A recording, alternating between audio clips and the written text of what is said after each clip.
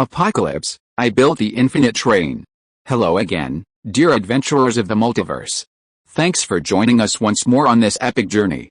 Remember, this story is pure science fiction from our wild imagination, so don't go trying to summon dragons in your backyard. The rights of this amazing novel belong entirely to its original author, we are only the narrators. Do you want more adventures? Show some love to our YouTube channel with a subscription and a like, and if you want exclusive content, our Patreon is waiting for you with open arms. Chapter 226 Death Game 2. Lin Xian and Kiki looked down with grave expressions. It was pitch black, and Wang Duo's room was no longer visible. Shielding the room and the sound was a sheer display of human nature. If Wang Duo died, no one would know the murderer. In the remaining 7 rooms, everyone was preoccupied with their own thoughts. Human evil was summoned endlessly at this moment. Lin Xian's expression was gloomy, and the human mind was unpredictable. This was the most agonizing moment. Soon, everyone saw Wang Duo appear at the far left of the vast room. She was thin, and though she should have been youthful and beautiful, she now looked like a willow fluttering in the wind. She stood there, lifeless. Challenger number 8, if you're ready, let me know, the redhead's voice echoed. Wang Duo was now wearing a black blindfold. Even from a distance, everyone could see her delicate figure trembling slightly. No matter what the situation, the innate fear of facing death always exists. Her hands were clenched into fists. After a long pause, she nodded softly.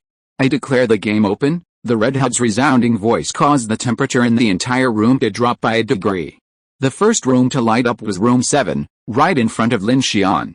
The young man named Chen Sixuan saw the indicator light in front of him light up, his fingers trembling with nervousness. He decisively glanced at the situation around Wang Duo, then shakily pressed the directional pad on the screen. In the room, Wang Duo heard the command and quickly squatted, making a jumping motion.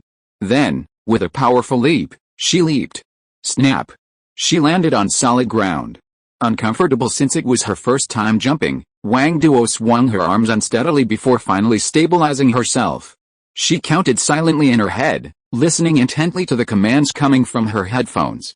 Left, she rotated her left foot 90 degrees on the heel, then followed with her right foot to prevent any deviation from her position. Forward, Wang Duo took a step. Right, Wang Duo took another step. The 7 people in the cubicle stared intently at Wang Duo, each of her leaps seeming to send a shiver down their spines. Clang clang clang inside the vast room, the mechanical floor continuously opened and closed, rising and falling, shifting. Like directors, the 7 people in the cubicle orchestrated Wang Duo's every move. In the upper room, Kiki's grip on Lin Xian's hand tightened, her gaze fixed on the leaping girl. Lin Xian glanced at Kiki, giving her a suggestive look. Kiki nodded in understanding. Down below, the jumping game was proceeding remarkably smoothly. Wang Duo had successfully made it to the far right. Everyone saw that only one step remained. From there, she only needed to leap forward to complete the level. Everyone's heart leaped to their chests. At that moment, Lin Xian's gaze froze as he noticed that Wang Duo, who was supposed to jump forward, suddenly spun on her right foot, turning to the right. His heart sank, sensing something was amiss. Wang Duo, nearing the end of the level, turned toward the group. Having received the correct instructions through outer jumps, Wang Duo's previously expressionless face inexplicably took on a vibrant color. Besides the fear of death, the countless jumps had also left her somewhat exhausted. She exhaled softly, pursed her lips, and, as before, bent her knees and leaped forward. Buzz! In an instant, Kiki lunged forward, unleashing an invisible surge of telekinesis. Strangely, her telekinesis failed to capture Wang Duo. Everyone watched helplessly as the petite figure vanished into the abyss. Lin Xian's eyes glared, and he abruptly stood up. Kiki's face paled, in disbelief that her telekinesis hadn't worked. I forgot to tell you, this is just a projection, not the real scene. Hua Xiaoling, seated, looked at the two with a calm expression. Lin Xian's eyes froze. Even in the apocalypse, he still couldn't accept such experiments on living people. He looked at Hua Xiaoling and said coldly, is this the experimental project you were talking about? Hua Xiaoling's expression changed slightly, and after a moment of silence, she said, don't worry, you two. This recording isn't over yet. What you see may not be the truth, you've already killed someone, and it's not over yet. What the hell are you trying to do? Kiki shouted, clenching her fists. Hua Xiaoling remained silent, raising her hand toward the glass window, signaling the two to continue watching. Click. In the game room, all the walls turned transparent again. Damn it! Who did this? Wang Yanjian in room 6 cursed furiously. Oh my god, she fell. She really fell. Qiaomin in room 3 was visibly terrified. This game really kills people. Who on earth is it? Tan Meng in room 5 was the most agitated. Her gaze shifted in thought, and suddenly she noticed that room 2 was still dark. It's number 2. Everyone looked over, and at that moment, the glass door of room number 2 suddenly turned transparent, and Xiaobo, who was inside, disappeared. Damn it, that bastard! Damn it, that bastard was so righteous just now. Bah! Wang Yanjian gritted his teeth. The murderer appeared.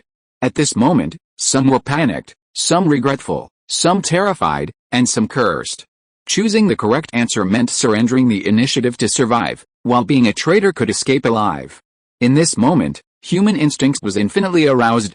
Congratulations, everyone. At this moment, the redhead reappeared.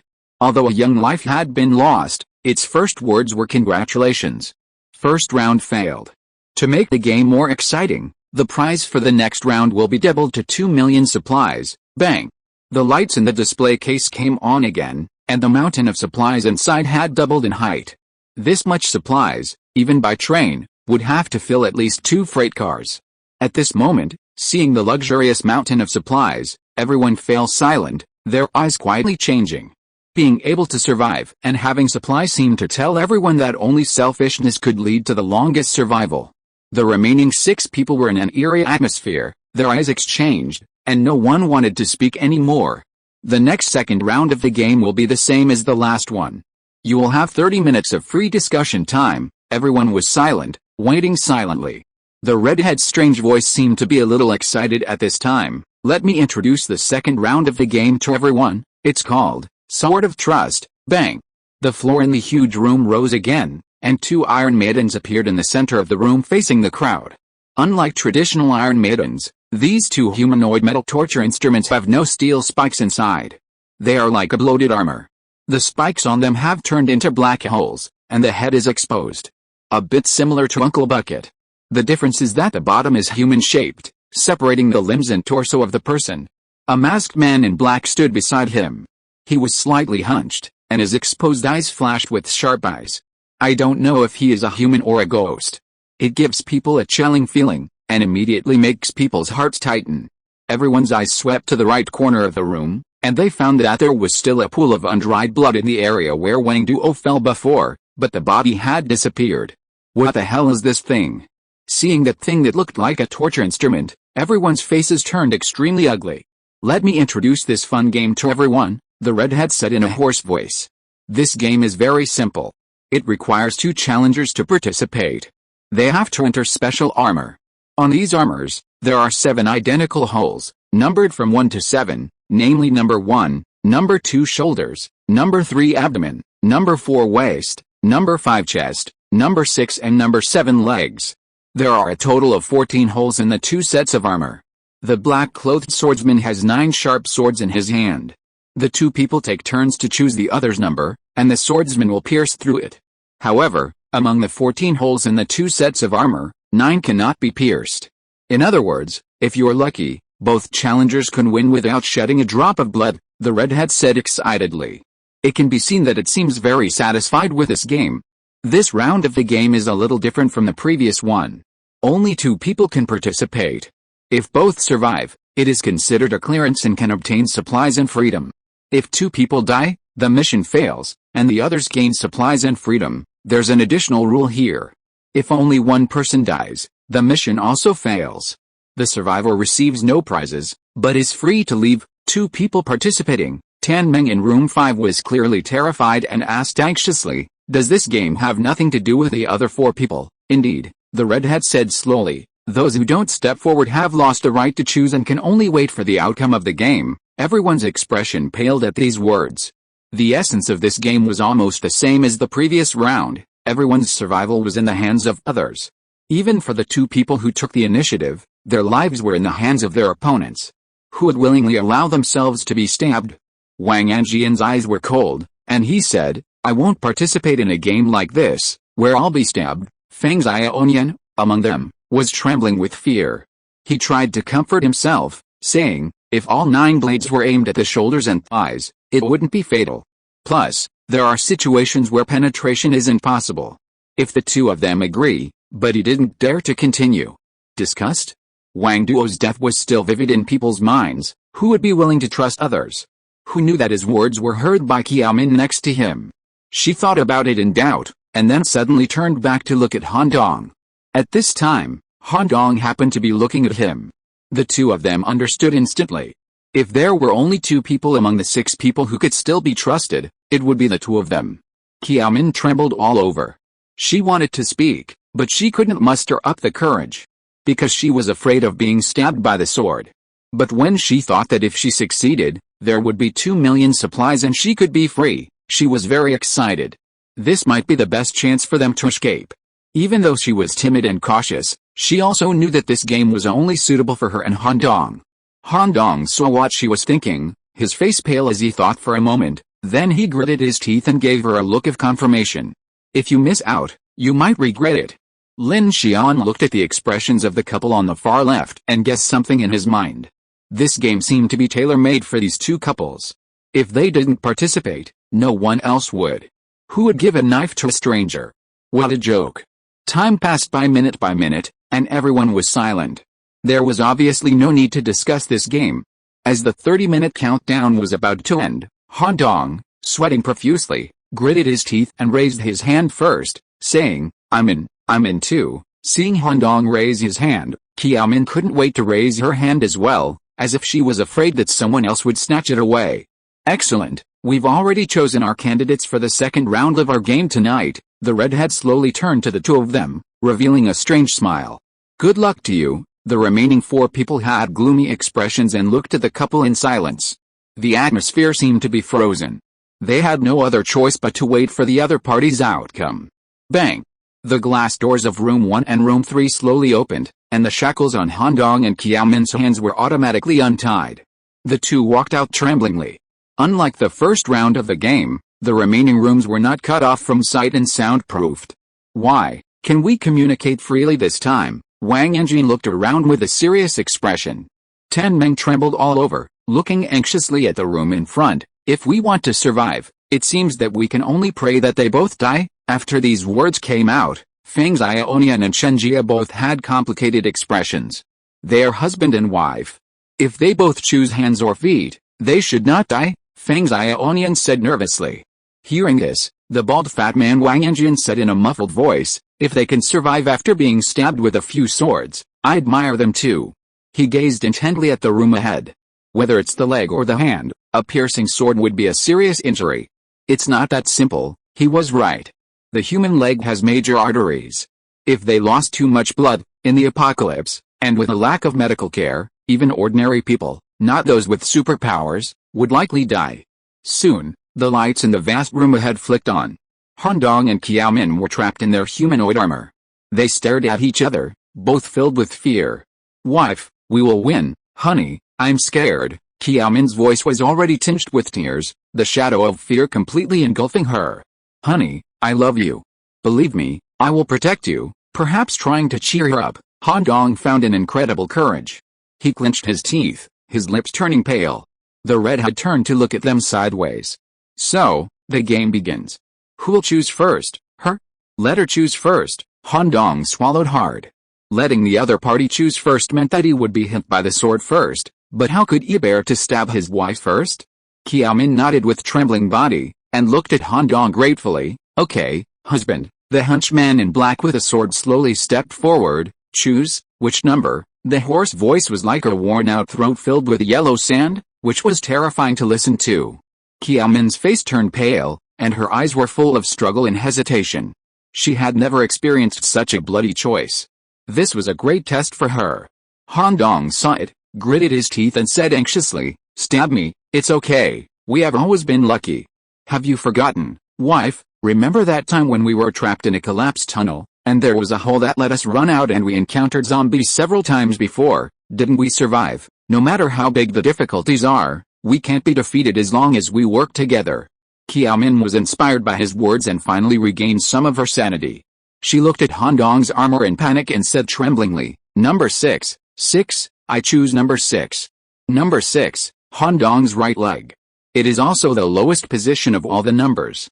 As soon as this decision came out, everyone on the opposite side heard it clearly. This is indeed the safest position. At this time, everyone's heart was lifted. The black swordsman slowly walked to Han Dong's position at this time, and then pulled out a sword from the 9 swords in the sword frame. Han Dong felt unprecedented fear and tension, his heartbeat seemed to be beating drums in his ears, his face was pale, and cold sweat broke out. The swordsman raised his hand and aimed the long sword with a cold light at the hole in position 6. Then, quickly inserted it. In an instant, Han Dong felt his heartbeat suddenly stagnated, and his back teeth were almost broken. But the next second there was a crisp ding. This was the sound of metal clashing, but at this time it was like fairy music in Han Dong's heart. Because this sound means that the hole is fake and cannot be pierced. It's fake. It's fake. Han Dong let out a long sigh. In just a few seconds, his back was completely wet. Qiao Min looked at this scene in surprise. After a while, she excitedly said, "Great, great. Husband, are you okay?" Han Dong suddenly felt like he had survived a disaster.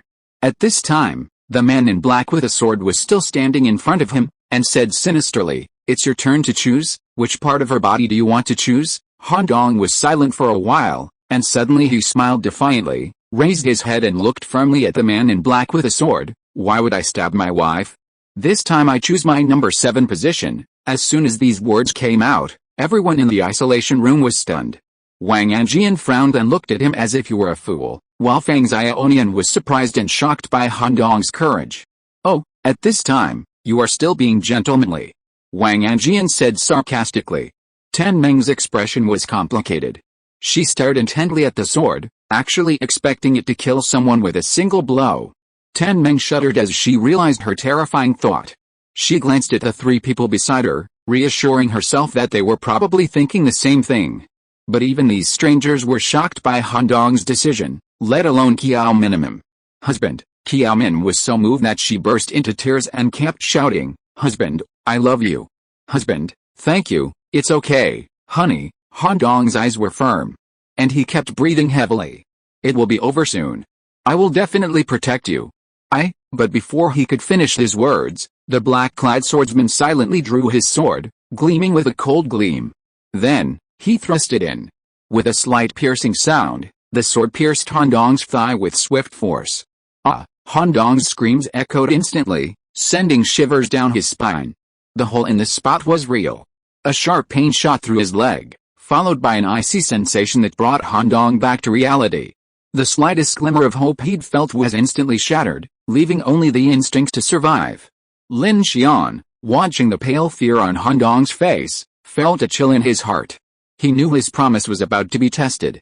At this moment, the man in black, wielding a sword, approached Qiao Min and said in a hoarse voice, "It's your turn to choose." Qiao Min panicked and looked at the man in black wielding the sword, then at Han Dong next to him, and tremblingly said, "Then what about his number 1 position?" Number 1 position is the shoulder, which is considered to void vital points compared to other positions.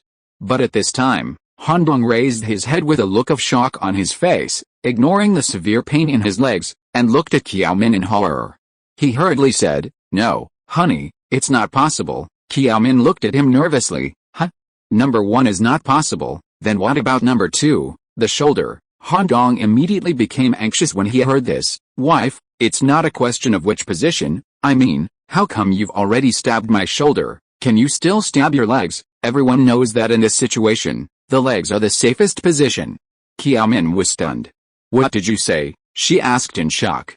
"Didn't you say you would protect me?" Han Dong, feeling almost tearful, anxiously asked, "But even so, you can't stab me with all 9 swords. If both my shoulders are stabbed, where will you stab me next?" Qiao Min frantically defended herself. "I know, but I'm only a woman. A single stab to my legs might kill me, too. You're a man, surely you can hold out longer than I can." Han Dong's eyes widened in horror, a chill rising in his heart. Seeing Qiao Min's tearful expression, Han Dong suddenly felt strangely unfamiliar with the woman he loved. He stared at her in disbelief, unaware that the black-clad swordsman ignored their arguments and approached, drawing a long, cold sword. Wait.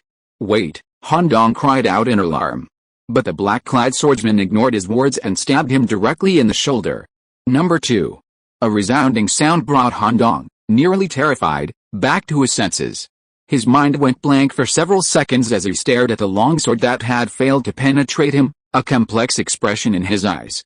It was as if some kind of determination and obsession within him had become somewhat elusive at that moment. "Great, husband, great." Seeing this, Qiaomin cheered beside him. "You're okay, great, phew. Phew." The black-clad swordsman stood before Han Dong. Recovering from his hellish terror, Han Dong lowered his head, cold sweat already drenching his forehead, his glasses fogged up. He gasped for breath, his expression grim and gloomy. "It's your turn," the black-clad swordsman asked. Silence. A long moment passed. Han Dong spoke slowly, not looking up, his gentle bangs seeming to obscure his eyes. "I choose her number 6. Wait," Qiaomin screamed in shock at this. "Han Dong, aren't you going to protect me?" Watching the black-clad swordsman slowly approach her, Qiaomin's heart was filled with fear, and she shouted with all her might. Han Dong slowly raised his head, and through his wet glasses, he could see those frightened eyes. He trembled and said, "Didn't I already protect you? Stop. Stop. Don't," Qiaomin cried heartbreakingly. The black-clad swordsman had already raised his blade. With a swish, the sword pierced through. Qiaomin's number 6 was real. "Ah!" Qiaomin screamed shrilly, the agony soaring to the point of utter terror. "I choose his number 3, without even waiting for the black-clad swordsman's question, Qiaomin, in utter agony, spoke her choice without hesitation. Everyone's faces fell at the words. She didn't even choose the remaining shoulder spot, number 1, but went straight for number 3, the abdomen. Had she lost her mind in the agony? The turn of events was beyond everyone's expectations. The two, who had been so trusting just moments ago, suddenly became strangers. Lin Xian glanced around, and everyone's faces darkened. This game was even more perverted than the first round. In front of everyone, they exploited people's desire to survive and completely shattered trust between them. Han Dong, in the room, stared in horror. He watched helplessly as the black-clad swordsman approached, raised his hand, and stabbed him. He closed his eyes, as if welcoming death. Bang! Han Dong was lucky, this spot was still fake. At this point, Han Dong no longer hesitated and decisively shouted, "I choose her number 7, number 7 was still the leg." "Ah! No! No, Han Dong, you bastard!" The black-clad swordsman approached again and stabbed him. Puff! Qiaomin's number 7 was still real. "Ah!" Her eyes were full of thought as she nodded slightly, gritting her teeth and saying, "Yes, there are still 3 swords left, we need to stay calm." "Stay calm," Han Dong said. "Calm down." Qiaomin glared at him, her eyes filled with grievance and hatred, and shouted at the top of her lungs, "You only got hit by 1 sword. Both of my legs are injured. I'm almost dead, you know, but I never chose your upper body," Han Dong explained. "I don't care," Qiaomin's eyes blazed.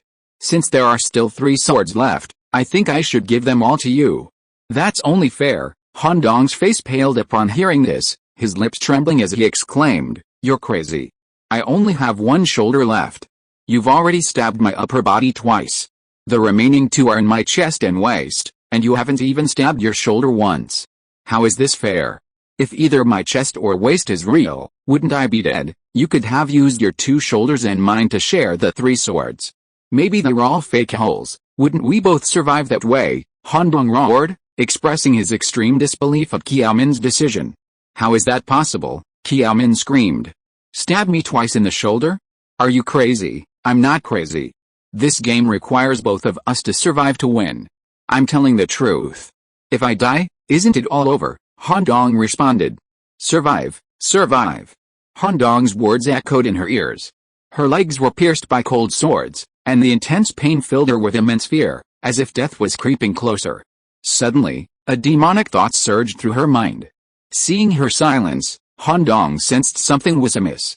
Bright red blood continued to flow from beneath Qiaomin's armor, carrying with it a strong smell of blood that instilled both fear and madness. A long pause passed. Qiaomin slowly raised her head, her eyes hollow as she gazed at the crimson head. "There are still 3 swords left. This means I have 2 more chances, right?" These words startled everyone. The 4 people sitting in the room all had complex expressions, they sensed something ominous. "Hey, Qiaomin suddenly shouted at the redhead, I want to know, if a person dies, can the remaining holes in his body still be used to insert swords? Han Dong's pupils trembled when he heard this, and he looked at Qiaomin in disbelief. He immediately said in horror, Hey, Qiaomin, wife, what are you doing? Qiaomin did not answer him, but stared at the hatter with bloodshot eyes. At this time, the redhead suddenly laughed. Its laugh was very weird, revealing a creepy feeling, as if it had smelled some of its favorite smells. The rules don't say no, the hatter said in a low voice. So, the living can stab the dead. Han Dong's face paled instantly at these words. He immediately shouted at Qiaomin, Wife, you'll die. You'll really die. Have you forgotten our agreement? We're supposed to survive together, 2 of you have to survive to win, and we're almost there. What are you doing? The change in the scene in the room made the faces of the other 4 people watching grim. This development seemed unbelievable, yet also reasonable. 1 person survived, and they could also leave. This rule, like a spell, finally made Qiaomin realize something. It was like the primal truth deep within human nature. Survive. Lin Xian stared at the giant redhead. He had long understood the correct way to play this game. 2 people died, and the other 4 could leave. 1 person died, and the other could leave. In reality, this game was designed to shatter all close relationships. The easiest way to do this was to deceive the person you trusted most and then kill them with a single blow. Qiaomin's expression was gloomy, her eyes filled with emptiness and fear. Han Dong's shouts beside her seemed completely blocked out by her. With a frantic and numb expression, she looked at the redhead, her lips trembling as she asked, Can I use both chances at once? The redhead's smile widened, and he replied with the same words. The rules don't say no, but this immediately drove Han Dong mad. His eyes were bloodshot, and he screamed at the hatter frantically, How can this be? This is a foul. This is cheating, he shouted hysterically, and then something seemed to dawn on him. The rules he had thought were complex turned out to be so simple. As he angrily denounced the unfairness of the rules, Qiaomin, on the other side, lowered her head, staring blankly ahead, her vision clouded by the smell of her own blood. She looked at the black swordsman before her and said, I choose his numbers 4 and 5, her voice was soft and even. Qiaomin knew that if Han Dong couldn't be killed in those 2 chances, his final strike would surely strike her vitals, so she left no room for maneuver. That simple sentence sent Han Dong's mind blank, and he began to tremble uncontrollably. He understood, finally understood. The most reliable trust, the strongest love, could ultimately not withstand the deepest selfishness and desire for survival. He had foolishly believed this was a game of trust. It turned out the correct way to play this game was to aim for death from the outset, rather than foolishly sharing the damage. If you killed your opponent, you could simply plunge all your remaining swords into their corpse. Even if you only had 2 remaining, you could just stab them in your own legs, and at least you'd be guaranteed survival. Even if you didn't gain any supplies, you could still escape with a chance of survival. Only the closest and most trusted people could play, and they had to kill the closest and most trusted people, completely destroying humanity. This was the optimal solution to this game. Brothers, today's chapter is only 5k. I used up all my saved manuscripts due to the previous rush to update. And I have to go on a business trip for 2 days, so I will update 1 less chapter. I will make up for it after I come back. Sorry, haha. Chapter 227 Collapse. Han Dong glanced at Qiaomin, who now had her head lowered, her long, tangled hair obscuring her otherwise delicate and beautiful face. In that instant, he seemed relieved, his pupils dilating weakly as he watched the black swordsman slowly approach. There was no anger, no sadness, only boundless despair.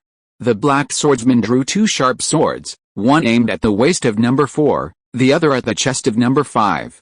Then, with a sudden piercing blow, he pierced through. The men outside the arena were extremely nervous, shocked by the scene of fratricide and constantly worried about their own survival. Both men on the field had to die for them to have a chance of survival. Wang Anjian's face was extremely grim, and he, who had been chattering non-stop, finally fell silent. Ding, puff. Hole number 5 was fake, hole number 4, pierced through the whole body. Han Dong struggled violently, his eyes widening as blood foam continuously flowed from his nose and mouth, a sight of utter misery. Great, seeing Han Dong's tragic condition, Qiaomin's eyes flushed with madness. If Han Dong died, then she would be saved.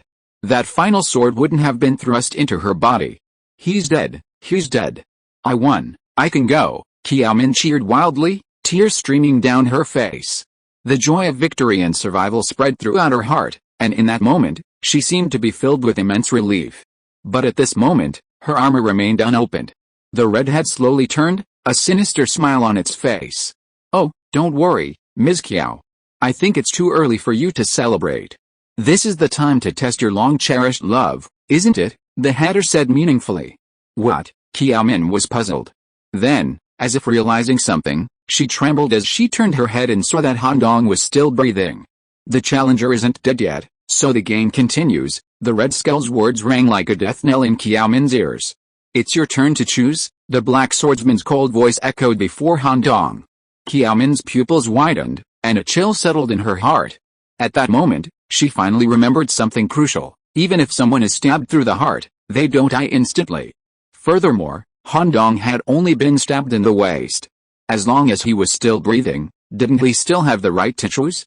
If the two of us had worked together from the beginning, even if Han Dong died, he might have plunged all the remaining swords into himself before dying to save Qiao Minimum. In the compartment, Chen Jia, who had been silent until then, spoke with a heavy expression.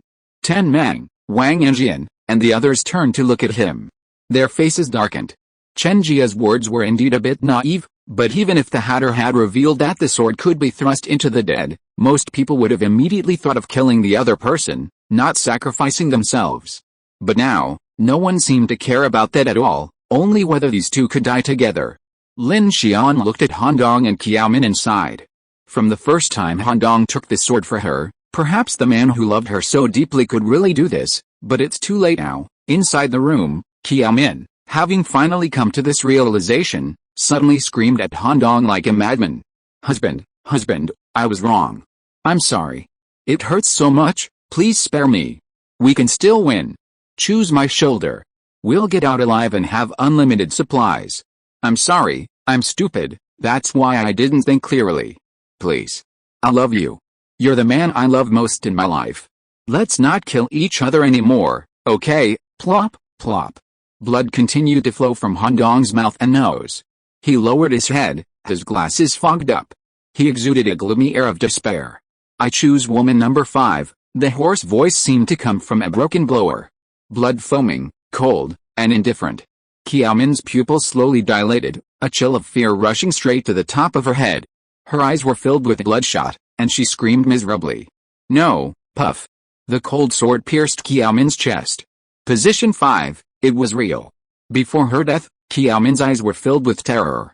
In that moment, unwillingness, resentment, regret, and pain intertwined until her pupils gradually blurred. Game over, the redhead slowly turned. It seemed expressionless, but everyone present at this moment seemed to see a strange smile on its lips. The whole place was silent.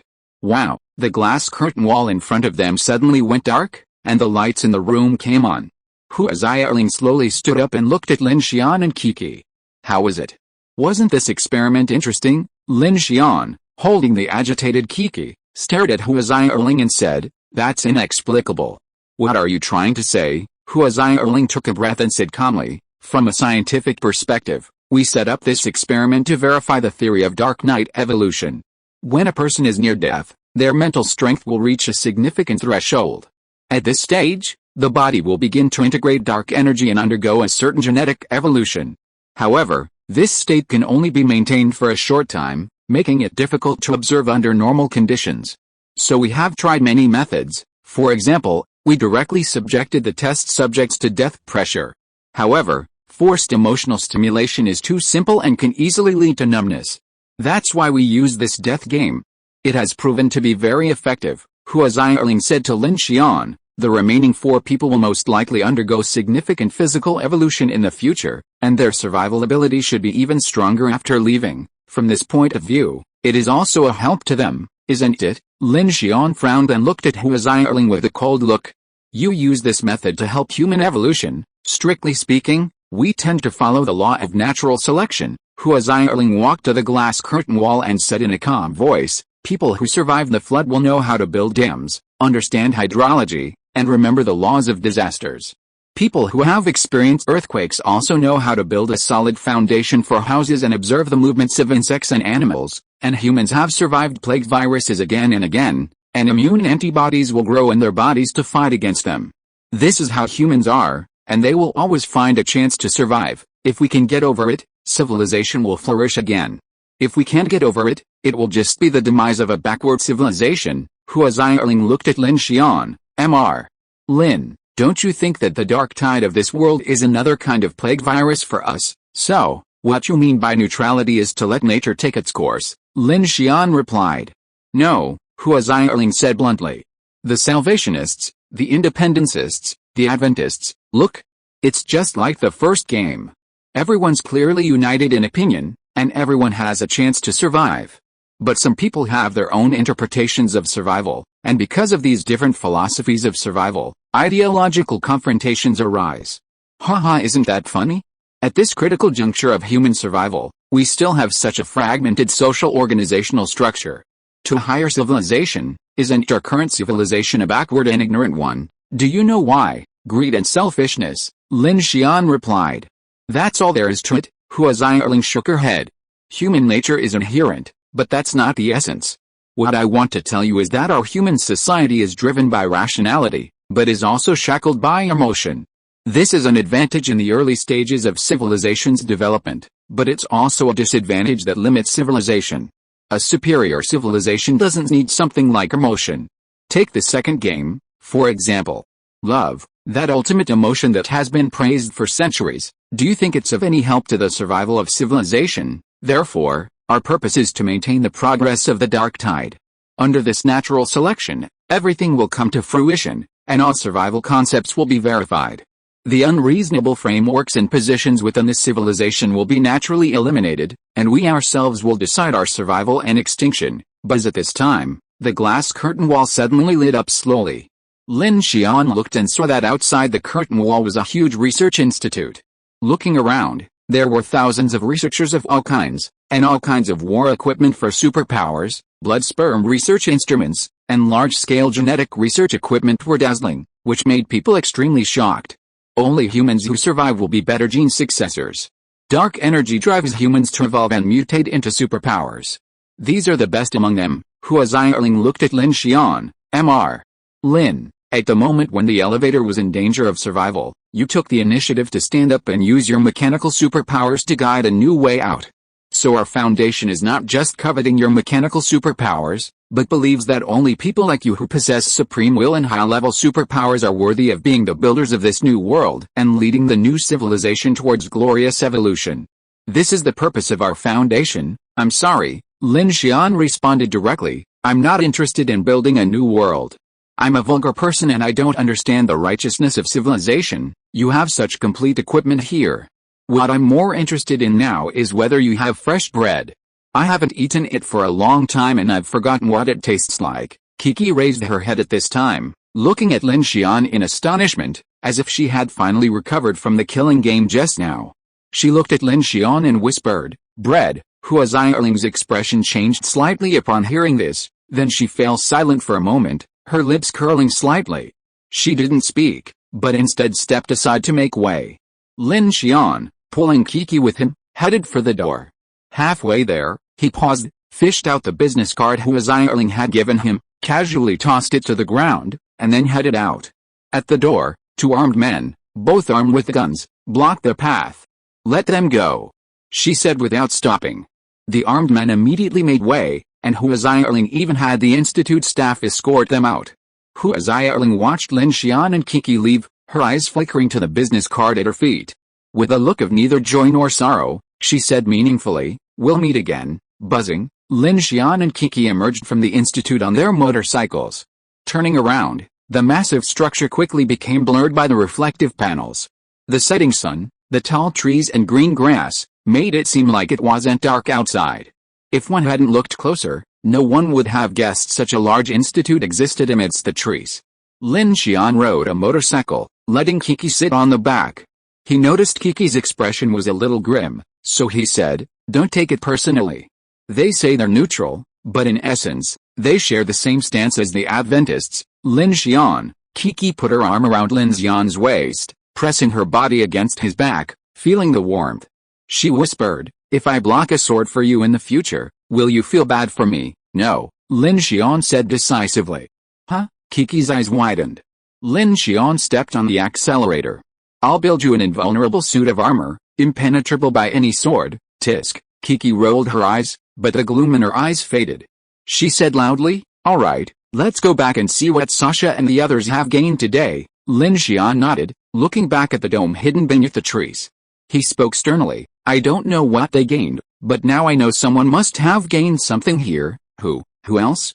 That profiteer who bought a lot of our guns. The motorcycle sped along, onto the main road, heading towards Hengshanguancheng. Hengshanguan train station, Infinity. Chen Sixuan, holding the driving record, and Miao Lu were counting the supplies from display shelf to display shelf in carriage 7. To be sure, Chen Sixuan had each box of food opened and carefully inspected for damage, leaks, spoilage, or expiration, then neatly sorted them by category. Keep canned meat and fruit separate.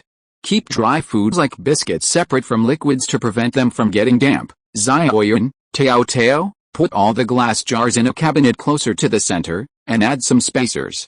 Otherwise, if there's an attack outside, they could shatter. Chen Sixuan was very careful, and Miao Lu beside her was also diligently helping.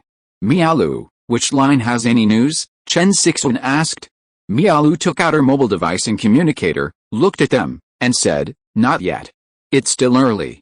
They probably won't be back until the appointed time. Chen Sixuan looked out the window at the gradually setting sunlight, took a breath, and said, I hope they've had a good harvest today. Of course, Miao Lu chuckled. It's broad daylight now, so there won't be any strange creatures. If they're just zombies, they shouldn't pose a threat to their safety. But so many people have been to Hangshan Pass, so it's probably hard to find anything useful. Chen Sixuan nodded. This was the first time the Infinity had split up into teams and had multiple people out for exploration.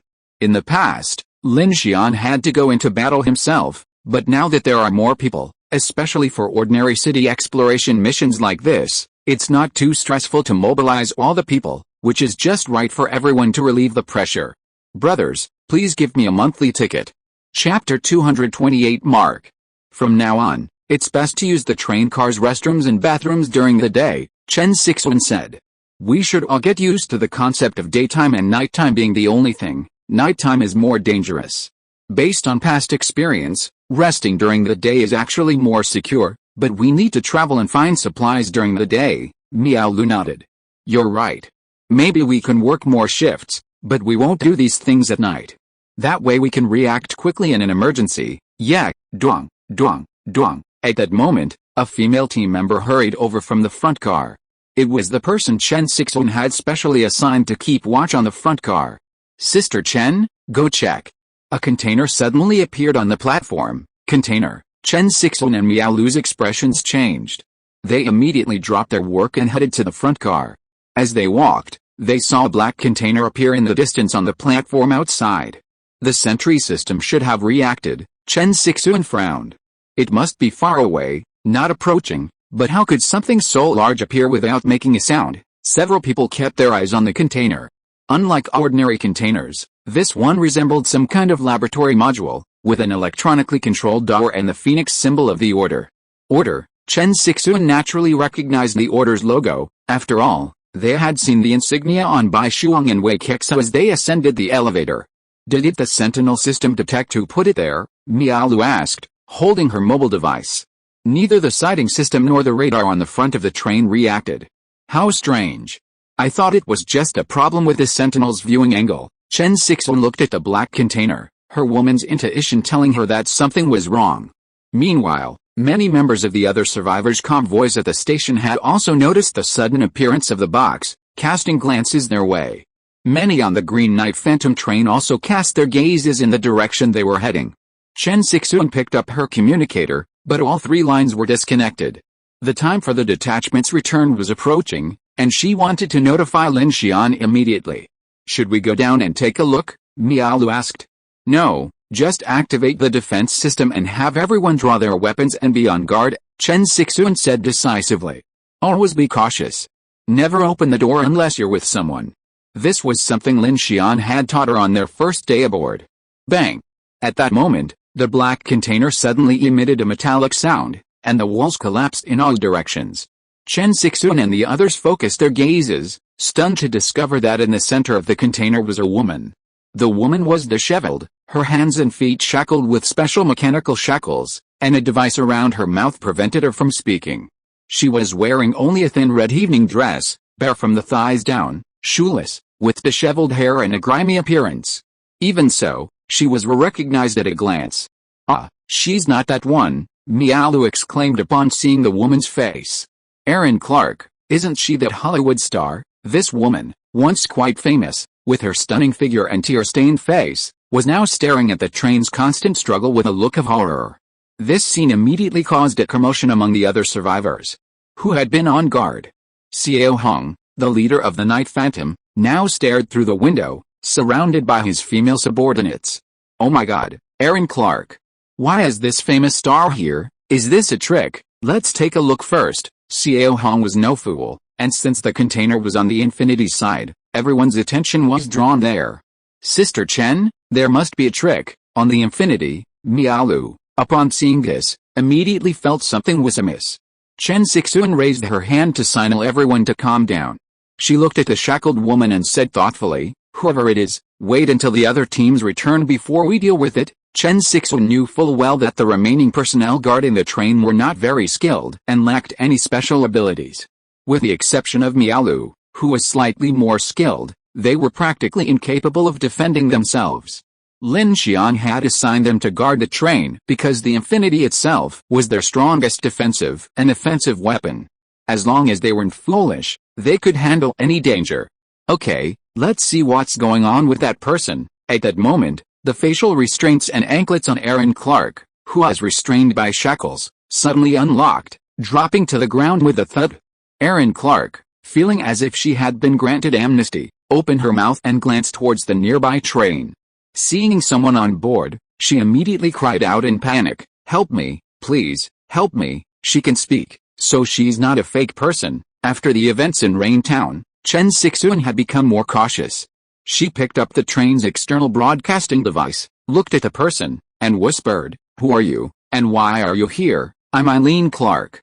You must have heard of me." Eileen Clark opened her mouth, her eyes shifting constantly, and said eagerly, "If you can lead me to the Phoenix Order or the Federation, my family will provide you with a generous reward." "Why are you here, and who tied you up?" Chen Sixuan asked again.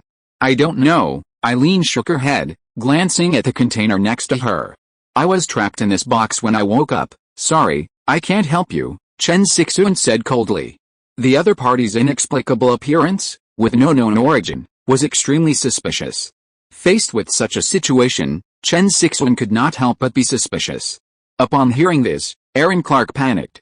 She struggled to her feet, but perhaps having been locked up for too long, she struggled to stand. Using her hands and knees, she crawled toward the train, pleading, "Please, I really don't know who locked me up. I'm not a bad person." "She's coming," Mialu observed, her expression growing wary. Meanwhile, in carriage 3, Ding Junai, performing her routine research, suddenly noticed the black chrysanthemum next to her slowly emitting a crimson glow. She reacted immediately, abruptly rising from her workstation and heading toward the front of the train. Seeing Chen Sixuan and the others standing in the cockpit, she immediately asked, "Are they back?" "No, what's wrong?" Chen Sixuan replied, seeing Ding Junai. "The dark mark is increasing. Someone marked is approaching us," Ding Junai exclaimed. "What?" Chen Sixuan and Miaolu's faces suddenly changed as they instinctively looked outside. Ding Junai also noticed the woman creeping closer. "Don't let that woman get any closer. She has the dark mark." Ding Junai's eyes flashed as she saw the woman. Chen Sixuan, upon hearing this, quickly shouted to everyone, "Quick, close the windows." With a swish, the atmosphere on the infinity suddenly tensed, everyone on alert. Ahem. Just then, the sound of a motorcycle rang out. Chen Sixuan glanced over and saw Lin Xian and Kiki approaching the station entrance. Her face suddenly changed, and she pressed the communicator to Lin Xian. "Lin Xian, be careful. There's a woman outside her car. She has the dark mark." Lin Xian, who had just entered the station, immediately slammed on the brakes. He and Kiki looked over and saw a woman approaching the infinity on the ground. "Drive. Back off. Don't let her hit our car." Lin Xian was utterly stunned. He hadn't expected the second time he'd noticed the dark mark's properties to manifest in this way. Why would a woman with a dark mark appear here? Upon hearing Lin Xian's words, Chen Sixuan immediately activated the infinity and headed toward the front of the platform, trying to avoid the woman. Lin Xian, on his motorcycle, circled under the tracks and headed towards the infinity. The woman named Eileen Clark panicked when the train started moving. Confused, she turned back to look at the other survivors on the platform. Panicked, she staggered to her feet and headed back toward the green train, repeatedly mumbling, "Help me. Please, help me." Meanwhile, the infinity had gained some distance, then stopped after getting away from the woman. Lin Xian drove his motorcycle onto the train and immediately entered the cockpit, shouting into the platform through the loudspeaker. "Everyone, stay away from that woman. She's marked with a strange entity. If she goes out at night, she'll cause big trouble." The moment these words were spoken, the faces of the other survivors on the platform suddenly changed. "Marked? What's that? Is it real or fake? Better believe it than not. Let's retreat. She's alone. How could she attract a strange entity? Could it be a scam?" Upon hearing this, the people on the Night Phantom were in an uproar. "No way, that's Eileen Clark. She doesn't look like a bad person, boss. Is that infinity up to something?" "Exactly. Look, they haven't left either." Xiao Hong, observing the approaching woman through the window, asked in confusion, "That doesn't make sense. Wasn't that the Order of the Phoenix symbol on that box just now? How could the Order of the Phoenix do something like that? I think it's definitely fake. Maybe they want us to retreat so they can stay on the platform," a rather clever younger brother said. Xiao Hong's eyes lit up immediately when he heard that. That makes sense, the pack hunting effect. After that, he looked at the black train parked in the distance, his eyes cold. Damn, he really has a way. Then what about this woman? Who knows, but she looks gentle and has no weapons, so what threat can she pose? Save me at this time. Eileen Clark staggered to the side of the Night Phantom, her feet were unstable, and she fell to the ground with a plop. She raised her head and looked at Xiao Hong with a sad face. "Please, save me. My family will definitely give you a lot of supplies." When the female team members on the Night Phantom saw this scene, they immediately looked unbearable and began to talk out loud. "Why don't we save people first? That's right, look how pitiful she is. The people on the infinity are so heartless. It would be fine if they didn't save her. But they actually let others do nothing. No wonder there are not many people on their train. It's such a big train, but there are only so few people. They are really cold-blooded." At this time, on the infinity, Lin Xian saw that many people in the team over there were unmoved. He frowned and raised his voice again and shouted, "Everyone don't touch that woman. She will attract a large number of weird bodies. Do you hear me?" No one responded to him. At this time, many strange eyes were cast at the infinity from all over the platform, especially the many female team members on the Night Phantom, who were furious and began to shout and curse. "Hypocrite! You can't even save a woman. What kind of man are you? You have so many weapons. What are you afraid of?" "That's right. Don't you see how pitiful she is? How cold-blooded? She's Eileen Clark. Are you trying to trick us all into leaving the station so your convoy can hide safely here? You're so scheming." "Oh, you bitches." Kiki flew into rage upon hearing this. She rolled up her sleeves, tiptoed out, and was about to jump out of the car to confront them, but Lin Xian grabbed her foot and dragged her back. "Ouch, stop it." Lin Xian's face darkened. "Lin Xian, what do you think?" Chen Sixuan asked anxiously. Lin Xian looked at Ding Junai. "Director Ding, how could someone possess such a powerful dark mark?" Ding Junai raised her glasses. "It's unclear at this point, and we don't know how this mark can be transferred. But I strongly advise against contacting that woman, and definitely not letting her get in the car. The mark on her is even more intense than when we were in Rain Town. I'm worried about a massive catastrophe here tonight." "How terrifying, Captain Lin. Is someone trying to use the dark mark to poison us?" Miao Lu reacted immediately, her first thought being poison. "Poisoning?" Lin Xian's brow furrowed at the thought. Miao Lu's words sent a chill down his spine. He had never imagined that the dark mark could be used in this way. If so, it meant that the person behind it had already mastered the theory behind the dark mark and had even figured it out for poisoning. Not only did they know this, but they were also able to exploit it, using it to mark and poison people. It sounded absolutely insane. What kind of organization could pull off such a thing? "Teacher Chen," Lin Xian said, looking at Chen Sixuan. "Can we use a gun to eliminate that woman remotely?" Ding Junai responded, "Are you trying to remove the dark mark this way?" Lin Xian countered, "Is it not possible?" Ding Junai shook her head. "I'm not sure. Normally, the hunter would stop when their prey dies. But if this mark is just a scent, a form of energy, then as long as the body remains, it might be unavoidable." Lin Xian frowned. If that was the case, then there was no way to get rid of it. He checked the time. Darkness was approaching. Is it really the Order of Phoenix? Chen Sixuan's face darkened. They had thought they had discovered this feature for the first time and were about to share it with the Order. But now, a major change had occurred. Lin Xian shook his head. "It doesn't matter what organization it is right now. What matters is that we evacuate now." He turned to Kiki and said, "Girl, hurry up and use the drone to see if Sasha and Shukin have returned." Lin Xian checked his watch. It was already 6:05 p.m., with only 40 minutes left until dark. Logically, Sasha and the others should have returned. "What about those people at the station?" Mialu asked. "I can't persuade them." "I won't persuade them anymore," Lin Xian shouted, his voice practically choking. It was useless. Since persuasion was useless, he didn't bother to care. He only cared about the members of his own team. It was impossible to persuade the damned. One of them is on the east line, and the other on the north line. "Should we send someone out to pick them up?" Chen Sixuan said. "If we evacuate now, they won't be able to find us, and I'm worried they won't have time to leave when they get back to the station. If we don't warn them, it would be even more troublesome if they come back and come into contact with that woman." Lin Xian nodded. "You're right. Wait another 5 minutes. If they don't come back, Kiki and I will split up and check." In terms of maneuverability, Kiki's flying ability, combined with his power armor, allows for rapid maneuvering, making him the most efficient. One chapter today, I'll finish it later when I get back. Chapter 229, Monster Hunter Tide. Inside the station, the chatter gradually died down, and many eyes fell on Erin Clark. This woman was truly remarkable. Even in her current state of desolation, she possessed a beauty that moved people with pity. Seeing her approach with a pleading expression, Xiao Hong's mouth suddenly dried. This woman was truly stunning. Such beauty was rare in the apocalypse. His fleet had always favored beautiful women, but Xiao Hong wasn't foolish.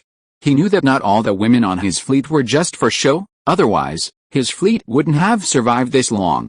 But having too many women had its downside, their chatter and constant influence on his decision-making, which irritated him. But facing Erin Clark, he suddenly felt that having another woman on board didn't matter. Even if she was just a show, she was still a very beautiful one. "Miss Erin, I'm sorry.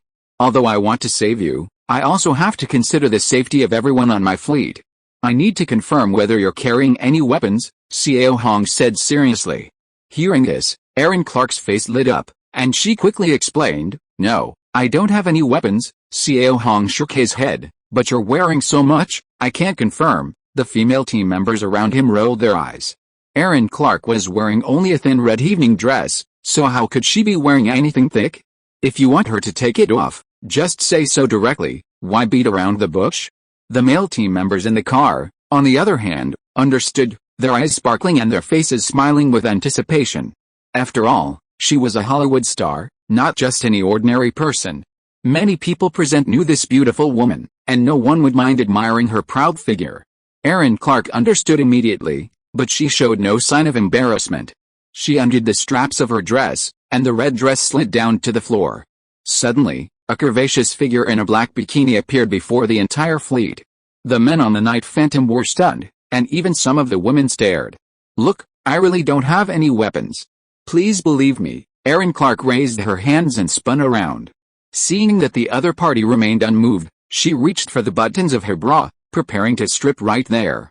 At this moment, the air seemed to quiet down, and the men held their breath, their eyes fixed on Erin Clark.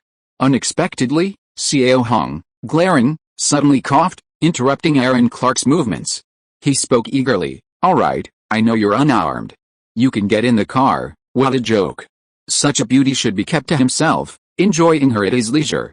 How could he let those beasts take advantage? Seeing this woman's boldness, Xiao Hong grew even more eager, and immediately ushered Erin Clark into the car.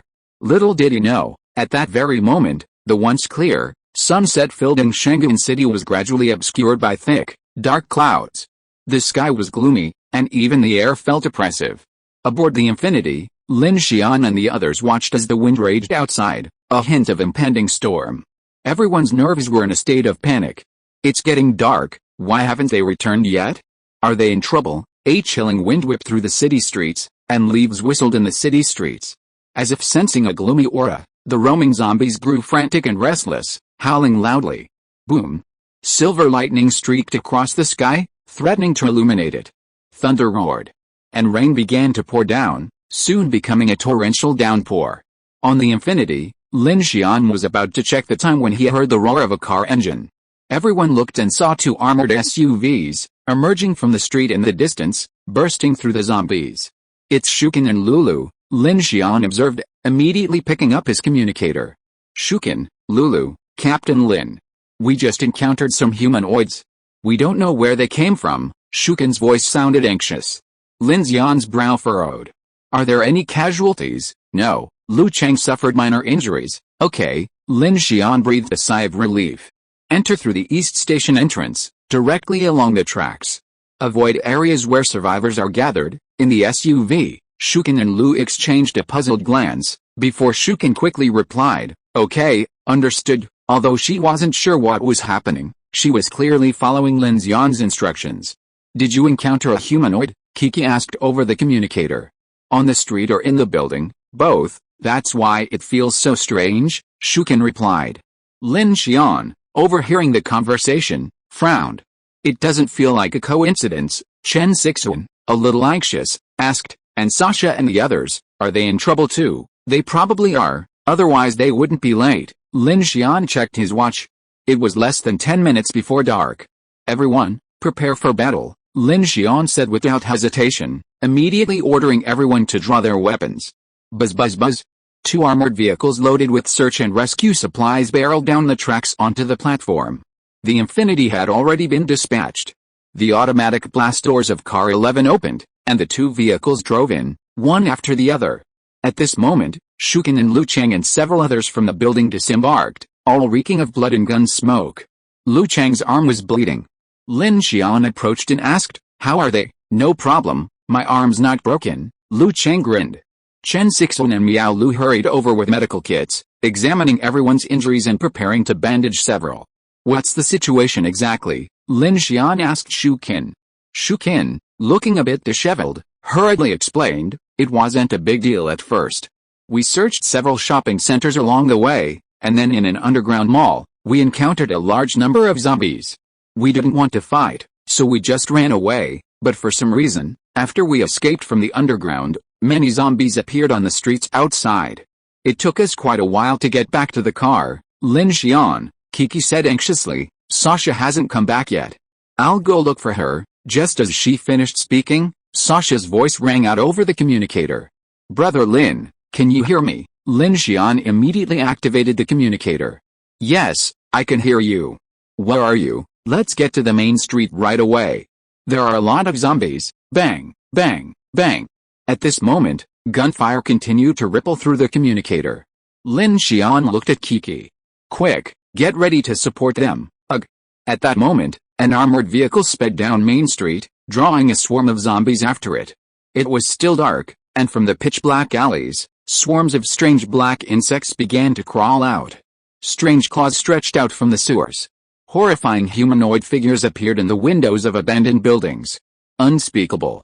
Eerie beings wriggled out from dark corners. Puff, puff, puff. Bang, bang, bang. The team members in Sasha's car fired relentlessly. A swarm of zombies began to lunge at them, swarming frantically onto the armored vehicle's hood. Sasha floored the accelerator, the engine roaring, slamming and slamming past the hordes of zombies. Evil villains, I'll incinerate you. Lu Xingchen lowered the window, raised his hand, and unleashed a massive fireball at the swarm of zombies outside. Boom. A burst of scorching heat instantly reduced a dozen zombies to charcoal. I'll clear the way for you. Lu Xingchen emerged from the car, waving his hands forward. Divine firewall. Bang. Instantly, two scorching walls of fire erupted directly in front of the vehicle. As the flames blazed, scores of zombies rushed in, only to be reduced to charcoal before they could get far. The bodies piled up, and the flames intensified. Roar. Suddenly, A crawling humanoid creature burst out from a dark alley, blocking the path. Lin Xian's eyes flashed, and he was about to retaliate when the roar of machine gun fire suddenly echoed from the elevated platform in the distance. Boom! A violent storm of metal swept over, and before the humanoid creature could even see its features, it was instantly shattered into pieces. The dust and debris kicked up from the ground and flew directly onto the armored vehicle's windshield. Lin Xian quickly retreated, but even so, a layer of dust blew onto his face. "It's our cannon." Sasha steadied the steering wheel, excitedly exclaiming, "Brother Lin must have come to rescue us." She stepped on the accelerator, swerving sideways, smashing through the throng of zombies gathered below the station platform and furiously heading for the platform above. The torrential rain quickly washed away the bloodstains on the armored vehicle, and the two finally reached the platform, followed by a swarm of zombies. Meanwhile, the other survivors in the station camp also sensed the oncoming zombie threat and boarded their trains, firing back. "Why are there so many zombies all of a sudden?" The people on the green train rolled down their windows and lowered the armored grille. "They've brought them in. Don't be afraid, they're just ordinary zombies," Xiao Hong observed, immediately picking up the intercom and commanding, "Everyone, hold tight. These zombies won't pose any threat to our vehicles, alright, haha, our fortress isn't afraid of that kind of thing," his men echoed. Xiao Hong, meanwhile, had invited Erin Clark into his private room. He surveyed her with pity, his eyes brimming with eagerness. "Oh, Miss Erin, why are you so dirty? Come, take a shower first." He then walked to the side of the train's private bedroom and flung open a door. Suddenly, a light flickered on, revealing a large, white bathtub. "We're all good friends on this train, and everyone likes me, so you all like to bathe with me. To save water, I'd like to join Miss Erin. I hope Miss Erin doesn't mind." Erin Clark, seemingly visibly shaken, didn't hesitate at all. She immediately removed her long dress and said obediently, "I wouldn't mind. I'd be happy to bathe with you." She then removed her bikini, revealing a stunning body before Xiao Hong.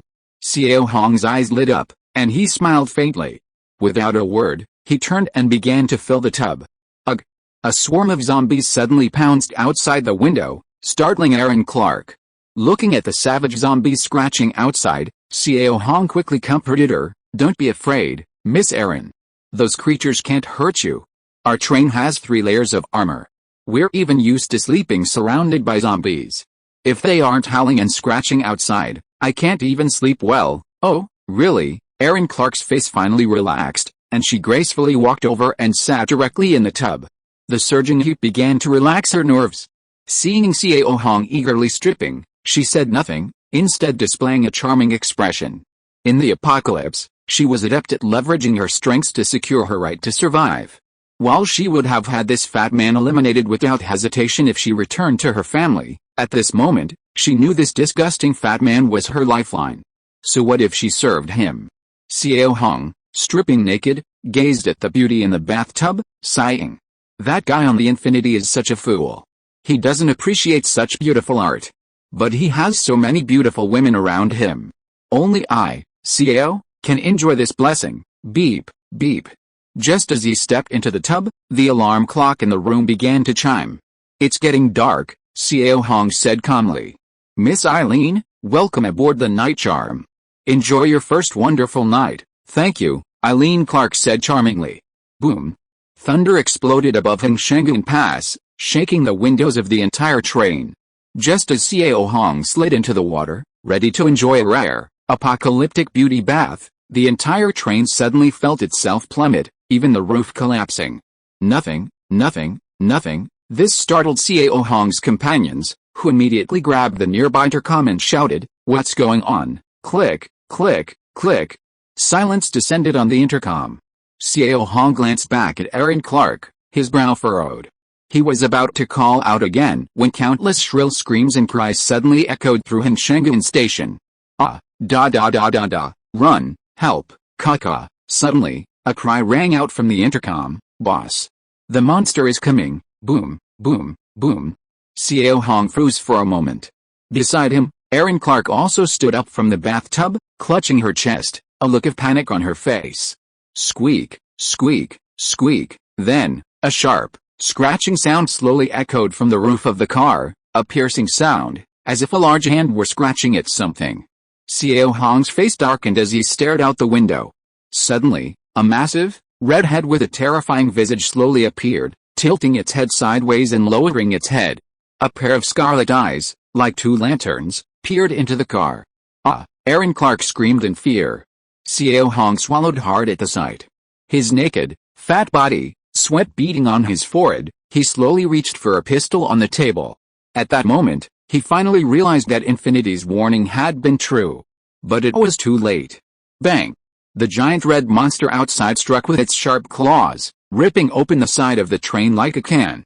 Its long, sharp black claws sent sparks flying. Aaron Clark, standing in the bathtub, was instantly cut into 3 pieces, without even a murmur of struggle. The bathtub instantly bathed in crimson. "Damn it," Xiao Hong cursed, shaking with fear. "At least let me touch it before I die." Boom. Under the darkness of night, Hingshanguan Station was suddenly flooded with strange entities. Black centipedes thicker than the platform's support column slithered onto the train. Large, monstrous entities resembling alien leeches descended from the platform's roof beams onto the survivors' camp. The 3-meter-tall red monster, with a vertical mouth and lantern-like eyes emitting a cold, deathly aura, raised its long black claws, skewering several people like skewers. The plump, pale Xiao Hong bore the brunt of the attack.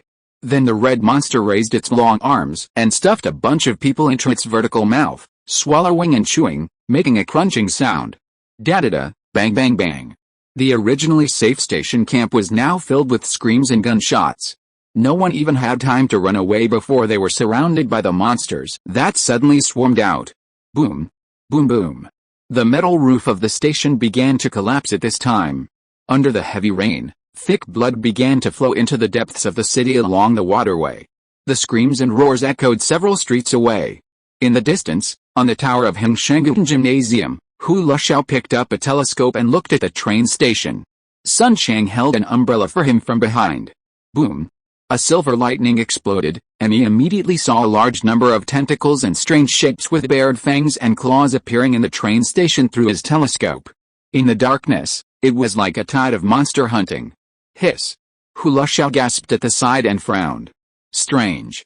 How could so many strange entities suddenly appear at Hingshanguan Station, and it looks like there are quite a few B-level ones, Sun Chang remarked.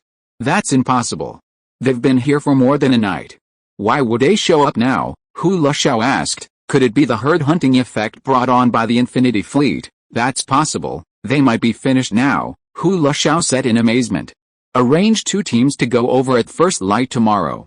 There might be some good stuff to pick up, Sun Chang replied. With the firepower of the Infinity and their psychics, I think they should be able to get away. Who cares? Hu Luxiao tossed the telescope into her arms and headed downstairs. I'm just going to pick up the pieces. Whether they live or die is none of my business. Elsewhere, above the orbit around the star, the ground shook rapidly, rumbling. The next moment, a heavy black train, hundreds of meters long, rushed past with furious force. An 1,130 mm close-in weapon system in the rear car spewed a deadly flame, blasting a spider monster that had climbed onto the Gemini nuclear-powered locomotive into smithereens. On either side of the train, silver-armored electric blades extended, radiating searing arcs of electricity, slicing through the dense swarms of black elytra. Each of the flying black elytra was the size of a wash basin, resembling a giant cockroach. Their breath spewed molten lava, and their bites on steel sent showers of sparks and debris flying. The black elytra clung to the train like a swarm of locusts. Furthermore, the massive centipede coiled itself around the roof and sides of cars 3 through 6, emitting a piercing screeching sound. The pressure from the Infinity's iron wheels sent sparks flying and the train tilted slightly. Brother Ho! Burn those bugs. Building, go out and cut that worm in half. Girl, cover building and hold that worm. Kill those on the nuclear locomotive. Shukin, da da da. Bang bang bang. Aboard the Infinity, the battle was intense. Chen Sixuan was sprinting south. Since the situation on the Palma grasslands was still unclear, Lin Xian decisively decided to head south. He also had a crucial goal. He strongly suspected that this bait bearing the dark mark was a trick of the Foundation. Lin Xian thought, perhaps this was the 3rd test of humanity. Lin Xian's previous assumptions were correct. Even if he shouted at the top of his lungs, no one would believe his dark mark theory. That's why he had to find the order. and the strangely appearing date was deliberately marked with the order's seal. So, Lin Xian decided to verify it once more, otherwise his plans would be completely disrupted. If he couldn't cooperate with the order, he would be left running. Boom bang bang. Lin Xian rushed all the way to carriage 2 and emerged from the electromagnetic gun's hatch. Suddenly, a swarm of black elytra suddenly swarmed toward him. Without a word, Lin Xian raised his hand and conjured a wire mesh, laced it with explosives, and thrust his black gun against it. Boom. A directional explosion, a massive blaze illuminating the train's roof. He stood up and saw a massive black centipede frantically tearing at the roof of carriage 3. Lin Xian immediately grabbed his black gun, his power armor unleashing all its torque. With a humming sound, he aimed the black gun directly at the centipede's skull and fired. With a swish, the black gun pierced the centipede's hard head armor with a trail of blue flame. With a bang, it penetrated the centipede's hard armor. At that moment, a column of flame shot up from carriage 5, instantly sending a multitude of black elytra flying. Lin Xian, riding the flames, leaped up and shouted, "Burn the sky!" Boom. A crimson flame exploded, carrying a shockwave through the air, incinerating the black elytra that swooped down upon him. The building was cleared, and the automatic blast door of carriage 5 opened. Seeing the massive insect body swaying outside, he drew his steel-cutting sword. His eyes flashed red, a surge of rage and blood flowed forth. He stepped forward, roared, and slashed down from above. Chi. The immense force of the sword emanated, sending even the rain waves off the side of the car flying back. With a blow, the black centipede's dozen sharp legs instantly fell, and the entire body was split in two. A large amount of internal organs and black energy erupted, showering the trackside. Disgusting, Kiki rushed over from behind, raising his hand with an invisible wave to block the viscera and green plasma spraying into the carriage. Then, he grasped the broken ends of the black centipede and twisted them together. With a snap, the front and tail of the black centipede felt a huge pulling force, sparks and scratches on the carriage, and it was dragged down, with the tail falling off the carriage. Meanwhile, the front end continued to struggle and climb frantically. Lin Xian had climbed onto the train's roof, charging at breakneck speed. With a flick of his hand, the black gun's magnetically controlled engine revved violently, and it flew out from the black centipede's skull. Lin Xian rushed forward, pressing his black gun against the centipede's mandibles. His left hand quickly fashioned a hydraulic jaw clamp, forcing the centipede's mouth open. Immediately, a third robotic arm suddenly emerged from his back, grabbing the half-meter-long warhead of a Guardian 86 air defense missile, which also contained a metal bomb he had helped create, and thrusting it directly into the centipede's mouth. Lin Xian withdrew his black gun and rolled backward. Meanwhile, Kiki had also flown out of car 5, grabbed the centipede's head, and yanked it away from the tracks. With a clatter, the black centipede's countless claws slid into the train's armor with a snapping sound, carrying a stream of metal debris, which Kiki had forcibly snatched away. "Be careful." Lin Xian extended a mechanical chain, grabbed Kiki from midair, and pulled her toward him. At the same time, he raised an ice shield to shield himself. On the other side, Lin Xian, watching this, also quickly jumped in from the hatch of carriage 5. Beep, beep, beep. Boom. The 30 kilograms warhead of the Guardian 86 anti-aircraft missile, along with Lin Xian's explosives, exploded in the black centipede's mouth, igniting a fireball several meters in the air. The shockwave instantly vaporized the heavy rain, and countless monster fragments were sprayed everywhere, clanging and hitting the train like armor. Lin Xian had removed the warhead from the slightly bent Guardian 86 anti-aircraft missile, and it came in handy at a critical moment. Buzz, buzz, buzz. As soon as they finished off the black centipede, a swarm of black elytra descended upon Lin Xian and Kiki. Kiki already hated these strange cockroach-like insects, but upon seeing this, she closed her eyes, gritted her teeth, and shook her hands to the sides with all her might. Boom. A powerful, invisible shockwave radiated outward in a circular pattern. Instantly, the heavy rain within a few hundred meters vanished for a moment, and the vast number of black elytra clinging to the infinity and even those flying towards it were instantly blown away. Woo! Ignoring the obstacles on the track, the infinity raced madly along the elevated track, quickly bursting through Hangshan Pass and heading towards Qingshu Town, Shiji Lake. Hurry back, exhausted, after a long battle, everyone finally escaped. Upon returning to the train, a thick smell of gunpowder filled the air. The barrels of the fighters' guns were red with fire. Lin Xian, Kiki, Brother Ho, Dalu, Shasha, Lu Chang, Mialu, all of them were sweating profusely and breathing heavily. Sure enough, that woman really is the bait. How terrifying. Kiki had just put in a lot of effort, and now the noise outside the train had died down. She plopped down on the sofa in Lin Xian's carriage number 1, fanning herself with her hands. Chen Sixuan was watching the traffic from the cockpit. Seeing that the noise had died down after leaving the city, she immediately began to slow down. Lin Xian, are we going to that town? Qingshu town had no platform. Lin Xian looked at the outline of the town in the distance and said directly, the laboratory is in front of that town. Let's find a more open area to stop. There may be strange creatures in that town. Let's not go there yet, okay? After checking that there were no other threatening creatures around the train, everyone on the train finally breathed a sigh of relief. That strange tide just now was terrifying. Shukin approached and said to Lin Xian, I never thought a single person's marking would attract so many strange entities. Lin Xian nodded and said, this shows the strange entities are indeed using this method to determine human movements. If it weren't for the darkness, they wouldn't have been able to find us. Oh my god, there were so many people at that station, we're all doomed.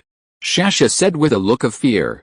We ran so fast and almost died, and those people, who cares about them? Kiki's face was filled with resentment. I warned them 100 times, but they just wouldn't believe me. They even accused us of trying to harm them. Now, there's no chance to regret it. Lin Xian's face darkened. Using a former celebrity as bait, if we didn't have Hell's Black Chrysanthemum, we'd be completely defenseless. Besides being pretty, a public figure known to many people, simply by being familiar, can garner a lot of trust. Check the train. Lin Xian needed to get back to the research institute immediately to confirm whether this thing was connected to the Foundation.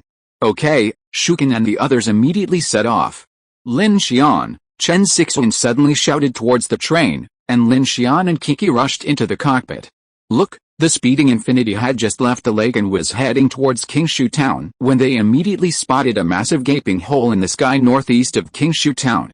Flames billowed from the sky, making it look as if the sky had been torn apart by some other dimension. Lin Xian and Kiki glanced at each other, their faces instantly changing. Lin Xian, it's that research institute's sky dome, Kiki exclaimed. What's going on? Lin Xian looked incredulous. It's only been a few hours. Has something happened? Lin Xian, do we still need to stop? Chen Sixuan asked. Let's go straight over and see what's going on. Lin Xian activated his mechanical heart and began to speed up. Soon, the distant sky dome drew closer. As the flames raged, they could see that many trees in the forest had fallen, and the road was covered in wheel tracks. Buzz, buzz, buzz. The grassy embankment near the lake hummed with a series of watery sounds. The lake tumbled, as if a large amount of water was pouring into the ground. Seeing this scene, Lin Xian stopped the train and frowned. It looks like something has happened here. Do you want to go in and take a look? Lin Xian looked at Kiki. Let's go. There are a lot of good things in that research institute. Even if we can't find Hu Xiaoling, it would be a good thing to find a fully automatic medical cabin. He and Kiki had seen this thing before, under Hu Xiaoling's guidance. If the train had this device, most common injuries could be treated without even the need for a doctor. If you are listening to this novel on a channel other than Fanfic World, it means it was downloaded and re-uploaded without effort. We warmly invite you to visit our channel, Fanfic World. There you will find the original version of this story and many other novels of various genres. We look forward to seeing you dive into a world of incredible novels. Chapter 230 Lake Research Institute. Under the dark night, the vast Shiju Lake appeared eerily calm under the starlight, with a gentle breeze stirring up ripples. The Infinity, having just emerged from the strange tide that erupted at Hangshan Pass, rested quietly on the tracks by the lake. The night wind was chilly, and the temperature on the Yunjiang plain began to drop. White mist began to rise from the joints between the carriages. Inside the carriages, lights flickered, and people were constantly walking in the corridors. In Carriage 5 and the defense carriage behind it, many people were loading and unloading ammunition. The PX-05 engineering robot in Carriage 12 was busy laying out the ammunition supply chain for the 1130 weapon station. Shukin and Dalu led people to check the condition of each carriage. In Carriage 3, the Hell Black Chrysanthemum, having absorbed the smoke emitted by the black centipede, emitted a faint glow, and tiny spots of crimson began to appear in the stamens. The dark mark has begun to appear. Ding Junai carefully observed the changes in the hell-black chrysanthemum and said to Lin Xian behind her, judging from the reactions of the survivors at the station, no one seems to accept or understand the fact that humans will be marked. It's not that they don't accept it, but they don't accept me. Lin Xian began, under the apocalypse, trust between people is already weak, so I wanted to convey this information through the Phoenix Society. Ding Junai responded coldly, the mark currently cannot effectively quantify the threat value, nor can it be visualized through other methods. Simply put, we can currently assess the intensity of the upcoming attack by the red light of the disaster planned, but even if others know, it will be difficult to prevent it. Lin Xian nodded.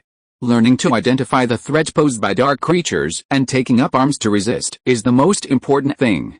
Everyone knows that blindly fleeing is doomed to failure, and the sparks of resistance will rise. To put it nicely, it's called burning your boats. To put it bluntly, even a cornered rabbit will bite. Ding Junai looked up at Lin Xian.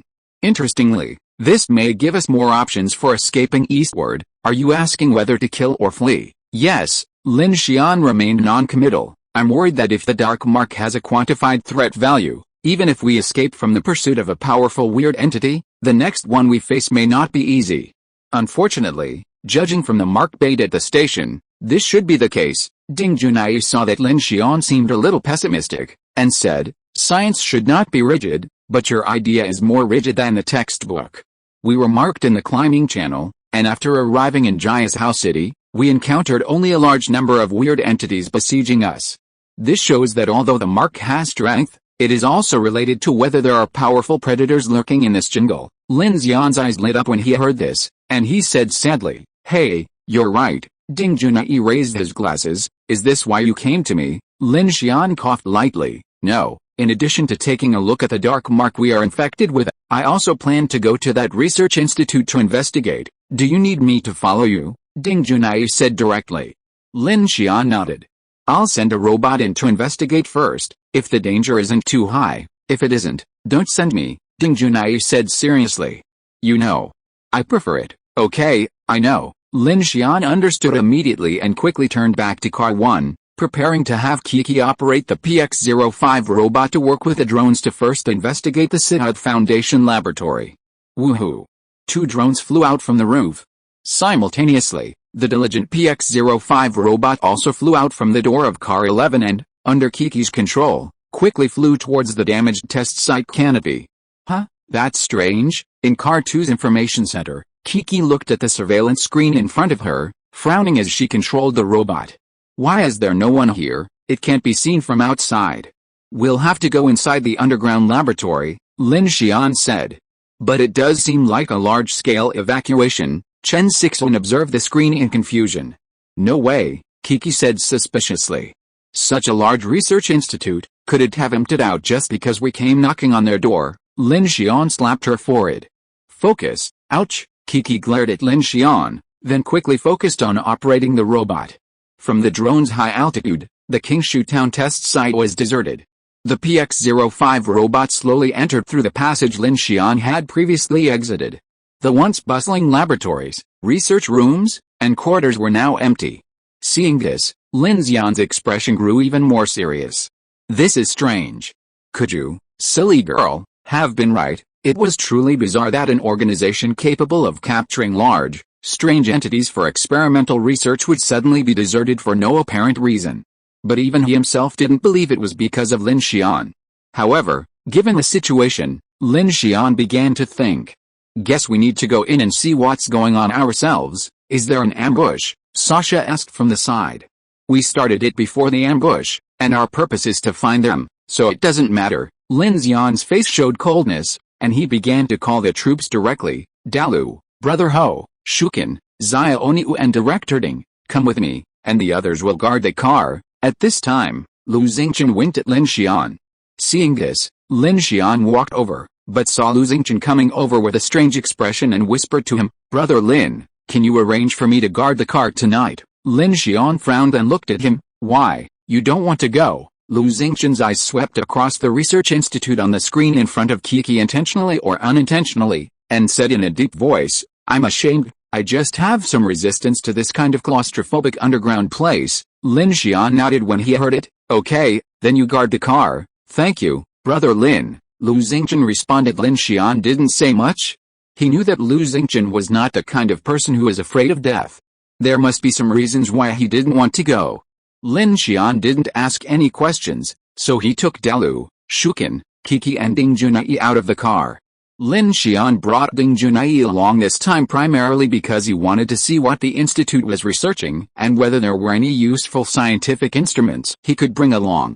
With a chuckle, the cockpit door opened, and Lin Xian, along with several key personnel, exited the vehicle, preparing to return to the Foundation's research facility for further investigation. As they exited, a damp, cold night breeze from the lake hit them. Ding Junai followed behind. Despite being at night and about to explore a dangerous organizational facility, she remained calm, her hands in her pockets, her demeanor as if she were attending a scientific conference. A little concerned, Lin Xian gestured to Shukin along the way, asking her to keep an eye on the scientist in the vehicle. While a small, unassuming green grass sprout on Ding Junai's head hinted at the possibility of supernatural powers, for now, Lin Xian considered Director Ding to be a person with zero combat power. The five of them boarded a car. Since there was no platform, Kiki used her supernatural powers to move the SUV down.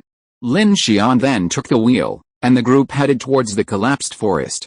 Along the way, Lin Xian noticed numerous vehicles and even signs of docked aircraft. There were also numerous empty equipment boxes and discarded documents scattered across the ground.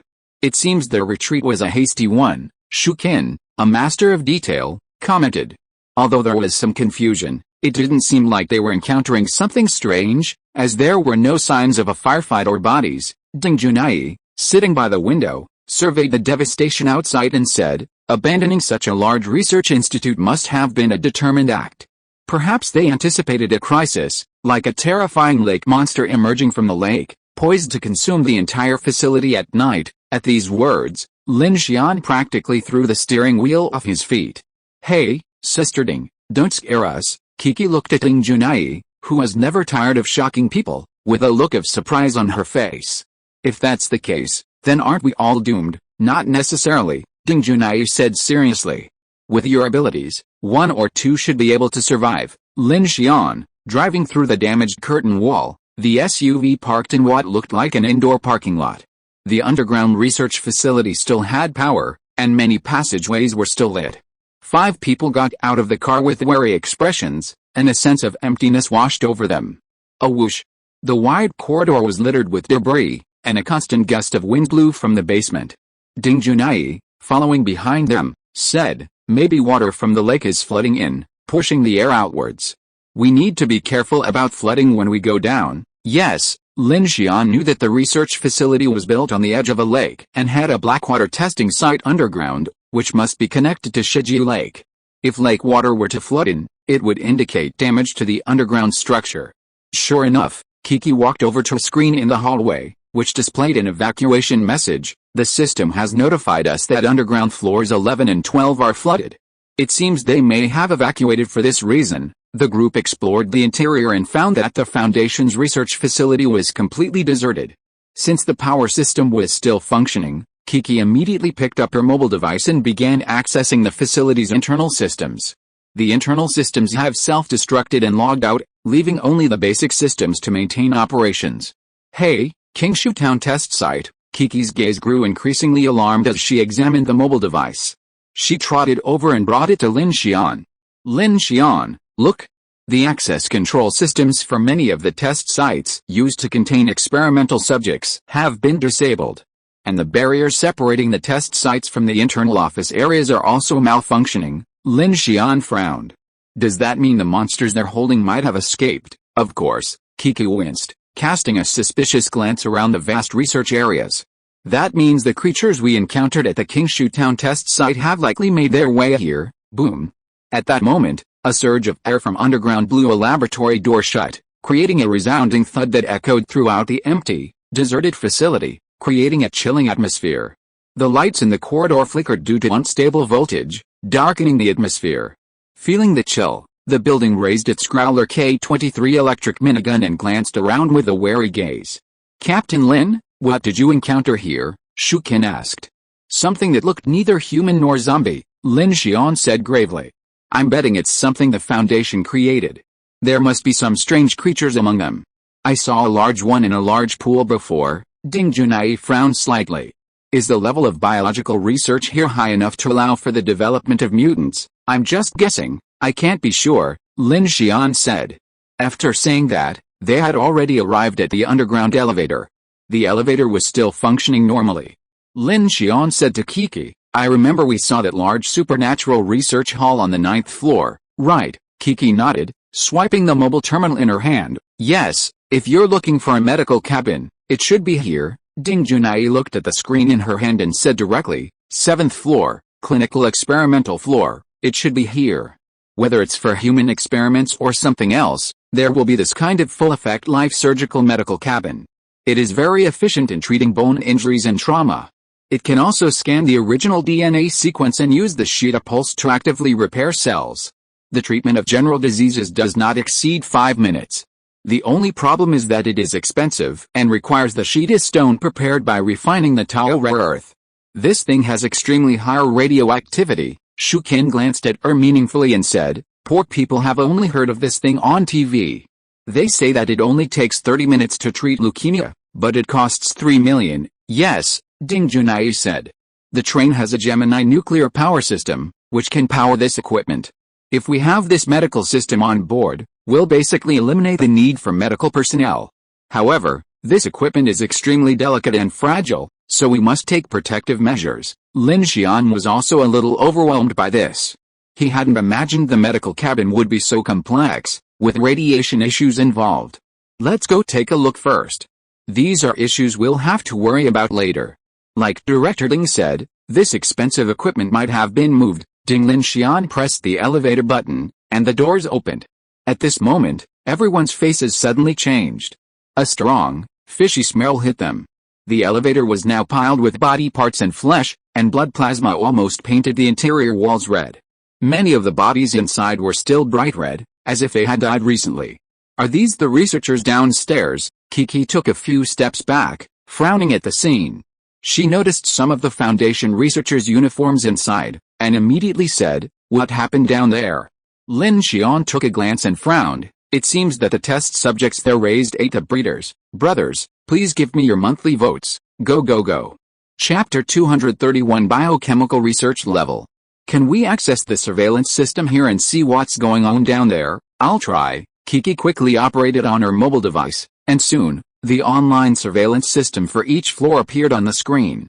Flooding is definitely happening down there below floors 11 and 12. Kiki switched between the surveillance cameras of various public areas. What about the other floors? Lin Xian asked. No one. Kiki shook her head. To be more precise, not a single living person, and no monsters either. Lin Xian frowned. That's strange.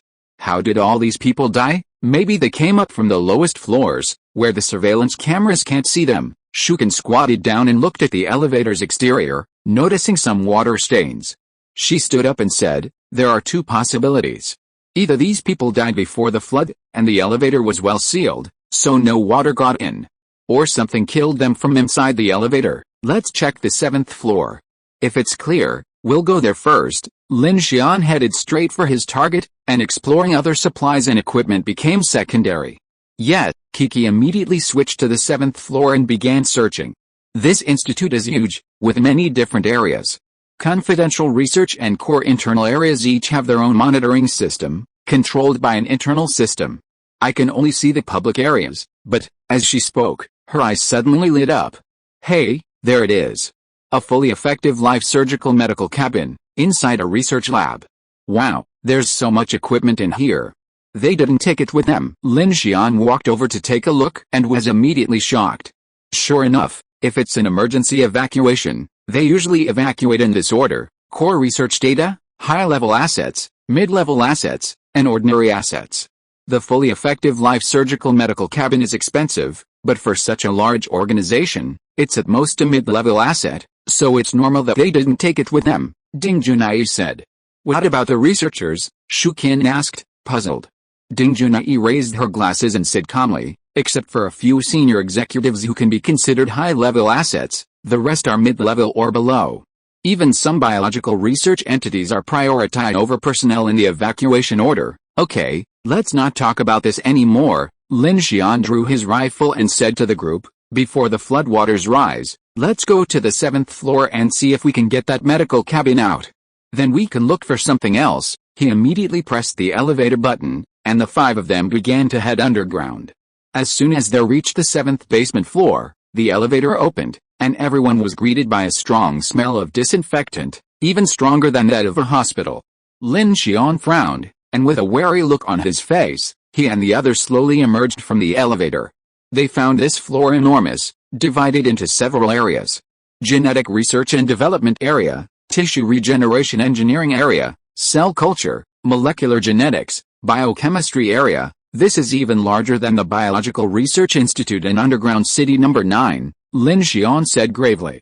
A gust of air rushed through several corridors, causing the ground to tremble slightly and sending a cascade of scattered research materials flying. Ding Junai reached out to take one, raised her glasses to examine it, and said, "This institute's research on dark creatures is much more in-depth than the Federation's. The amount of data here is enormous, but I have some doubts." Lin Xian walked over, grabbed her arm, and led her forward. "The water's rising below. Let's walk and see. Let's find that full-effect life surgery medical cabin first." Oh, the group hurried through the corridors, passing various research labs, most of which were sealed off. Some of the institutes had radiation-proof lead doors, which made the faces look solemn.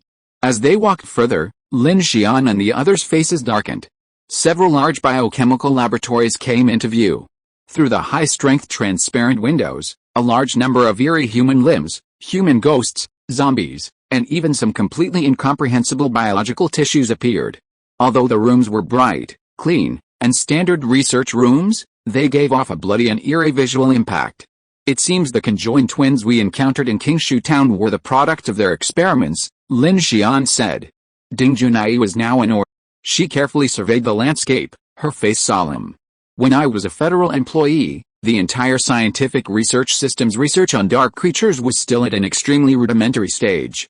Human mutations and even limb fusions like this were simply impossible." As they spoke, they entered a biological research area. The doors of the largest laboratory were locked automatically, and through the window, a white treatment chamber stood in the center. It looked like some kind of human hibernation device, but it was much larger than Lin Xian had imagined, weighing at least a ton. "That's it." Lin Xian's expression lit up. He hadn't expected this to go so smoothly. When Hu Zierling had taken him to the underground research facility, he had imagined the Foundation might have such a device. He had originally planned to scan the blueprints under the guise of understanding it and then build one himself on the train. However, after watching the Death Game, he realized the Foundation was a lunatic organization, and he hadn't had the opportunity to come into contact with it. Kiki quickly operated on the mobile terminal, and the laboratory door was opened. Lin Xian rushed in and began to scan it with a mechanical heart. Only after the scan did he know the overall system of this fully effective life surgical medical cabin. If the equipment was in good condition, he could just dismantle it and put it back. After all, he had the building and Kiki, so taking it away would not be difficult, and he saved himself the trouble of making it. "It may take me about 30 minutes, Lin Xian looked back at the few people and said, "You search other areas and be careful. There may be strange bodies here." "Okay," Kiki clapped his hands and said, "By the way, there are a lot of good things here. If you can't take them away, you can use them to devour them." Lin Xian nodded and said, "I thought so too, but the premise is that there is no trouble here. Now that the lake water is pouring back in, we can only take away whatever we can while ensuring safety, then we have to go to other floors." Kiki frowned and said, holding the mobile terminal, "Look, there is a special armed equipment area on the 5th floor, and the 9th floor we have been to before. It seems that it is the core floor. There is such a large scientific research hall. Maybe there will be a lot of good things there." Lin Xian knew that Kiki was obsessed with getting a mecha, so he said to Shukin and the building, "How about this? The 3 of you go to the 9th floor first. Director Ding will stay here. Let's not get too scattered. In about 30 minutes, if we're sure this fully functional life-saving surgical pod is working properly, we'll take it back. Don't let ourselves get caught up in the chaos. You're being too cautious right now," Kiki said with a narrowed smile. I didn't see a single monster on the surveillance.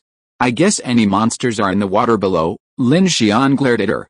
Go ahead, stop talking nonsense, and be safe. Lin Xian now had a clear goal in mind for the search for supplies. The primary objective must be secured first, and then the secondary objectives.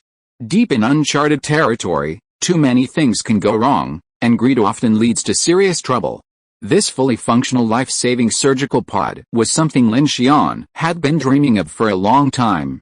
Previously, he'd relied on bandages to cover minor and major injuries. Fortunately, except for the incident with Kiki, no one in the team had been seriously injured, but this question still hung over Lin Xian's head. He knew many members of the team were injured. Besides the darkness invasion, the team would also face a significant burden in terms of movement and treatment. This was no small problem. If they could get this thing aboard, Teacher Chen and Miao Lu wouldn't have to scramble around bandaging the wounded. Okay, then be careful too, Lin Xian nodded. Seeing the three preparing to leave, he suddenly called out to Dalu. Dalu, hey, Brother Xian, what's up? Dalu turned around. Lin Xian said, Hua's Eierling's office should be on the 9th floor. Go in and check if there's any tea to bring back to Brother Ho. Okay, Dalu nodded. After the three left, Lin Xian focused on releasing his mechanical heart and began scanning. Scanning target, progress 15%. Ding Junai, who remained behind, began to bustle about. She remained silent, a serious expression on her face as she continuously picked up scattered research materials and began to flip through them. She seemed deeply interested in everything scattered throughout the halls, corridors, and even in the shredder. Soon, she had piled up a vast pile of documents, her expression growing increasingly grave. Lin Xian observed Ding Junai's expression and sensed something. Director Ding rarely displayed exaggerated expressions. Even when faced with zombies and other entities surrounding the train, she managed to maintain a composed demeanor. But now, the solemnity on her face was completely different from usual. What's wrong, Director Ding? Have you found anything? Lin Xian asked, noticing her moving around. He had brought Ding Junai here for this very reason. Lin Xian had long suspected that the station markings might be Hua's Eierling's work, so he had come to the Research Institute to investigate and see if the Foundation was conducting any research in this area. Ding Junai remained silent, flipping through the documents at an ever-increasing pace. Her chest heaved, her eyes flickered. After a long pause, she looked at Lin Xian in surprise. It's strange. I'm not surprised they were using living people for their experiments, but why did the GH mitotic cell catalysis project begin 10 years ago? Lin Xian was confused. What do you mean? GH mitotic cells are a common human tissue extracted by the Federation from human demons and psychics after the apocalypse. They're currently one of the research directions for the mutation of biological tissues during the Dark Invasion. When our lab conducts Dark Invasion experiments, we use a specific method to catalyze Dark Invasion on living subjects to obtain verification data. But the problem is, Ding Junai held up a piece of shredded paper. This report mentioning GH mitotic cells is from 2059. Lin Xian's eyes narrowed. Are you saying the Foundation began Dark Invasion research 10 years ago? Ding Junai shook her head.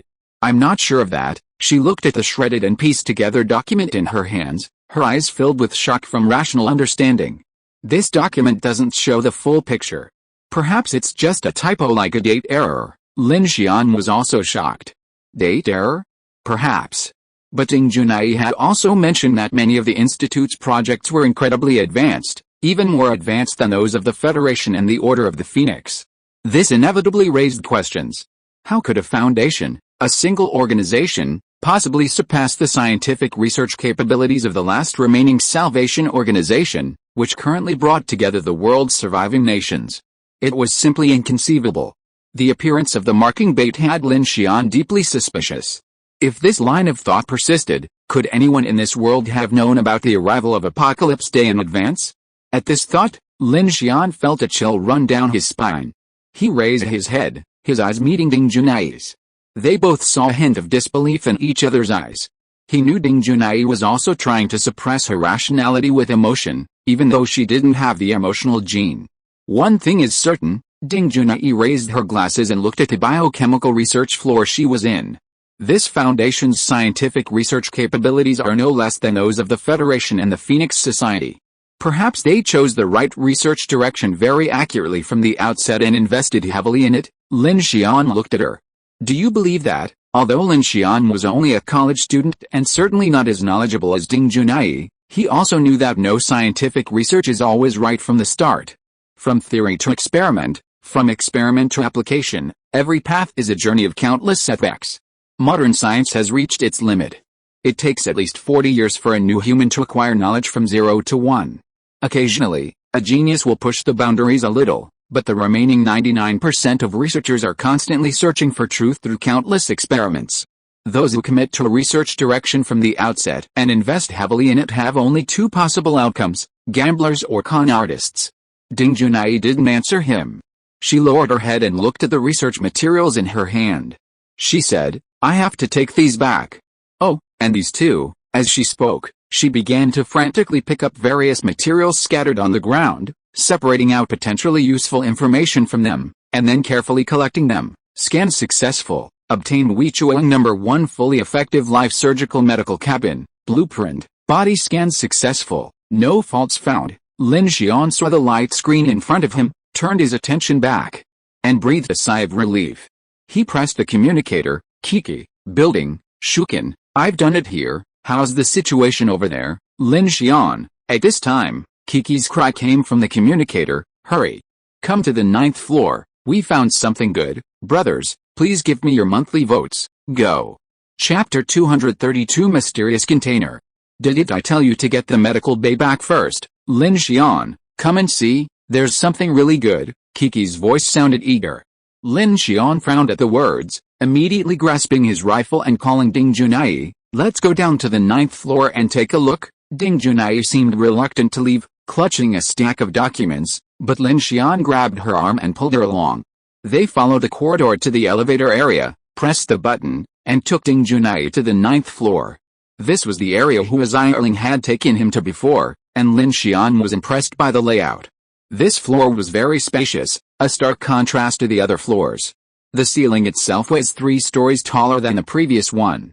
The ceiling was covered in a reflective material similar to a skylight, projecting a real-time video of the blue sky and white clouds. Fake windows in the corridor revealed images of tall buildings and greenery, seemingly designed to relieve stress, so that the Foundation members who spent their long hours underground conducting research would not feel too overwhelmed. Lin Xian led Ding Junai through several large office areas, continuing along a straight corridor. Soon, they came to the building, waiting for them at an entrance.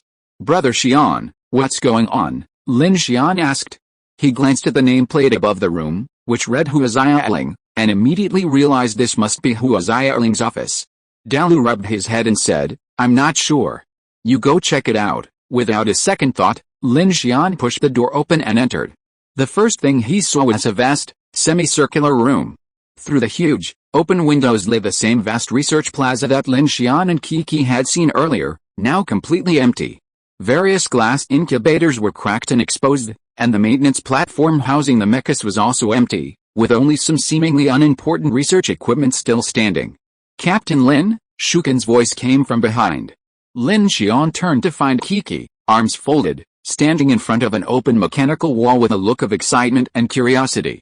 She pointed to a large, 2-meter diameter explosion-proof metal combination door nearby and said, Guess how I found it? Lin Xian walked over to take a look. Could this be Hu Zailing's safe?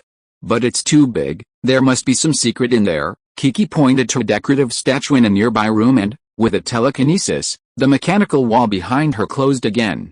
Look, isn't it amazing? Open it. Lin Xian's eyes flashed. After Kiki opened the mechanical wall again, he walked over, placed his hand on the explosion-proof metal combination door, and began to activate his mechanical heart to cover it. After a moment, his brow furrowed. It's a bit complicated. There should be a large space behind this. Everyone, be careful. Upon hearing this, Dalu and Shukin drew their weapons and stood in a triangle, staring at the door. A clang echoed as the metal door slowly swung open under Lin Xian's control. The moment Lin Xian opened it, a tingling electric current suddenly trembled through his skin. Be careful. Kiki took over, using her telekinesis to open the door. The others pushed it open, their gazes darting inside. They discovered a dark corridor. At the same moment, a light flickered on, illuminating a room shimmering with a dim red glow. Without a word, Lin Xian walked in, followed by Kiki. As they entered the corridor, they were instantly struck by an overwhelming sense of silence. The floor was spotless, and even the sound of their footsteps vanished as they entered. It seemed as if the room and corridor were made of some high-end sound-absorbing material. Lin Xian and Kiki's eyes met, and they looked ahead. A few steps later, they arrived at a room shimmering with a gentle red glow. Their expressions changed as they saw it. "What is this?" Kiki exclaimed in surprise. In that secret, spacious room, there lay a circular metal base, surrounded by a series of diamond-shaped columns, all pointing upwards. Atop this metal base, a strange device, held in mid-air by a slender metal arm, its diamond-shaped columns glowing faintly red. Lin Xian's brow furrowed. The device resembled a small solidification chamber, about a meter tall. A cylindrical container in the center was filled with a red liquid. It contained an unknown substance. "It looks like a special containment device, but I don't know what's in those tubes," Lin Xian said. "Whatever it is, let's take a look." Kiki wrinkled her nose and, without a word, raised her hand, grabbing the object from mid-air. But just as she thought she could get a closer look, as the containment device drew closer, her face suddenly paled, her eyes widened, and her telekinesis in her hand faltered, causing the device to fall to the ground. Quick-witted, Lin Xian stepped forward and caught it. With a bang, a heavy force surged through his hands. The spine of his power armor sensed the instability and spontaneously exerted torque. The hydraulic power pack hummed, finally catching it. "Ouch!" Kiki took 2 steps back, gasping for breath, staring at the containment device in Lin Xian's hand in surprise. "That's strange. Why does my power suddenly feel a little unstable?" Lin Xian's forehead was covered with sweat. He was as surprised as Kiki, because he felt it too. It was the same feeling he had when he faced Ding Twing at the Yuzian chemical plant. If it weren't for his power armor, he wouldn't even be able to catch it. "Be careful," Lin Xian said, his gaze fixed on the red liquid in the cylindrical container. "This might contain the same substance as the mist sprayed by the giant louse." Kiki frowned and stepped back, saying, "So that's what it's filled with. Could it be something specifically designed to suppress psychics?" "It doesn't seem so." Lin Xian leaned in closer and felt as if there was something in the red liquid, but no matter how hard he looked, he couldn't make it out. He tried to study the device's structure, looking for any switches, but after searching for a long time, he found nothing. He took a deep breath and tried to use his mechanical heart to scan it, hoping to find out what it was. Scan completed. Unknown device 03, blueprint, obtained. Surprisingly, the device scanned successfully, but it wasn't a useful device blueprint. Instead, Lin Xian discovered that it was an automated storage container, seemingly requiring a password to unlock it. Lin Xian's heart trembled, and an arc of electricity flashed from his palm. Instantly, a bright light emanated from the red containment device, and a holographic screen appeared. "Please enter the matrix password." Kiki and Lin Xian watched this scene, their eyes locked. "Need a password? Can't your mechanical ability be activated?" Lin Xian frowned, his mechanical heart sinking in. Quickly locating the unlocking element in the structure and gently activating it. Unexpectedly, the next moment, the holographic screen before them suddenly flickered and emitted a sharp chirping sound. "Alert! Forced opening will cause the resuspension fluid to disintegrate internally, damaging the contents." Lin Xian was bewildered. "Resuspension fluid? What the hell is that? How should I know?" Kiki stepped back repeatedly. After a few meters, she finally felt a sense of relief. She looked at the massive device in Lin Xian's hand and said with a complicated expression, "It's weird. Everything in this foundation is weird." Lin Xian looked at the code screen and saw an 11-digit number format. He was immediately confused. How could he even open it? Squeak, squeak. Lin Xian stood up. Although he felt a little sore, he wasn't completely exhausted. Apparently, because of the container shielding it, the contents inside didn't have a significant impact on the two of them. "You can't open it either?" Kiki asked immediately when she saw that Lin Xian hadn't opened it. Lin Xian shook his head and gently placed the containment device on the ground. "This thing is very delicate and has anti-theft devices. Forcing it open could be troublesome. What should we do?" "Throw it away," Lin Xian said, clapping his hands. "Throw it away?" Kiki looked puzzled. "Hey, this thing's been hidden so securely, it must be top secret. Why throw it away?" Lin Xian, however, was unconcerned. The entire institute's been evacuated, so why not take this top secret with you? Besides, we don't know what this thing is, and it has a suppressive effect on human body functions. If it can't be opened, it could pose a risk. So, what else can it do besides throwing it away? Lin Xian's words left Kiki speechless. Then he said, okay, whatever you want. Lin Xian breathed a sigh of relief and gestured to Kiki, let's go. He glanced at the containment device on the floor, followed Kiki, and prepared to leave the room. Unexpectedly, just as Lin Xian reached the entrance to the corridor, his mechanical heart suddenly began to spin uncontrollably. Mechanical heart, start. Mechanical heart, start. Mechanical heart, start. Boom. What's going on? Lin Xian wondered inwardly. Why would his mechanical heart spontaneously start spinning? Woo. The sound of some massive engine echoed in Lin Xian's head. Lin Xian. A deep mechanical roar exploded in his ears, and Lin Xian shuddered. All the hairs on his body seemed to stand on end. He whipped his head around, only to see a faint red glow emanating from the massive containment device. Lin Xian, Lin Xian. The buzzing in his ears gradually faded, and Kiki's voice, coming closer and closer, jolted Lin Xian out of his trance. Huh? Lin Xian was now sweating profusely. He looked at Kiki, who looked surprised, and asked, did you hear that? Kiki glanced around, perplexed, and said, what did you hear? I went out and saw you didn't come out. I turned back and saw you standing there, stunned. I thought something had happened to you, it was so loud, didn't you hear it? Lin Xian frowned. What did you hear? Lin Xian was stunned. He quickly glanced at the red container on the ground in the distance, his eyes filled with complex meaning. What's going on? Why is my mechanical heart spinning out of control? Where did that engine noise just now come from? Who's calling me? For a moment, Lin Xian felt like he'd just experienced a terrifying dream, completely bewildered. His racing heart gradually slowed, and a sharp glint flashed in his eyes. He immediately walked over and began to create a heavy, precisely constructed metal box. He placed the containment device inside and closed it. At that moment, the force suppressing his bodily functions instantly diminished. Lin Xian, have you changed your mind? Kiki asked, noticing Lin Xian's movements. Take it back first and find time to study it. Lin Xian's expression was solemn. The situation just now was too bizarre. A strange thought suddenly occurred to him. This item might be of great use to him in the future. So, he suddenly changed his mind and prepared to take it aboard the Infinity. Shukin and Dalu watched as Lin Xian and Kiki brought a large metal box out of the secret room, a trace of confusion forming in their eyes. At the same time, they also felt a faint restraining force. Big guy, you carry it. Kiki used his supernatural powers to hand the iron box to Dalu. Dalu thought he could take it easily, but as soon as he started to catch it, he felt his body go limp and almost dropped it. He bent down and sank into a stool, letting out a muffled cry before finally picking up the iron box. Huh? It's so heavy. It's not the weight, it's your strength that's weakened. Lin Xian said directly, let's go and move that medical cabin back first. The entire research institute is very large, and it's unlikely to search it all in one go. Since it's deserted, Lin Xian can take advantage of it. The underground research institute that can accommodate thousands of people must also have a lot of various daily necessities. Although many important things have been moved out, there are still many research instruments in the institute that he can easily devour. Brothers, please give me your monthly votes. Go. Chapter 233 Black Shadow.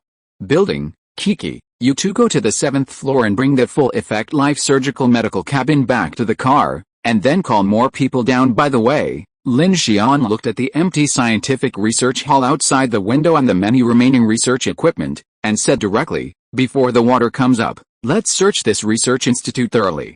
I see there are many employee rest areas and offices here. Don't miss even some daily necessities. It will be difficult to find such opportunities in the future. Yeah, Shukin nodded, that's right. Now the number 5 and number 7 star abysses are beginning to spread, and no matter which line we go in the future, we will be approaching the direction of the star abyss. The faster the speed, the faster it will get dark.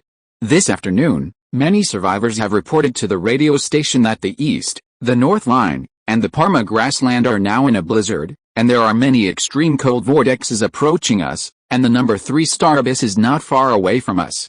Ding Junai was busy searching for useful information among the papers on the floor of Hua Ziyerling's office. Without even looking up, she said, The extreme cold vortex is caused by the moist water vapor from Shijiu Lake in the Yunjiang Plain and the southeastern sea being swept up by the tides of Star Abyss number 8 and Star Abyss number 4.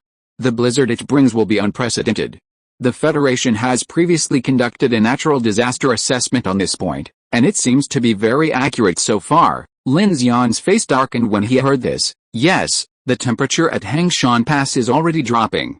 From this stop, we must rush through the encirclement of Star Abysses number 5 and number 7 in one breath, so it will be difficult to search for supplies or replenish supplies along the way.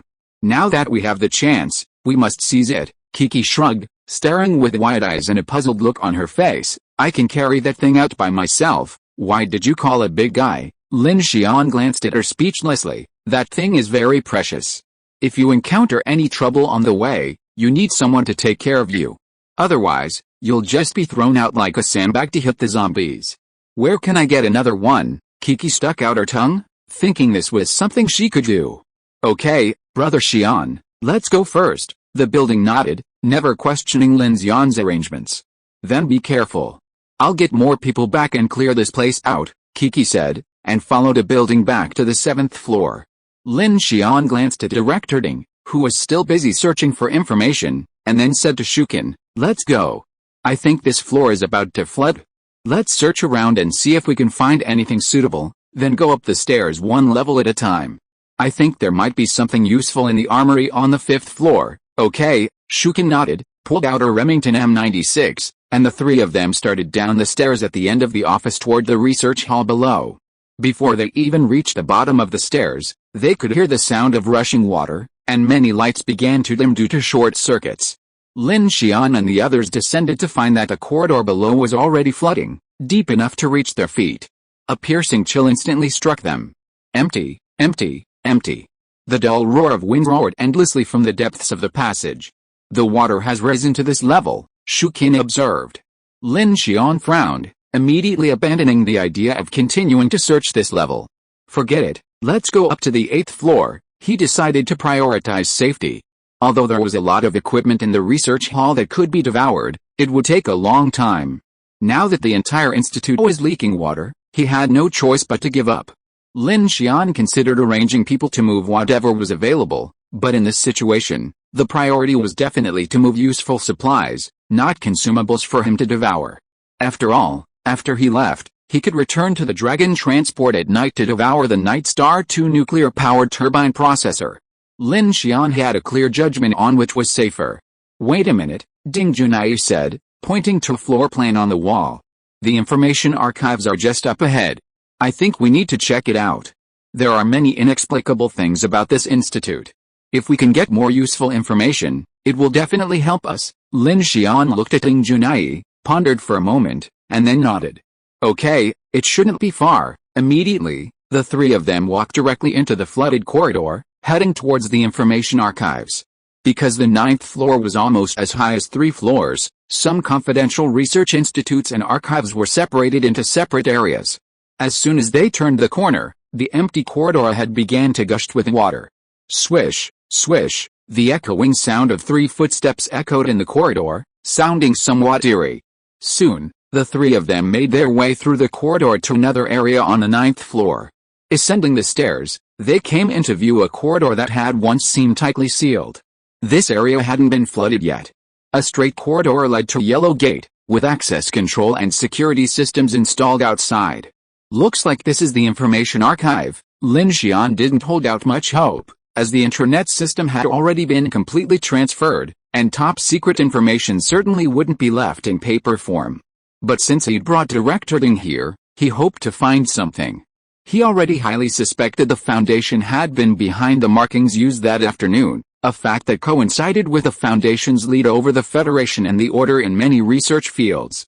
He just couldn't understand why they'd specifically leave behind the Order's symbol. Shukin studied the terrain and said, "There's a staircase in this area. We can go directly up to the 8th floor from here, without having to backtrack." Lin Xian nodded, walked over, and activated a mechanical heart on the archive door. The tightly constructed door swiftly swung open. With a click, the door swung open, and the lights in the information archive flickered on. The neatly arranged information cabinets, once filled with storage server systems, were now completely empty, leaving only a single terminal server supporting the base's basic services. Lin Xian walked in to take a look, then sighed. Sure enough, but it looks like they had plenty of time to evacuate. It doesn't look like they encountered some monster and fled in panic, Shu Qin nodded. Nothing crucial was missing, and they weren't attacked. They must have evacuated in an orderly manner. I suspect only the flooded area below might have encountered something, and their testing ground, Lin Xian said. At this moment, Ding Junai approached without a word. She came to the computer at the control console and, without a word, began to operate something with her fingers snapping. Generally, large organizations are very strict in emergency management. For example, measures such as fires, anthrax, and air raids that require a full evacuation must achieve information saturation coverage to ensure that personnel in various special positions and special work areas are notified. Therefore, for evacuations like this, in addition to internal communications, intranet emails, aerial broadcasts, and light alarms, personnel transmission chains are also included. In addition to the intranet system, basic systems will also receive this information.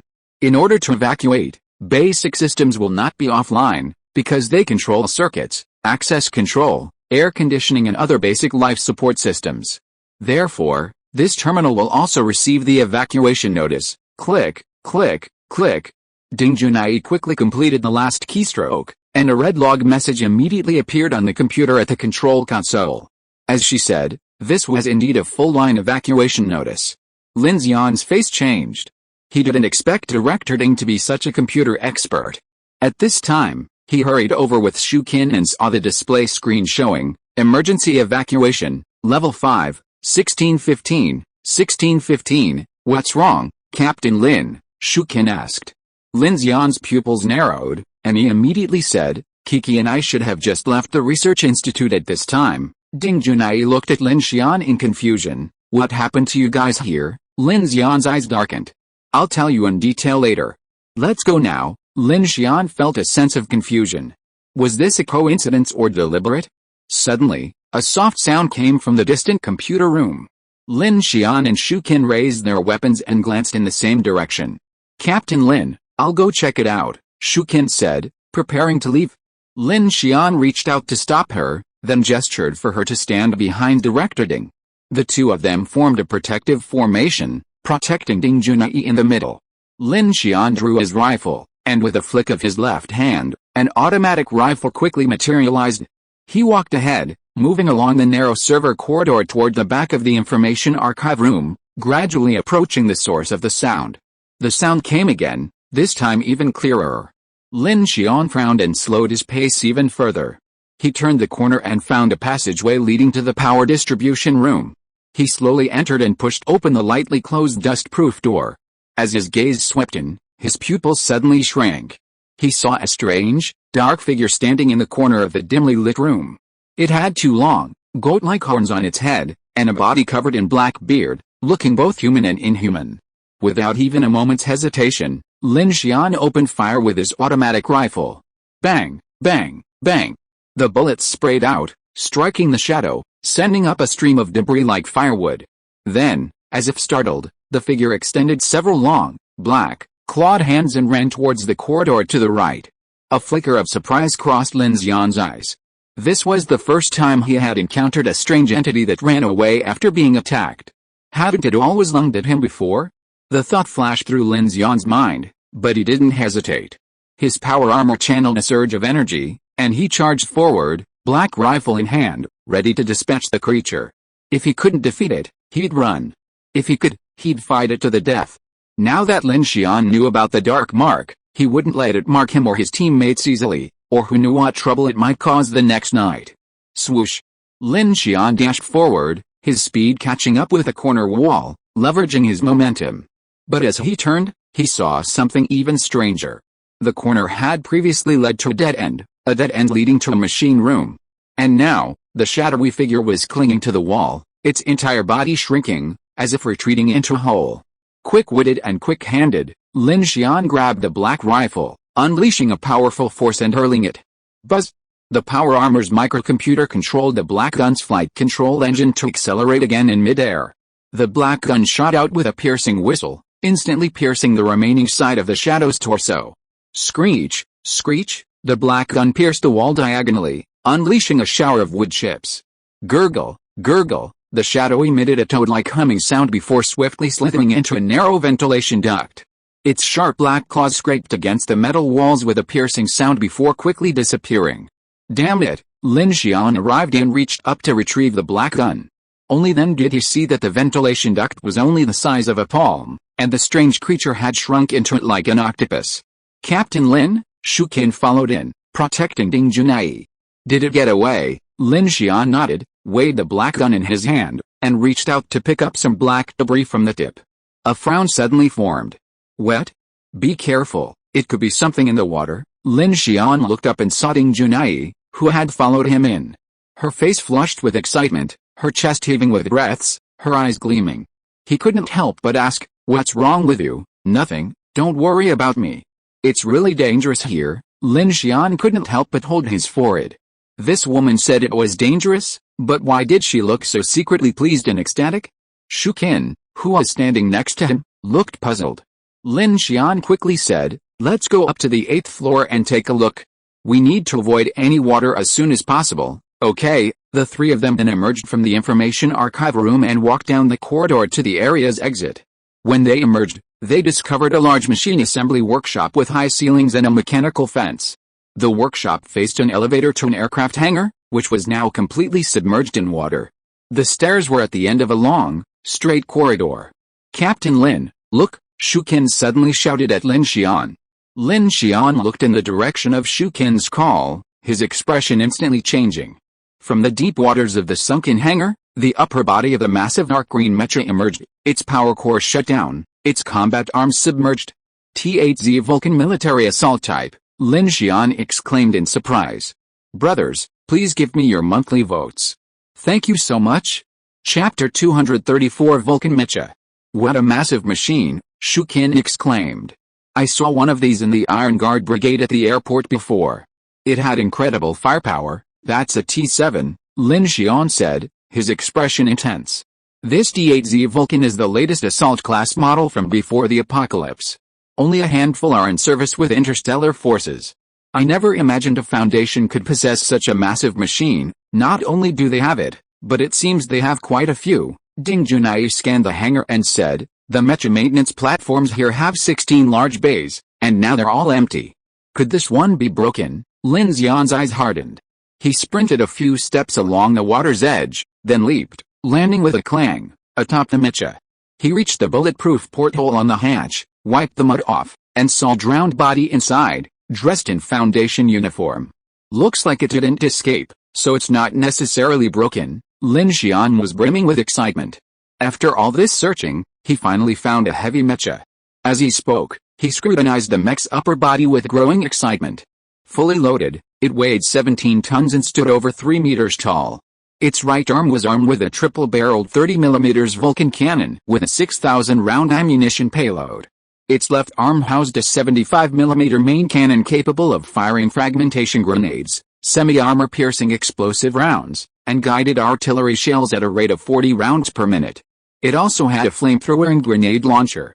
Its armor was comparable to tanks, a true assault weapon. "I'll check it for damage first, then find a way to get it back to the infinity." Lin Xian placed his hand on the cold mech, his mechanical heart activating, ready to begin scanning.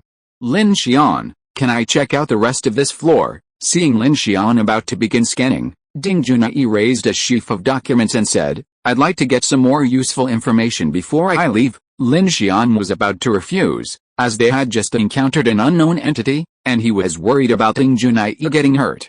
But then he saw Ding Junai's serious expression, and knowing how much these things meant to her, he said to Shu Qin, "Okay, you two can come along. Don't stray too far." He pressed the communicator and said, "On the 7th floor, the communication range was relatively long, but on this floor, we're experiencing significant interference. It's either the entity's dark power or this water, so be careful." Shu Qin nodded. "Don't worry, Captain Lin. I'll go with Director Ding." Lin Xian nodded to Ding Junai, and the two of them followed the water's edge, crossed the hangar, and headed towards the rest of the 9th floor. This floor was the Foundation's main working area, and it should have more useful resources than the other floors, a fact Lin Xian had taken into consideration. Seeing Ding Junai and the others depart, Lin Xian wasted no time and decisively activated the mecha scan, scanning, 1%, buzz. The mechanical heart activated. As his mind sank into the mecha, Lin Xian felt a sudden surge of excitement in his brain, a feeling he'd experienced before when scanning his power armor. Beneath the mecha's outer shell, the meticulous mechanical transmission design, the power core on the back, the control system, the gyroscopic stabilizers in the legs, the hydraulic power distributors for the upper legs, the high agility torque drive at the knee joints, the motors for the muscle units. These things constantly made Lin Xian's heart itch, a sense of the surging beauty of the industrial design. If he could get this thing back, the vehicle would have another powerful weapon.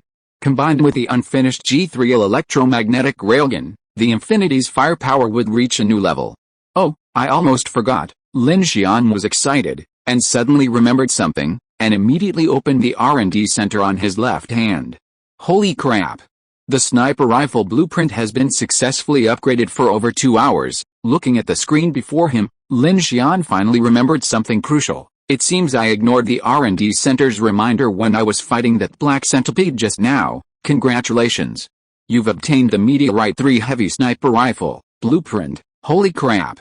This is some high-end equipment. The Meteorite 3 is a high-end weapon used by the Interstellar Army's special forces. Constructed entirely of a special alloy, it's not only lighter but also equipped with an intelligent muzzle brake system, significantly improving maneuverability and stability while increasing firepower. It also has an auxiliary system. Give this to Teacher Chen, and build her a set of power armor. Wow! Lin Xian's heart burned with excitement, his desire to equip Teacher Chen into a sniper goddess growing stronger and stronger. Finally, it's ready.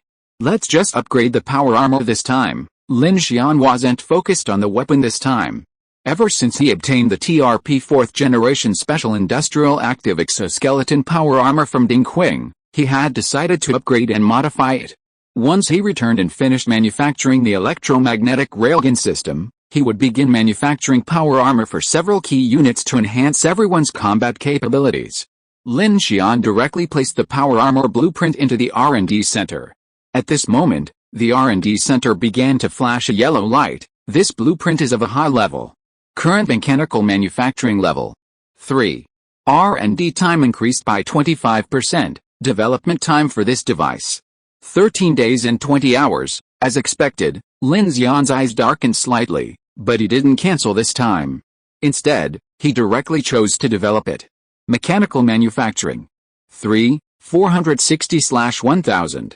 He'd been manufacturing weapons extensively at Hangshan Pass, and had also used his manufacturing abilities extensively during the test with Hua Zierling at the Research Institute. His proficiency was now close to halfway. Next, he simply needed to focus on building a weapon station for the Infinity, or perhaps manufacturing more heavy weaponry. I'm planning on going to that guy named Hu to inquire. Making more weapons and exchanging them for supplies for the snow plains should be feasible. Lin Xian focused on scanning the mecha, keeping a close eye on the surroundings.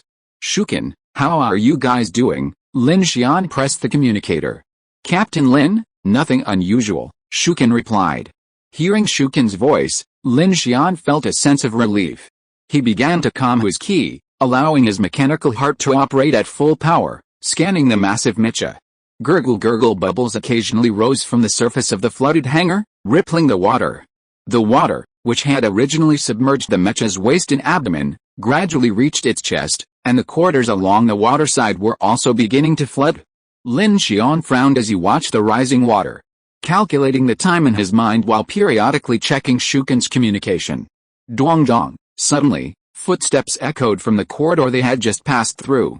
Lin Xian's heart trembled, and he glanced over, only to see a figure scurrying past. He quickly called out, "Who?" No one responded. Lin Xian grabbed his black gun, but without releasing his mech, he continued to scan the mechanical heart. Scan progress 55%. He wouldn't interrupt the scan unless absolutely necessary. Shuken, what's wrong, Captain Lin? Shuken's voice rang out from the other end of the communication. Are you nearby? We're in an office area right now. Lin Xian's eyes narrowed. Be careful. I see some movement coming your way. Okay, Shuken's voice tightened at Lin Xian's words. Dong dong dong, another sound of footsteps, this time closer. Woo! Lin Xian activated his black gun's magnetic control engine, his gaze fixed on the depths of the overflowing corridor ahead. Zzzz. Suddenly, the lights flickered, and the entire space went dark for a moment. When the lights came back on, a figure suddenly appeared in Lin Xian's sight. Kiki. When did you get here? Kiki stood in the middle of the corridor, watching Lin Xian approach with a hurried pace. Then, in a bizarre gesture, she stripped off her clothes one by one right in front of Lin Xian. Soon, the pale, young woman's body was fully revealed before Lin Xian's eyes. Lin Xian frowned at this strange behavior. This strange behavior made him sense something was amiss, and he immediately recalled his encounter in Yuzhen. He raised his rifle and coldly demanded, "Who are you?" "It's me." "What are you doing?" Kiki's face was filled with surprise as she saw Lin Xian raise his rifle, but she didn't stop. Instead, she stepped into the water and began swimming towards him. Lin Xian sensed something was amiss. He sensed something was amiss with this Kiki, but the fact she actually spoke made him hesitate. "Stop," he shouted. But Kiki didn't stop.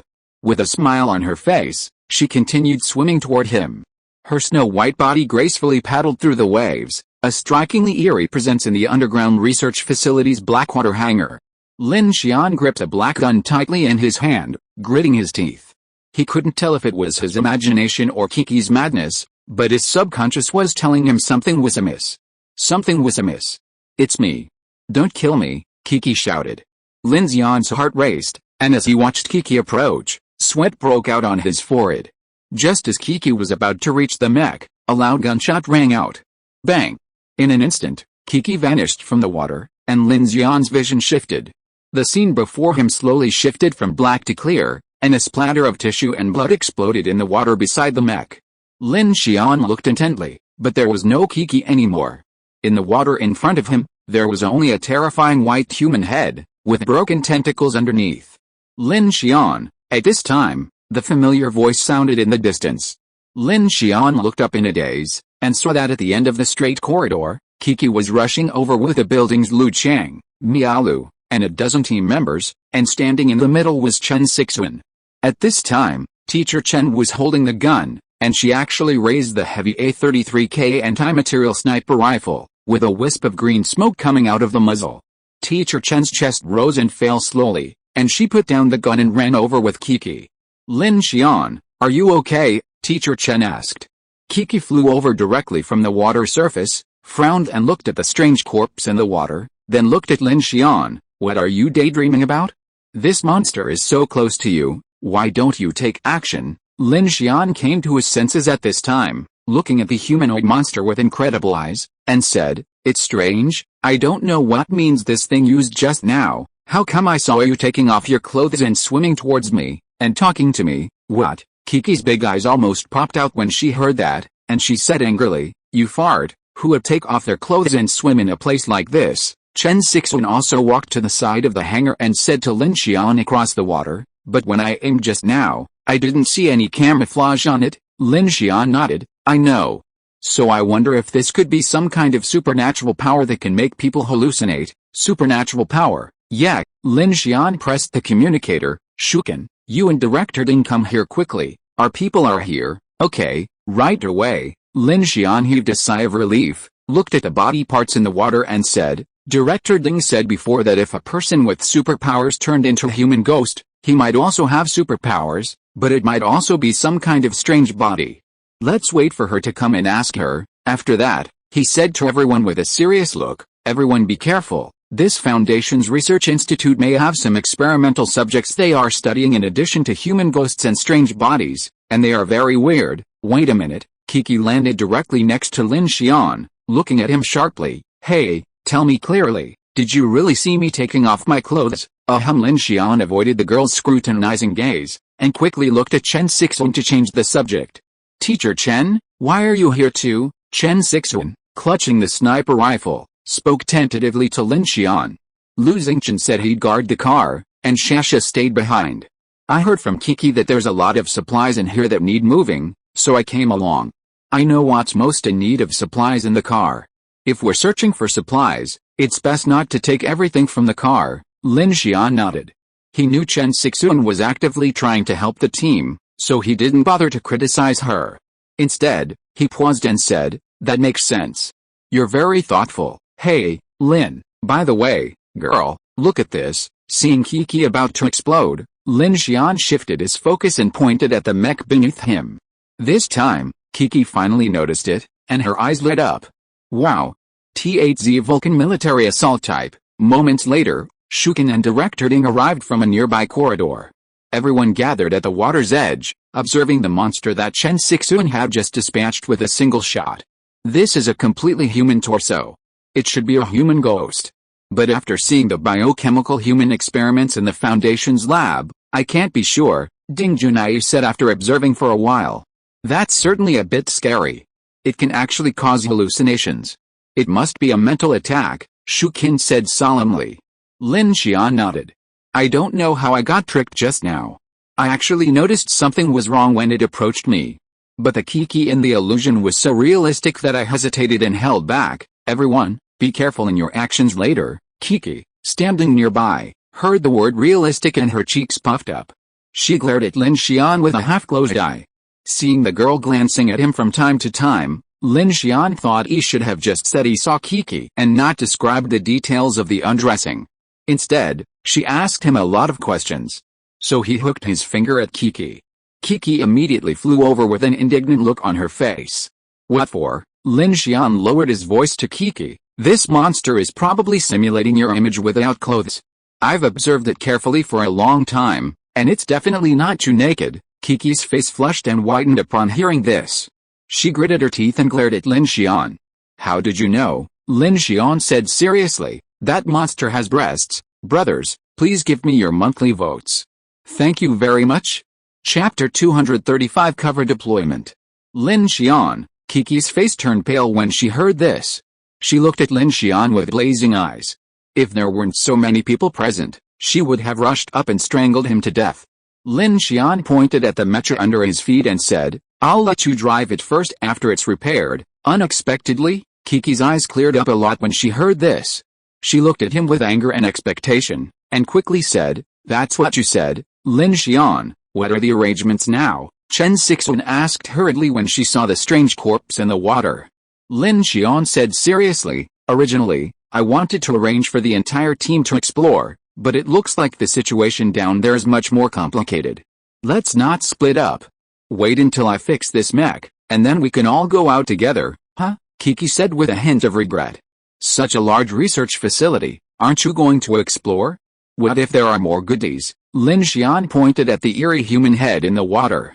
Monsters that can cause hallucinations pose a significant threat. And we just encountered a monster that can crawl through the ventilation ducts. I'm sure the breach in the test site's barrier must have allowed a lot of strange creatures to enter this facility. In this situation, let's not be greedy. In horror movies, splitting up after knowing something strange is happening in the area is sheer folly. Supplies weren't a matter of life and death for the Infinity. If it weren't for the heavy mech Lin Xian was currently in, he would have immediately evacuated. His initial goal of finding the medical bay had already been achieved, which was more than he had anticipated. Plus, it was dark, and there might be other risks on the Infinity side, so Lin Xian didn't want to stay any longer. How about this? We'll just search this floor, and we can cover you. Once you're done, we can all go out together, Kiki suggested immediately. Looking at the empty research institute before her, Kiki felt like she'd be missing out if she didn't plunder anything useful. However, she knew Lin Xian's decision made sense, so she offered a more balanced suggestion. After hearing this, Lin Xian thought for a moment, and then said, Okay, but so many of us are now in the underground of this research institute, and the water is still rising. To be prepared, we'd better make two preparations, Kiki. Lin Xian looked at Kiki. Where's the exit of the mecha elevator dedicated to this hangar? Kiki picked up the mobile terminal and quickly searched, Exit F. But this Exit F is at test site number 3, which is outside the Kingshu Town test site we entered before. It is the exit for large machinery. Lin Xian frowned slightly when he heard this, and then said, I see. Then he looked at the building. You take people to guard the elevator passage to facilitate the evacuation of the people behind. Shukin, Lu Chang, you go to the atrium.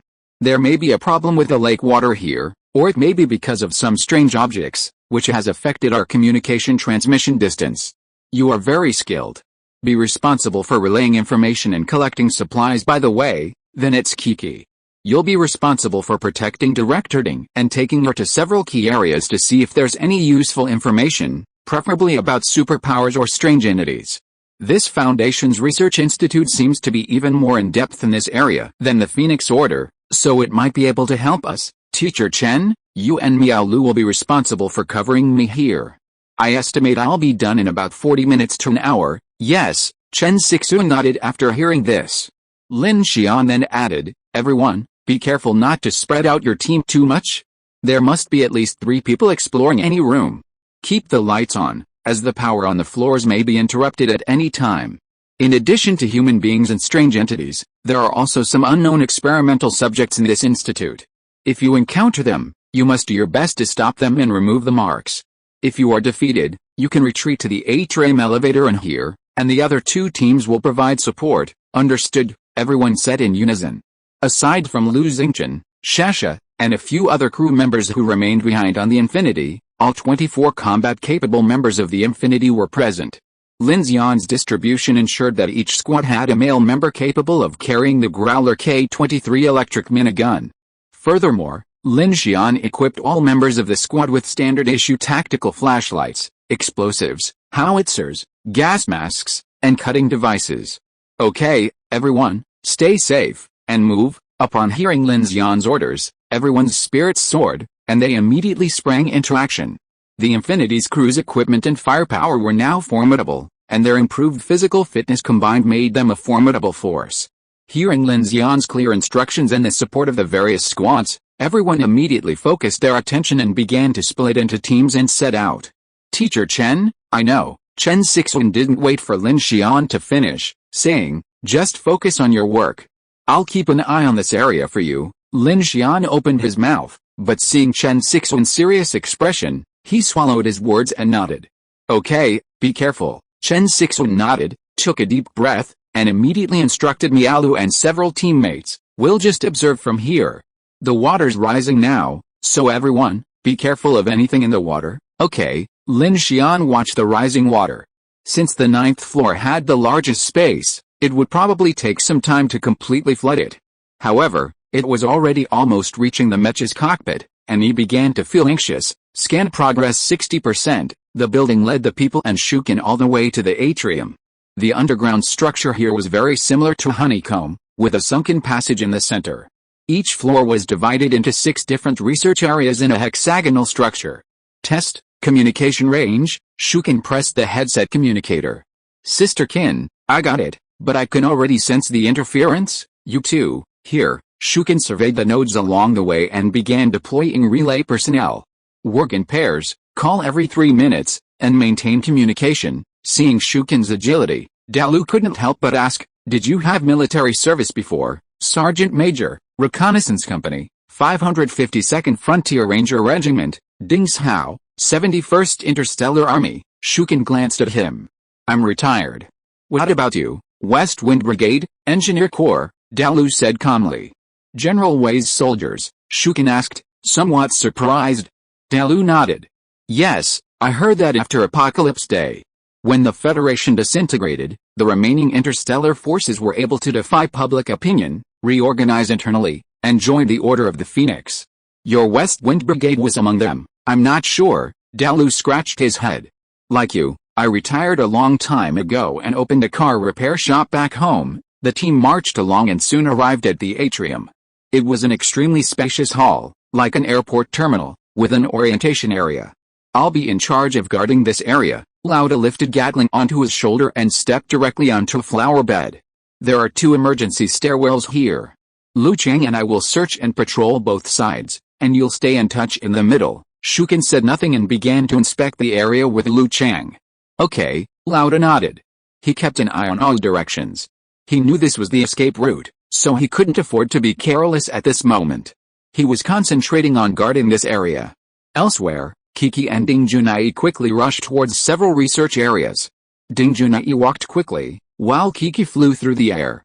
Ding Junai glanced at Kiki and said as he walked, Your superpowers have increased a lot compared to when you left Jiazhou City, really? Kiki crossed his arms over his chest, turned around and flew backwards. I don't feel anything. It turns out that the evolutionary levels mentioned in the angel plan can't even be referenced by the soul draining value. The concept of soul draining value is more like the strong energy fluctuations of living organisms. If you have to define it, it can only be accurately measured by the total energy burst of a dying organism. Otherwise, it is impossible to give an accurate assessment. Ding Junai raised his glasses. I'm always paying attention to the progress of the Phoenix Society's research on superpowers. Of course, I will also collect useful information from other survivor teams. From the information that can be collected so far, the longer the night lasts, the stronger the superpowers and genetic evolution of people will be compared to other areas that are less affected by the polar night. The only problem is the survival rate. It would be strange if the survival rate could be high if you stay in the dark all the time and face those monsters. Kiki waved his hands. No, in addition to this, there is also the invasion of darkness. Lin Xian mentioned this last time. I combined some research results of the Phoenix Society and found that after entering the dawn, the power of the invasion of the night can be effectively suppressed. So I have a guess. That is, after humans absorb the power of the night, they need a certain buffer to digest it, and this buffer is the dawn. Kiki frowned slightly when he heard this. You mean, we need to maintain a balance, for us humans? Yes, the evolution of body functions requires the participation of sunlight. You can understand it as plants. They carry out photosynthesis during the day, but they will die if they are always exposed to the sun. They breathe and release energy at night. The Phoenix Society should have confirmed this. Perhaps they haven't conducted targeted experiments to prove the results, so they haven't announced it to the public. So cautious, Kiki sneered. Why don't you notify everyone immediately after getting the results? It's the end of the world, and you're still using procedures. Hearing this, Ding Junai smiled lightly and said seriously. You are wrong. Science is rigorous.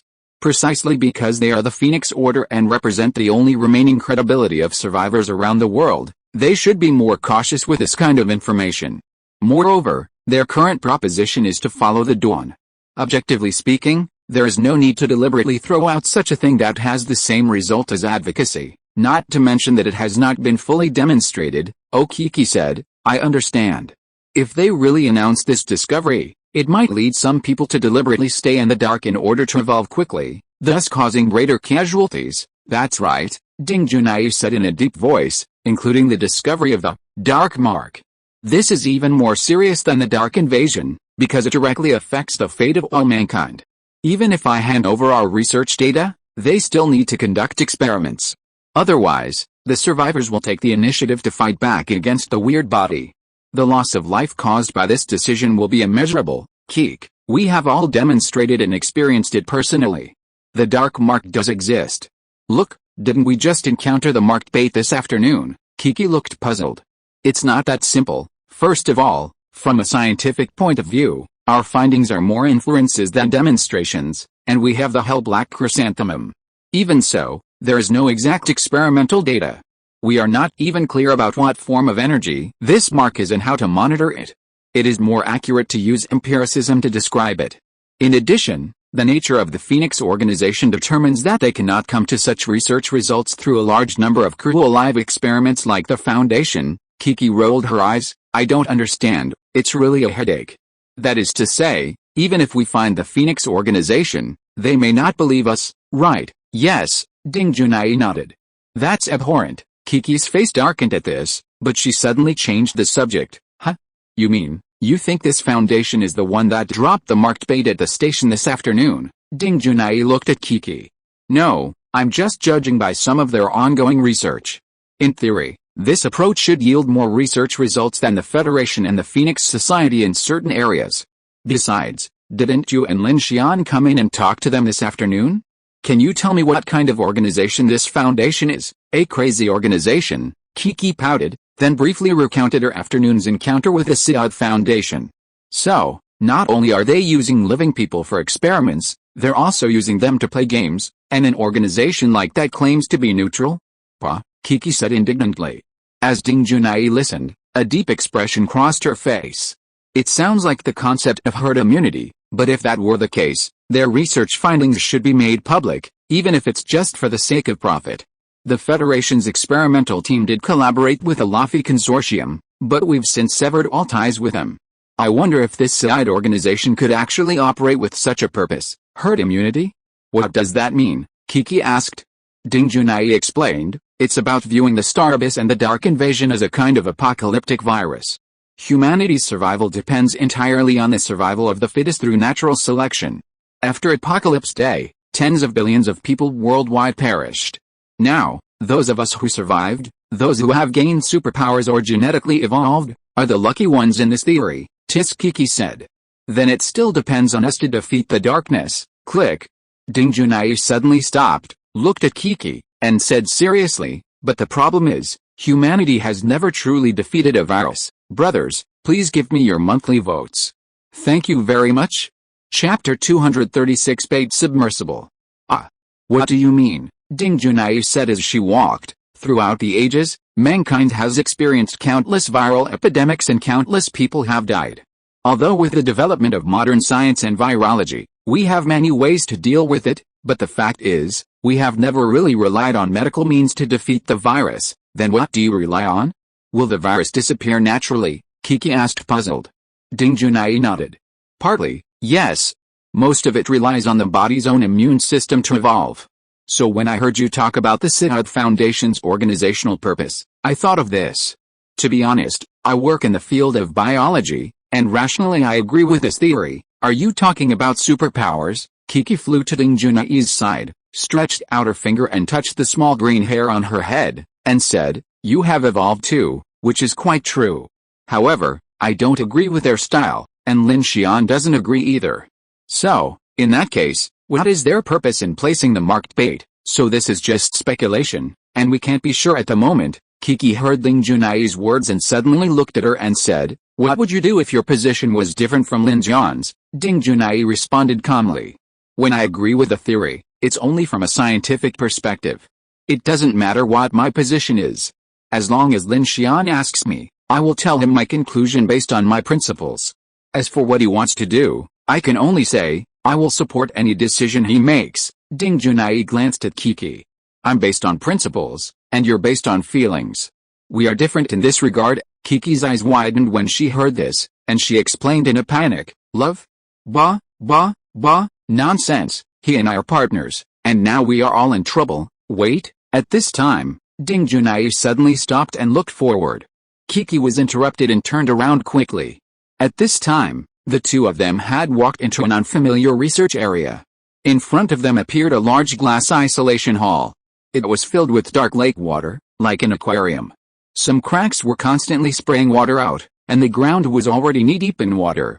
What room is this? Ding Junai searched for the nameplate of the area and soon saw a control panel outside the large chamber. It read, GX Deepwater Sampling Chamber. This is a decompression chamber. It should be connected directly to Shiji Lake. Kiki picked up the mobile terminal and flew to the thick isolation window. Looking at the murky lake water inside, she immediately operated it. Hey, this area is controlled by an internal system. Kiki flew directly to a large control panel in the distance and plugged in the mobile terminal. Soon, she was connected to the control program of this chamber. No big deal. Kiki was very proud. She immediately activated the drainage program in the sampling chamber. It seems that the main leak is not here. It can still drain normally. Ding Junai walked under the nameplate and saw various precautions written on it. Her brows furrowed slightly. She immediately stood up and said to Kiki, be careful. This seems to be some kind of dangerous research being conducted here. All operations are remotely controlled by a system. Huh? Kiki flew away upon hearing this, her eyes wide open. Isn't this some kind of toxic or radioactive research? Wow. As the water level in the chamber slowly dropped, a rumble began to echo inside. The murky water swirled, and Kiki and Ding Junai saw several mechanical cranes appearing overhead. Attached to these cranes was a device that looked like a small submersible. Oh, I see. Kiki breathed a sigh of relief after seeing the scene inside. This must be a submersible used to explore Shiji Lake and depressurize it. I was wondering what else it was. Kiki seemed to see an object swirling in the murky water. She quickly leaned forward, hoping to use her supernatural powers to catch it and get a closer look. The black object slowly floated out of the murky green water. The next moment, it suddenly crashed into the glass in front of Kiki's eyes. The black object turned out to be the corpse of a woman, her eyes wide open and her body swollen. Kiki's pupils shuddered, and she instinctively stepped back. Just as the corpse scraped against the glass and was about to float away in the current, she suddenly reached out and used her supernatural powers to grab it, exclaiming, "Sister Ding, I know this person." The corpse floating in the water was none other than Tan Meng, from Room 5 in the death game Kiki and Lin Xian had seen that afternoon. "What's wrong? This person is the woman I just told you about, from that game they were playing. I remember she survived at the end of that game. How could she die here?" "So the promise of freedom and survival was just a deception?" Ding Junai asked. "This foundation is despicable," Kiki gritted her teeth. Meanwhile, the water level in the decompression chamber gradually dropped. As the atmospheric pressure increased, the corpse, having been submerged for days, began to swell, flesh constantly flowing out of its mouth and nose, looking horrible. Kiki frowned and let go. The woman's body continued to fall with the current until the water in the decompression chamber was completely drained. It finally settled in a corner, where it quietly transformed. "There's a submersible with its hatch open over there.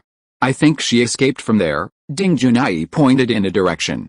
On the ground, a damaged submersible lay, its transparent hatch open, sunken. "So this submersible holds a person." Kiki reached up and dragged the submersible toward them. They then saw a small, cylindrical chamber beneath the central glass hatch that looked like it could hold a person. Ding Junai then stepped down from the steps into the water and came to Kiki's side. "Kiki, put this thing down so I can see it." Kiki nodded, and she and the submersible landed on the ground. The two watched through the glass window. Ding Junai raised her glasses and said calmly, "This is indeed an unmanned submersible. The space inside isn't for humans to operate, but for carrying people. Look," she said, pointing inside the submersible. "There's no control panel. People are completely sealed inside." Kiki took a closer look and discovered that the metal lining of the submersible was covered in scratches from bloody fingernails. "I just wonder why people are being put inside this project." Kiki's face darkened slightly as she said, "It's easy, Sister Ding, be careful." With that, she used her supernatural powers to grab Ding Junai and move her away. Then, with a powerful force, she shattered the high-strength glass of the decompression chamber and extracted the submersible. She quickly moved it forward, located the control panel, removed the outer metal casing, and connected the mobile terminal. These types of unmanned vehicles have mission logs in their storage systems. I don't believe they'd clean this up, either. As she expected, the mission logs were quickly exported. At this time, Kiki moved Ding Junai, who was caught in the air by her, over and said in confusion, "What kind of strange tasks are these?" Ding Junai was not quite used to the feeling of flying in the air. After adapting a little, she suddenly felt very exciting. She came closer to take a look and frowned. It seems that the path to enter Shijiu Lake is the same 900 meters underwater, 30 minutes, and return. What does this mean? Kiki was confused. "Put people in the lake to swim around and come back." Ding Junai raised her glasses. "I'm more concerned about the mission time." She pointed to the log time on the mobile terminal screen and said, "Look, the mission time for each time is not only 30 minutes, but also 30 minutes before dawn." "Oh, that's right," Kiki said. "According to this mission setting, it will be dawn when we come back. Check the other ones too." Ding Junai's eyes flickered, as if she thought of something, and immediately said to Kiki. Kiki was puzzled and took action immediately.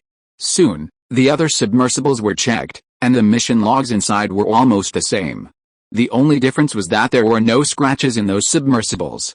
"Sister Ding, did you find anything?" Ding Junai pondered for a moment, then looked at Kiki and said, "Do you think this is fishing?" "Fishing? Yes." Ding Junai now began to look at the research area with a scrutinizing eye, sending a living target to Shijiu Lake and returning it a short time later. "Isn't it just like fishing and collecting bait?" Kiki's face turned grim upon hearing this. "What? Are you using people to catch strange bodies?" Ding Junai shook her head. "I don't think so.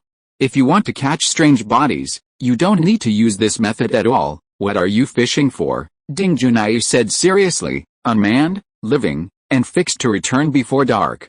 If you encounter something in the deep water, what's the point of this person coming back?" Kiki's eyes slowly widened upon hearing this, and she couldn't help but open her mouth and said, "Dark mark." "Not only that," Ding Junai said, "the control is to return before dawn. The Institute should be worried about the recovery failure or some huge risk to the Institute, so they must come back before dawn." If you look at it this way, then the underwater location where they set the submersible to go should have some kind of terrifying existence. Brothers, please give me your monthly votes. Thank you very much. If you are listening to this novel on a channel other than Fanfic World, it means it was downloaded and re-uploaded without effort. We warmly invite you to visit our channel, Fanfic World. There you will find the original version of this story and many other novels of various genres. We look forward to seeing you dive into a world of incredible novels. Chapter 237 Full Fire. Lin Xian, how long will it take? The water was already knee-deep in the corridor. Chen Sixuan stepped into the water, frowning as she gazed at the dark depths beneath her. Almost. Scan progress 90%, 10 minutes at most. Lin Xian pressed the communicator. Everyone, report the situation. No problem here, Shuken said from the building. But the water's already in the elevator. Shuken used the communicator to contact Kiki. Kiki, Director Ding, how are you guys doing? A click. A creaking sound echoed through the communicator. In the submersible's decompression chamber, Kiki heard the turbulent current in her headphones and immediately lowered the submersible. She said to Ding Junai, they must be calling us. Let's get ready to go back. Ding Junai glanced at the flooded research area and nodded. Download the engineering logs and I'll study them. I think everything is clear now. Kiki's face was grave. This is definitely connected to the Foundation. A gurgling sound suddenly erupted from the decompression chamber's drain, accompanied by a constant stream of bubbles. Suddenly, the ground shook and the water surface was turbulent. Just as Kiki was about to retreat, she suddenly saw a monster like a black branch slowly emerging from the vortex of the water outlet. It was soaking wet, and a pair of terrifying eyes seemed to be looking at the two of them. What the hell? Kiki subconsciously reached out and grabbed it, using her supernatural power to sweep it away. The drain was turbulent, and a large amount of water was squeezed together, dragging the black monster out. However, who knew that the monster was still connected to a long snake-like torso? It was pulled out of the drainage pipe for 4 or 5 meters, but still could not be completely dragged out. The rumbling sound gradually increased, and Kiki and Ding Junai both realized that something was wrong. Kiki immediately grabbed a submersible from above and brought it down, smashing it against the monster's body. With a loud bang, the snake-like torso began to twist wildly, its immense force surging through the water. The entire decompression chamber's glass was shattered, and the ground suddenly began to crack. Crack! In an instant, the ground shook, and an immense black head suddenly burst through the ground. The monster resembled some strange sea serpent, its head crowned with a row of lantern-like eyes that stretched from large to small. It burst forth with a roar, almost filling the entire decompression chamber. Simultaneously, a torrent of black water gushed out. Kiki was horrified. The black branch-like monster she had just grabbed was actually just a tentacled appendage of the serpent's head. The branch had taken on the shape of a human body, even possessing facial features. Let's go. Kiki realized her telekinesis was no match for the monster. She immediately took Ding Junai with her, and the two of them quickly flew away toward the corridor. Elsewhere, the building, Shuken, and Lu Cheng all felt the tremor. Ashes rained down from the ceiling, light bulbs swayed, and the water churned. Those who noticed the anomaly immediately responded with a serious look. What's going on? A torrent of water poured down from the elevator shaft, and the lights on the 9th floor began to flicker and hum due to an electrical problem. The building, now standing on a cabinet, watched the area below with a roaring Gatling gun. Be careful, there's something in the water. Shuken glanced down at the dark water, which was almost waist-high. The next moment, her face paled, and she groaned, falling backward. A dark figure appeared in the water in front of her. The waves broke, and a drenched, black-haired water ghost suddenly leaped out. Its face resembled a fish's, its mouth wide open with sharp red teeth, and its scales covered its body, giving it a terrifying appearance. Da-da-da, in an instant, her teammates' firepower arrived. Shuken dodged the lurking monster, flicked her wrist, turned, and fired directly in the direction the water ghost had fallen into the water. Bang! A high-speed burst of 10-gauge lead bullets erupted, the demon repelling flames from the muzzle vaporizing the water surface in front of them. The splintered jets completely shattered the water ghost's lower body. Water and blood spurted out, creating a cascade of spray under the light. Shuken glanced over and saw the water ghost, half dead, swiftly diving into the water with its shattered torso. She stomped her feet, sprinting through the water, then freed herself from the water, leaping off the wall and landing directly on a high platform in a research lab. Just as she was about to search for the monster, she was shocked to discover countless dark shadows swimming beneath the surface, swarming around her teammates. "Get out of the water," Shuken shouted. The building, now perched on the cabinet, also witnessed a terrifying scene. The barrel of the electric rifle in her hand swirled. Beep. A stream of metal swept out, stirring up waves of spray, instantly destroying more than a dozen black water ghosts. Hearing Shuken's call, the teammates serving as relays along the corridor sought higher ground and climbed out of the water. Empty. Empty. Empty. Just as the building opened fire, a sudden, loud, empty rumble erupted from the elevator shaft behind him, like a swarm of locusts, a dense rumble. The numbers on the elevators began to jump uncontrollably, and they plummeted. Ding, ding, ding, boom. The elevators plummeted, and a swarm of unknown creatures began to ram the doors, causing the alloy doors to bulge outward. The building and Shuken looked back, only to see the doors covered in scratches and strange, convex surfaces from the impact of horns and heads. Seeing this, Shuken's face drastically changed. She shouted directly at the building, "Building, retreat!" The building took a sharp breath and leaped from the container into the elevator lobby. In an instant, the elevator doors behind him burst open, and light sparked. The elevator shafts were filled with dark, eerie underwater creatures. A foul odor filled the air. These creatures, all covered in long, black fur, swarmed out of the elevator shafts like a flood. Beep. The Gatling gun roared and unleashed a frenzy. In an instant, a bloody mist exploded in the elevator lobby like fireworks, blocking the monster's onrush. The building retreated toward the corridor, fighting. Shuken and Lu Cheng joined them from behind. The three of them stood back to back in the water, retreating. "We can't get up here." "Retreat to Captain Lin." Shuken's face was grim, and she pressed the headset. "Kiki, Director Ding, there's a monster, everyone be careful." At this moment, Kiki's voice finally reached the headset, accompanied by the sound of wind. The water on the entire floor was already thigh-deep. Kiki, carrying Ding Junai, flew through the air. She had intended to turn into the atrium, but a swarm of black monsters suddenly emerged from a fork in the road ahead. She immediately raised her hand and pushed, sending shockwaves shattering the corridor's illuminated walls and cracking the water, scattering the swarming water monsters. Without stopping, she retraced her steps toward the mecha hangar. Boom boom. The underground laboratory vibrated violently, the rising water intensifying. Chen Sixuan, hearing the voice in her earpiece, immediately grew nervous. "Mialu, help them, okay?" Squeak. As she finished speaking, a starfish-like monster covered in black spikes suddenly rose from the water ahead. From its central, ringed mouth, a stream of black water erupted, barreling directly into Chen Sixuan's face. But at that moment, Chen Sixuan felt her heartbeat accelerate dramatically. The tension and anxiety within her were quickly suppressed by the surge of mental power. Her gaze and expression grew colder, and the jets of black water even slowed down slightly in her view. She tilted her head, dodging the corrosive jets.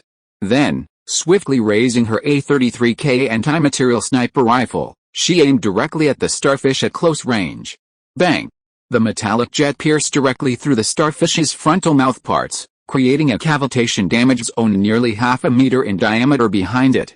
The 12.7 mm armor-piercing round pierced through like a cannon, sending a massive wave of water blasting through the water behind it. Whoosh! Watching the starfish's black spike stop in front of her, Chen Sixuan's chest rose and fell rapidly, constantly regulating her breathing. Gurgle, gurgle. At that moment, she seemed to detect a sound and immediately turned, her gun drawn. From the deep water beneath Lin Xian's mecha, a scaly water ghost suddenly emerged from the water towards him. Chen Sixuan had already spotted it and, without hesitation, fired mid-air. Bang! Lin Xian looked up, only to see the ghost explode in mid-air, leaving only a puff of fishy air in his face. "Lin Xian," Teacher Chen shouted from the distant corridor, gun raised. "Alright, mechanical scan completed, T-8Z Vulcan military assault model, blueprint, obtained, body scan completed, 100% integrity, no mechanical failures." Instantly, the Vulcan mecha's booster engines began to fire, thermal energy erupted from the air vents, and clear bubbles continuously flowed from the water. This war machine, weighing over 10 tons, was once again activated by Lin Xian. At that moment, the high-strength hatch opened, and a body toppled forward with a plop. It was soaking wet, as if it had drowned. But Lin Xian found it strange. The water hadn't completely flooded the cabin before, and the Vulcan mech cockpit was extremely waterproof. The lake water had only just begun to pour in when he opened it. So how had the pilot died? Suddenly, a huge bulge formed on the corpse's back, then instantly exploded. A dark object suddenly burst out of the corpse, striking Lin Xian in the face. With a swish. At that moment, a powerful mechanical arm swiftly extended, precisely grabbing it. Lin Xian's face froze as he stared at the creature poised to attack him. It turned out to be a translucent invertebrate. Covered in a black film, it resembled a slug with 4 tentacles. Tread, tread, tread. The strange slug, seemingly soft, began to wrap around Lin Xian's mechanical arm. As it tightened and exerted force, the joints of his mechanical arm began to make metallic sounds, demonstrating its incredible strength. Good, Lin Xian raised his hand and a surge of electricity blasted out, a searing arc of electricity instantly piercing the writhing monster. Chirp! The strange slug in his hand began to struggle frantically. Without a word, Lin Xian's mechanical heart directly controlled the Vulcan mecha, raising its massive combat arm. Bang! Woo! The jet stopper beneath the main gun opened, and Lin Xian directly skewered the monster with his black gun, placing it in front of the flamethrower. Boom! The high-temperature flamethrower erupted in a burst of crimson flames, instantly roasting the strange slug into a jerky mess. Immediately, Lin Xian tossed it aside, standing atop the mecha, and dragged the corpse out of the cockpit. At this moment, a mecha cockpit that delighted the machine's soul appeared in sight. The all-over military green color scheme, holographic headset, and intelligent fire control panel stunned Lin Xian for a moment. However, given the urgent situation, Lin Xian suppressed his excitement and quickly climbed in. The mechanical heart connected to the control system, and the entire mecha slipped on like a piece of clothing. The Vulcan's cockpit was not small, and even a 5 feet 8 inches man in power armor didn't feel overly cramped. With a click of the hatch lock, the combat hatch slowly lowered and closed, and a deep, robotic male voice echoed, "Program starting, connecting to pilot, connection successful, new pilot confirmed." A holographic screen appeared before Lin Xian's eyes, offering an incredibly clear view outside the mecha, even wider than a human's. Additionally, the intelligent fire control system, radar, and mecha parameters were displayed to Lin Xian. At that moment, Lin Xian felt an incomparable sense of security well up from the bottom of his heart. He surveyed the cockpit. There was even a small storage area behind him for food and supplies.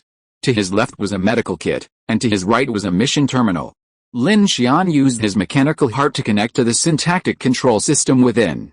With a quick hum, the entire mech began to move through the water.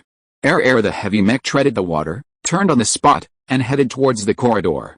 By then, Kiki and Shukin's teams had joined forces, continuously resisting the surging tide of water ghosts, rushing towards the hangar. Teacher Chen, Mialu, you guys go up to the platform and provide remote cover for them, okay? Chen Sixuan immediately set off, treading water with Mialu and the others and climbing onto the large platform. Woo, woo.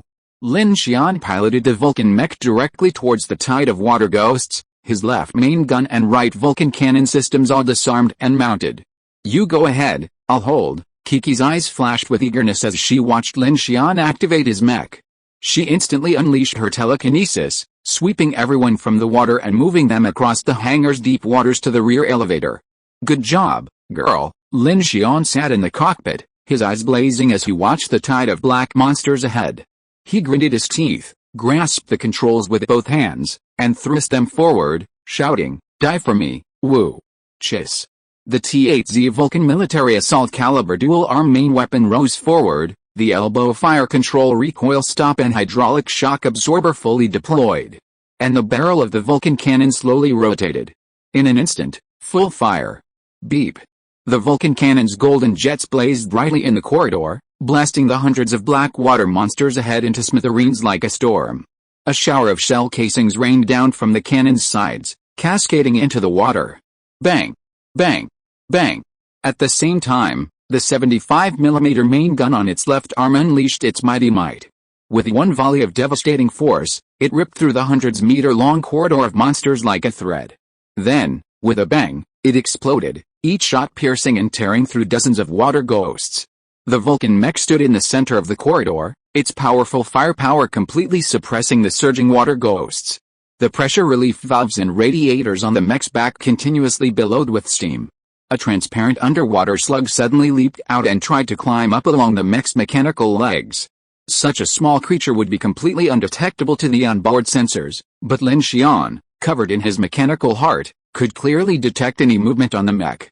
Unleashing full firepower from both hands, he directly controlled the mech to lift its right foot and stomped hard into the water. Plop. The water exploded, and the black slug was crushed to pieces. Lin Xian, there's a giant behind us. Lin Xian was enjoying his battle, but upon hearing Kiki's words, a chill crossed his face. Beep, beep, beep. The mech's warning system began to sound, and a rumble echoed from the corridor ahead, as if something massive was barreling through the floor and corridors. Retreat, underground, the water from Shijiu Lake gushing down. Lin Xian had no choice but to return to the surface, no longer caring whether his teammates were marked. Wu He paused firing, turned, and controlled the mech, running directly towards the elevator. The monster tied in the corridor, unchecked, surged forward, trampling over the piles of corpses and debris of their companions, charging towards the hangar hall once again. As the water deepened, the monsters sped up, and more appeared in various areas. Da. At this moment, the Infinity team members opened fire to cover Lin Xian's retreat. Kiki unleashed a shockwave at the water ghosts roaring from behind the mech the moment it stepped onto the platform. Boom. At this moment, thousands of water ghosts swarmed from the corridors and began to fill the hangar hall. Their cries, rustling like locusts in the water, quickly drowned out the lights. Meanwhile, the Metrolift platform had already been activated. The Infinity team members stood at the edge, firing with all their might downwards to stem the tide of monsters. A large number of water ghosts scrambled to the edge. Lin Xian directly manipulated the Vulcan Mech's flamethrower, blasting it downwards with full force, sending flames soaring into the sky. With a metallic creak, the lift platform finally ascended to the upper level. The monsters dangling from the edge were crushed and severed by the sheer force of the lift platform and the floor's cross-section. Only then did everyone cease firing. Silence finally fell, leaving only the sound of cooling guns. Teacher Chen from the Shuken building, report the casualties, Lin Xian shouted. Captain Lin, no one's hurt. Shuken and Chen Sixuan took count. Over 20 people, not one missing. Some of the search team members were carrying supplies. Everyone gasped and breathed a sigh of relief. Don't let your guard down. Reload and prepare, Lin Xian, seated in the mech's cockpit, shouted into the communicator. Outside is a large testing ground. There might be many zombies and test subjects. Everyone, take up a defensive formation. Okay, Shuken and the building responded immediately. Teacher Chen, after we get out, you'll be responsible for contacting Infinity. Have Shasha and Brother Ho prepare to pick us up. Got it, Chen Sixuan said. Bang. Bang. The elevator ascended, floor by floor, its lights flickering. Lin Xian maneuvered the Vulcan mech forward and had everyone take defensive cover behind it. Kiki, operating a mobile device, opened the hangar door. On a flat, grassy area outside Kingshu town, the circular ground slowly parted, revealing a massive hangar entrance. Moments later, a large mech slowly rose from below. Everyone followed Lin Xian's Vulcan mech out of the underground laboratory. Looking up, they saw a pitch-black sky, starless and moonless. It was pitch black, practically invisible. The skylight at the test site has closed, blocking the light. Shuken, fire flares. Shuken, without a word, pulled a flare pistol from her leg and pointed it skyward. Bang! With a sharp whoosh, the flare rose into the sky. Bang! A flash of incandescent light instantly pierced the earth. At that moment, everyone saw the vast curtain above the dome, covering the earth like a hemisphere. Ahead, the outline of a small town came into view. Kiki soared into the air, her gaze darting across the landscape. She instantly determined the direction and pressed her headset. 2 o'clock. Go through the town's south street. The exit is in the woods over there. Let's go. Lin Xian, without a word, immediately activated his mech. The Vulcan mech trudged forward with heavy steps, while the others followed in a line, their weapons raised, guarding against the darkness on either side of the road. Ugh! The surrounding darkness was filled with the howling of the dead. Just before the flares went out, countless strange figures moved towards the town. Lin Xian felt as if he were facing a formidable enemy. On the aircraft's radar in front of him, red dots converged from all directions into a sea of red, rapidly closing in on him. The center point, large number of unknown creatures detected, pilot life preservation protocol activated. Chi. The Vulcan's cockpit activated oxygen pressure, while the auxiliary fire system activated, and the fire control radar began automatically acquiring dynamic targets. Maintain your formation and stand firm. Don't fight too long. Ugh. In the surrounding darkness, roars rose and fell, approaching. Everyone on the Infinity was tense. Ding Junai, sheltered in the crowd, stared at the darkness, her expression sullen. Chen Sixuan stood behind her. Director Ding, you must follow Lin Xian closely. Thank you. Ding Junai touched the small green grass seedling on her head, her eyes flickering slightly. She wanted to help, but she hadn't yet fully understood the principle behind her little green grass's special ability. Besides the small flower that bloomed on her head when excited, it didn't seem to have any real effect. Everyone's flashlights flickered into the surrounding darkness. Just then, a red ghost suddenly burst out of the darkness, charging directly at the nearest female team member.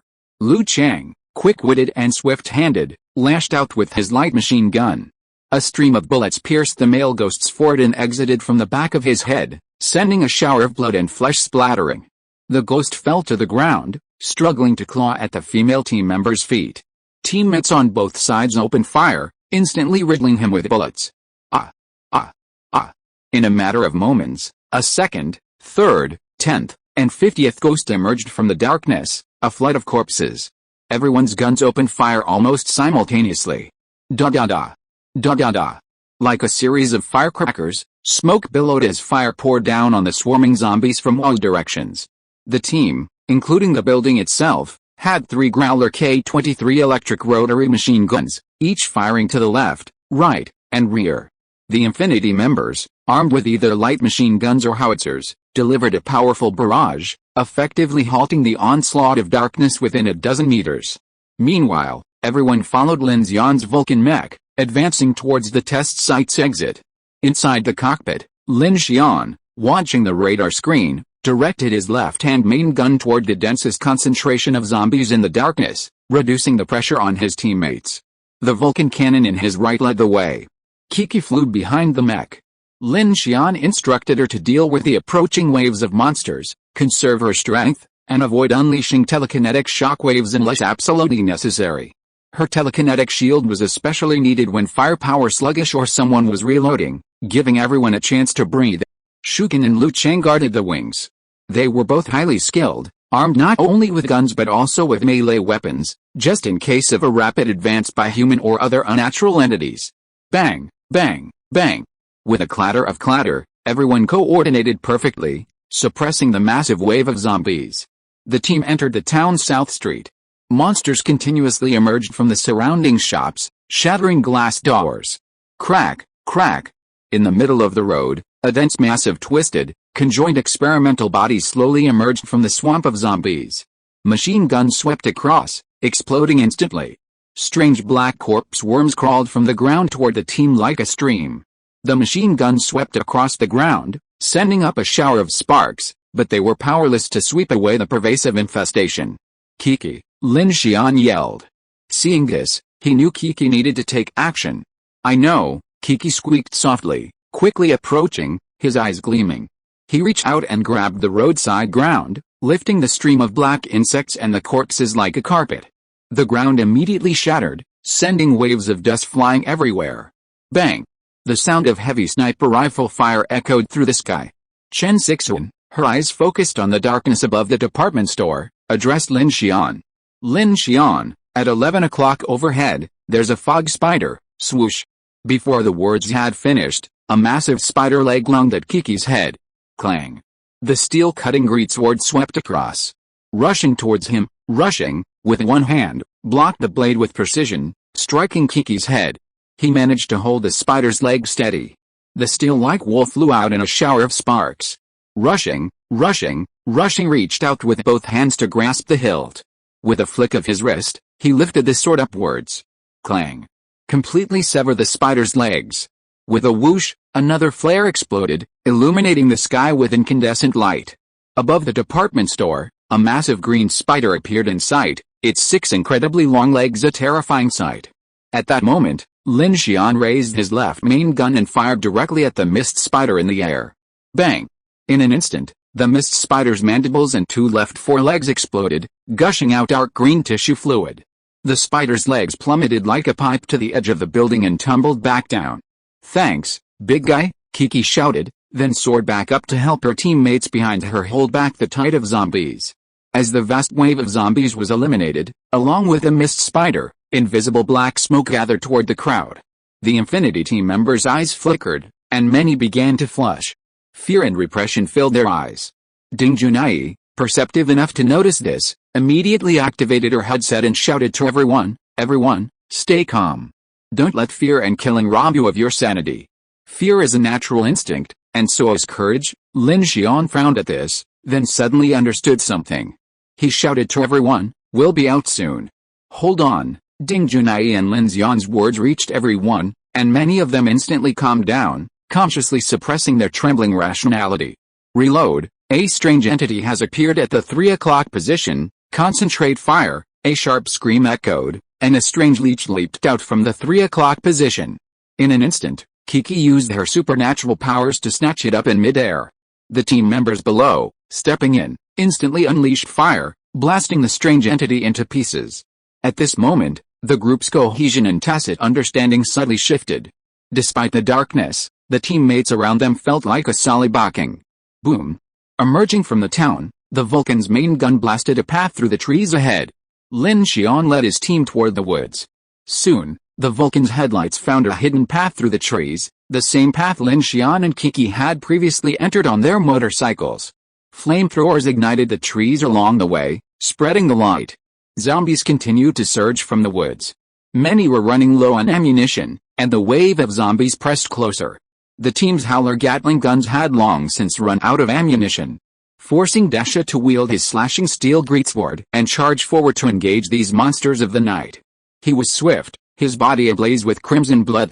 His sword swung with a resounding roar, shredding the zombies like melons and vegetables. A female ghost rushed out quickly, jumped onto the shoulder of the building, and bit down on his shoulder with a bloody mouth, bringing up a piece of flesh. Unexpectedly, the building said nothing, and directly reached out to grab the female ghost's head, and with a loud roar, slammed her head to the ground, smashing her head into pieces. The blood gushing from his shoulder made him even more powerful. As the wound continued to heal, his eyes began to glow red. Whoosh! Shuken fired another flare into the sky in front of the woods. The light illuminated the edge of the test site with incredible clarity. The huge reflective panels and metal frames extended in an arc high into the sky. Kiki rushed in front of the mecha. She flew into the air and directly unleashed a fan-shaped shock wave, instantly shattering a piece of reflective panel. Empty, empty, empty. The steel frames fractured at their joints, suddenly setting off a chain reaction. Large swaths of reflectors began to shatter and fall, the collapse spreading. Suddenly, countless massive reflectors began to shatter and fall from the sky, slamming into the horde of zombies in the darkness. "Wow!" Lin Xian shouted, "Get ready to charge!" Bang! The Vulcan's main cannon unleashed a single blast, blasting a massive gap through the edge of the sky ahead. He accelerated in his mech, his weapons crossed in front of him as he charged out of the testing ground with overwhelming force. Meanwhile, the surrounding skylight steel frames began to buckle and collapse layer by layer, echoing a sharp, whimpering metallic sound in the darkness. The massive steel frames and reflectors crushed the hordes of zombies and humanoids into smithereens. "Lin Xian, the car is still at the Institute's main entrance," Chen Sixuan called out. "I know. Kiki, Shuken, Myalu, go drive, I'll guard," Lin Xian shouted. Beep. Beep. The Vulcan cannon's ammunition was nearly depleted. Lin Xian prepared to lead his men there, while Kiki, Shuken, and Myalu quickly headed towards the Institute's entrance. They had set up a night beacon there and quickly found their location. Meanwhile, many of the team members, including Lin Xian himself, were still being pursued by the remaining zombies from the Qingshu town test site, adorned with dark markings. Only the building and the injured Lu Cheng remained. The Institute was still several kilometers away from the Infinity. In the darkness, he couldn't send them there on foot. Furthermore, with their ammunition nearly exhausted, blindly running in the dark would be tantamount to death. Therefore, he had to retreat to the main entrance so Kiki and the others could quickly bring their vehicles in. Bang! A round from the main cannon exploded amidst the zombie horde, a flash of fire filling the sky. The Infinity members behind the mech were now low on ammunition. Some pulled out their spare pistols, while others simply grabbed knives and explosives to fend off the enemy. Dalu, covered in blood, charged through the horde of monsters. His body was already covered in wounds, his clothes torn. While his wounds were healing thanks to his evolutionary blood key ability, the sheer volume of zombies, including some powerful humanoids, overwhelmed him, leaving him constantly ripped open by the monsters' bites. Liu Chang's M566 light machine gun was almost empty. With his left hand bandaged and the GK-03 electric knife Lin Xian had crafted for him in his right, he charged swiftly through the horde, his blade slicing through the corpses. Lin Xian watched the scene unfold on his mech's external viewing system, his expression grim. He knew both Dalu and Liu Chang were about to collapse. These zombies and humanoids feel even more formidable than those in Yuba East City and Underground City No. 9. The horde of zombies in the darkness included not only those possessed by black worms but also ordinary, decaying zombies, whose speed and strength were increasing. One humanoid, covered in spikes, even managed to block the sword of Dasha with its bare hands. Sparks flew from the slashes of its steel. Dasha roared, lashing out with his blade. Chunks of flesh flew out, a wave of blood cascading down his spines. Bang! As Dasha parried, a heavy gunshot rang out. The spiky humanoid's head exploded in front of him, its jaws covered in sharp teeth splattering into his face. He wiped it away and, following the sound, looked into the crowd. He saw Chen Sixuan, calmly standing and firing. Dasha gave him a quick look of gratitude, and Chen Sixuan returned the gesture, then turned and fired at another target. With each shot, her lips gently moved, silently muttering, 17, bang. 18. Chen Sixuan's targets now were all those swift or powerfully lethal humanoids and monstrous forms. Each calm shot sent an ugly monster to hell. Unbeknownst to her, this former foreign language teacher at Jiang University began to exude a cold, killer aura. Ugh! The zombie tide surged, the pressure intensified. Boom! The Vulcan's main cannon unleashed its final shell, blasting a swarm of approaching black insects. Therefore completely ignited, sending a cascade of flames. At that moment, a strange, distorted sound suddenly rang out. The mech's radar warning system went into a frenzy of alarm, and the external camera automatically zoomed in. Behind the glow of the flames, a several-meter-long, pedipalpable form nimbly emerged from the countless zombies and charged towards the building. The monster resembled an inverted figure, its tentacles stained crimson. Its movements were eerie and strange, reaching the rear of the building in a flash. By then, the building was already stained crimson. Its eyes shone brightly, clearly demonstrating its psychic power reaching its limit. Building, watch out behind you. Lin Xian pressed the hatch, preparing to emerge from his mech to provide support. But it was too late. One of the tentacle creature's spiky arms had already pierced the back of the building. Monster, don't hurt my roommate, boom. Suddenly, a pillar of crimson fire shot down from the sky, illuminating an area hundreds of meters wide. The flames instantly pinned the tentacle creature to the ground. A graceful figure descended from the sky with a palm strike, blasting out a violent burst of scorching flames. The tentacle creature twisted wildly in the blaze, and the flames, raging wildly, reduced dozens of zombies to ash. The building spun around, blocking with its steel-cutting greatsword. The scorching blast sent him flying. Liu Xian. Ashes will be your fate. Like a vertically launched rocket, he descended slowly into the center of the flames, emitting a burst of flame. The tentacled monster below was already being burned alive to charcoal. Then, Liu Xian opened his hands, blasting away the blazing stars in the sky, and descended onto the charred corpse of the tentacled monster. Crack! The charred corpse instantly disintegrated into black, burning ash, which scattered in all directions. Seeing Liu Xian's arrival, Lin Xian thought it must have been a timely summons from Chen Sixuan. Wow! It's Brother Ho! Brother Ho is here! Two young girls among the infinity crowd shouted excitedly. At this moment, the Vulcan's hatch opened, and Lin Xian stepped out. Looking at Liu Xian, who stood there looking cool amidst the ash, he couldn't help but exclaim, why does this guy always make a different entrance? Damn, he really looked amazing this time, Brother Lin. Liu Xian sauntered toward Lin Xian, his hand blasting fire to his side.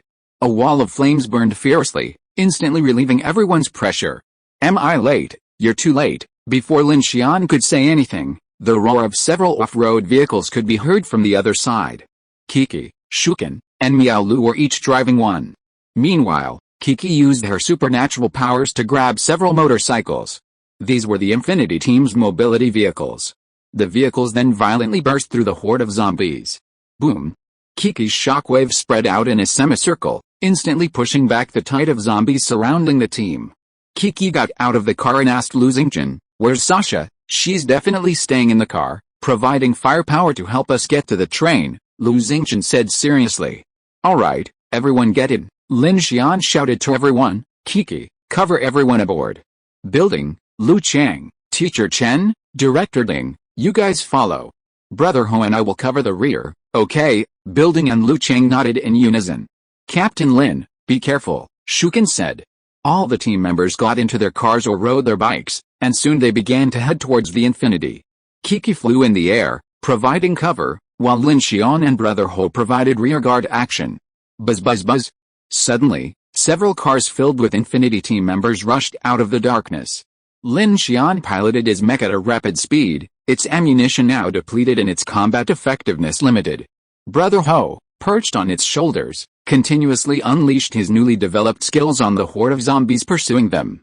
God, Supernova Flame Blast, God, Ki and Slash. The violent flames continuously washed over the tide of corpses behind, and the road surface along the way was ignited. Countless zombies were still running with flames all over their bodies. The corpse oil and clothing fragments on their bodies kept burning and dripping, but they felt no pain at all and were soon burned into charred corpses. "Brother Lin, be careful," Sasha's voice was heard in the communicator at this time. In the sight ahead, a black train stretched for hundreds of meters, with bright lights. The 1130 close-in defense gun had been raised at this time, and the base was rotating, with a sense of destruction. "Car number 11, car number 5, prepare to open the door." "Kiki, put the mecha in first." "Understood," Kiki's voice came. Fortunately, he had Kiki, a telekinetic psychic, otherwise Lin Xian wouldn't have known how to fit this mecha, over 3 meters tall, onto the train. He would have had to design a new mecha loading system.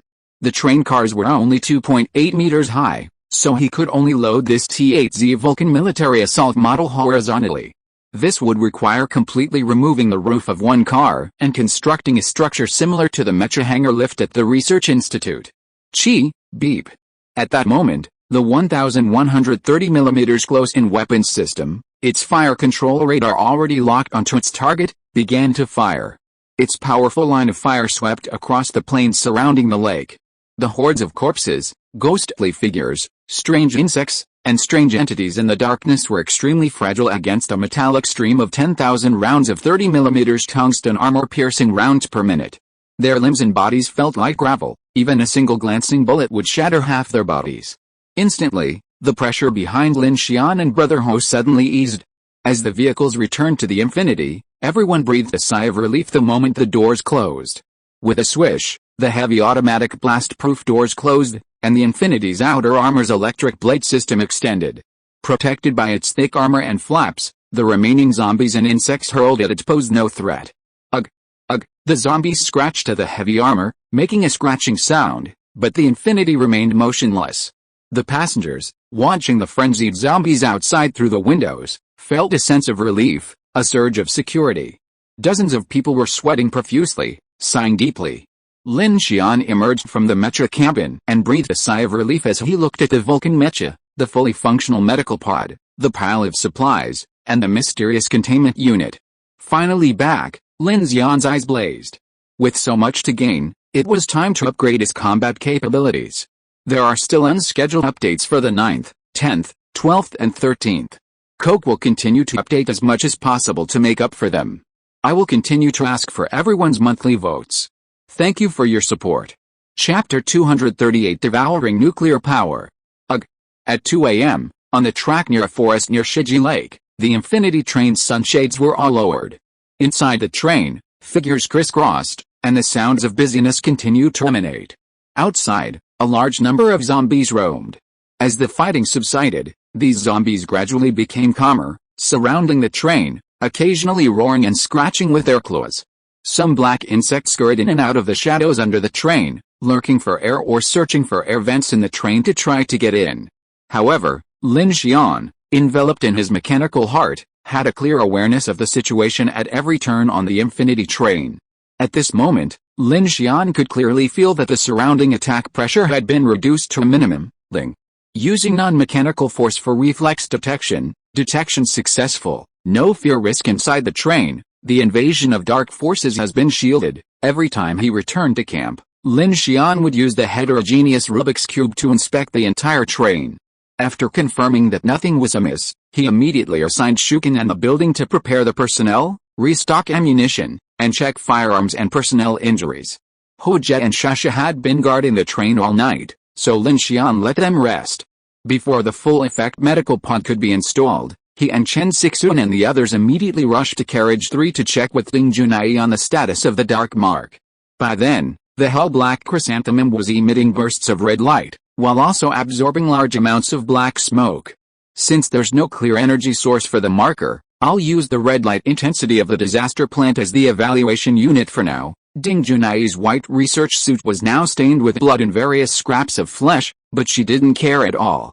She immediately began testing the train upon boarding. Here, she held up a mobile device and compiled a simple spreadsheet of the data from previous sessions. So far, I have observed a total of 5 brightness changes. The brightest one was in Jiazhou City, which I defined as level 5. I think this level should be the S level, and a large number of strange bodies we were marked with at Yubai Airport.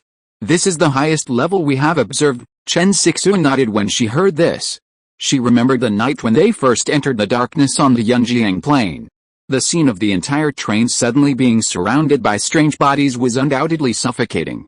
Indeed, our train was almost overturned that night. Yes, so by analogy, we were level 4 in U-Town, level 3 when we came out of Underground City number 9, and level 2 when we escaped from Hangshan Pass. As for a little light, including after we solved the trouble in U-Town, I will temporarily define it as level 1, which is a relatively safe and risk-free level, Kiki said directly after hearing this, but I feel that when we wanted to break out of U-Town that night, the monsters we encountered were more powerful than those in Jiazhou City. This is the second point I want to make, that is, the distribution of weird bodies in the Dark Tide has a certain regionality, which can be seen from the fact that the big weird body in U-Town has a sense of territory. We can regard this mark as a kind of fluorescence or smell on us. The larger the mark, the greater the range of attraction for the strange entities in the Dark Tide. Just like lighting a torch in an unknown dark forest. But the problem is, if the forest we are in doesn't have any high-level strange entities, then there won't necessarily be fatal danger. Lin Xian frowned slightly when he heard this. So, it's not just the level of the mark, it's also related to the area, or luck. Yes, you can understand it that way, Ding Junai continued. Then the third point, this is completely my personal guess. I think that in areas where large or high-level strange entities are located, there will be fewer low-level strange entities. This is similar to the survival density of predators. So when we came to the outside of Jiazhou City with an S-level mark, we attracted a large number of low-level strange entities. Although there are so many of them that it is hard to defend against them, they do not have the real threat of an S-level weird body. Nonsense, if it was S-level, we would have been dead. Kiki stuck out her tongue and asked, then the monster we encountered tonight was level 3, Ding Junai nodded, almost. After that, she looked at Kiki, it could also be level 4, and I think we are the only 2 marked on this train. Chen Sixuan looked at the brightness of the hell-black chrysanthemum, but shouldn't the brightness now be level 3? It should be because we killed a lot of weird bodies tonight, and the mark level has been diluted a little. Lin Xian breathed a sigh of relief and said, we killed at least 6 C-level weird bodies tonight. I don't know if there are any B-level ones. In addition, there are human weirds and various insects. We've probably killed hundreds of water ghosts down there, Ding Junai nodded. Yes, that's logical, and based on the current situation, there shouldn't be any other creatures near our area right now, otherwise the markings on our bodies would have already attracted them. Kiki folded his arms and said, that means we just killed them all. Ding Junai's analysis deepened Lin Xian's understanding of dark creatures. It seemed like the dark tide was superimposed on the world, creating a different dimension. During the day, the creatures might be nearby, but when night falls, they suddenly appear. If they get close, they'll be spotted and preyed upon, or they'll be hunted by creatures within a certain range because of the markings on their bodies. So, if that's the case, There's a near S-level creature beneath the research institute. Chen Sixuan frowned. Kiki nodded repeatedly, her eyes wide. Sister Chen, you didn't see that. It was a huge fish, rising straight from the ground. It even had two human-shaped bait sticking out of its head. As she spoke, she suddenly remembered something and quickly looked at Lin Xian. Oh, that's not all. Sister Ding and I made another important discovery. She then recounted what Ding Junai and I had discovered in the decompression chamber. Lin Xian and Chen Sixuan's faces were filled with shock. Human-shaped bait, yes, Ding Junai replied. Otherwise, it's hard to explain why they sent people into the deep lake and brought them back, all remotely controlled. I believe the Foundation must have known about the existence of an S-rank monster beneath Shiji Lake and used that method to obtain the Dark Mark. And it was that monster that marked Kiki and me tonight. Lin Xian's expression darkened.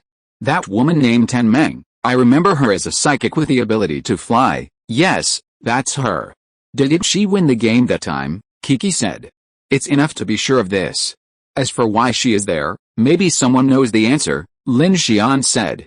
Who? Lin Xian looked at Kiki. Didn't I tell you that Ula Xiao must have participated in the Foundation's death game and won the game? Oh, that's right. Kiki's eyes lit up. Then this guy may know a lot about the situation in the Foundation. Lin Xian nodded. Since we now have a level 3 mark, let's not run around tonight.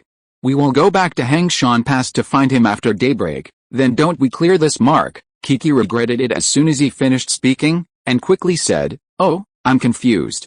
We can't deal with a big monster in the lake, so let's do it. Lin Xian arranged in a deep voice. Now we are keeping at a safe critical point.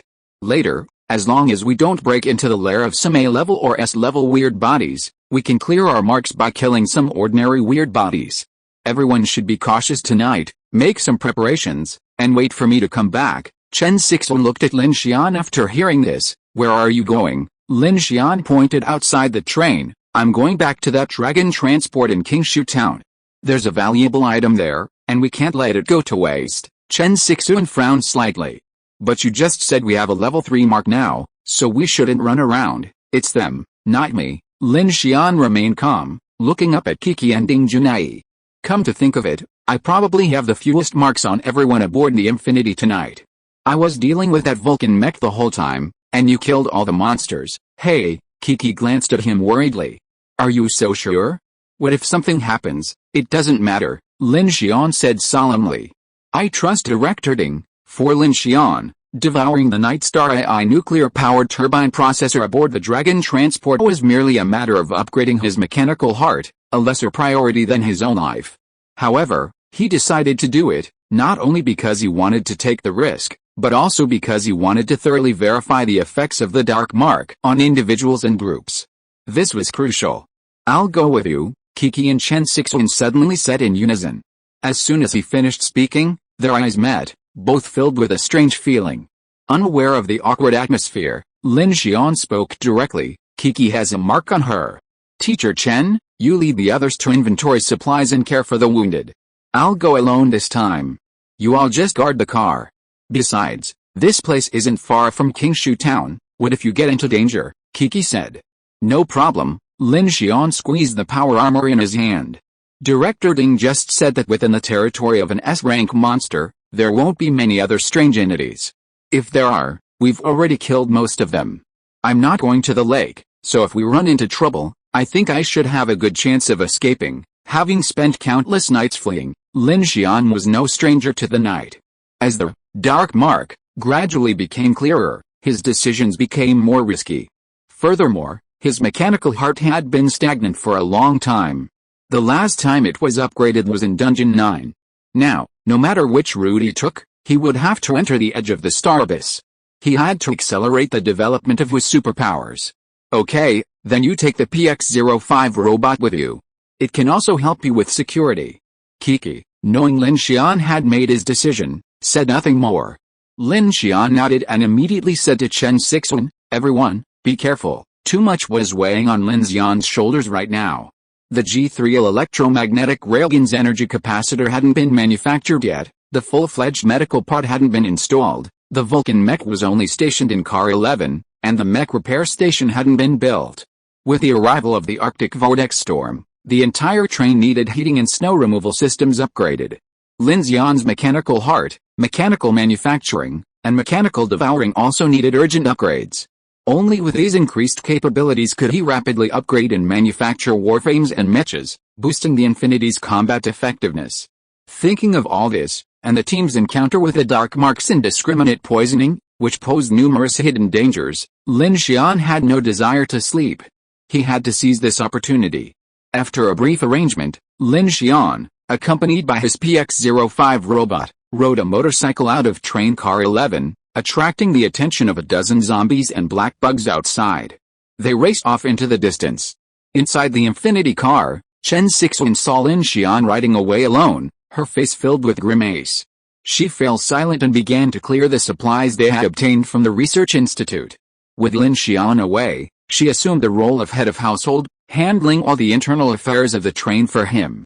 Ding Junai, meanwhile, remained calm as she continued her research. This time, she had found a wealth of research materials from the Foundation's Research Institute. Her gaze held a hint of scientific enthusiasm, and her face showed no trace of fatigue. After Chen Sixuan left, only Kiki was left walking around in carriage number 3. Looking at the bloody mess on Ding Junai's body, she couldn't help but say, "Sister Ding, why don't you go wash up? Don't you think it smells bad?" Unexpectedly, Ding Junai said without even raising her head, "You are very anxious now, which shows that you are worried about Lin Xian, but such worry is meaningless. I suggest you have a good rest. As the strongest fighting force on the train, your condition has a great influence on the survival of the team. If you can't sleep because of him, then you can choose to comfort yourself, which is very helpful in regulating the excessive overflow of female hormones." Kiki didn't expect Ding Junai to say such explicit words seriously. She listened. She was completely stunned, her face flushing red and white. Then she quietly suppressed her panic and said calmly, PFFT, who's worried about him? Who's overeating? I'm just worried that if he dies, we'll lose our free military factory and onboard energy. We have Gemini 11R nuclear-powered electric locomotives, so we're not short of energy. As a telekinetic, you don't need firearms." Ding Junai looked up at her calmly. "To sum up, I see a young girl with amorous feelings before my eyes. By the way, considering the strict definition of the word girl, are you an adult? I can't hear you." "I can't hear you." Kiki, feeling completely defeated, covered her ears and fled from car 3. She took a shower and returned to car 2, lying on her custom-made Kiki bed. Sasha was already asleep, but she tossed and turned, unable to fall asleep. "Wow." Kiki pulled open the window shade next to her bed. Outside stood several hideous zombies. Seeing the light, they began to howl incessantly, their rotting hands clawing at the armored grill outside the window. Kiki lay sideways on her pillow, gazing at the zombies outside with a heavy heart. She reached out and tapped the window lightly, her thoughts unsettled. That guy, wasn't he so cautious before? Dang dang dang. She tapped her fingers softly, looking at the savage zombie outside, and couldn't help but mutter softly, "Yeah, you think that guy's an idiot, right?" The zombie replied. "That's right. It's so late, and he's still worrying me. How about you check on him for me, and scare him so he can come back soon?" Why babu, the zombie continued to howl. Kiki's eyes blinked, then changed color. "Forget it, you can't go. Don't bother him." With that, she pinched 2 fingers, and the zombie's head outside was crushed into a ball, exploding. After the first zombie fell, a second one approached. Buzz! In the darkness, a motorcycle sped along the wilderness road. Lin Xian, carrying the PX-05 robot, entered Qingshu town from the northeastern street. To avoid triggering a zombie tide, he parked his motorcycle on the outer street and then, in his power armor, sped through the darkness, traversing the rooftops of the alleyways. He had traveled several kilometers without encountering any strange entities. So, either he had no markings on his body, or the area was completely devoid of strange entities. Either way, it almost confirmed Ding Junai's theory. Bang! A dark figure leaped from the sky, landing directly on the deck of the crashed dragon transport. It then froze in place, motionless. After ensuring it hadn't attracted the attention of any unknown creatures or zombies, Lin Xian quietly crept inside. Leaping into the interior, Lin Xian immediately activated his flashlight. The interior of the transport ship had one advantage: ordinary zombies couldn't get in. However, he wasn't sure what else might be inside after dark, so he observed cautiously. A foul odor still wafted through the deck corridor, intensified by the enclosed space. Lin Xian, accustomed to the smell, didn't even frown. God help me. It seems the trouble has truly been diverted. It's worth all the ammunition I've expended on this vehicle. Lin Xian breathed a sigh of relief. He quickly rushed along the deck into the aft power compartment, finding the nuclear turbine processor compartment. That's you. Lin Xian pulled out the PX-05 robot and activated it using a patrol program pre-programmed by Kiki. Woohoo! The small robot's flight engines ignited, and it began to carry out Lin Xian's orders. His assigned area was limited, primarily patrolling the aft compartment and the passageway. You'll be keeping me company tonight. Lin Xian patted the robot, and it wobbled out, beginning a 3D scan of the scene and setting a patrol route. Lin Xian ignored it and walked over to the power supply compartment, ready to begin devouring. Devour nuclear power, this is my first time in my life.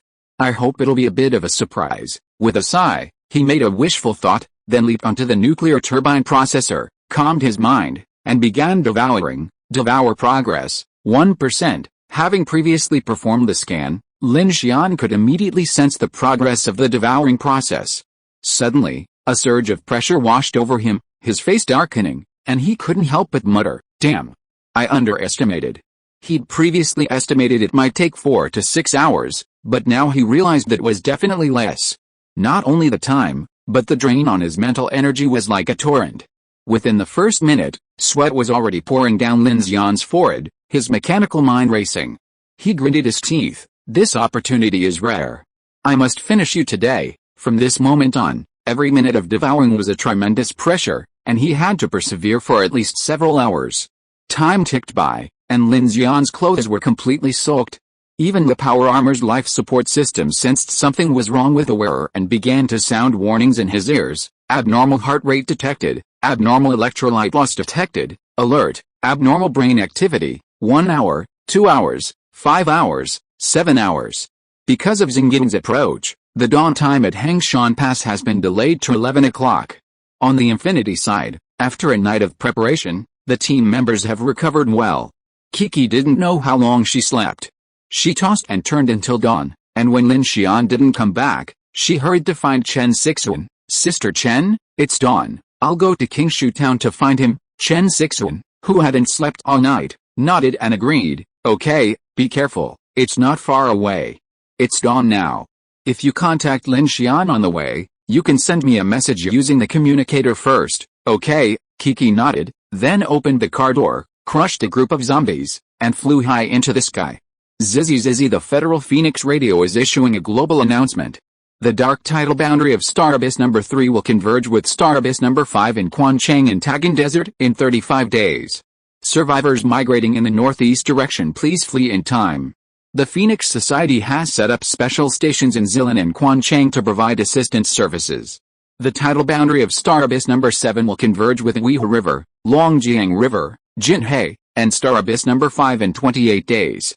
Survivors migrating eastward in the direction of Xingcheng, Kengcheng, and Yangcheng Port, please flee in time. The Phoenix Society has set up special stations in Jinhe and Yangcheng Port to provide assistance services. Zizzy, the Federal Phoenix Society is issuing a global announcement. The current location of the Dawn Center is the northern foot of Yunnan Mountains, with coordinates 116.39134447 degrees, 39.90539337 degrees. The Dawn Center will arrive at Xianji in 3 days. The Phoenix Society's Zilin station is notifying the Yunjiang Plain area that an S-level strange entity was discovered deep in the heart of the Parma grassland. It disappeared yesterday near the Beiluian swamp in the south. The Phoenix Society's Zilin station is notifying the Yunjiang Plain area that the extremely large polar cold vortex caused by the number 5 and number 7 Xingying dark plagiarism disasters has rapidly increased a blizzard level from Weihe River to Zilin, and from Longjiang River to Ziti Gobi. The lowest temperature has reached -45 degrees Celsius, and the maximum average wind speed near the center of the storm has reached level 12. A snowstorm has broken out, and a large number of unknown creatures have appeared in the snow. Zizzy Survivor Band, this is the North Wind Survivor Alliance. We are warning the survivor convoys heading north from Dalat Town in the Yunzhou Mountains that the snowstorm here is very serious. Without sufficient supplies and heating equipment, It is recommended to take the eastern route as soon as possible. A large number of convoys and survivors have been frozen to death. It is not recommended to go there without tracked or rail-mounted vehicles. There are also many unknown creatures in the polar cold vortex. Repeat, do not touch the snow in the polar cold vortex. After Kiki went out, in carriage number 2, Chen Sixuan, Shukin and others who had not slept all night were paying attention to today's doomsday radio information. Kiki went to find Lin Xian, and there should be news soon. Seeing that Lin Xian did not come back, everyone was very worried. The team lost its backbone, and for a moment everyone could only look at Chen Sixuan. Chen Sixuan suppressed the uneasiness in her heart and said calmly, "This information is very important for our next actions." Chen Sixuan looked at the map. Beiluan Swamp, close to the Wei River. "It seems that we can't go along the main line." Shukin nodded. "Unless we speed up and rush over during the day, we can only wait for Lin Xian to come back." Chen Sixuan said, "He may have other arrangements." Dalu stepped forward. "How about I drive there with Brother Ho?" Chen Sixuan waved his hand and said decisively, "Kiki has already gone there. She has the strongest mobility and has been there with Lin Xian yesterday. Let's just wait patiently for news, that's all." Just then, Kiki's voice came through the headset. "Sister Chen, I've contacted him. He's fine." Upon hearing this, Chen Sixuan breathed a sigh of relief, and the fatigue in her eyes faded. She immediately said to everyone, "Okay, I'll arrange for food first. We'll set off when Lin Xian comes back." Elsewhere, Kiki was flying in the air, looking at Qingshu town in the distance. Hearing Lin Xian's voice, she finally breathed a sigh of relief and couldn't help but curse. "What's taking this guy so long? Is he going to devour that transport ship?" Even as she spoke, her body accelerated, rapidly flying towards Qingshu town. Soon, she arrived above the dragon transport ship, made some inquiries, and pressed the communicator. "Lin Xian, are you in there?" "Yes." Lin Xian's voice sounded very tired. Kiki's brow furrowed as she flew straight in. She crossed the passageway and reached the power compartment below. Upon entering, she saw Lin Xian, now slumped in a corner, his face pale and frail, soaking wet, and panting. A PX-05 robot flew over and landed quietly beside him. "Hey, you." Seeing this, Kiki's expression immediately changed. She flew over and landed beside Lin Xian, staring at him in surprise. "What's wrong with you?" Lin Xian closed his eyes and took a deep breath. His face was exhausted, but a hint of satisfaction lingered on his face. He said, "It took some effort to take down a big guy. Why do I feel like you've been drained by a vampire?" Kiki approached Lin Xian, reached out and touched his forehead, then her own. "Hey, are you really okay?" "I'm fine." Lin Xian struggled to sit up and catch his breath. The golden afterglow still shone in the light curtain before him. Successful devour. Mechanical source points plus 1000. Mechanical devour skill proficiency plus 400. Additional rewards. Strength 20. Agility 20. Defense 20. Congratulations. Mechanical devour has evolved to LV4. Congratulations. Strength level increased to LV4. Gain additional stamina. Congratulations. Agility level increased to LV3.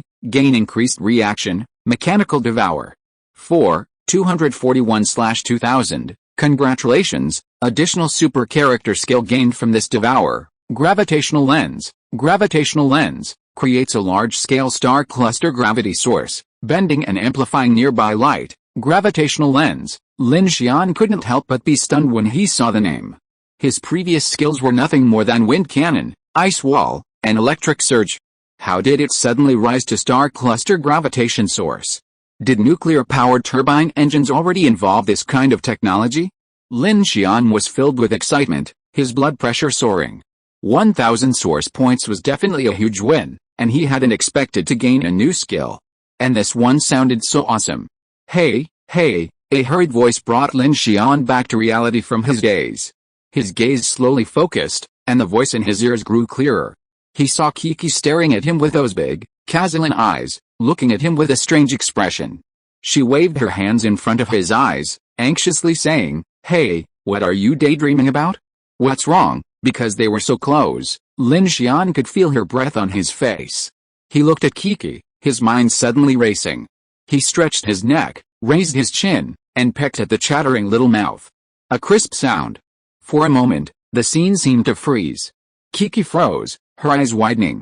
Bewildered, she rubbed her mouth, then stared at Lin Xian in shock, her eyes filled with disbelief. Her expression shifted, shifting from bewilderment to shock and then anger. Lin Xian realized he'd been a bit overexcited, and quickly explained, "Misunderstanding. Misunderstanding, misunderstanding." Kiki's face flushed. This guy had just attacked her out of nowhere, and he'd called it a misunderstanding? She was furious, glaring at Lin Xian with gritted teeth, her eyes gleaming with light as she shouted, "Go! Die!" Boom! The dragon transport, crashing into the streets of Qingshu town, jolted violently, sending a cloud of dust billowing into the air. The zombies in the alleys and dark passages all turned to look in the direction of the transport. High in the sky, a weakened and exhausted Lin Xian was carried by Kiki's supernatural powers, flying towards the infinity, without even his motorcycle. Lin Xian gazed at the blue sky and white clouds above Shijiu Lake in the distance, feeling relieved. This adventure was truly worth it. Although it took nearly 8 or 9 hours, it had significantly boosted Lin Xian's mechanical abilities. He was only a few hundred points away from breaking through to level 4 mechanical heart, which seemed like just enough to handle 2 or 3 locomotives. "Flying is so comfortable," Lin Xian said, feeling the breeze on his cheeks. Kiki, with a stern expression, flew ahead, arms folded. He glanced back at him. "If you weren't like this, I'd let you run on the ground." Seeing Kiki's sullen face, Lin Xian suddenly felt a headache. He wondered why he couldn't help but kiss this girl. Last time, it was the same thing, and this time too. Was it really necessary to kiss this little girl? Last time, it was a sneaky kiss, but this time, it was a surprise attack. The situation suddenly became awkward, and it also escalated their relationship to a slightly delicate level. Kiki stole a glance at Lin Xian from the corner of her eye, and when she noticed him looking at her, she immediately averted her gaze and sighed softly. She pressed her chest, her heart still pounding. "Kiss me again," her eyes brimmed with resentment, and she cursed inwardly. "I'll bite your mouth off next time, you bastard. See if you dare kiss me again." Humph! With a swish, the door to the infinity carriage opened, and Kiki and Lin Xian returned. As Lin Xian entered, a screen of the mechanical heart suddenly popped up before him, converted non-mechanical energy, gaining 1,000 mechanical source points. Wow! Instantly, an overwhelming warmth and vitality surged into Lin Xian's body, and he could feel his exhausted mental strength rapidly recovering. Heterogeneous Rubik's Cube, Lin Xian realized and rushed towards carriage 1. "Hey, aren't you exhausted?" Kiki, who had just arrived, saw Lin Xian's exhausted appearance suddenly become lively and energetic upon returning to the train. She immediately realized that this guy had been pretending. Unaware of Kiki's thoughts, Lin Xian quickly went to carriage 1, found the heterogeneous Rubik's Cube, activated it, and saw, Ling. Using non-mechanical force for reflex testing, test successful, no fear risk within the train, shielded from dark force intrusion, non-mechanical energy converted, 1,000 mechanical source points gained. Sure enough, it seemed the team's all-out effort last night had yielded more than just that. So many strange entities and human-like creatures had been killed, including the black centipede at Hangshan Pass, all absorbed and transformed by the hell black chrysanthemum during the night, becoming the power of evolution. Lin Xian, Chen Sixuan, Shukin and others came over at this time. Lin Xian looked back and saw that everyone was in high spirits. There was no sign of fatigue after the fierce battle last night. He was immediately happy and asked, "How do you feel about your physical condition now?" Chen Sixuan didn't expect Lin Xian to ask such a question. She said with a puzzled look on her face, "Very good, what's wrong?" Instead, Sasha on the side noticed something. "Sister Chen, didn't you sleep all night?" Everyone looked at her in unison, and Chen Sixuan shook her head. "It's strange, I really don't feel particularly tired. Come to think of it, I have the same feeling." Shukin also stood up at this time. "I didn't rest for long, but I feel incredibly energetic. Could it be that we evolved after killing the strange entity?" "Of course," Lu Xingchen said with a profound expression. "Eradicating the evil of the night naturally helps improve cultivation." "Not entirely," Lin Xian nodded. Judging from everyone's situation, the hell black chrysanthemum's energy conversion had indeed benefited everyone aboard the Infinity.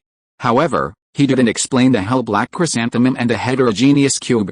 This was partly because it was a bit difficult to understand, and partly because Lin Xian himself hadn't fully grasped it. He only knew that it was something that benefited everyone for now. "Congratulations. Your mechanical heart has successfully reached level 4 and gained the passive skill Mechanical Amplification. Mechanical Amplification, passive, mechanically amplifies a special skill, at max level, making it a mechanical specific skill. This requires mechanical materials to amplify and forge. Note, using the mechanical amplification skill no longer requires proficiency levels, and you gain proficiency in mechanical manufacturing, active, currently amplifiable skill. Wind Cannon, normal, level 3, maxed, can be amplified to mechanical energy cannon, amplification materials, titanium alloy 100, hot rolled forged steel 100 amplification time. 20 hours ice wall, normal, level 3, maxed, can be amplified to at force field shield, amplification materials, supercarbonine alloy 10, tungsten titanium alloy type I50 amplification time. 30 hours holy crap, surprises followed one after another, leaving Lin Xian completely stunned. He had originally planned to return to Yingshengyan Station to upgrade 2 locomotives, but upon returning to the Infinity, he gained the non-mechanical energy from the Hell Black Chrysanthemum transformed from the heterogeneous cube, instantly upgrading his mechanical heart to level 4. Furthermore, this new skill of the mechanical heart seemed to be a perfect understanding of his needs. His wind cannon had felt completely useless in recent battles, and he was just worried about not having a new skill. As a result, not only did he gain a new skill by devouring the nuclear-powered turbine processor, but he could also mechanically upgrade his previous wind gun through mechanical amplification, transforming it into a completely mechanical specific skill. This wasn't just a pillow for a sleepy head, it was exactly what he wanted. Start wind cannon, mechanical amplification start, wind cannon 19 hours, 59 minutes, and 59 seconds. The materials in the decomposition center were constantly being consumed. Lin Xian took a look and decided that he could only upgrade the wind cannon first. He had no scans for the supercarbine alloy required for the ice wall, and even the preparation factory couldn't convert it, so the work had to be put on hold. Lin Xian, seeing Lin Xian's safe return, Chen Sixuan immediately synchronized the data she had recently collected from the radio station and then saw what Lin Xian would do next. Dalat Town, Lin Xian asked. Chen Sixuan replied, from Hangshan Pass, the northern line is about 900 kilometers away from the Yunzhou Mountains. Dalat Town is a small town. The rail line does not go there, but it is not far away. Lin Xian nodded and said seriously, it seems that the extremely cold vortex is approaching Hangshan Pass. If we take the eastern line to the Weihe River, although we don't pass by the Beiluian swamp, it is also relatively close, and there is a risk of encountering an S-level weird body. It seems that taking the southern line may be the safest, Shuken said at this time. We are in Qingshu now. If we go from Lansheng, Yunlin and then Jinhe, we can return to the main line of Huingsing, where is safe. Kiki was sitting on the sofa next to him, biting a lollipop in his mouth and holding a mobile terminal.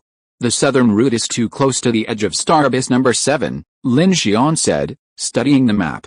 Unless we encounter no problems along the way, we'll inevitably enter the innermost reaches of the abyss. It's all the same, Lin Xian said.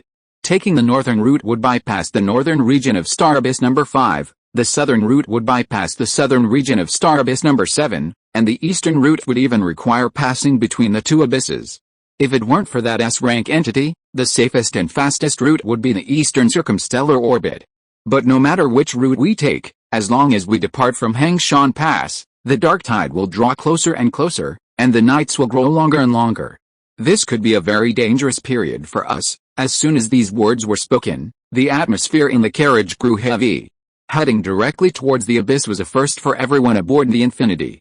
After enjoying a few brief days of sunshine from Jiazhou City, they were forced to venture into the darkness again. Only by breaking through the gaps between Star Abysses number 3, number 5, and number 7 could the team gain another chance to breathe. Which route we take? Brother Lin has the final say. Seeing the worried expressions on everyone's faces, Lu Xingqian remained unfazed. He stretched and, looking at Lin Xian, said cheerfully, you guys discuss. I'm going to go get some sun while the sun's shining. Shu Qin nodded and looked at Lin Xian. Yes, Captain Lin, we'll follow your instructions. The building, Shasha, and Chen Sixuan all glanced over.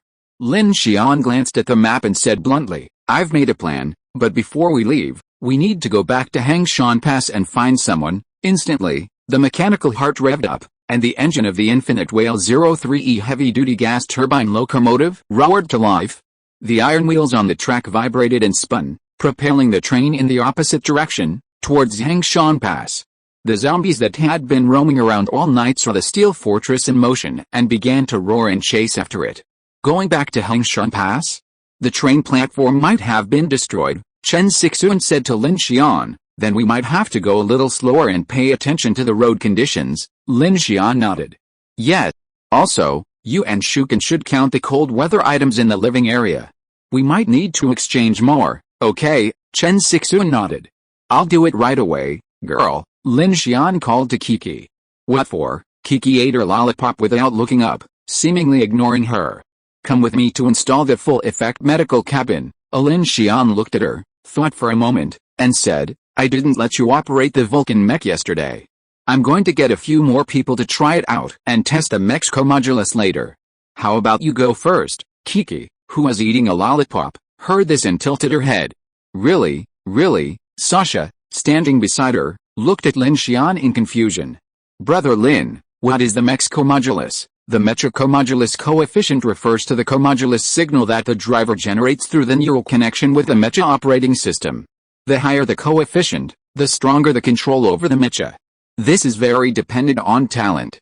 Generally, people with sensitive perception, strong athletic talent and psychological stability are more suitable to be mecha pilots. It is divided into 5 levels, and those who can reach level 1 are considered qualified mecha pilots. But if you want to operate a large military mecha, especially a combat type, you need to be at least level 3 or above. Sasha widened her eyes when she heard this. What about level 4 and level 5? Kiki snapped his fingers and said to Sasha, level 4 is already a genius mecha pilot, and level 5 is even rarer. Lin Xian nodded, looked at Sasha and said, Sasha, you can try it too. I heard that the younger you are, the more suitable it is, the faster you react, and the less interference you receive. Maybe it will be a good fit for you. Really? Sasha immediately became interested when she heard this. Wow, driving a mecha, sounds nice. Don't be too happy yet. Kiki stood up and pinched Sasha's cheek. Your sister Kiki hasn't even driven yet, so how could it be your turn? Sasha, upon hearing this, quickly exclaimed, Kiki, you can fly, so why would you need to drive a mecha? If you can fly, why can't you drive a mecha? How cool is that? Come on, let's get down to business, Lin Xian said directly to Kiki. Lin Xian placed the fully functional life-saving surgical medical capsule that Kiki and the building had brought back in Ding Junai's research cabin number 3. There was plenty of room for everything. Most importantly, the research cabin was well protected, had no windows, and was very clean inside. It also had a dedicated air circulation system, making it the perfect place for the capsule. Since it was a complete instrument, Lin Xian only needed to build a matching base for the original device, connect the wiring, and have Ding Junai and Kiki configure the system. The medical capsule was ready for use. After the configuration was complete, Lin Xian immediately called the injured Lu Cheng over. Seeing that he was about to enter the medical cabin for treatment, the man suddenly became nervous.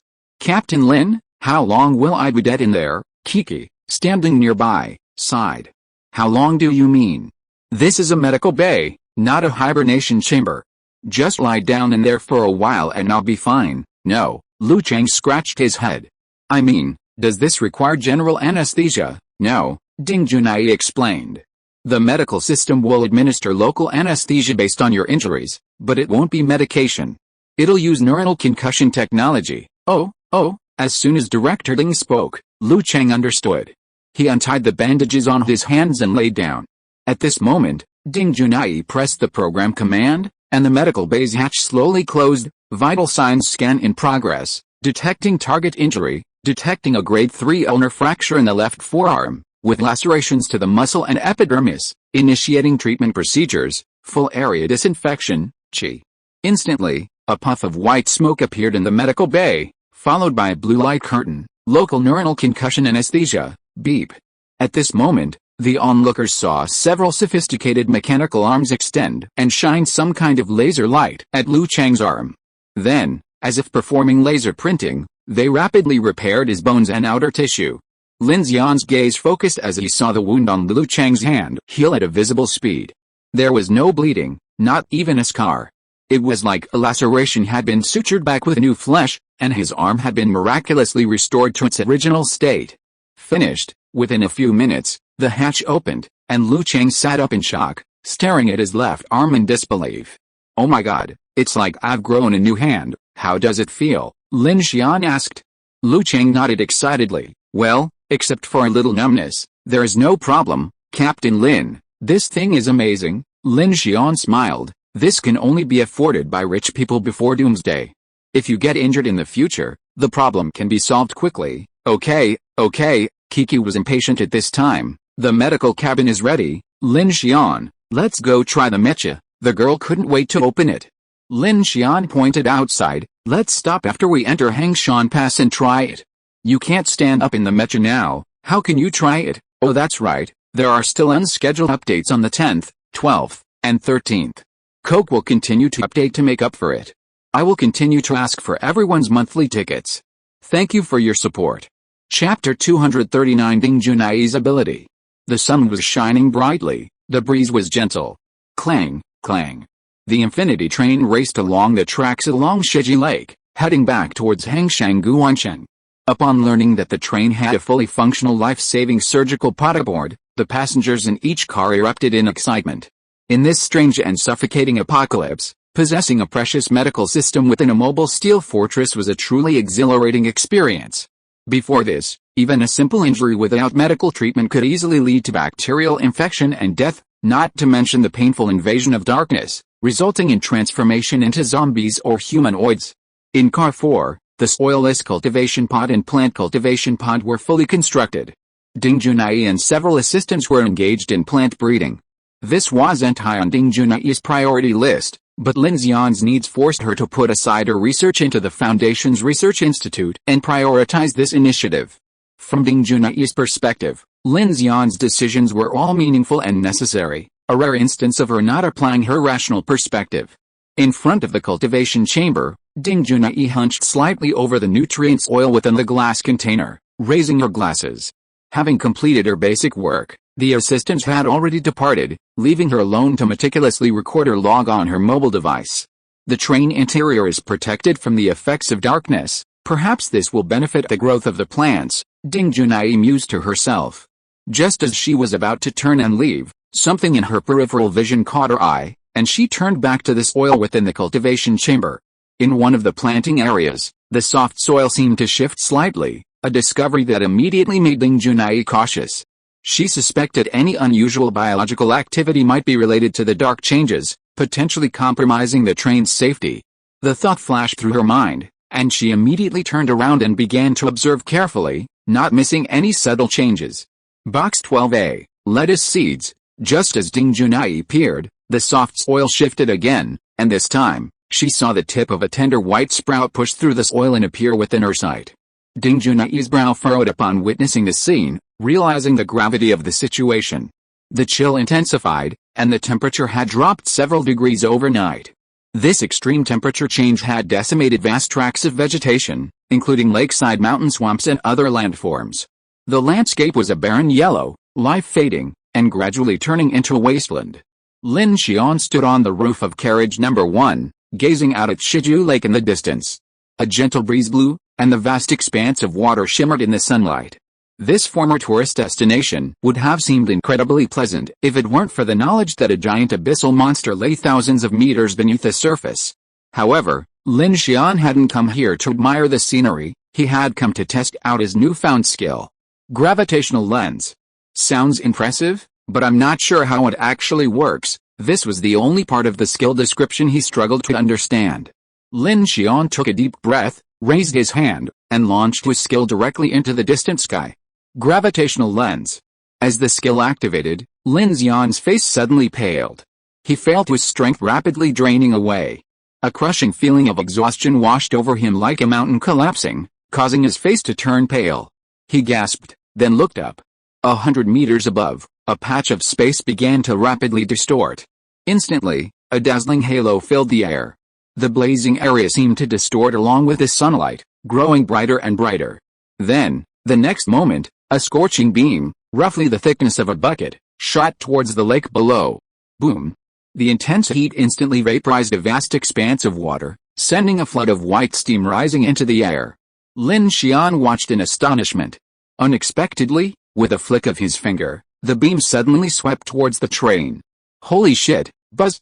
He immediately tried to retract his gesture, but it was too late. A searing white beam swept across the water toward the land, narrowly missing the front of the Infinity Whale 03E heavy-duty gas turbine locomotive. Only then did Lin Xian finally give out and deactivate the gravitational lens. A cold sweat washed over him as he watched behind the train, a charred path about a meter wide sweeping across a straight black path stretching hundreds of meters. The ground seemed to have been shaved off by a palm-thick layer. He was instantly filled with horror and dread. Damn it! I almost sliced the train. Lin Xian stared at his palm in horror, thinking to himself that this gravitational lens was simply too powerful.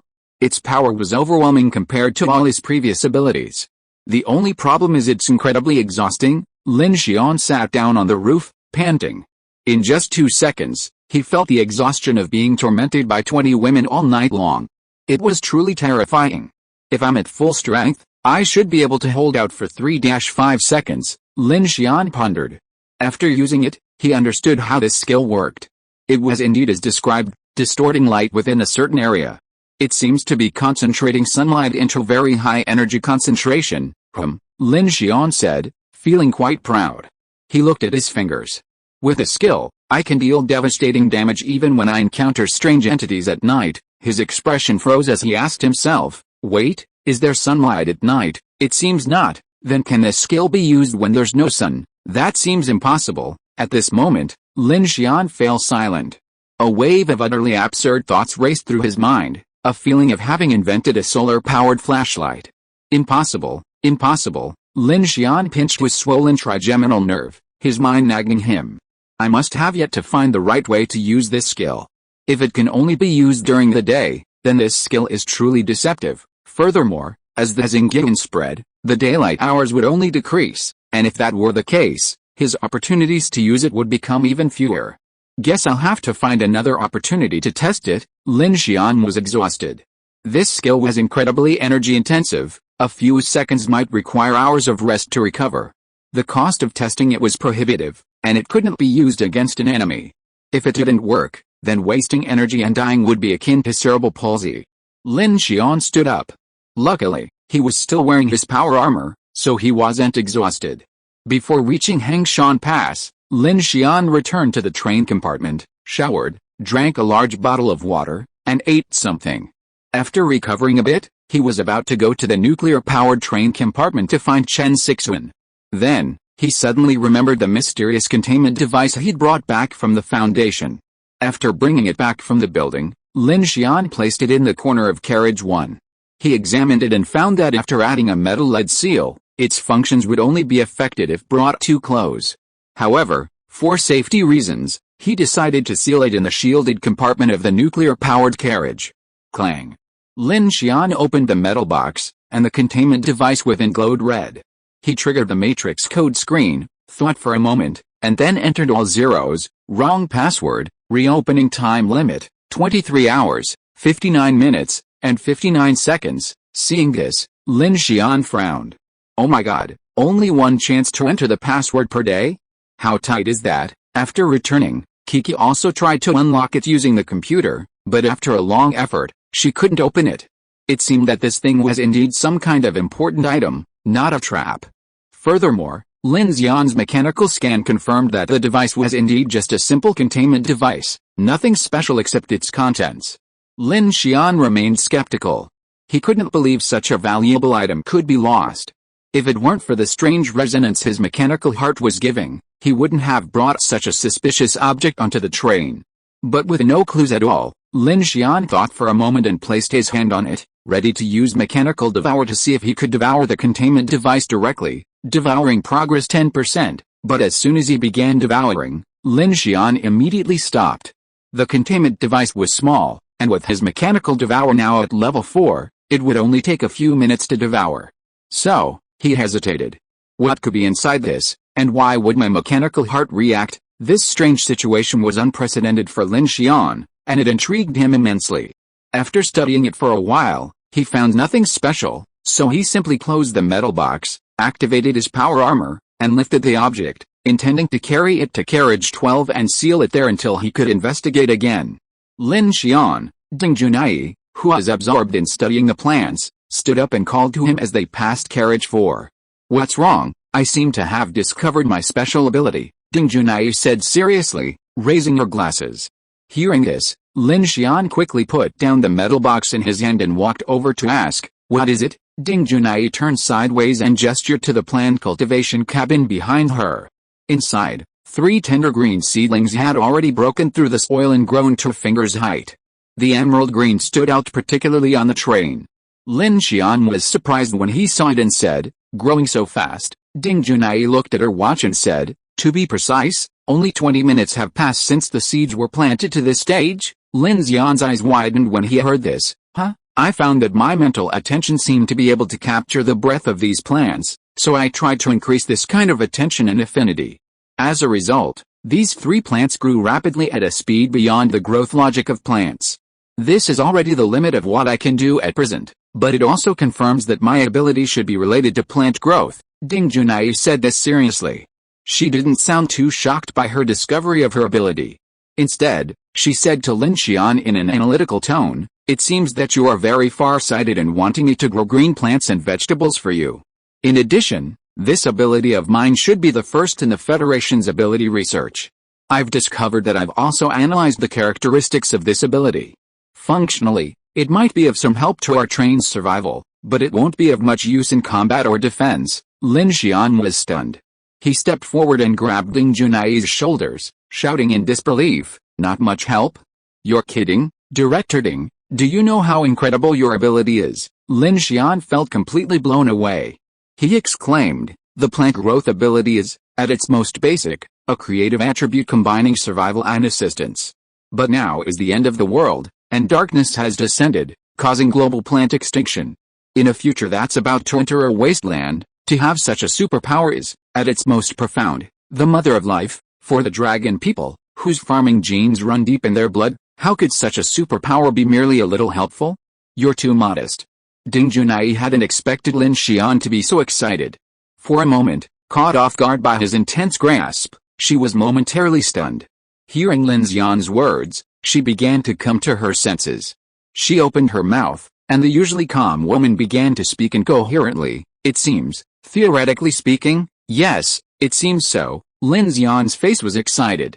He looked at Ding Junai and said, "Director Ding, you must explore this ability of yours. This carriage number 4 can be used as a training base or testing ground for your ability.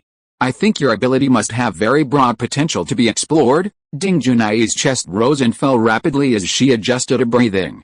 She quickly calmed down. She looked at Lin Xian and nodded, saying, "You're right. I shouldn't have jumped to conclusions so early. Perhaps there are many other characteristics waiting for me to discover." Of course, Lin Xian was overjoyed. Plant growth, he could even imagine countless development paths at this moment. Blue Star has billions of plants, countless characteristics. From the perspective of survival alone, that also means an almost unlimited supply of food. And most importantly, fresh food. Based on this alone, Director Ding would have no problem joining the Phoenix Society as the Director of Global Food Supply. And yet, she didn't take such an incredible ability seriously. "Okay, I found something fishy. By the way," Lin Xian said, his face suddenly serious, "Director Ding, from now on, it's best to use your abilities only in the car and not display them to the public." After demonstrating his mechanical manufacturing abilities at the airport, he quickly attracted the attention of organizations like the Foundation. He shuddered to imagine the level of attention Director Ding's abilities would attract you if they became known to others. Currently, Lin Xian hasn't fully reached a deal with the Phoenix Society, and there are many different factions among the survivors worldwide. Therefore, Lin Xian didn't want to expose Ding Junai's abilities too early, as it might cause unnecessary trouble for the Infinity.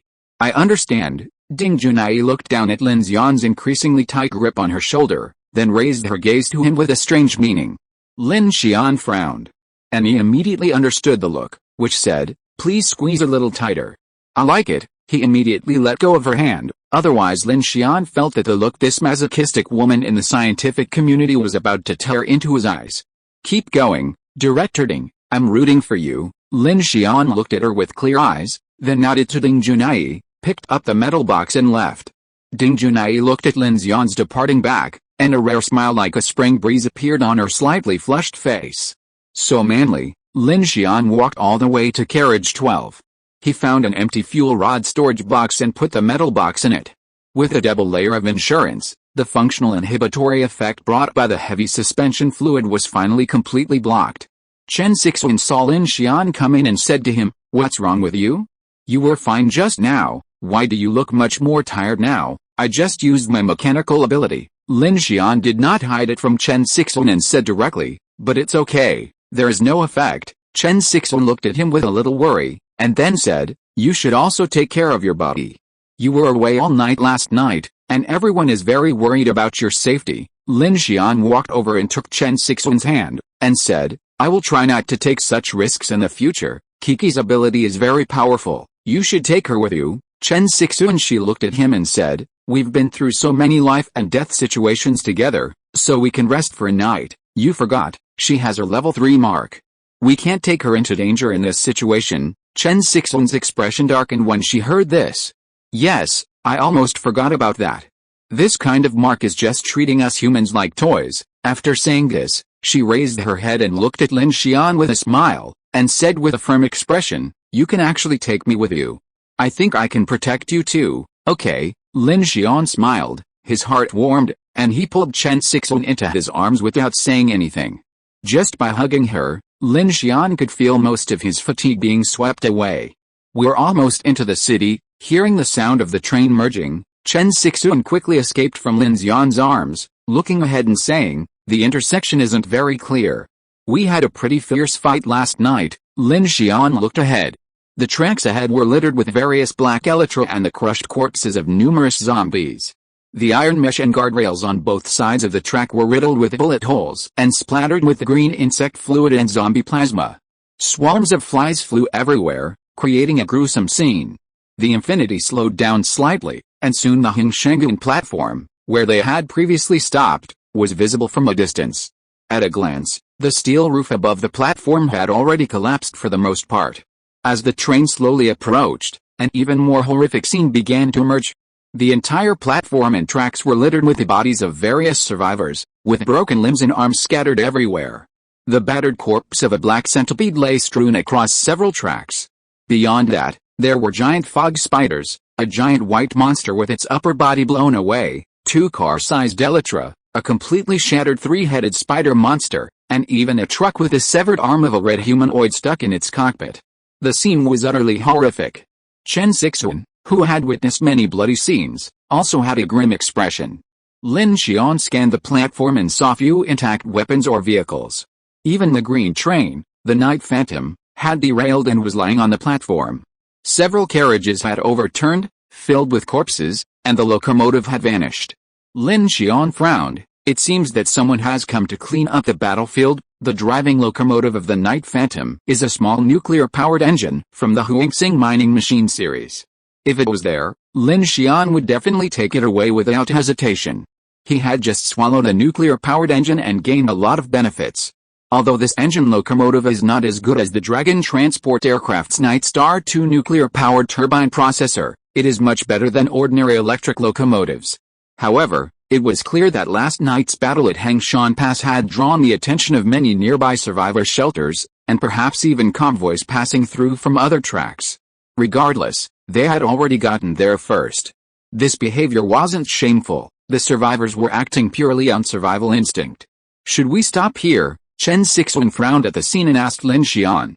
Lin Xian shook his head. "Drive forward and find an open area to stop. I need to prepare the train for tonight." Bang! The Infinity rammed through several fallen carriages and sped through the ruined station. It soon reached a freight platform at Hengshan Pass, where it veered off the main line and stopped. The freight station, bathed in sunlight, was teeming with wandering zombies, who, upon hearing the trembling of the train, rushed from all directions. Numerous empty carriages lay parked throughout the station, many rusted and covered in withered weeds. In some abandoned houses along the roadside, porcelain cabinets collapsed into holes in the rotting floorboards, the plates still neatly stacked inside. Puddles soaked yellow baby strollers, and the air was filled with a desolate, empty air. It's been so long since the apocalypse day. Everywhere we go will surely become increasingly desolate. Lin Xian glanced around. I remember seeing a documentary called After Humanity Disappears. It talked about how, if humans disappeared 3 months later, plants and animals would gradually take over our cities. The difference is, even plants and animals wouldn't be spared from such a natural disaster. We can still find traces of life now, but if it were many years later, it would probably be a wasteland. Many years. Chen Sixuan's eyes were dim. Did the Phoenix Society say we only have 1 year, Chi? Lin Xian braked the infinity, bringing the train to a slow stop. He then looked at Chen Sixuan and said, darkness won't be the end of humanity, it's only the eve of the spark. Shasha, Hoje, Mialu, clear the platform and set up a temporary camp. Teacher Chen, you and Dalu will lead the team to inspect and clean the train. Shukin, Lu Chang, split into 2 teams to inspect the north and east lines out of the city. Kiki, Lin Xian instructed over the communicator, quickly making his way to car number 2. He said to Kiki, follow me, we're going to find someone we know. Under Lin Xian's command, everyone on the Infinity sprang into action, firing their weapons and rapidly clearing the swarming zombies. Boom. On the roof, Lu Xingchen leisurely swept his sword finger, sending a torrent of flames consuming the zombies surrounding the train. Soon, the entire freight platform was cleared of zombies. Mialu and several small teams quickly established watchpoints atop various walls and towers, establishing a small train camp. Shukin, Lu Chang, and Lin Xian set out on 3 separate motorcycles, while Chen Sixuan and Dalu began cleaning and repairing the train. After a period of adjustment, the Infinity team had begun to establish clear divisions of duties. Chen Sixuan was primarily responsible for vehicle maintenance, driving, navigation, and long-range sniping. Shukin and Lu Chang, with their superior skills and agility, served as the rapid response team, conducting reconnaissance and terrain observation. Mialu and Dalu served as Chen Sixuan's internal and external assistants, primarily responsible for parking and defense, repairing trains, and inventorying supplies. Lu Xingchen, the primary guard, was the primary combatant. Although he preferred to bask in the sun, Sasha would often accompany him to search for supplies around the camp. Lin Xian and Kiki were primarily responsible for field work. Their exceptional mobility and combat power, combined with their excellent teamwork, had repeatedly escaped life or death situations, so they generally did not bring more personnel with them. Lin Xian's motorcycle raced along, accelerating towards a certain part of the city. Are you so sure that Hu Xiao participated in the Foundation's human nature experiment and won, or are you just guessing? Kiki asked curiously along the way. Lin Xian's eyes darkened. Did you notice that the main vehicles in his fleet are standard Su-65 wheeled armored vehicles? Despite the repaint, I initially thought they were Federation assets from the transport ship, but later discovered they weren't.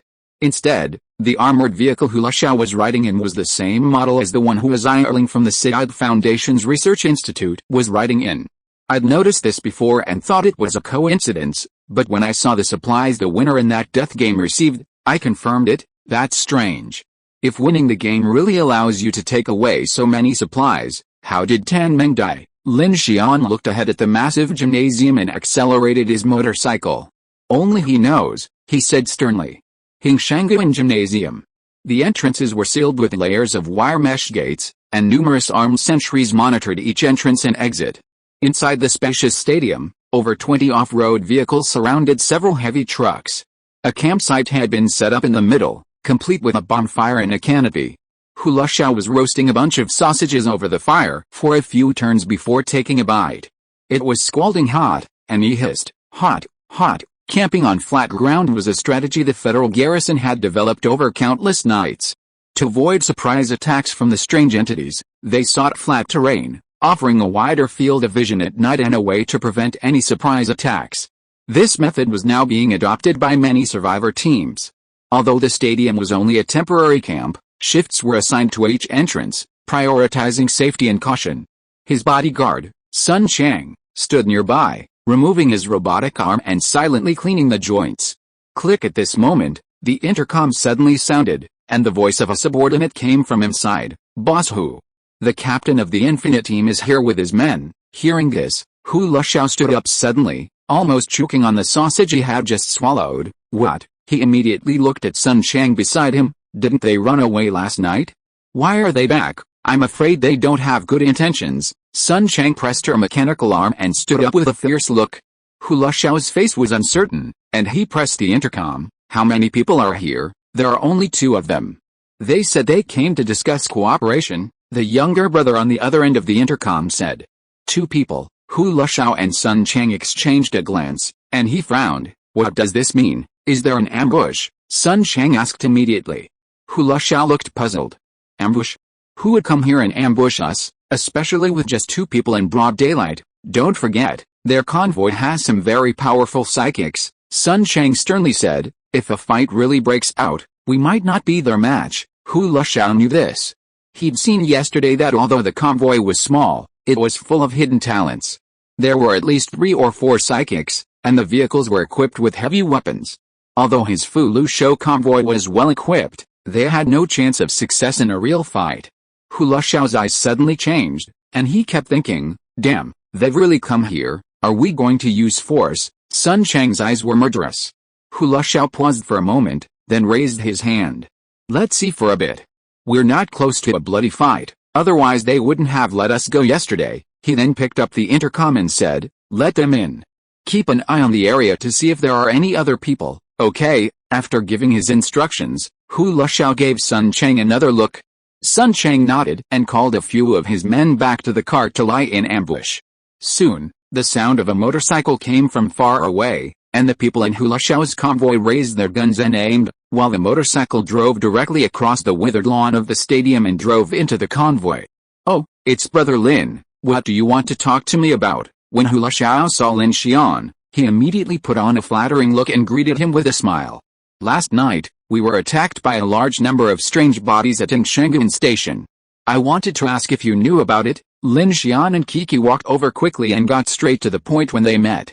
This, Hula Xiao's eyes changed, and he said seriously, I'm afraid that many survivors' camps in this city have heard the movement. I was thinking of going to support them last night, but I also encountered trouble here. Lin Xian laughed when he heard the boast without thinking. This profiteer still wanted to support him. He was lying. What's the rush? Kiki asked. We're here to gather information and buy something from you. Why are you pointing guns at us?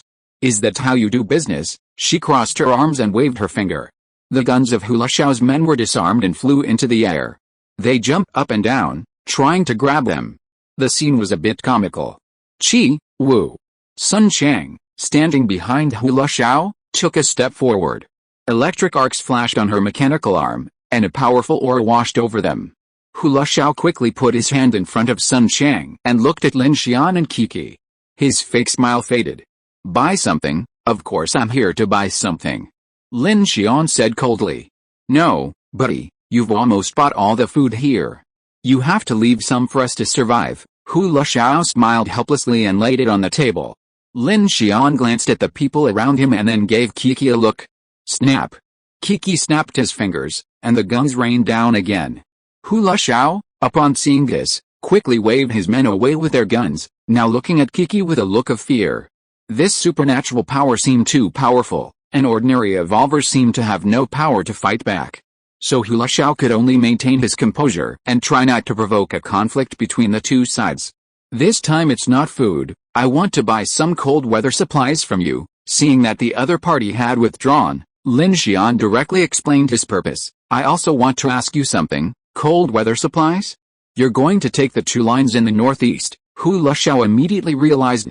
Lin Xian nodded, that's about right. Well, we do have some, but, Hula Xiao looked at Lin Xian with some embarrassment. These things are in short supply now, and they can't be exchanged for spark rifles. Why? Did you want to buy them all yesterday? Kiki said with a gloating smile. Hula Xiao felt a headache when he heard that, and begged for mercy quickly. I was wrong, I was really wrong. 2 big brothers, I really didn't know you were running a military factory. If that was the case, I would never come to clear out your warehouse. Now I have so many automatic rifles here, 4 or 5 in each hand. They are too short to use as crutches, too long to use as chopsticks, and the strange body broke out last night. Many of the survivors around ran away at dawn. I don't know who to sell them to now. Lin Xian glanced at Sun Chang behind him, and then said to Hula Xiao, Boss who? The supplies of those unlucky convoys at the station, your people picked up a lot. Hu Lushao's face was stunned. How do you know? Kiki picked up a communicator and pressed it meaningfully, and immediately it began to beep. All the communication equipment we sold were picked up by you, and you searched very carefully. Hu Lushao's face changed immediately. He took 2 steps back, and waved his hand quickly. This attack has nothing to do with us, and everyone is dead. It makes sense for the survivors to pick up supplies. Everyone is trying to survive. Seeing his reaction, Lin Xian frowned immediately. Did we say it had anything to do with you? Oh. Hu Lushao breathed a sigh of relief when he heard Lin Xian's words. Oh, brother, you scared me to death. I thought you were here to seek revenge. Hey, speaking of this, I want to ask, what exactly did you encounter last night? Why was it so miserable? A large-scale attack by strange bodies in the dark night. I suspect this is not a coincidence. It may be related to a certain organization, Lin Xian said bluntly. Organization? What's its connection to this strange entity? I'm not sure. Lin Xian looked at Hu Lushao and Sun Cheng and said meaningfully, but I know there's a mysterious research institute in Qingshu town called the Foundation. Have you heard of it? Hu Lushao's face immediately changed when he heard this, and Sun Cheng beside him also frowned sharply. Institute? I haven't heard of it. He forced a smile. What makes you think I know? Don't pretend, Kiki said directly. We know you're the deputy captain of the Yangxiang, and we know you've been to that institute. We came to you just to exchange information. There's no need to play tricks. The smile on Hu Lushao's face froze instantly. He and Sun Cheng exchanged a glance, and his face began to turn cold. Sun Cheng looked at Lin Xian. What is your purpose in looking for us? We went to that research institute yesterday and learned about the death game of the Hatter. Now the institute is deserted, Lin Xian said directly, so the purpose of my looking for you is very simple. In addition to buying things, I want to know some information about that research institute. I wonder if you know a woman named Tan Meng. What? That research institute is gone. Hu Lushao was shocked when he heard this. Seeing Hu Lushao's reaction, Lin Xian and Kiki were now certain that their guess was correct. He should have run away. I don't know the specific circumstances. Lin Xian didn't want to waste time, so he simply told the other party about the situation of the research institute. Hu Lushao, who learned of the situation, had a very complicated expression at this time. He was silent for a while and then looked at Lin Xian. Were you invited into the research institute? Why, now I'm asking you. Lin Xian lost his patience. Can you please be more straightforward? Hu Lushao curled his lips, hesitated, and then said directly, yes, I was indeed the second in command of the Yangxiang. We were forced to land in a forest outside Qingshu town by a strange aerial object, but we collided with an invisible building and crashed into Qingshu town. When I woke up, I was already inside that research institute. Hu Lushao laid it all out. He rolled his eyes and looked at Lin Xian. What do you want to know? But let's make a deal. I'll charge for my information, including the cold weather supplies you'll need, but I don't want an automatic rifle. What do you want? Lin Xian asked. Large caliber weapons, an 1130mm close-in weapons system, a Gatling gun, and your power armor. Hu Lushao's demands were outrageous. Lin Xian laughed. You want so much for just one piece of information? Robbery. Kiki stepped forward, ready to grab Hu Lushao. Hu Lushao quickly pulled his stool back, waving his hands frantically. No, no, no, what I mean is, these are the only things I'm interested in exchanging with you, not everything. The Gatling gun is fine, but forget about the others, they're not worth that much. Lin Xian could see Hu Lushao was just testing the waters. How could he really trade 1130 with him? Although he was envious, Hu Lushao knew the only thing he could get was the Gatling gun, so he said this deliberately. Seriously, Hu Lushao's eyes lit up. He was very interested in this high-powered weapon. With one, his fleet's combat effectiveness would be greatly enhanced, and ordinary C-class anomalous entities would be difficult to stop. Okay, I'll trade you 1 for information, and 3 for cold weather supplies for 30 people, Federal Standard cold weather clothing, body temperature maintenance devices, thick quilts, snow goggles, snow boots, and 6,000 rounds of ammunition. How about that? Hu Lushao and Sun Cheng were stunned. 4 Gatling guns, that's a formidable firepower, no less than a company-level heavy artillery. Hu Lushao's heart skipped a beat, and he breathed in excitement. You have so many, do you want to trade them? Stop the nonsense. Trade? Hu Lushao shouted immediately. Okay, go ahead. Lin Xian leaned back on the stool and gestured to Hu Luxiao, signaling that he could begin. What? Hu Luxiao was stunned.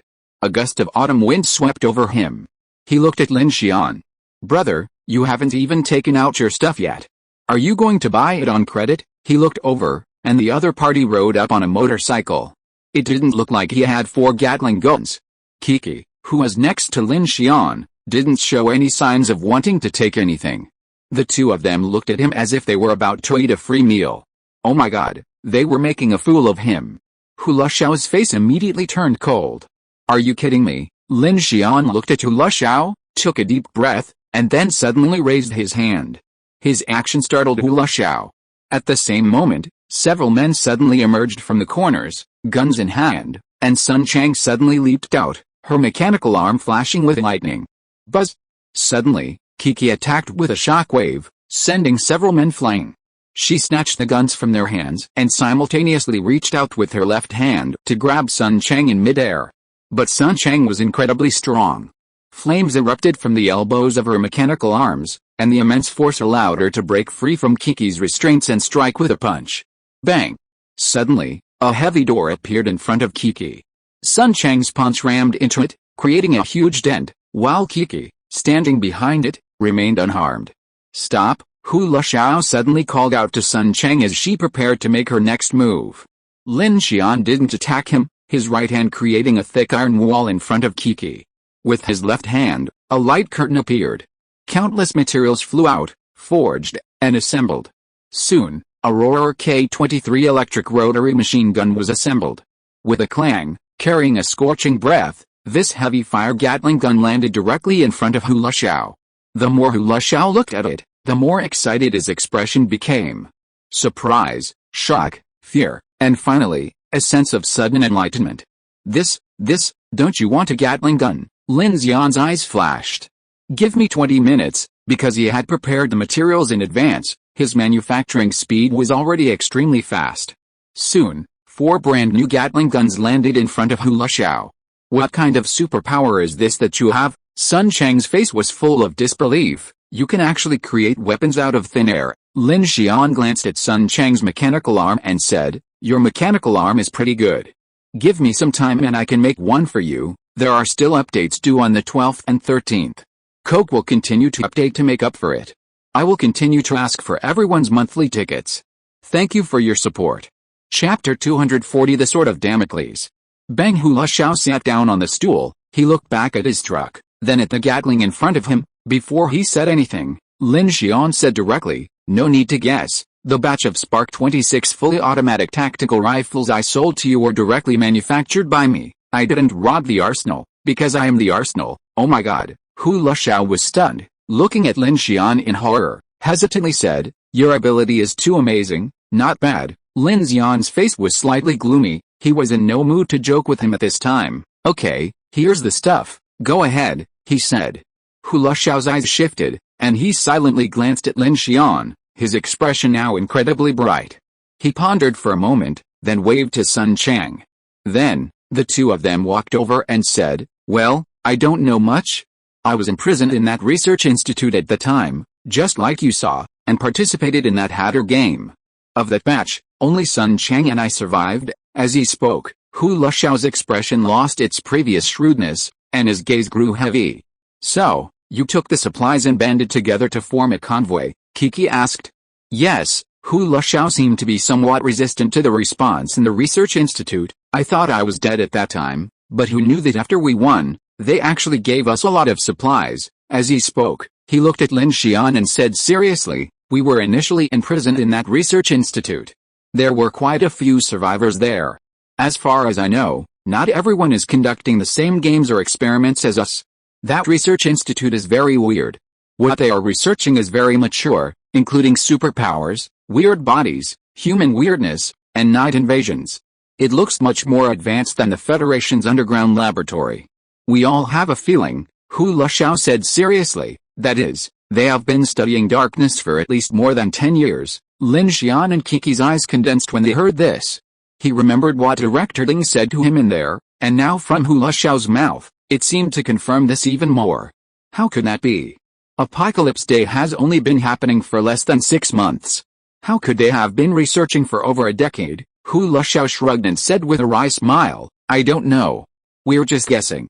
It's surprising that such a large research institute is completely unknown in our Federation system. What's so surprising about that? Kiki asked. Hu Luxiao said seriously, as a military unit, our Yangxiang ship has the highest airspace rights in the Federation, yet it collided with the Institute's sky at low altitude. A base this large isn't even in our system.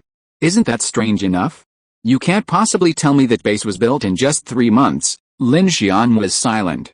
He had asked Hu Zierling about this before, and she had told him that the Institute was a large-scale military project in cooperation with the Federation. He had always felt something was amiss, but when he heard Hu Luxiao's explanation, he realized that the collision of the Dragon transport ship did look strange. It was impossible for a Federation vessel to be unaware of the location of such a cooperative unit. It now seemed that the Siddharth Foundation was not an organization aligned with the Federation or the Phoenix Order. As for that Tan Meng you mentioned, I really don't know her. What happened to her? Hu Luxiao asked. Kiki said. She was placed in some kind of submersible and taken to Shijiulig for experiments. From what I understand, she's supposed to have superpowers. Hu Luxiao frowned and shook his head. What kind of experiment is this? Since she won the game, didn't she leave? That's why I'm asking you, Lin Xian said speechlessly. I really don't know about that. Hu Luxiao spread his hands. Actually, I find it a little unbelievable that we were able to leave. Maybe they thought she had other value. After all, you said she had superpowers, and maybe she's pretty, too, haha. Lin Xian's eyes narrowed at this. Speaking of which, that woman named Tan Meng was indeed quite pretty, with a good temperament, and even possessed the superpower of flight.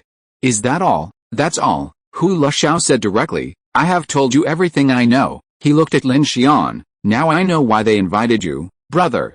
With such a miraculous ability, you must have great potential. Logically speaking, you should know more than a prisoner like me when you go in. Is what I know useful to you? Lin Xian stood up directly. It's really useless. Let your people prepare the supplies I want and send them to the freight terminal. Hu Luxiao became anxious when he saw Lin Xian leaving. Hey, we agreed on 4 Gatling guns. Don't go back on your word. Since we are making a deal, we dragon people will not fool dragon people. No, I'll give it to you. If we have a chance to meet in the future, I will look for you to cooperate again. After Lin Xian finished talking to Kiki, he turned around and prepared to leave. Hey, Hu Luxiao suddenly called out to Lin Xian, wait a minute, old Hu, don't like to do business that cheats people. I just happen to have some information here. You want to go out of the 2 lines in the northeast. Although it has nothing to do with the Foundation, it will definitely be useful to you. I'll give it to you for free. How about it? Lin Xian stopped and asked curiously. Oh, what information? Hu Luxiao walked over at this time, his eyes flashing, and in front of Lin Xian and Kiki, he lowered his voice mysteriously and said, do you know what the Phoenix Society is doing in Parma Grassland this time? Isn't it just to block the S-level weird body? Kiki crossed his arms. Is this what you want to talk about? Don't be impatient. Hu Luxiao looked mysterious and chuckled. As far as I know, this operation in Parma Grassland is a large-scale experiment of the Phoenix Society against S-level weird bodies. It is said to be one of the resistance operations, called the Emperor Project. Emperor Project, that's right, Hu Luxiao said. Before the federal government was disintegrated, there were 2 doomsday plans, which are the Underground Dawn Project and the Superpower Angel Project that many people know now, but there is actually another plan that was originally proposed by the Interstellar Military Group.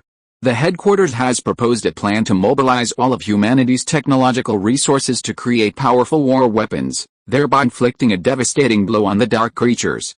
This Imperial project is divided into 2 directions, the mass production of drones, the Iron Swarm, and the creation of super-large human war weapons, the Planet Titans. Hu Luxiao looked at Lin Xian. I've recently been collecting information on the Parma Grassland operation. The original purpose was to prepare for evacuation. So I've discovered that this Parma Grassland operation is very likely an experiment to deploy super-large human weapons. Lin Xian's face changed upon hearing this. Super-large human weapons? How big are they? Who knows? Hu Luxiao shrugged. But as things stand, I suspect it's a failure. He looked at Lin Xian. Brother, with abilities like yours, you're absolutely perfect for the Imperial project. I believe you'd be highly valued if you found the Phoenix Order. With such an opportunity, why would you run around so much? What do you think? This intel is more valuable than the last one, isn't it? Lin Xian looked at Lu Xiao with interest. He hadn't expected this seemingly snobbish guy to actually be so principled. This intel was a real bonus. That's very useful information, thank you. Okay, I'll have someone load a truck and send you some cold weather supplies. Brother Lin, can we say we're having a good time together? Lu Xiao extended his hand to Lin Xian, smiling broadly. Lin Xian shook his hand and said, happy working together. With that, he and Kiki rode off together. Seeing Lin Xian leave, Lu Xiao put away his smile and said to Sun Chang beside him, I didn't expect that besides a telekinetic ability, there's also such an amazing one. It seems the Foundation Research Institute also saw this, Sun Chang said directly. Lu Xiao nodded, no matter which force it is, they will definitely compete to recruit this kind of superpower. Damn, he can create a Gatling gun out of thin air, he is better than a production line. Sun Chang suddenly looked at Lu Xiao, why did you tell him the news of the Emperor plan, isn't he a mechanical superpower? Lu Xiao shrugged, it is better to make a friend than an enemy, and this friend is very special. After speaking, he immediately said to Sun Chang, prepare the convoy and leave the city before dark. Leave now?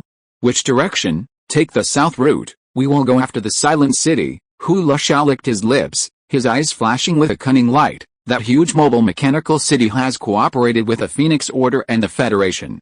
I believe they must be interested in this information, plus a mechanical superpower, Infinity. The cold-resistant supplies have been delivered to the truck. Now the team members in the living area have begun to spread thick quilts in their nests, preparing to deal with the upcoming extreme cold weather. Winter clothes and snow boots have also been distributed, and Chen Sixuan was called to carriage number 2 by Lin Xian. Lin Xian gathered everyone, synced the information they had just received, and prepared to discuss the next route. We can now basically confirm that the marking bait at the station last night is related to the Foundation, Lin Xian said. This may be an experiment, or perhaps a warning. This means that the crisis facing humanity may not only be darkness itself. Are we being targeted? Shu Qin frowned. No, Ding Junai stood in the back and said, for the Adventists, all survivors may be enemies who prevent them from building a new civilization. This is unacceptable from the standpoints of the Federation and the Phoenix. As for Lin Xian, they should be attracted by his superpowers and may be recruiting him. It doesn't matter, Lin Xian said bluntly. It's not that we haven't encountered convoys of thugs who are enemies of the survivors. For us, survival is the first element, then what should we do now? Chen Sixuan said, Kiki and Director Ding have level 3 marks on them.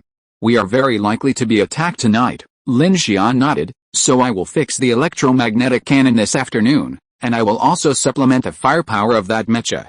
Kiki, you pick a few people and start the mecha to conduct a mecha co-modality coefficient test later. Practice in advance. He now has a power armor on him, which can greatly improve his combat effectiveness.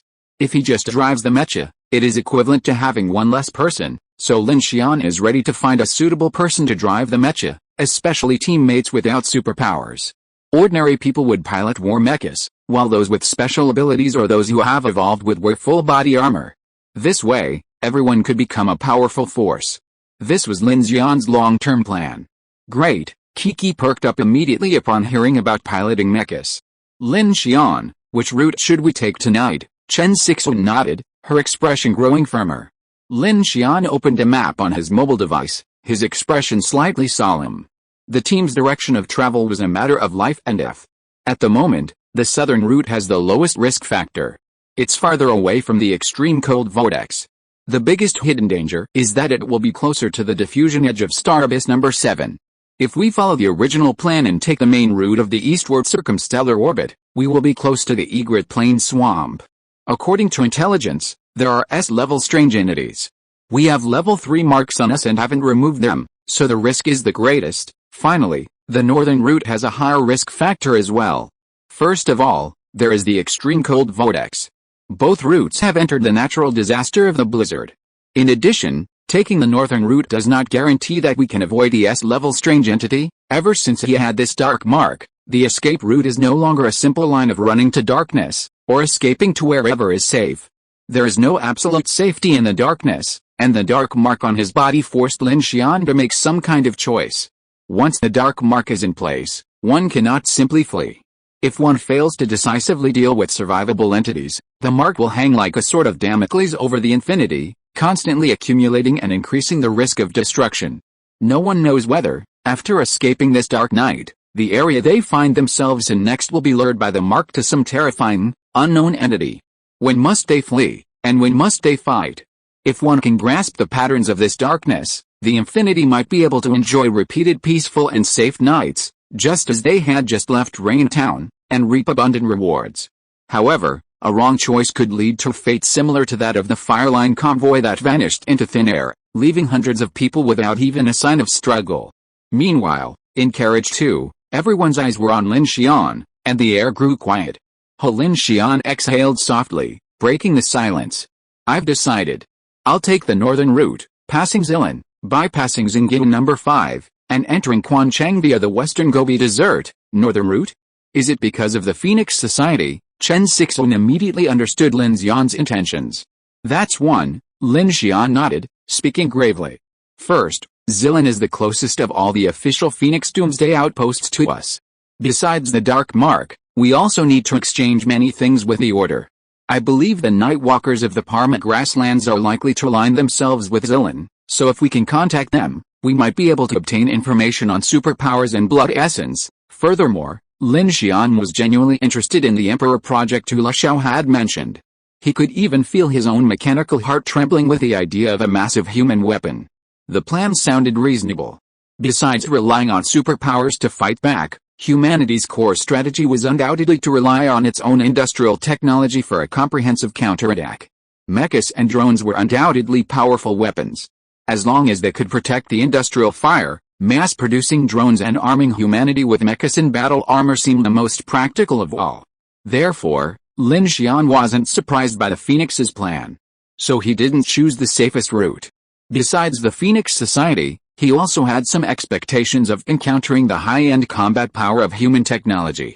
Even Hua Xiaoling had once told him that artificial intelligence and high technology are the only remaining will of human civilization. After obtaining the Vulcan mecha, Lin Xian recognized this more deeply.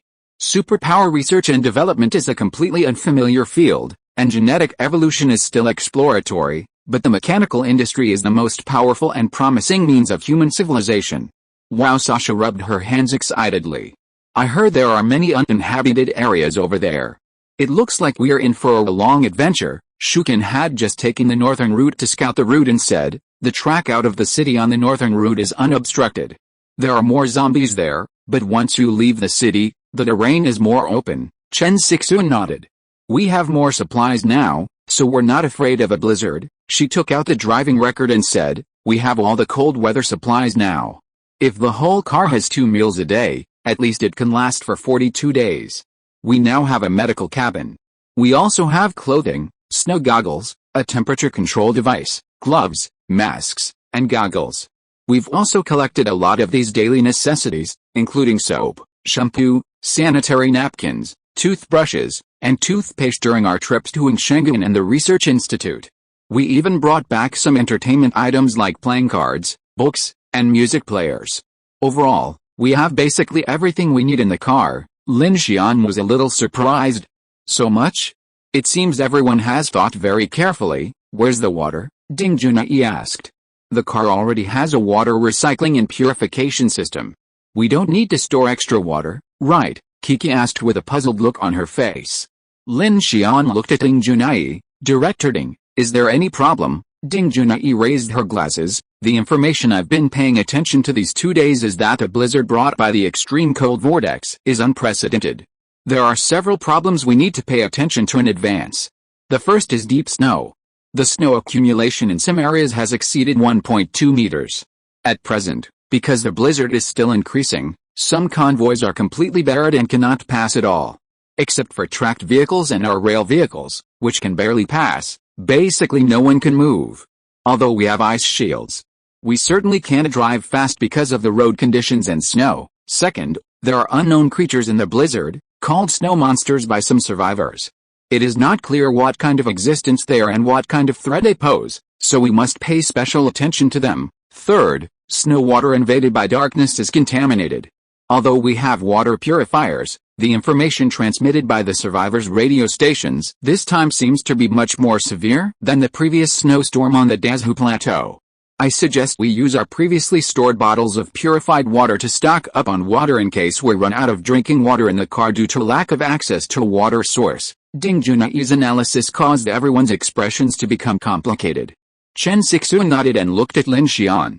Director Ding, what you say makes sense. I have a hunch too. This snowstorm may be much worse than we imagined. Lin Xian pondered for a moment. That's perfect. Let's store more drinking water and fill the water tanks. We'll also adjust the water rations daily based on our actual situation to avoid shortages. With temperatures exceeding 40 degrees below zero, heating was a major issue. If the nuclear-powered locomotives failed, Lin Xian's mechanical heart alone wouldn't be able to heat all 14 carriages for even an hour. Furthermore, heating the entire train would inevitably lead to faster water loss, and the demand for drinking water and sanitary water would be considerable. These factors needed to be taken into consideration. Let's make the arrangements. Lin Xian glanced at his watch. Let's hurry. There might be another fierce battle tonight. Teacher Chen, you and Shukin will be in charge of the preparations. Kiki, select a few people to operate the mechas and conduct covariance tests. This will be a preemptive rehearsal. I need to build the electromagnetic railgun and secure more ammunition. Okay, understood. With the arrangements finalized, everyone felt a sense of urgency, and they all began to act according to Lin Xian's instructions. Although the sun was shining brightly in the temporary camp at the freight terminal, there was little warmth. A bitter cold wind began to lash through Hangshan Pass, and the temperature had dropped several degrees overnight. The Infinity crew also donned thicker clothing. After Lin Xian finished manufacturing the G3L electromagnetic railgun's high-energy capacitor, he also needed to upgrade the seals on all the train's joints to ensure warmth within the train cars. Furthermore, ammunition was a major source of ammunition consumption. The 1130 close-in weapons system, the Vulcan mech, and the several Growler K-23 electric rotary machine guns within the train cars all consumed a significant amount. Just thinking about this gave Lin Xian a sense of the immense burden he had to shoulder. After assigning the tasks, Lin Xian wasted no time and immediately began manufacturing the railgun's subsequent systems in Car 2. His stamina had only recovered 40%, but there was no time for rest. Who knew what emergencies would arise tonight? Knowing the Dark Mark was aboard, the feeling of preparing for a crisis made everyone feel uneasy. Click. Materials flew out from the fabrication plant and decomposition center. Various intricate circuits were rapidly printed in front of Lin Xian, following the blueprints of the mechanical heart. A large high-energy capacitor device gradually took shape. This thing takes up quite a bit of space, contains numerous high-voltage wires and conduits, and requires a significant amount of material. To assemble it, Lin Xian had to install an isolation device in Carriage 2 to block ionizing radiation, since Kiki and Sasha were still living there. While the electromagnetic railgun consumes a lot of electricity, it's still manageable for the Infinity, which has twin nuclear-powered locomotives. However, Lin Xian was also considering backup plans for this issue as he continued to build it. After emerging from Underground City 9, Lin Xian believed the Infinity had nearly solved its energy shortage, but now he had a concern. If the nuclear-powered locomotives malfunctioned or broke down, Lin Xian's mechanical heart alone wouldn't be able to sustain the long-term operation of such a large train. The internal systems for traction, electric knives, power supply, heating, weapon stations, and water circulation were becoming increasingly complex. It was no longer as simple as just driving the train forward and lighting a light, as he had just done after leaving Jiang City. The energy source needs a backup subsystem, Lin Xian pondered as he crafted the ultra-high energy capacitor. There's also the issue of the drive system. Modifying polar all-terrain tracks is a massive undertaking. While it can avoid the hazards of rails, the energy consumption is much greater than driving on rails. It seems these problems can only be solved by contacting the Phoenix Society or going to Dawn City. Lin Xian calmed down, freeing one hand and beginning to craft bullets and ammunition, attempting to multitask and improve efficiency with the simplest of artifacts. Buzz! A fluorescent light appeared in the center of his left hand, and as the mechanical heart spun, bullets began to fall. Lin Xian gritted his teeth, trying to adapt to this operation. His distraction meant he couldn't produce bullets quickly, and even the speed of producing the high-energy capacitors was affected. He suppressed the confusion in his mind and tried to maintain stability, sweat beading on his forehead. Gradually, the speed of both hands began to increase slightly, returning to 90% of their normal speed. Even so, since he was now working with 2 hands, the overall efficiency had improved significantly. With a clang, a large number of bullets began to be produced, and at the same time, the high-energy capacitors reached the final stage. Ding! Manufacturing completed. G3L electromagnetic railgun capacitor group. Lin Xian opened his eyes and looked at the large black equipment group in front of him with excitement. He let out a long sigh, finally, so he stopped the bullet manufacturing work with his left hand and connected and debugged the equipment group and the electromagnetic main gun first. Not long after, the top hatch of the weapon station in carriage number 2 opened, the electromagnetic gun slowly rose, and the acceleration track line began to light up with a blue light. A surge of power seemed to be ready to go. Wow, the electromagnetic railgun configuration is complete. In the open space outside the platform, a dozen young people were surrounding the Vulcan mecha. Kiki, Shasha, Mialu and others heard the movement of the train, turned around and looked. All of them were surprised and spoke with joy. Our firepower has increased again. Captain Lin is awesome. Of course, Kiki looked at the cannon with a smug look on her face. Someone did a great job. What an efficiency. Okay, whose turn is it? Kiki glanced around. Hurry up, anyone who wants to drive a mecha, come and try it. As she spoke, her eyes caught a glimpse of a busy figure in the distance, and she immediately flew over. Sister Chen, do you want to try it? Test your common mode coefficient index. Chen Sixuan was busy cleaning the water tank of the train with others. When she heard Kiki's words, she turned around and looked at the huge weapon of war, quickly shook her head and refused. I don't need it. I'm not very good at this. I will definitely not pass the test.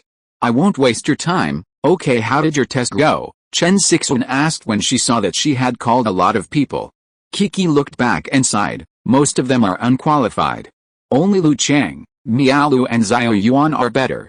Driving a mecha is different from wearing a battle armor. Driving a mecha is more troublesome and puts a heavier burden on nerve control. Among the 3 of them, I thought Lu Chang had the best conditions, but I didn't expect Xiao Yuan to be even better.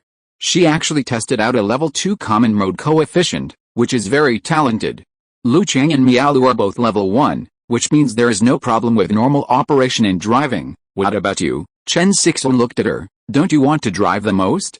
Are you not qualified? How is that possible? Kiki put her hands on her hips, raised her little face, and said very proudly, Sister Chen, you underestimate me too much. I am a genius girl. I was the first one to be tested, she said, raising 3 fingers and waving them in front of Chen Sixuan's eyes. I have a level 3 common coefficient rating. How about that? Impressive, right? Chen Sixuan glared at her. So impressive. What's level 3? Simply put, it's about compatibility and sensitivity. Mechas are machines, after all. They're not as flexible as us humans.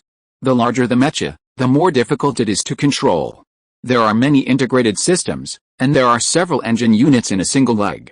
The higher the neural compatibility required to achieve flexible control, the more difficult it is. For example, some people are born with a weak sense of direction or lack developed motor nerves, so they can't operate a mecha at all. Even driving a mecha is a big problem, Kiki explained proudly. Chen Sixuan nodded. She didn't have a strong understanding of mechas herself, but she could still sense Kiki's genius. Kiki, Chen Sixuan said, looking at the large mecha in the distance. So, if that's the case, will you be the one driving this mecha from now on? I think your powers are so strong, wouldn't it be a bit of a waste if you were to pilot a mecha? Kiki narrowed her eyes and smiled, waving her hand. Oh, I just like to play with them. It's fine to drive them occasionally, but I usually prefer to fly around. For Kiki, these things were just as interesting as toys, they were full of novelty. She knew her telekinesis powers were more cost-effective when used alone, but she was troubled by the lack of mecha pilots with a higher synergistic coefficient rating on the team. Woo squeak, bang! At that moment, the Vulcan mecha suddenly made a sound of maneuvering. Kiki and Chen Sixuan looked over and saw it moving rapidly, retreating, turning, and raising its arms with remarkable agility. After a while of practice, it even tried sprinting, and then, executing a very smooth leap. Bang! Smoke and dust billowed, and the onlookers were all amazed and applauded. Who's that? Kiki's eyes widened as she quickly flew over. Even Chen Sixuan looked over there curiously. The mech landed smoothly, and the heavy hatch slowly lifted. At that moment, a small face filled with joy appeared in everyone's sight. New pilot neural connection covariance assessment level 4. A resounding metallic voice echoed simultaneously, and Sasha stood up from the cockpit, looking at the approaching Kiki with a look of surprise. Sister Kiki, I got 4 points. Seeing Sasha sitting in the cockpit, Kiki couldn't help but gape in astonishment. She stood at the cockpit entrance, reaching out and grasping Sasha's cheek. Good job, you're so young, yet you're even more capable than your sister Kiki. I told you to try, and you just climbed up, she lectured him, but her eyes were filled with joy. Come on, I'll take you to see your brother Lin. Oh, I was wrong. I just wanted to give it a try, Sasha pleaded, but Kiki ignored her and excitedly picked her up and carried her back to the carriage. In carriage number 2, Lin was packing the finished ammunition into boxes for the PX-05 robot to haul away for assembly. Just then, Kiki scurried in, dragging Sasha along. Lin Xian, look, I found you a level 4 genius mecha pilot. Lin Xian glanced over in surprise, only to see that it was Sasha behind Kiki. Sasha, yeah, this little girl is even better than me. Lin Xian looked at Sasha. The little girl glanced at him stealthily, then quickly looked away, giggling. If I remember correctly, this Vulcan mecha is classified as a heavy mecha. To be able to test it and reach level 4 is definitely genius level, and Sasha is only 12 years old, with no formal mecha piloting training, yet she can achieve this level of covariance coefficient performance. Just thinking about it, it's clear she's incredibly talented. Yeah, why don't we let her drive this mecha? Kiki suggested bluntly. Lin Xian looked at Kiki thoughtfully, then said to Sasha, Sasha, do you want to drive the mecha? Me? It's alright. I'll follow your instructions, brother Lin. Sasha looked at Lin Xian with a knowing expression. Lin Xian nodded, well, you can, but isn't Sasha too small? What do you mean small? How can she be small? She drives better than others. Kiki became anxious when she saw Lin Xian's hesitation. I'm only level 3, Xiaoyun and Lu Cheng are only level 1 or 2. Sasha is definitely the most suitable.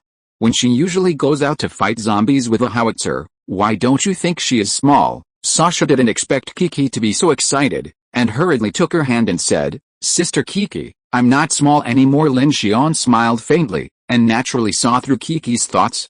In fact, she just wanted Sasha to sit in the heavily armored mecha to fight, which would be safer. Lin Xian completely understood this idea of protecting her child. But he didn't point it out. Since Sasha had reached a level 4 co-occurrence rating, Lin Xian naturally gave her priority for piloting the mech. He'd even considered this before. Sasha was clever, proficient in weapons, and quite courageous. Having her pilot a mech and support would make Lin Xian feel more at ease, much safer than having her lug a howitzer backpack along. Okay, then let Sasha drive, Lin Xian said directly. Sasha, take advantage of the daylight to practice the piloting system. I'll have the Vulcan mech fully restocked before nightfall. Really? Yeah, Sasha's eyes lit up at that, and she leaped up in joy. You've got good taste, Kiki said, winking at Lin Xian. She immediately prepared to take Sasha to practice mech operation. But halfway through, she suddenly turned back. By the way, you piloted it last night. What's your co-occurrence rating? Level 5, Lin Xian said seriously, lowering his head to sort out the wiring harness for the electromagnetic cannon. Kiki's eyes widened at this, and she froze in shock. Lin Xian glanced up at her and said calmly, have you forgotten my mechanical abilities? All the mechas operate like the clothes on my back. If a mecha isn't agile enough, it's definitely a problem with its power, drive, or materials, not mine. The comodal connection of mechas has always been a complex issue in the military industry. Selecting an excellent mecha pilot is as challenging as piloting a hypersonic fighter jet. While mecha intelligent integrated drive systems are constantly improving, robots can't replace the battlefield efficiency of a human-mecha combination. Large mechas with powerful firepower, in particular, often face complex, multi-situational, and multi-sensory challenges. Therefore, mecha pilots at level 4 or even level 5 are extremely valuable to the interstellar military. However, this mecha industry challenge is a piece of cake for Lin Xian. Once his mechanical heart encompasses his entire mecha, he can control it with ease. As he said, if he can't perform an action he wants, it's the mecha's fault, not his. The mechanical heart was like billions of nerves covering the machinery, transforming it into a living being, freely controlled by Lin Xian. It's no exaggeration to say that Lin Xian, possessing the mechanical heart, must be the best mecha pilot in the world. Kiki opened her mouth, then sighed deeply, looking at Lin Xian meaningfully. That's true, you mecha pervert, what the hell, let's go test the mecha. Kiki fled. In Car 2, the G3L electromagnetic railgun was completed, firing at a rate of 15 seconds. After configuration, Lin Xian hurriedly began to produce ammunition for 1,130. Meanwhile, he began to cover the car with the mechanical heart. Some damage from last night's battle had yet to be repaired, and he still needed to patch some gaps to prevent air leaks. Chen Sixuan entered the car. Knowing Lin Xian had been busy, she brought him a bottle of water and some food. However, Lin Xian couldn't move his hands at this moment. He had transformed himself into a spring-fed ox, supplying the entire train with water. It would be great if we could have a few more mechas like this. Chen Sixuan looked at Lin Xian, who hadn't rested for a moment, and said with some concern, "You can rest more, take it one step at a time." Lin Xian raised his chin towards Chen Sixuan. On the ground in that direction was a Meteorite 3 sniper rifle. He had made it in advance when he came to carriage 12, but Chen Sixuan was busy outside, so he didn't bother him and focused on making bullets. Chen Sixuan was startled when she saw it, walked over to pick it up, his eyes wandering over the beautiful gun. "Did you make it for me? It's lighter than the previous one, and it's equipped with an intelligent muzzle brake system. It should be more useful. Try it," Lin Xian said calmly. Chen Sixuan caressed the gun for a moment, delighted. "You've considered everyone, that's what I was planning." Lin Xian opened his eyes, looked at Chen Sixuan, and said, "After we get through tonight, I'll start equipping everyone with power armor.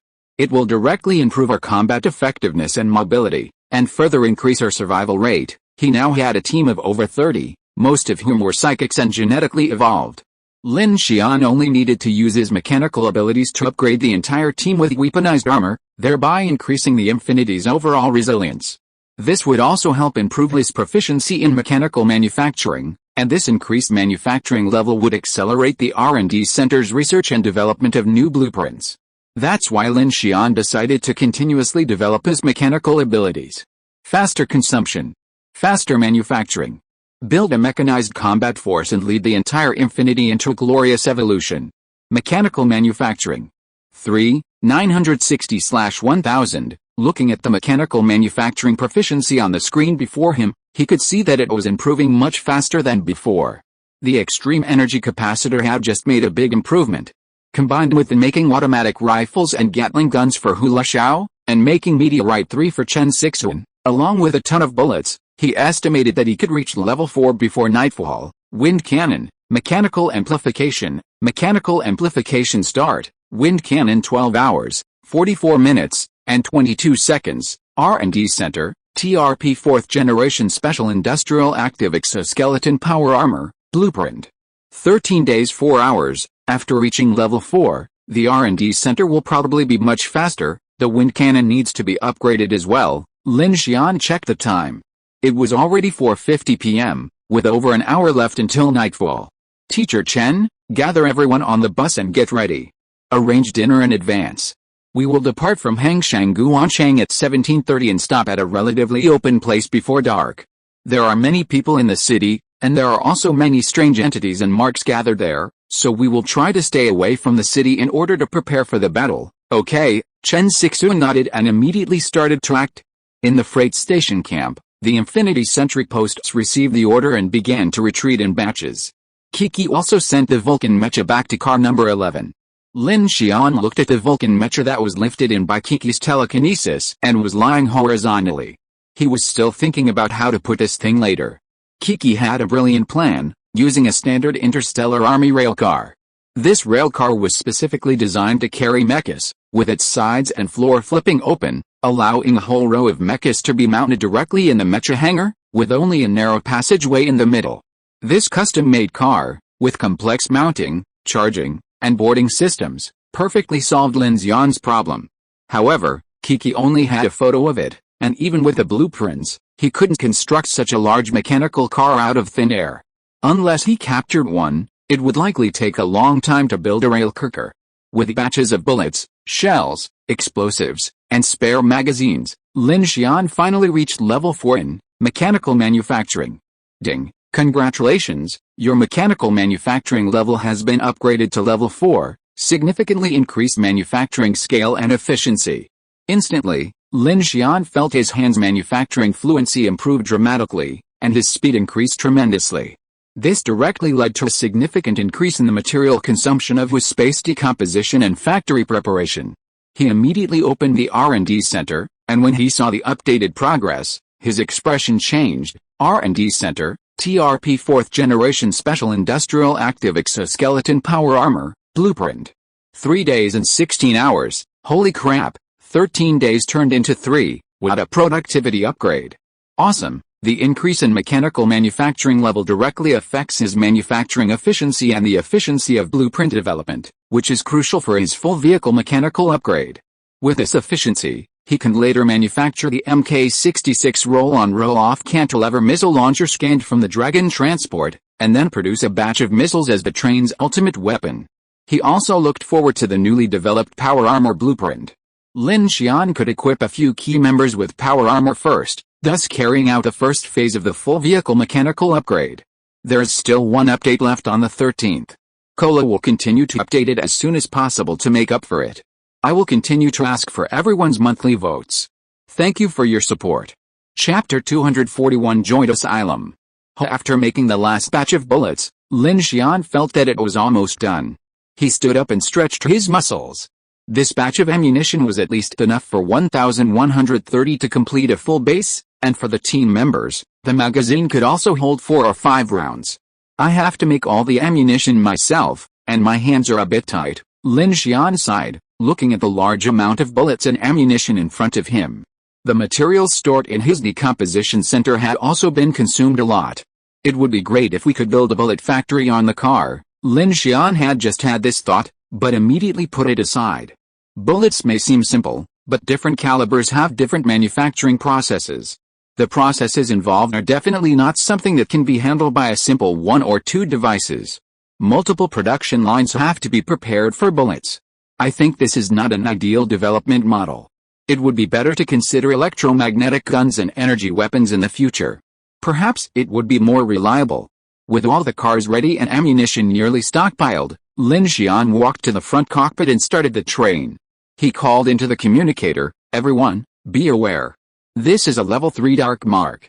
After entering Nightfall, there's a high probability of a repeat of the situation we experienced in Jiashao City and U-Town, where we were surrounded by strange entities. We might also encounter large-scale strange entities. Be prepared." The Infinity headed north. Lin Xian finished speaking on the communicator, then sat in the driver's seat, picked up the food Chen Sixuan had given him, and began to eat. He needed to rest and recuperate for after dark. After entering the north track, the Infinity accelerated. The golden afterglow of the setting sun bathed the deserted, lifeless city, and the long shadows of buildings swept across the train cars. In carriage 2, Kiki pulled Shasha along, holding up a picture of the mecha's interior on her computer and explaining, "This is the emergency valve. In a critical moment, you can release the upper compartment restraint and evacuate from the rear of the mecha. Don't use the flamethrower lightly. Burning ordinary monsters at close range is useless. If they get too close, find a way to get away." "Got it, Sister Kiki, you know nothing." Remember this. In carriage 5, Lu Da, Shuken, and Lu Cheng were reloading their weapons. The machine guns won't fire for long. We'd better use crossfire to reload and create a sustained suppression effect. Shuken tossed a magazine to Lu Cheng. "Did you hear me? You don't have superpowers. Don't rush in with a knife without Captain Lin's orders. Do you think you're like Brother Lu, who has superpowers and is invincible?" Lu Da cleared his throat, buried his head in the magazine, and said, "You'll die, too. It hurts, haha." Elsewhere, Lu Xingchen sat on a recliner, napping under his visor, apparently recuperating for the battle. In carriage number 3, Ding Junai set up numerous sensors and monitoring devices on the hell black chrysanthemum and some plants to monitor the energy of the night and changes in the dark mark. After finishing everything, she carried a small potted plant cultivation chamber back to the rest room. Inside the container was a vine. She placed it on the table and immediately began to concentrate, trying to sense the plant and then test the changes in her own abilities. In the living carriage, the teammates held their guns and waited. Magazines were piled high in the corridors and on the beds, and the air was thick with tension. In the cockpit, Chen Sixuan watched the road carefully, while Lin Xian sat beside her, resting. The temperature is dropping so fast. Fortunately, we were prepared. Chen Sixuan glanced at the thermometer. The temperature inside the carriage was only 6 to 7 degrees Celsius. Lin Xian narrowed his eyes slightly and whispered, "The dark tide is alive. These natural disasters are not natural changes. Survivors need more than just simple perseverance to survive. What if there are no tracks?" Chen Sixuan suddenly looked at Lin Xian. "Now we are out of the main track of the planet. The track systems of these branch lines are not maintained and operated by the Federation and the Phoenix. The possibility of damage to the track may be very high." Lin Xian opened his eyes, shook his head, and said with a slightly gloomy look, "There is no way. Now the Infinity's drive system can only run on tracks. It's okay for short distances. We can repair it ourselves, and Kiki can help. If it's a large-scale project, we can only stop the train and change to other routes before the dark tide comes. It is not easy to completely get a train off the track. Even if Lin Xian has the ability of a mechanical heart, he can't modify the train's drive wheels out of thin air. Making the train fly would be incredibly difficult.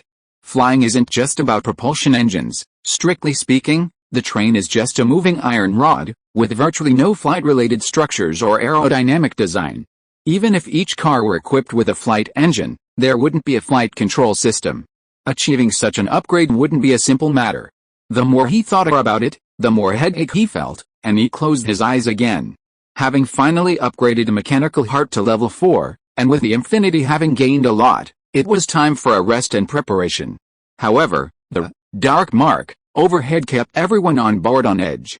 Chen Sixuan noticed Lin Xian's agitation. She walked over, placed her hands on his head, and gently pressed them. "Okay, don't sweat it. Think about it from another perspective. Before, every time night fell, we had no idea what would happen.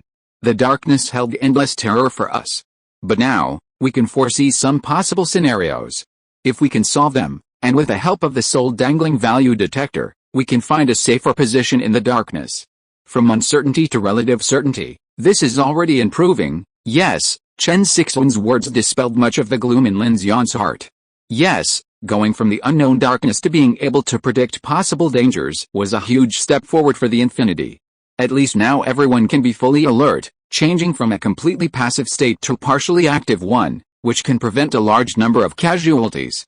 Clang, clang, the train slowly pulled out of the main city, passing through the industrial areas of Lingshangan along the way and starting to leave the suburbs.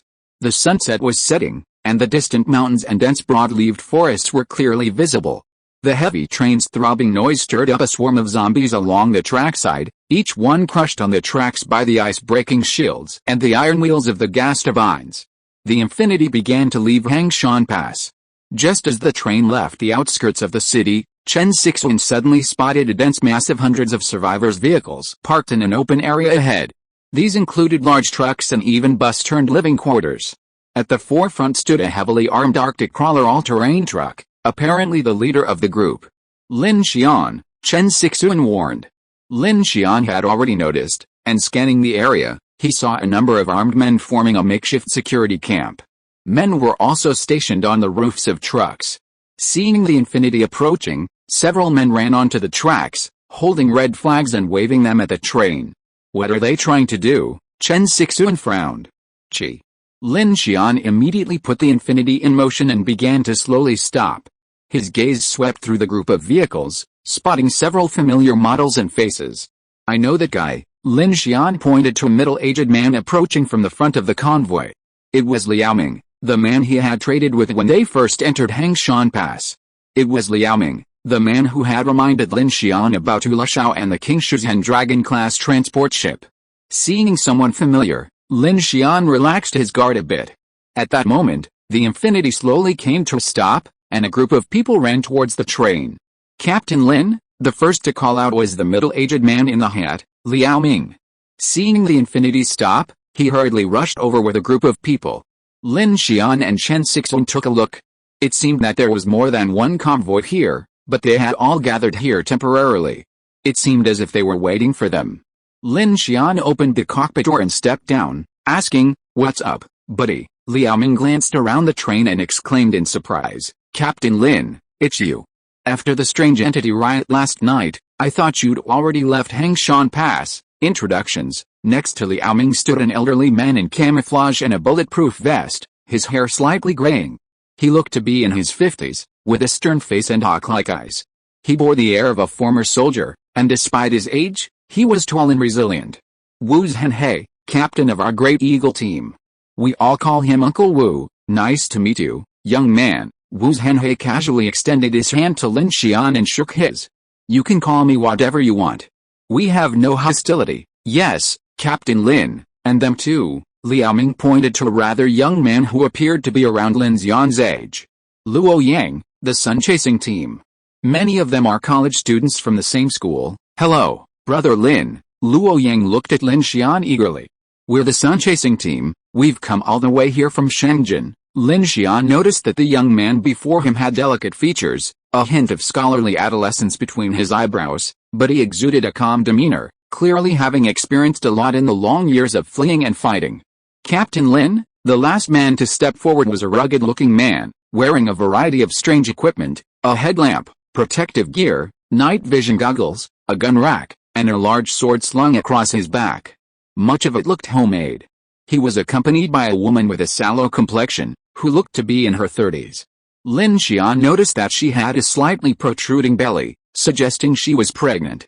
However, she was also heavily armed, carrying at least 3 guns. "My name is Liang Lei, and our team is called the Pao Ben Yuan Camp. This is my wife, Li Yi," he said, gesturing to a survivor camp van, converted from a large mining truck, not far behind him. Behind it sat 2 heavily armed buses, crowded with people, many young. "What are you doing?" Lin Xian hadn't guessed wrong. These people were indeed waiting for him. "Our teams are all planning to take the northwest route all the way to Zilin to find the Phoenix Society," Wu Zhenhe said directly without beating around the bush. "After the strange entity erupted at Tingshangan Station last night, we were originally planning to leave the city overnight, but we ran into some trouble." "What trouble?" Chen Sixuan, who had also gotten out of the car, asked immediately after hearing the other party's intention. "A swarm of insects," Wu Zhenhe said sternly. "From here to the north, the area is not certain how far, but as soon as it gets dark, it's all black insects, each of which can kill a person with 1 bite. The cuticle on their body is harder than iron, and small caliber guns can't penetrate it at all. It's really fucking weird." "Yes," Liao Ming nodded and looked at Lin Xian. "We also lost several people. Fortunately, we asked you to replenish several heavy-fired weapons yesterday. On the way back, we encountered assistance from their 2 convoys, so we managed to hold on until dawn." "That's right, Brother Lin," the extroverted young man named Luo Yang said immediately. "Our chasing convoy was stationed in an industrial area on the outskirts of the city last night. There was a large convoy with more than 100 people with us. Their leader originally wanted to take advantage of the many strange bodies that appeared in the city, and the fact that it was about to dawn, so he left the city early, but we lost contact with the entire convoy before we even reached the source. When we set out here around 9 a.m., Uncle Wu and his men were fleeing back. We encountered them and joined in the fight. The insect swarm finally vanished at daybreak, so a group of us decided to band together and storm the source at night. Captain Lin, we heard you have strong firepower, so our convoys wanted to seek shelter with you and escape the city together. Are you all going to take the northwest route?" Chen Sixuan was puzzled. "Haven't the Phoenix Society and the survivor radio stations already warned us that the blizzard caused by the Arctic vortex here is severe, making it difficult for ordinary vehicles to enter? Why are you still going this way?" Although the eastern route is also covered by the Arctic vortex, there are many survivors traveling that way, and with many important cities and more developed transportation routes, there are relatively more opportunities. Some convoys, who are more secure, choose to take the southern route around Star Abyss number 7. Few vehicles, unless they are tracked or rail-mounted, take the northern route. After leaving the source, one gradually entered the Parma grassland. The northern railway line ran along the Yunjiang Mountains all the way to Zilin City. Furthermore, this insect swarm sounded quite troublesome. "We're not heading directly into the grasslands," Liao Ming said. "We're going to detour west of the Yunjiang Mountains, to Zilin City on the Yunjiang Plain, where the Dazhu Snow Mountain exits.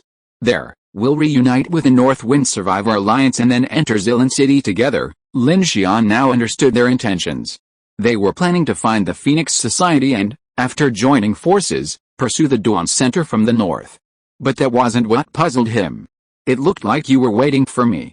How did you know I'd go this way? This, Liao Ming said somewhat embarrassedly. That Hula Xiao sold it to us. Sold? Chen Sixuan frowned. Yes, he took one of our blood essences for this information. Lin Xian was mortified. That guy was truly a genius. He actually sold his root as information? And took a blood essence from someone else. Damn, this guy really didn't miss any opportunity to take advantage of others. Then why don't we wait until tomorrow morning to head to Yuankao? Lin Xian asked bluntly. Last night, a massive outbreak of strange entities erupted in the city, wiping out several large caravans. No one dares to stay in Hengshan Pass tonight, Liao Ming said bluntly. He spread his hands and said, actually, we wanted to leave today, but we ran out of ammunition last night trying to escape. To be on the safe side, we contacted the Fulu Show caravan and bought a lot of ammunition. That's how we knew you would leave the city from the north. We discussed it. Firstly, to warn you of the danger there. Secondly, if our caravans unite, even if we can't break through, we can set up camp and defend ourselves until tomorrow morning. Lin Xian glanced around and saw that the insect swarm encountered by the Great Eagle caravan was definitely not a simple one. A caravan of over 100 people had expended a huge amount of ammunition to escape, and had also lost combat power. Now they were stuck on both sides. The strange entity outbreak in the city was almost devastating. Even Lin Xian and his men had been forced to flee in panic last night. No one dared to gamble on whether there would be more outbreaks tonight. All three convoys were caught in a dilemma. Liao Ming and Hula Xiao were both aware of the firepower of Lin Xian's infinity. After receiving this intelligence, the three convoys decided to wait here for Lin Xian's infinity to arrive, hoping to leave the city together. If that didn't work, they could all set up camp together for defense, which would ultimately increase their survival rate. Lin Xian and Chen Sixuan exchanged glances, their expressions becoming somewhat serious. He checked the time. It was nearly 6 p.m., less than an hour until dark. Lin Xian pressed the headset and whispered to Ding Junai, Director Ding, how's it going? When he got off the train, he had already opened a call on the backbone channel. Inside the train, Shu Qin and the others heard what Wu Zhenhe, Liao Ming, Luo Yang, and Lian Lei had said. Ding Junai stood in carriage 3, observing the subtle changes in the hull black chrysanthemum. Upon hearing Lin Xian's message, she immediately responded, the dark marking remains at level 3. There are two possibilities. First, these three teams are unmarked. Second, their markings are either no higher than level 3, or are on par with ours. I lean towards the second, Lin Xian said directly into his headset. These three teams had just experienced combat and had escaped, so they would undoubtedly bear some level of markings. However, their markings were no higher than level 3, which theoretically meant they wouldn't be at increased risk. Lin Xian, what do you think? Chen Sixuan glanced at the crowd, then turned sideways and whispered to Lin Xian. They're right to be a little concerned. We really can't stay in the city tonight. The marking decoy at Shengyun Station was definitely above level 3, and the destructive power it brought was terrifying. The entire station, including the Night Phantom, over a dozen teams, was completely wiped out overnight, leaving not a single survivor.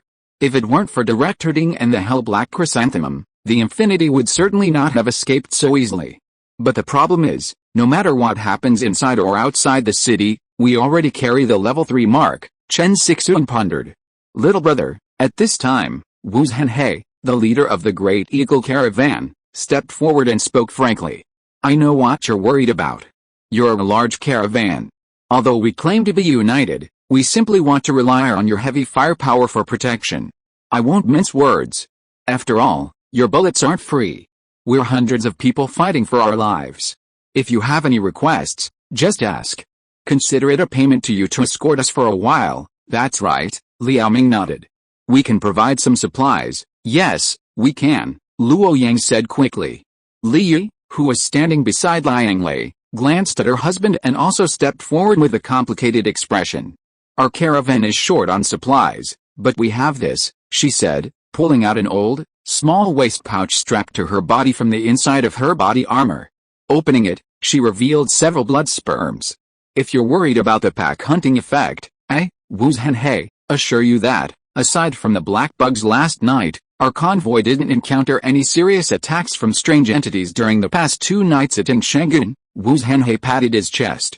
Lin Xian glanced at the crowd's expressions, his expression changing slightly. He immediately said, "To be honest, I'm very grateful for sharing the information about the insect swarm, and I'm not opposed to joining forces with everyone to escape this predicament. However, the problem is, our troubles may be even greater than yours." "Greater than ours? What do you mean?" Liao Ming was puzzled. Lin Xian pointed at the train. "If nothing unexpected happens, our convoy will be attacked by a large-scale strange entity as soon as night falls. You know, we already encountered it last night at Dingshangun Station, and there's a high possibility of a repeat tonight. So, if we join forces, it might seem like mutual assistance, but there's a very real possibility that we could bring devastating trouble upon you." Seeing their sincerity, Lin Xian didn't want to harm anyone else. Lin Xian didn't bring up the dark mark to explain. Most of these people now believed in the pack hunting effect, so they understood his words. As soon as Lin Xian said this, the expressions of the people on the other side changed immediately. Their eyes crossed and began to grow serious. "Really? You're being targeted by so many strange entities?" Liao Ming asked in surprise. Lin Xian nodded and immediately looked at his watch. "It's getting dark soon. My convoy must rush out of the city immediately. If you want to come with us, I have no objection, but I must inform you of the risks and consequences in advance. If you encounter any emergency, I can't help much.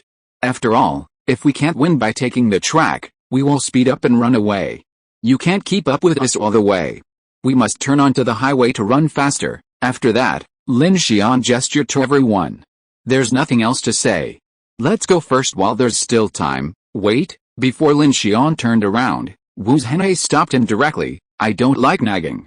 Since you don't object, then we will go all the way with you, and we will bear all the consequences ourselves." As he said that, he threw a walkie-talkie over. "My Dang convoy will follow your command on this section of the road. Feel free to arrange any needs and dispatches. Liao Ming, notify everyone, the whole team will move in immediately." "Okay, Uncle Wu." Liao Ming cast a grateful look at Lin Xian, then immediately turned around and ran towards the convoy. "We too."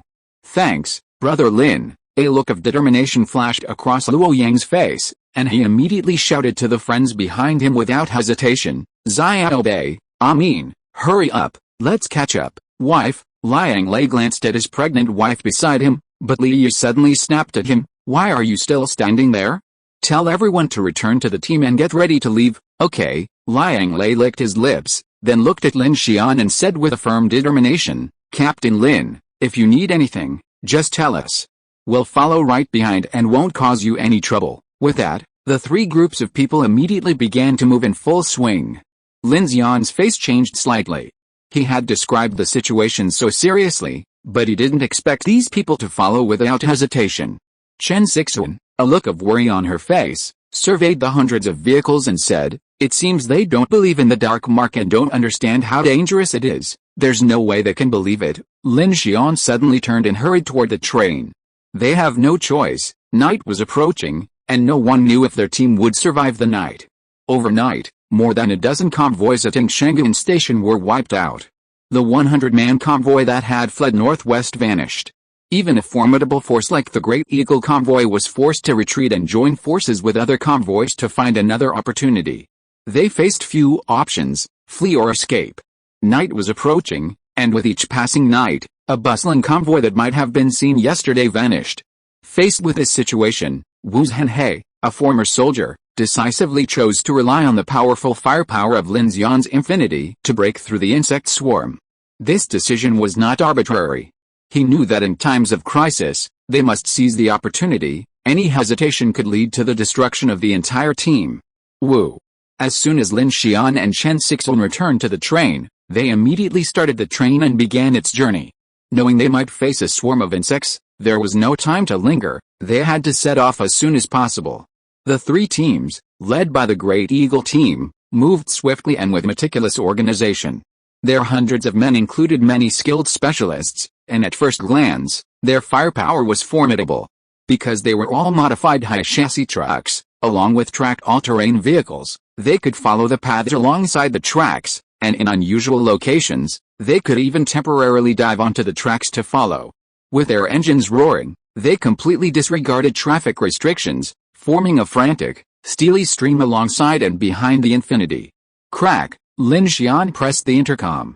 The leaders of several convoys were now on the same channel. He gazed at the gradually opening terrain ahead in the setting sun. His face was stern. Everyone, we could be attacked immediately upon entering darkness. So before dark, I'll find an open area and park our vehicle. If we encounter an insect swarm or a strange physical form, we'll attempt to resolve it before setting off again. We'll only flee if the threat is beyond our control. I'm telling you this in advance because our train has a high level of protection. You don't need to constantly monitor our movements. If you encounter any problems, you can organize your own escape. Lin Xian made this point, not wanting their actions to affect the three convoys' judgment and lead to mass casualties due to miscalculation. After all, without the awareness of the dark mark, normal survivors would probably find it difficult to comprehend the counterintuitive action of engaging the enemy instead of fleeing when faced with danger. Unexpectedly, Wu Zhenhe didn't hesitate at all. He casually shouted into the intercom, "It's okay. If you stop, we'll stop too. Don't worry about us. If you encounter monsters, just shoot them down, okay? Kill those bastards." Lin Xian was stunned by the voices on the intercom. It seemed these people were really going all in. He looked at Chen Sixuan and said in a deep voice, "Let's proceed with the original plan." Yes, Chen Sixuan nodded. Since they had been warned and the other party recognized the risks, they could just reach a temporary agreement. Everyone, be careful not to accidentally injure friendly forces when you open fire later. Lin Xian thought for a moment before shouting into the Infinity channel. Understood, Shuken replied. Okay. With so many people, the firepower should be quite strong. It could help relieve some of the pressure on us. Kiki's voice came over. Lin Xian frowned when he heard this. I don't want to use these people as cannon fodder. Don't underestimate them. Their cars are highly modified. Although their firepower is not as strong as ours, I estimate that there are many evolvers or people with special abilities who can come here. Kiki used the information center to observe the huge flow of steel vehicles following behind, and said to Lin Xian, I mean in terms of firepower, they can also output a lot. At least they have more people and more guns. Lin Xian nodded, I hope so. 18:30. There are still 15 minutes before dark. Lin Xian went to the bathroom and washed his face with cold water. After coming out, he picked up the fully charged black gun and walked to car number 2. At this time, Kiki was monitoring the situation outside the car in front of the information center. Seeing Lin Xian walk in, she said, Hey, Lin Xian, I have an idea. She pointed her finger upwards. If you said that Sister Ding and I have marks on our bodies, then I will take Sister Ding to the sky. This way, we can attract all the monsters over, and then we can decide whether to fight or run according to the situation. Anyway, I can fly, which is better than using the train to meet the enemy. Lin Xian was surprised by her idea, squinted his eyes for a moment, and then laughed. I thought you were usually quite smart, but what happened? You suddenly lost your mind. It seems you've been playing too many games. Lin Xian walked over and said, Is there a possibility that those monsters in the dark are now by your side? Several times when we entered the night, the strange bodies suddenly appeared. Especially that night in Jaya's house city. It's impossible for so many monsters to appear in an instant. It's very likely that they have been following us for a while and gathered together, waiting to suddenly appear after dark. Kiki squinted her eyes and looked around when she heard that, then shrank her neck. That's disgusting. Why can't we see them during the day? Lin Xian was speechless. During the day? Then can we still survive? I'm just kidding you. Kiki leaned back on the recliner. What do you say about how our abilities can become more powerful? Then maybe we won't be afraid of those monsters. The recliner slowly turned around, and Kiki looked at Lin Xian. I don't mean what Sister Ding said about absorbing the power of the night. It's not about finding some tangible method of improvement. Blood essence. Lin Xian pulled out one and gave it to her. Organizations around the world are researching this stuff now. Last time you were seriously injured, I accidentally fed you too, and as a result, you evolved. But this stuff is definitely poisonous. Whether there's a better method, perhaps we'll have to rely on the Order of the Phoenix, eh? Kiki frowned and snapped her fingers. That Foundation organization, they're even able to use the Dark Mark's properties to lure living people. This just proves that their research truly surpasses that of the Order of the Phoenix in Aurora City. Do you think they could have already known the secrets of blood essence or superpowers? Based on that inference, it's certainly possible, Lin Xian nodded. But these are just speculations. Given the current situation, we'd better hope they're wrong. Otherwise, for all the survivors and the Order of the Phoenix, the existence of such an organization is as much of a risk as the darkness itself poses to humanity. Beep, beep. As he spoke, Lin Xian's watch began to chime. Darkness was approaching. Dong, dong, dong. Chen Sixuan came running over quickly. Lin Xian, there's a plane ahead with a wide view and only a forest. Lin Xian nodded seriously and immediately activated his mechanical heart to stop the train. It's going to get dark soon. Shukin, Dalu. Lin Xian pressed the communicator. Captain Lin, get ready. Shukin stood in the aisle of car 8, Remington M96 in hand, looking out the window vigilantly. Brother Xian, no problem. Dalu stood in front of the automatic door of car 5, holding the Growler K-23 electric minigun, with his safety released, ready to fire. Hey, kid, it's getting dark, he shouted to Lin Xian, who was still dozing off. It's okay, I'll take action. Lin Xian slightly opened one eye, glanced, and closed his eyes again. Everyone, Lin Xian said, his eyes flickering as he picked up the intercom. We're about to stop. Each convoy should find advantageous terrain and assume a defensive posture. We might encounter enemy forces as soon as dark. Please be prepared. Lin Xian's words echoed through the swirling traffic. Wu Zhenhe, Liao Ming, Luo Yang, Liang Lei, Li Yi, and the others, all with solemn expressions, responded immediately. Okay, Wu Zhenhe shouted. Prepare to stop. Each vehicle will deploy in a camp defense formation. Bang, bang. The side gate of a black military truck in the Great Eagle convoy rose, and the dozen or so remaining small missiles launched their attack sequence. Simultaneously, over 20 elite armed personnel, clad in passive armor and equipped with high-energy weapons, disembarked from the vehicles and, with a chilling aura, began to disperse to various defensive nodes. Back at the sun-chasing convoy, Luo Yang and a group of young men in a dozen vehicles quickly found an area with a clear view. With exceptional driving skills and coordinated rapport, they quickly parked in a vortex formation, surrounding a supply truck. Immediately, these young men emerged from their highly modified vehicles, carrying a variety of heavy weaponry, rocket launchers, large-caliber machine guns, and even drone-launched bomb systems. Xiaobei, deploy the high-voltage ionization wall. Amin and Luoluo, the power armor only has 2 hours of battery life. Don't rush into battle. Focus on defense first. Li Guangwen, pay attention to air defense. A chuckle. 2 women in power armor emerged from their vehicles, fully armed. Their white armor, adorned with azure energy lines, was a relatively advanced military-grade rapid reaction power armor, extensively upgraded and modified, making it look incredibly formidable. Synchronize the visual system, the 2 women said as they began to connect the systems. Synchronization successful. Chain sword charging. Liang Lei and Li Yi were driving a RV converted from a heavy mining truck, its wheels lashed with anti-skid chains. Behind the 2 buses packed with people were several heavy construction vehicles, giving the impression of being tough and robust. Their convoy was at the rear, parked directly behind the Infinity. The construction vehicles surrounded the trucks and the 2 modified buses, forming a defensive formation. Wife, just guard the trucks and give the orders. I'll take care of the outside, be careful. Li Yu rubbed her swollen belly, her eyes gleaming with worry. Don't worry, I won't let any bugs into the convoy. Liang Lei twisted his neck, his eyes gleaming. His entire body seemed to swell, his skin taking on a dark, metallic sheen. Before he even got out of the car, the hydraulic system had already sunk 2 centimeters. On the Infinity side, in car number 2, Kiki watched the convoy's rapid movements and glanced at Lin Xian.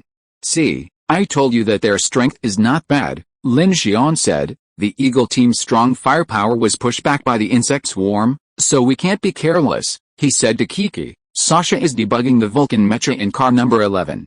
You go and help her. If necessary, quickly deploy it for fire suppression. Okay. Kiki made a yes gesture to Lin Xian with 2 fingers on her forehead, and then flew up lightly from the seat and flew quickly towards car number 11. Sasha was about to get into the mech's cockpit when she saw Kiki rushing over. Sister Kiki, why are you here so late? Hurry up, why rush? I might not need it. Kiki folded her arms and landed in front of the mech. If we get into train siege like we did before, There's no point in driving this thing out, be prepared. Sasha stood atop the cockpit, her face full of eagerness. She jumped in and patted it. Right, Sally. Sasha always loved tinkering with weapons. Despite her small stature, she preferred heavy firepower. Now that Lin Xian had let her drive this Vulcan mech, the little girl had already been driving it for an hour or two that afternoon, becoming increasingly addicted. A little girl obsessed with a Vulcan mech with heavy firepower, a real contrast between an angel and a demon. I told you to change the name. Sally sounds like Sally Chicken. No, I just like Sally. He snorted. A heavy black train slowly came to a stop on a vast plain. Aside from a patch of broadleaf forest, the surrounding area offered an unobstructed view, making it an ideal spot for nightfall. Over 100 vehicles from the survivors' convoy formed a defensive formation around the train. A vast black mass filled the horizon, a sense of impending war. A humming sound shimmered on the skyline. Like a wave of darkness drawing down the curtain on the world, the sky, once bathed in the afterglow of sunset, was suddenly shrouded in darkness. For a moment, everyone's breath held steady. Lin Xian stood in the cockpit, his gaze fixed ahead. Inside each car, in each convoy, everyone stood on alert. Silence reigned, broken only by the chirping of insects, the whistling of wind, and the rustling of the already weathered treetops. The mechanical heart permeated the entire train, and surprisingly, the predicted attack by the strange entities did not occur. Everything remained as quiet as before. What's going on? Are there no strange entities in this area? Chen Sixuan asked in a low voice, holding the meteorite 3 that Lin Xian had built for her. That's a possibility. Lin Xian glanced around, his expression serious. But I'm more worried about something else. He glanced at Chen Sixuan, who immediately understood his meaning. The two of them headed towards carriage 3. If they weren't surrounded by the strange creatures, besides being lucky, there was also the possibility that a large strange creature existed in this area, and this was its territory. They hurried into carriage 3 and gazed at the hell-black chrysanthemum. Director Ding Junai stood nearby. No changes, no superimposed marks. Lin Xian frowned. Something must be wrong. The sudden calmness seemed strange to him, especially since they were carrying level 3 dark marks. Lin Xian picked up the intercom. Everyone, is there anything unusual? No, nothing has been found yet, Brother Lin. Nothing, the teams replied. Could the dark creatures in this area have been attracted away by another group of survivors, or eliminated? Chen Sixuan's words gave Lin Xian a new idea. That's a real possibility, Ding Junai shared. Lin Xian arrived at car number 2 and looked at the exterior surveillance camera in the information center, but he found nothing. Just as he was about to breathe a sigh of relief, one of the roof-mounted Sentinel system surveillance cameras caught Lin Xian's attention. The infrared night vision surveillance camera seemed a little narrower. What's wrong? Chen Sixuan, standing beside him, looked at Lin Xian's actions and asked in confusion. What is this? Lin Xian pointed at a narrow black border beside the screen, then switched to an adjacent surveillance camera. This time, the narrow border had shifted from the left to the right. Chen Sixuan was confused. I don't see anything. There's something here, Lin Xian said in a deep voice, frowning. He immediately opened the sunshade and peered in the direction of the surveillance camera. That direction led to the woods, but dark clouds obscured the moon, obscuring the stars. The sky was pitch black, and even the outline of the trees was barely discernible. Chen Sixuan, noticing Lin Xian's gesture, stepped forward. Let me see. She immediately raised the meteorite 3 and activated its intelligent night vision system. Chen Sixuan's eyesight, genetically enhanced, was exceptionally sharp in the dark. And with the aid of her sniper scope, she could see much more clearly than Lin Xian. At 11 o'clock, that patch of woods, take a look, Lin Xian said. Chen Sixuan glanced over, and as she adjusted her viewing distance, her relaxed brows furrowed in a momentary frown. What do you see, Lin Xian? There's a person standing in that forest. Chen Sixuan's voice was cold, a hint of fear in her tone. Someone standing in the forest? It sounded very strange. Why would they be standing in the trees? Are you sure? Yes, right at 11 o'clock. That person is very tall, Chen Sixuan said sternly. Now, in her sniper scope, deep in the broadleaf forest under the darkness, a humanoid creature stood silently. It was incredibly tall, about 20 meters tall at a glance, with a pair of straight legs standing upright in the trees, motionless. Chen Sixuan slowly raised her rifle, trying to get a better look at the tall figure, but found that she couldn't make out anything. But at this point, she was completely certain that it was a creature of the night. Kel keeps his word. All the overdue updates have been made up. Currently, the manuscripts are running out, and the Chinese New Year is coming soon, so I will keep updating as normal, 6,000 to 8,000 words. Once the manuscripts are accumulated, Kel will continue to update frequently. Thank you all for your support. Please vote for me. Your support is my motivation to update frequently. Chapter 242, Exterminate Insects. Exterminate Insects. In the darkness, the howling cold wind sounded like a high-pitched, shrill chant from another world, unsettling. In the distant woods, a towering figure resembled a disproportionately proportioned, mechanical humanoid with straight legs. Its round, hollow head stood abruptly in the mist, its surroundings devoid of any reference points. Though motionless, it instantly gave Lin Xian a palpitating sensation. It was indescribable, eerie and absurd. Everyone, pay attention to the 11 o'clock direction, Lin Xian said immediately, gathering his concentration. Instantly, everyone's attention was drawn to that direction. A drone took off from the convoy, its camera rapidly focusing. What is that? Liao Ming, in the Eagle convoy, stared at the surveillance footage with a grim expression. Wu Zhenhe shouted, "Everyone, be careful. A strange entity has appeared." Everyone in the several convoys paled. Seeing that figure, everyone felt a sense of strangeness and weirdness. On the Infinity train, passengers in each carriage opened their sunshades and peered through the windows. At that moment, all eyes turned in that direction, the atmosphere tense and eerie. Then, the tall, eerie, round head seemed to move, and a ray of red light began to illuminate. The entire skull of the creature was a massive hole. Like a searchlight, the red light began to illuminate the mist caused by the night's cooling temperature. A shimmering crimson glow shone, a terrifying and eerie sight. The glowing head began to move.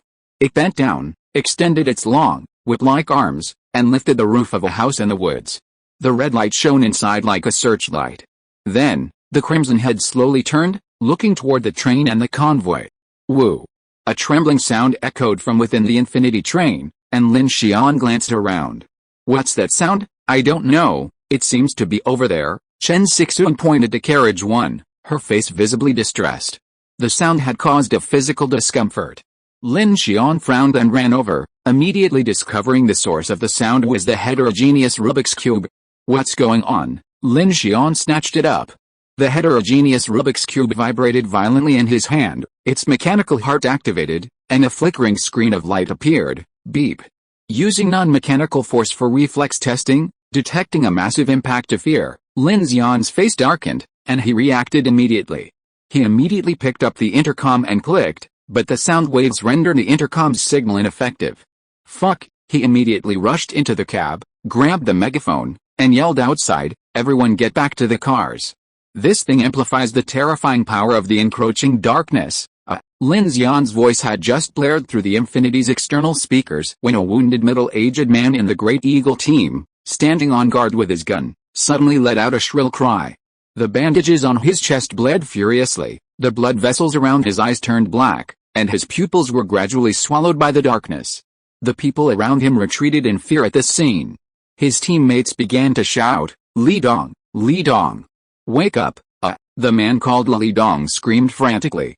When his eyes were completely engulfed by darkness, he fell to his knees, his mouth wide open towards the sky.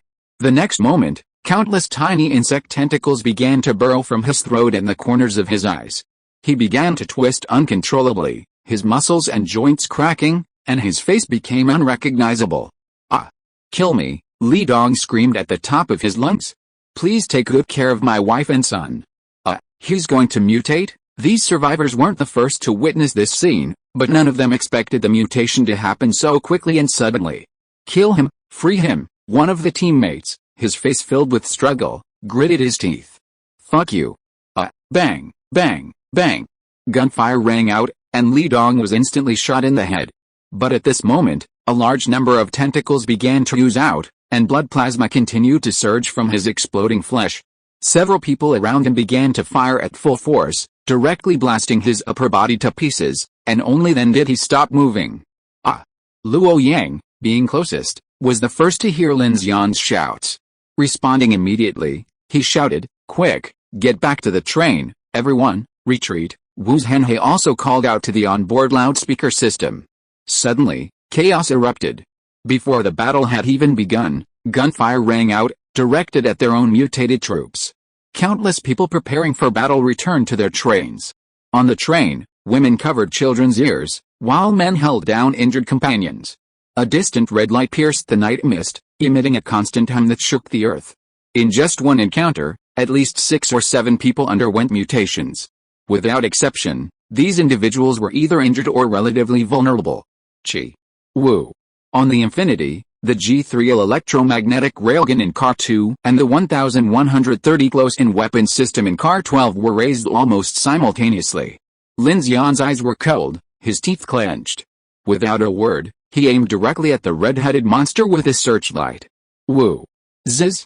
The railgun arced, and with a resounding roar, a dazzling blue light shot out, instantly piercing the darkness and slamming directly into the monster's glowing crimson head. 1130 unleashed full force. A violent stream of metal, accompanied by tracer bullets, rained down upon the monster. Bang! The railgun's blast landed directly, blasting a corner of the monster's round head open. A torrent of black debris flew across the ground, emitting a tremor of energy before bursting into flames. The humming sound abruptly ceased. The 1130's metal storm swiftly raised a cloud of dust on the ground, instantly shattering the monster's black limbs and skin. Whoosh, whoosh! A gust of black mist blew up, and the red light monster twisted its upper body, eerily floating in the air before quickly disappearing into the darkness. Only a sliver of red light could be seen moving in the distance. Damn, this thing can fly. At this moment, the communicator returned to normal, and Lin Xian immediately shouted to everyone, "Don't let the red light of that thing shine on us. This thing's attack method is different from what we've encountered before, copy it." Hurry back to camp. In carriage number 11, Kiki hugged Shasha, who was covering her ears. Her face turned pale. Only when she heard Lin Xian's voice did she react and pushed Shasha into the cabin of the Vulcan Mecha. "Hide inside and close the hatch," Sasha said urgently. "But the Sally won't stand up." Kiki slapped her forward and immediately pressed the hatch closing button for her. She glared at her and said, "Just stay put. I'll go help your brother Lin. I'll get you out when I need you." Without waiting for Sasha to speak, she flew towards the front car. In Car 5, the building's expression was heavy, a completely different situation than expected. Lu Xingchen, standing nearby, also raised his eye mask, frowning. "It looks like a monster.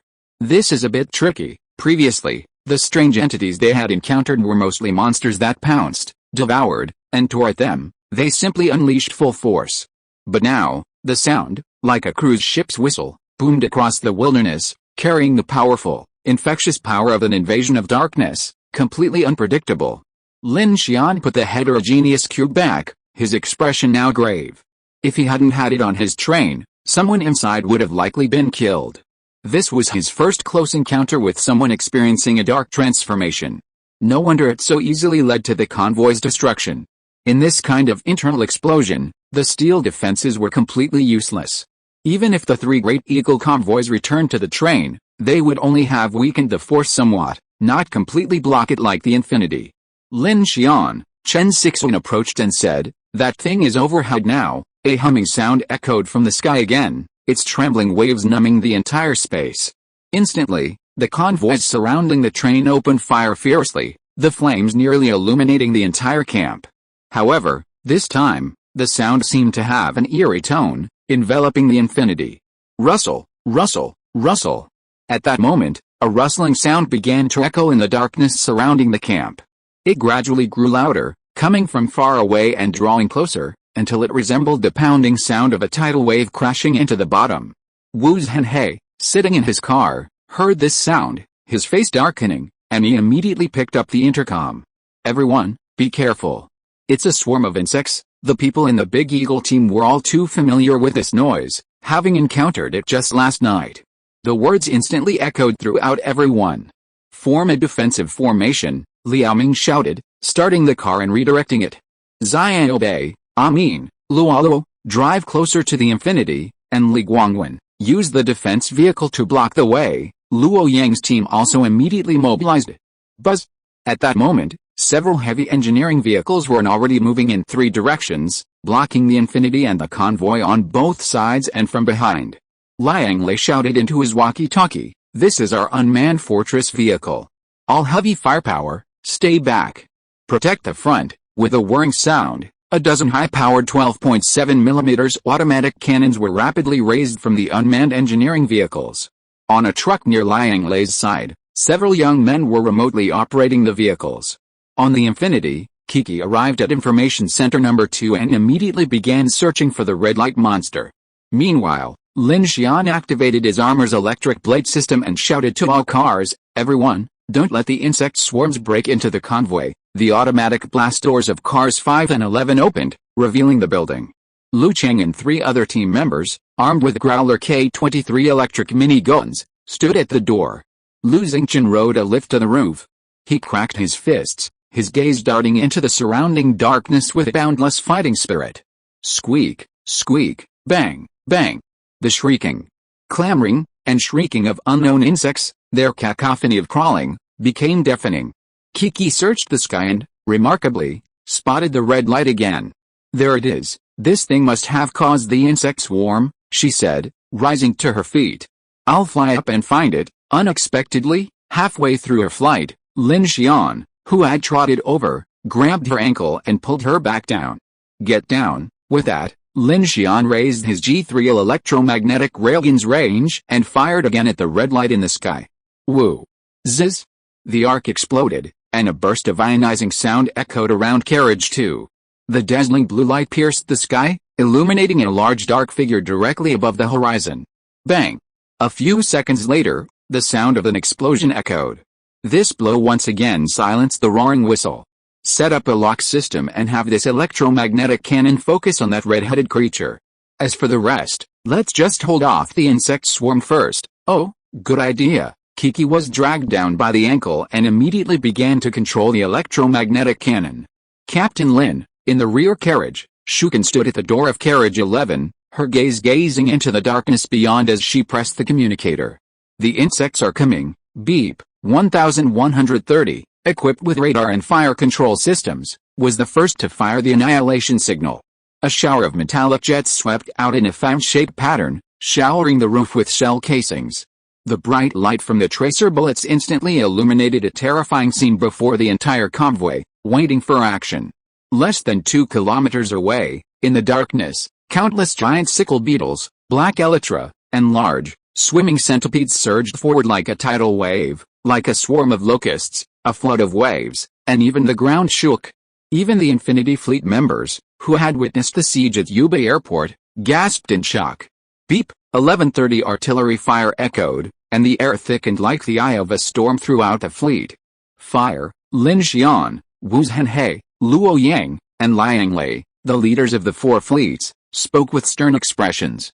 They picked up their communicators and issued the command to fire almost simultaneously. Bang, bang, bang. Da, da, da.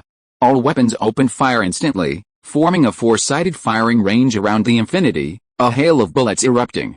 The violent stream of metal instantly shattered the insects at the forefront, the powerful impact suppressing the insect tide. At the same time, the heavy weapons of each convoy, howitzers, rockets, incendiary jets, and missiles, relentlessly bombarded the densely packed area of the insect swarm. Boom boom boom. Explosions and flames, like brilliant fireworks, instantly ripped across the landscape, and the scent of gunpowder instantly filled the sky. Woohoo! Hiss! In car 11, Madoka and her men were firing frantically when the Vulcan mech behind them suddenly stirred. Sister Madoka, make way! Sasha, piloting the Sally, unexpectedly climbed out of the automatic blast-proof door. Her control of the mech was incredibly sharp, and she leaped directly from the train, opening fire with both weapons. "Watch me," Sasha, sitting in the cockpit, gritted her teeth as she controlled the heavy mech, a machine she had barely used for half a day. The Vulcan cannon and its main guns were already accurately mowing down the insects in the darkness. The Sunchaser convoy on the left was small and already under immense pressure, but the appearance of Sasha piloting the Vulcan relieved the pressure dramatically. Luo Yang turned and saw the massive mecha, his eyes widening. "Wow, Brother Lin and the others have Gundams." Woo, swish, boom. The Infinity's electromagnetic railguns tracked the crimson shadow in the sky, firing relentlessly. After the terrifying sonic booms faded, Luo Yang saw the perfect moment. Luo, move out. Li Guangwen secures the front, with a squeak. As soon as the words left his mouth, two nimble figures, blazing with arcs of electricity, leaped from the convoy. Wielding slender white chain swords, they met in midair, unleashing a high-voltage arc. They then charged directly into the insect swarm, swiftly slicing through like a guillotine. In an instant, dozens of the strange insects were severed in half, their stinking carcasses emitting a fiery, reddened smoke. Left, right, the two girls coordinated in perfect unison. Their armors, automatic tracking cannons and full battlefield situational awareness locked onto every insect in their path. Like ghosts, they darted through the insect swarm at breakneck speed, mowing down the monsters with their chainswords. Squeak, squeak. A massive centipede burst from the swarm and lunged directly toward Amin. At that moment, a young man, muscular like a gym student, leaped out from behind Amin and Luo like a beast. He wore a strange glove. He landed with a thud and swung his fist directly at the fan in front of him. The wind from his fist exploded, and the centipede was struck by an invisible force through the air. Its layers of hard carapace burst apart, and a large amount of its internal organs were ejected from behind. Li Guangwen, control your supernatural power. There's a big one in the sky, Luo Yang shouted. Meanwhile, a swarm of black elytra flew over from above. He pressed two fingers against one eye, and the other shone with a blazing white light. Instantly, a fine beam of light shot out, sweeping across the sky. A burst of dense explosions erupted in the sky ahead. Boom boom boom, whoosh. He had just exhausted his supernatural power once before closing his eyes and taking a few sharp breaths. But the black elytra seemed inexhaustible. After only a moment's suppression, they swarmed again. Even the few dozen of them seemed overwhelmed by such a massive swarm. Hit, hit, hit. Sasha, driving her Vulcan mech, pushed forward, helping Amin and Luo suppress the swarm. Beep, the Vulcan mech's cannon swept across, instantly annihilating the entire swarm. Too many bugs, Sasha yelled from the mech's cockpit. You stinking fire-breathing bastard, if you don't get out, I'll throw your teapot. Boom. Just as the Sun Chaser convoy and Sasha, the mech pilot, felt a pressure mount, a towering inferno illuminated the sky. Here comes the deity. A blazing crimson flame shot out from the infinity, passing over the two beauties in power armor, Amin and Luo, and landing directly in front of the densest swarm of bugs. Like a meteorite, it exploded with flames, and the blast of fire was like a volcanic eruption, incinerating the entire swarm within hundreds of meters. Lin Xian stood elegantly in the center of the flames, his back to the two girls, and shouted. Filth and filth have stained the world. Today, this deity will purify the world and incinerate all evil and demons. Bang bang. Sasha paused after firing two shots, gnashing her teeth and rolling her eyes at the sight. This guy just loves to show off in front of pretty girls. Luo Yang, Li Guangwen, and other psychics from the sun-chasing team were immediately shocked. They had only heard from Liao Ming that the Infinite team had powerful firepower, but they had never expected them to have such hidden talents, including a high-level fire psychic. Brother Liao's firepower? Is that fire? Luo Yang's face was filled with disbelief, his eyes filled with eager admiration. He immediately shouted excitedly, everyone, work together, we can stop this. This thunderous scene instantly lifted the spirits of all the resistance members. Their morale soared, and they began to suppress the Zerg swarm. On the right side of the train, the Great Eagle team had the largest number of troops and the strongest firepower. They deployed a variety of heavy machine guns, rocket launchers, howitzers, small missiles, and flamethrowers. 20 or so elite fighters led the front, suppressing the overwhelming Zerg swarm. After firing a burst of bullets, Dasha rushed out with his greatsword, not even waiting to reload. After the previous battle at the Research Institute's testing ground, he discovered that his supernatural powers continued to increase with the blood and energy he shed from his injuries. Both his strength and recovery were like Long from the Black Crow 4, growing stronger with each battle. So he began to actively engage in close combat. On the Great Eagle team's side, Dasha, alone, charged into the Zerg swarm, greatsword in hand. His expression also changed. Is he a psychic? Bang, bang, bang. Liao Ming, a limb-type psychic who had transformed into two long sickle-like arms, saw the building rushing towards him and immediately shouted, be careful, brother. These creatures are hard to kill with cold weapons. The building remained silent. As soon as he rushed in, he was surrounded by several black elytra, their bodies constantly covered in bloody wounds. Seeing this, Liao Ming immediately prepared to rush to the rescue. Bang! Bang! A dark shadow darted past, outpacing Liao Ming. Under the terrifying power of the M96 demon-repelling holy flame, the Black Elytra were instantly blasted to pieces. Shu Qin, each holding a Remington shotgun made by Lin Xian, fired left and right, blasting away the swarm of insects in a few short blows. The building was now shrouded in a crimson aura. Suddenly, with a surge of momentum, he raised his greatsword, stepped forward, and with a muffled roar, his muscles tensed. He swung the sword forward with both hands. Buzz! The powerful, heavy blow burned the blade red in the air. The crimson blood wrapped around it erupted directly into a fan-shaped slashing wave. With a clang, a vast shard of insect shells shattered, and within a few meters in front of him, all manner of strange insects instantly exploded, sending a shockwave careening through the body parts and limbs. Awesome! Liao Ming's eyes widened. He had just about tried to help, but he quickly retracted his sidearm, fearing he'd be hit by the wave. The building surged with momentum, heaving his steel-cutting greatsword and standing in front of the unmanned engineering vehicle, slaying the horde of insects. I'll help you. Liao Ming's blood boiled, and he led his elite team forward. Wu Zhenhe, firing frantically from his vehicle's mounted Gatling gun, saw Liao Ming and the building converge and immediately gave orders over the intercom. Bomb the convoy, Su Jin's barrage. Cover them, Roger. Whoosh whoosh whoosh. Boom boom boom. Missiles from the rear convoy began providing powerful fire support. Because the forces ahead were all psychics, their firepower exploded in a progressive pattern across the building in front of Shu Qin and Liao Ming's group, creating a wide, open battle zone for them and extending their formation in a conical shape.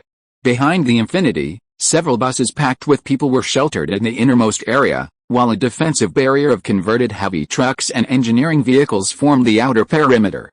Half of Liang Lei and Li Yi's convoy consisted of women and children, so many of the vehicle-mounted weapons were controlled by young men using unmanned aerial vehicles. The sole combat force consisted of Liang Lei and a group of 20 or so young men and women. However, the rear carriage of the Infinity, where they were stationed, was supported by the 1,130mm close-in weapons system and the numerous members of the Infinity convoy, and they were barely able to withstand the initial wave of the insect swarm.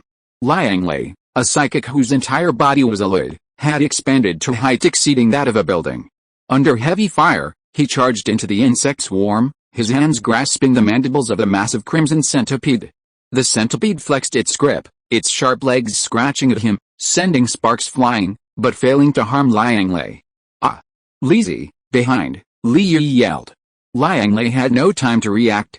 Turning his head, he saw a massive beetle flying towards him. Swoosh!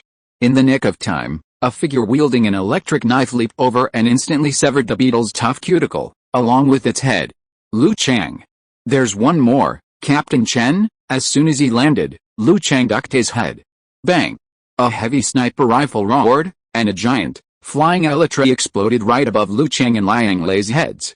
Specialized alloy armor-piercing rounds from the Meteorite 3. Atop the Infinity, Chen Sixuan crouched, her face stern, as she continuously aimed at the seemingly formidable giant insects. Every shot was unerringly accurate. The Meteorite 3 was even more powerful than the A-33K anti-material rifle. Its intelligent recoil stop allowed it to increase its rate of fire and maintain stability.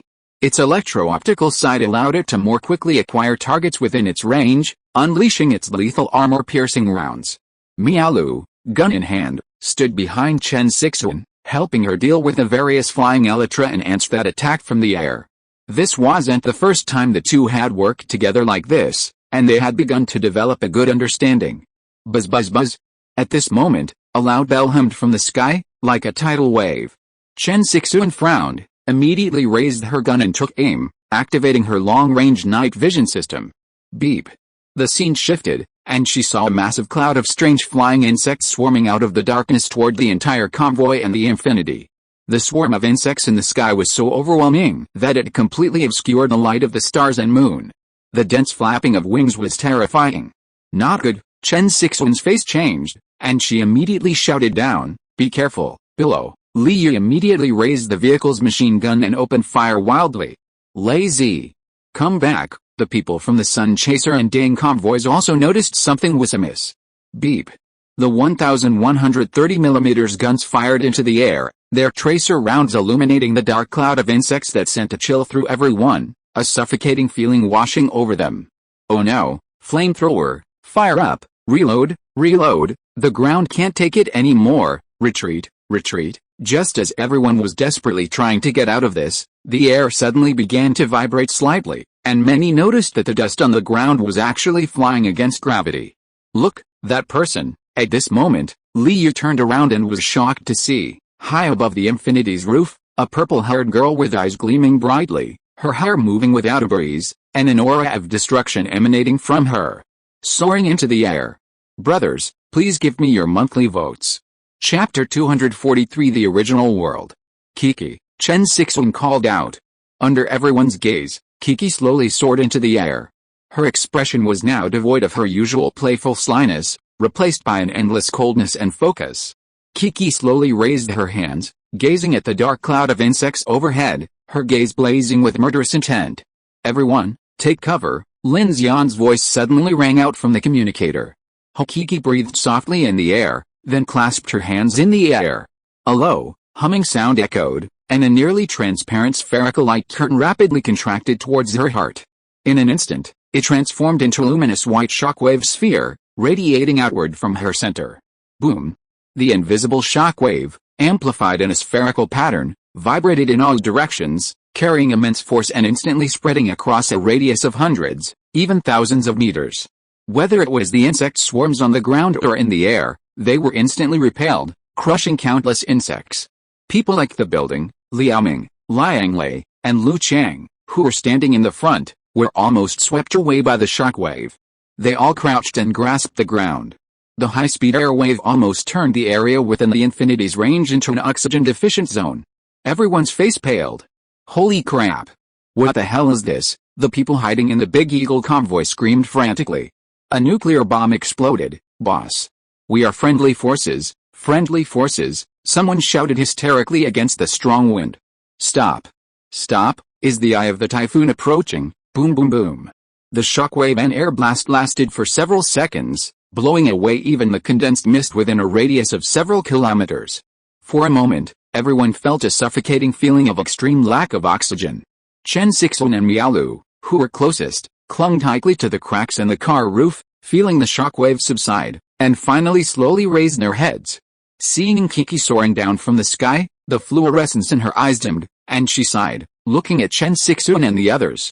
Sister Chen, how about my new move? Chen Sixuan took 2 quick breaths, and her pale face finally regained some color.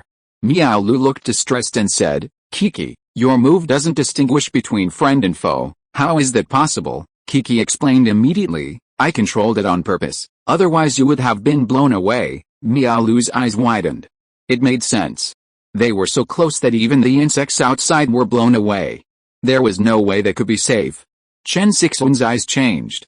Lin Xian had told her that since the Hull Black Chrysanthemum began to emit light at night, the abilities and evolution of all the team members had quietly changed. Kiki was now obviously much more powerful. Wow! Elsewhere, Sasha, sitting in the cockpit of her mech, watched the alarms frantically flash across the screen and couldn't help but shout into the communicator, Sister Kiki, you should have warned me in advance. I was shocked. On the sun-chasing team's side, everyone stared in horror at the young woman on the train, their eyes filled with shock. Amazing, is this a telekinetic ability? Why are the people on this train so terrifying? Whoosh! Lu Xingchen leaped and landed on the Vulcan Mecha. He looked at everyone and couldn't help but click his tongue. It seems that I must develop more large-scale moves, Sasha said directly to the outside. Don't give me that. You can't be burned to death. We can be ignited at any time. It's better to keep your moves away from us, Lu Xingchen, so powerful. On the side of the Pao Yuan camp, Li Yu looked at the train in disbelief, touched her belly and murmured, don't be afraid, Mom is still alive on the bus. Dozens of children were lying on the windows. They were terrified just now, but now they let out bursts of exclamations, shouting in childish voices, oh my god, is that sister a fairy? All those bugs were blown away. It was such a strong wind just now. I admire her so much. The people on the Eagle team were even more confused, because these people had encountered a swarm of bugs last night, and they deeply experienced the suffocating despair. The sight of the overwhelming swarm of insects had chilled everyone to their core, but Kiki's move completely stunned them. Wu Zhenhe, watching the scene, exclaimed repeatedly, "Goodness! No wonder Liao Ming insisted I join this convoy. I'm like a guerrilla unit running into a regular army." Standing next to the building, Liao Ming gasped, his heart pounding with emotion. He was incredibly grateful to have bought this intelligence from Hula Xiao and waited for the Infinity to travel together. Originally, all three convoys had planned to rush out of the city before dark, but now it seemed their wait had been an absolutely correct decision. Just one blood essence, and they'd hooked up with a big boss. Surviving tonight was definitely worth it. At that moment, the sound of the surrounding insect swarms abruptly ceased, and everyone seemed to have a moment's respite. Woo! Zzz! The throbbing ionizing sound of the electromagnetic railgun drew everyone's attention back. A dazzling blue-white light instantly shot out, shooting towards a distant area of the sky several kilometers away. There, a strange, enormous black figure hovered in midair. The crimson light flickered for a moment, then suddenly vanished. A rustling sound. The earth trembled, and after a brief respite, the sound of the insect swarm reverberated from all directions. Reload, fold your formation, move closer to the Infinity. Lin Xian stood atop the vehicle as the voices of the other three teams rang out over his intercom.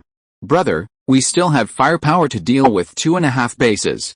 Looks like we need to cross-deploy our defenses," Wu Zhenhe's voice echoed. "This insect swarm seems endless. What should we do?" Li Yu asked. "Brother Lin," Luo Yang's voice echoed, "I think the insect swarm might be connected to that monster. Why don't we pool the power of our psychics and deal with that glowing creature first?" Many people had already noticed this. Facing the insect swarm, the monster with a red searchlight head was clearly the most important target. Wu Zhenhe echoed, "Of course. Aim and shoot." The team now had numerous psychics. If they focused their efforts on the giant, there might be a glimmer of hope. Among them, the Infinity, with its fire and telekinetic psychics, was clearly the main force. The monster had vanished. Lin Xian looked back at the electromagnetic railgun and saw that the radar had also lost its target. He immediately sensed something was amiss. Director Ding, the mark hasn't been removed yet. Ding Junai, in Carriage 3, kept a close eye on the hell-black chrysanthemum's movements. The red light remained at level 3. Logically, after killing so many dark creatures, the mark should have weakened.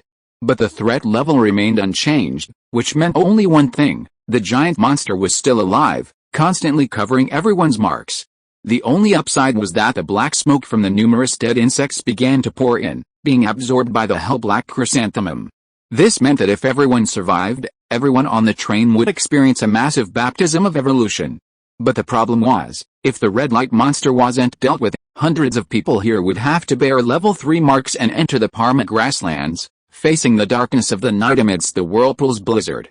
Lin Xian's eyes were stern as he surveyed his surroundings. He knew perfectly well that if the red light monster wasn't dealt with, not only would everyone here die tonight, not to mention the dark mark, if they weren't dealt with. Lin Xian didn't know if the red light monster was a B, A, or even S-level anomalous entity, but the tidal wave of insects it was attracting meant it was definitely no ordinary anomalous entity. The target has disappeared, but they haven't left yet. Everyone, pay attention. Lin Xian synchronized the radar information to the public channel and immediately called to Kiki and Lu Xingchen. "Kiki, Brother Ho, keep an eye on that red light head. Find a way to take it out." Kiki and Lu Xingchen's expressions immediately grew serious upon hearing Lin Xian's words, and they all looked around.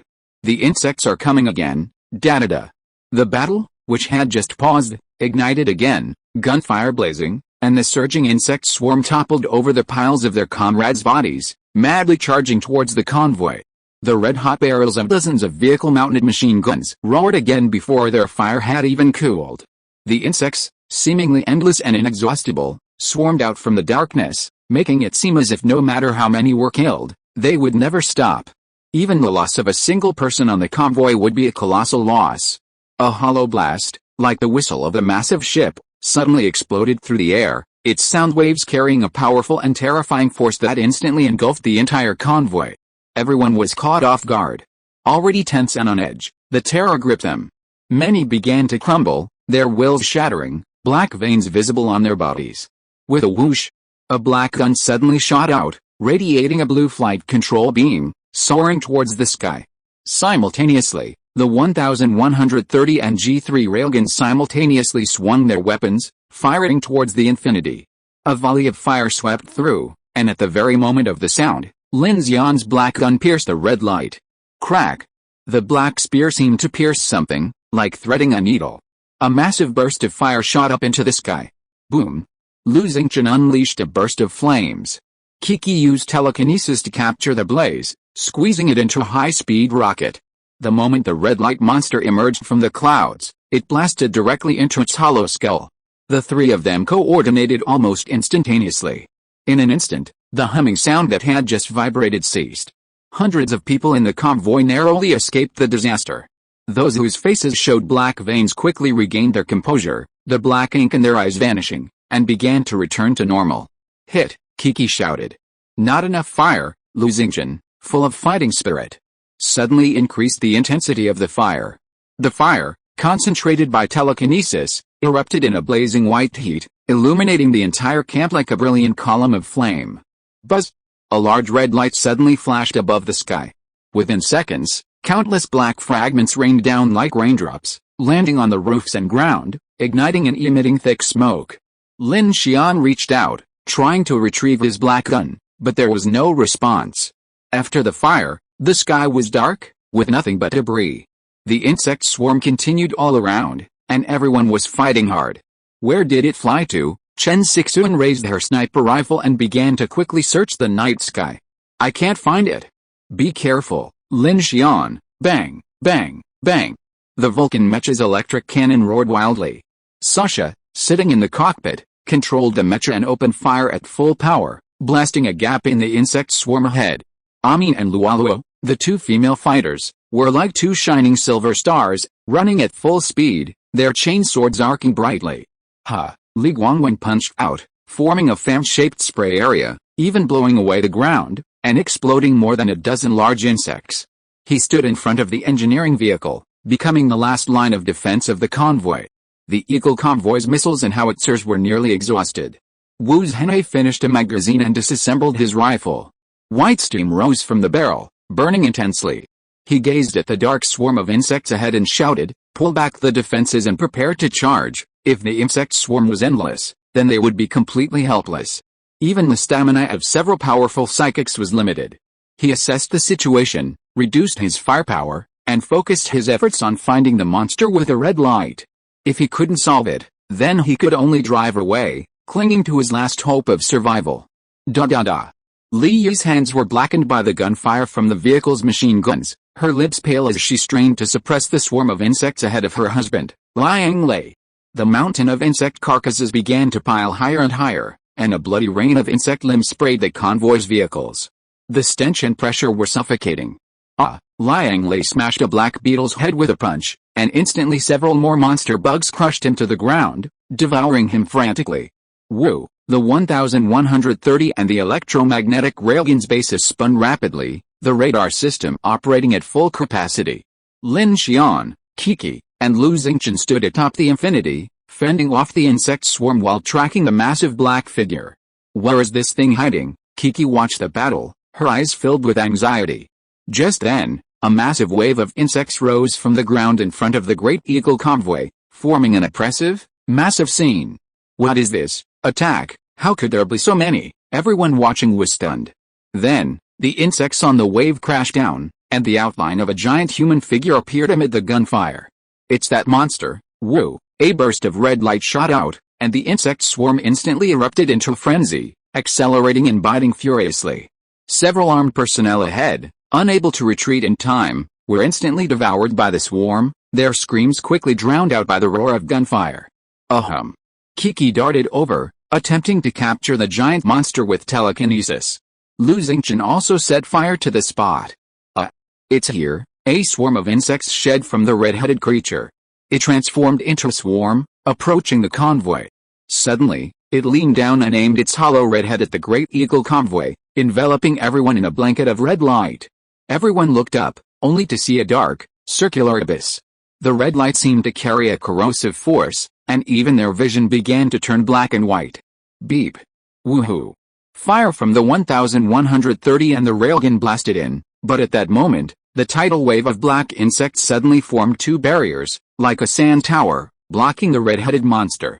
Kiki and Lu Xingchen charged forward from the left and right, sending a telekinetic shockwave and a crimson flame that instantly blasted the insect towers. Boom! The insect towers exploded, raining down corpses, but even more black insects followed.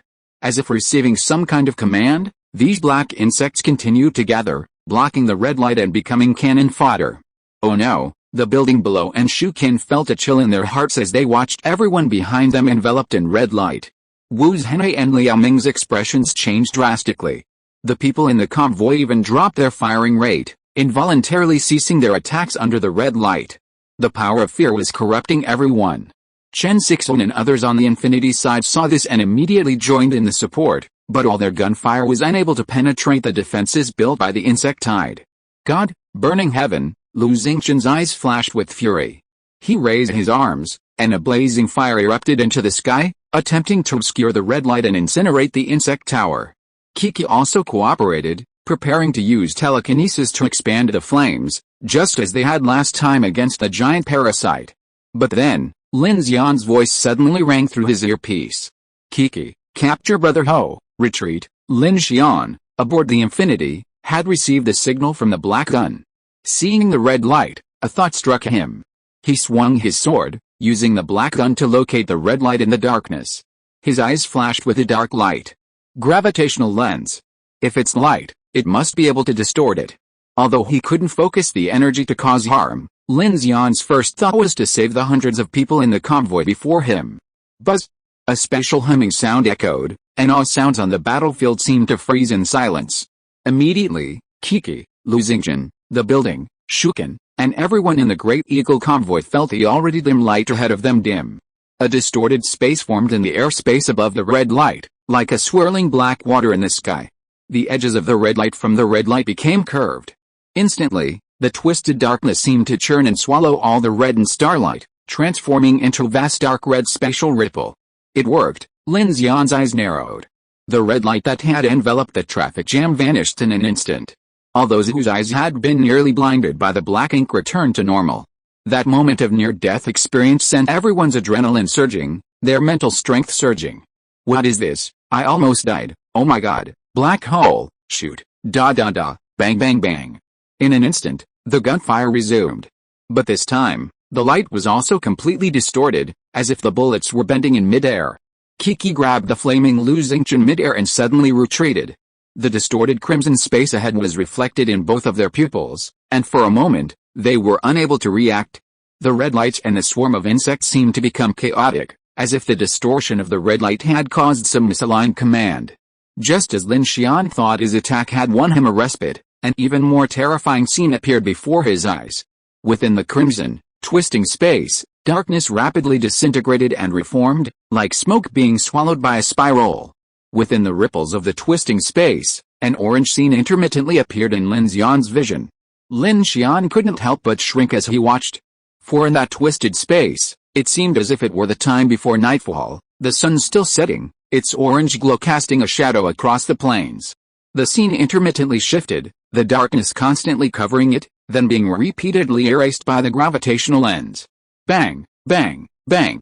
As light from the daytime world shone through the distorted space, it seemed to possess an incredibly powerful attraction, instantly swallowing up a large number of black insects in the red lantern. Like a rag doll being pulled by a giant, the red lantern collided directly with the distorted space, half of its head and shoulders instantly shattered by the sunset light within. Woohoo! A strange whistle-like cry echoed, and Lin Xian's pupils trembled. He couldn't catch his breath, and the distorted space instantly vanished. All this happened in a matter of seconds. Bang! Empty. Empty. The red lantern, half its head and most of its body severed by the vortex, plummeted to the ground, the red light in the remaining half of its head flickering like a short-circuited light bulb.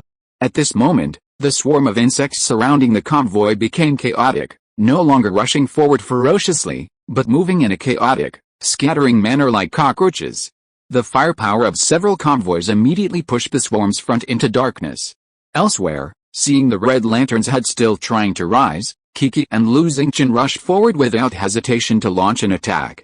Strike it while it's weak. The giant monster's shattered state was visible to everyone, And instantly, the core members of the sun-chasing convoy, the Great Eagle convoy, and the running far camp all rushed forward. Kill it, I mean, Luo Luo, here they come. Two silver-white figures darted through the crowd. Li Guangwen, Luo Yang rushed over the roof of the infinity, shielding his eyes as a searing white beam of light descended upon him. Lazy, Li Yi swung the machine gun turret. Bomb the convoy, 7 salvos, fire, Wu Zhenhe shouted. Boom, boom, boom. God! Implosion, Brother Ho soared into the air. Kiki's eyes gleamed, and he grasped the raging flames with both hands. Ahem. Red Lantern quickly vanished into the insect swarm, like burrowing into quicksand. But with only one remaining hand, it was completely immobile. Halfway through, a relentless onslaught of attacks descended. Boom, boom, boom, boom, boom, boom, boom, boom, boom, boom, boom, boom, boom. Artillery fire, gunfire, beams, explosions, flames, and slashing attacks arrived almost instantly, bombarding Red Lantern's body with a furious blast. Vast shards of black debris flew through the air, transforming into flaming energy meteors. Countless insects within the area were instantly reduced to ash, and thick smoke billowed into the air. The massive body of the red-headed creature began to shatter. Its remaining arm struggled against the insect swarm, but the next moment, it was severed by the 1130's metal jet, shattering into fragments in midair. The ferocious barrage continued for a full minute, shearing away not only the insect corpses but also the ground itself by inches. Bang, bang. The last few gunshots died down, and the insect swarm surrounding the camp had long since vanished, fading into darkness. The last fleeing beetle was blasted to pieces by the vehicle's machine gun. Aside from the crackling of flames and smoke, the world fell into complete silence. Whoosh! The battlefield quieted. Everyone's heartbeats reached a fever pitch, leaving only the sound of rapid breathing. The muzzles of their guns glowed red, and the thick smell of gunpowder choked them. The air seemed to freeze. Kiki stood at the forefront, floating directly towards the thick smoke. She raised her hand and waved. Buzz! An invisible shockwave passed, instantly dispersing the flames and smoke. The searchlights of all the convoys focused on the huge, charred pit. Everyone was moved by the scene beyond the smoke. Of the giant red light, only a few pieces of the hard black trunk and spine remained. The glowing red had completely vanished. The charred pit was littered with the remains of insect carcasses, unburned elytra, and blackened fragments of bodies whose parts were no longer recognizable. Dead. Did we kill the strange entity? Unbelievable voices echoed from the crowd. The silence was shattered, and a roar of discussion erupted in the camp. Holy crap, we won, the insect swarm is gone. Seriously, did we really kill such a huge monster? Is this a B level or A level? It must be something extraordinary to be able to unleash such a massive insect swarm. Awesome. Infinite fleet. Yeah, countless people began to cheer excitedly, and the trembling sound waves were filled with the relief of surviving a disaster. Kiki finally breathed a sigh of relief at this moment, and then she frowned and turned to look at the young man on the roof. Everyone noticed this gaze, and everyone turned their heads in unison. The dark figure standing on the roof raised his hand and summoned a black gun with a blue glow from the air. It's Captain Lin. Oh my god, what was that just now? A black hole. What kind of superpower is this? I thought fire powers and telekinesis powers were awesome, but holy crap, there's something even scarier. Nonsense. He's the team leader, so he must be awesome. Wow, this time it's all thanks to Captain Lin and the wireless team. We actually took down a massive monster. Our 4 teams are incredible. Kiki looked at Lin Xian with a strange expression, then flew over immediately, excited and curious. Lin Xian felt relieved at the thought of the crisis being resolved, but his expression grew even more serious. Hey, Lin Xian, when did you learn such a powerful trick? You're so good, you even hid it from me. Kiki approached Lin Xian, only to find that Lin Xian didn't seem to hear him at all. Instead, he checked the time on his watch, then raised his hand and mechanically created a sundial-like device and a light bulb. He immediately squatted down on the spot and began to light up the light bulb, shining it on the sundial, as if calculating something. What's wrong with you? Chen Sixuan hurried over at this time. Seeing Lin Xian's strange behavior, she asked immediately. The shadow of the tree I just saw is probably in this direction. If you're calculated this way, the time, Lin Xian frowned deeply and muttered to himself. Soon, he stopped what he was doing. His face relaxed. Sure enough, Lin Xian initially thought that what he saw was the daytime before dark, and thought it was some kind of time dimension. But this thought only lasted for a moment, and he immediately dismissed it. Through simple calculations, even if his observations had some errors, Lin Xian could be sure at this time. He saw the original world.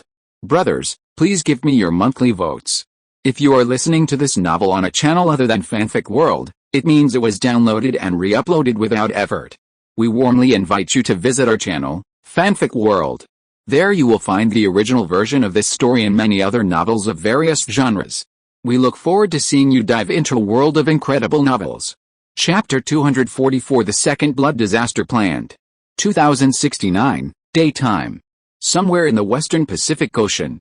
Phoenix Sky City, Phoenix City, August 24, 2069, Saturday, 15 hours, 29 minutes, and 15 seconds, CCST. System logged power system, star engine number 1 is operating normally, all parameters are stable, and there are no fault alarms. The temperature of the nuclear power turbine processor of the Night Star 9 Sky City is normal, and it has entered the 2-1 round of maintenance for today. Navigation system, first level cruise phase, flying as planned, has flown 625 kilometers, a speed of 210 kilometers per hour, and an altitude of 9,600 kilometers. Airspace radar, tracking organism number 04 in the area of coordinates XXYYZZ plus 10, offset relative to the current position. Abnormal weather suddenly occurred. Abnormal weather description, in the target sea area, Sky City weather satellites and more than 20 million Pacific buoys captured a high-pressure wave area with a diameter of more than 2,400 kilometers. It was almost in the form of a black hole and moved slowly over the Pacific Ocean. It lasted for 3 hours and 5 minutes, and the high-pressure wave area disappeared. August 24, 2069, Saturday, 15 hours, 40 minutes, and 55 seconds, CCST. Following the decision of the Sky City Security Committee, the ZL-02 and ZL-03 unmanned sky reconnaissance vehicles, along with the 7th Flight Team of the Nightwalker Guard Division 4, were dispatched to the target area for reconnaissance. 16 hours, 3 minutes, and 12 seconds, CCST. The unmanned sky reconnaissance vehicles report that Creature 04 has changed its trajectory. The Sky City Security Committee has confirmed that Creature 04 is currently heading towards Asia-Pacific. In the Yunjiang Plain, outside Hangshan Pass, in the darkness of the night, multiple camp headlights were set up. The convoy was filled with the devastation of the battle. Dead comrades, mangled insect carcasses, and vehicles covered in blood plasma surrounded the Infinity train. Pile upon pile of insect carcasses of all kinds came into view. Several convoys dispatched patrol and cleanup teams to investigate potential threats and any remaining monster insects. The camp was bustling with activity, rescuing the wounded, counting ammunition, and repairing vehicles. The key personnel from the 4 teams gathered under a makeshift tent in the center of the camp, chatting around a campfire. Captain Lin, thank you so much. If it weren't for you, we would have been completely wiped out. Liao Ming's face was filled with the exhaustion of surviving a disaster. He looked at Lin Xian's team and expressed sincere gratitude. Uncle Wu, should we? Wu Zhenhe raised his hand to interrupt him, indicating that he understood, and then began to greet his men. Liangzi, bring our supply truck number 5 over here. No need. Lin Xian understood his intentions and said bluntly, since this is a joint operation, we're all in this together. There's no need for this. Traveling isn't easy, and you, hundreds of people, need these supplies more than I do.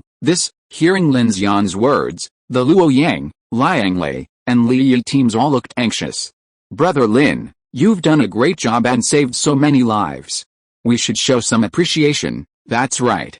If it weren't for you, my wife and I wouldn't be alive tonight, Liang Lei said hurriedly, not even wiping the blood off his face.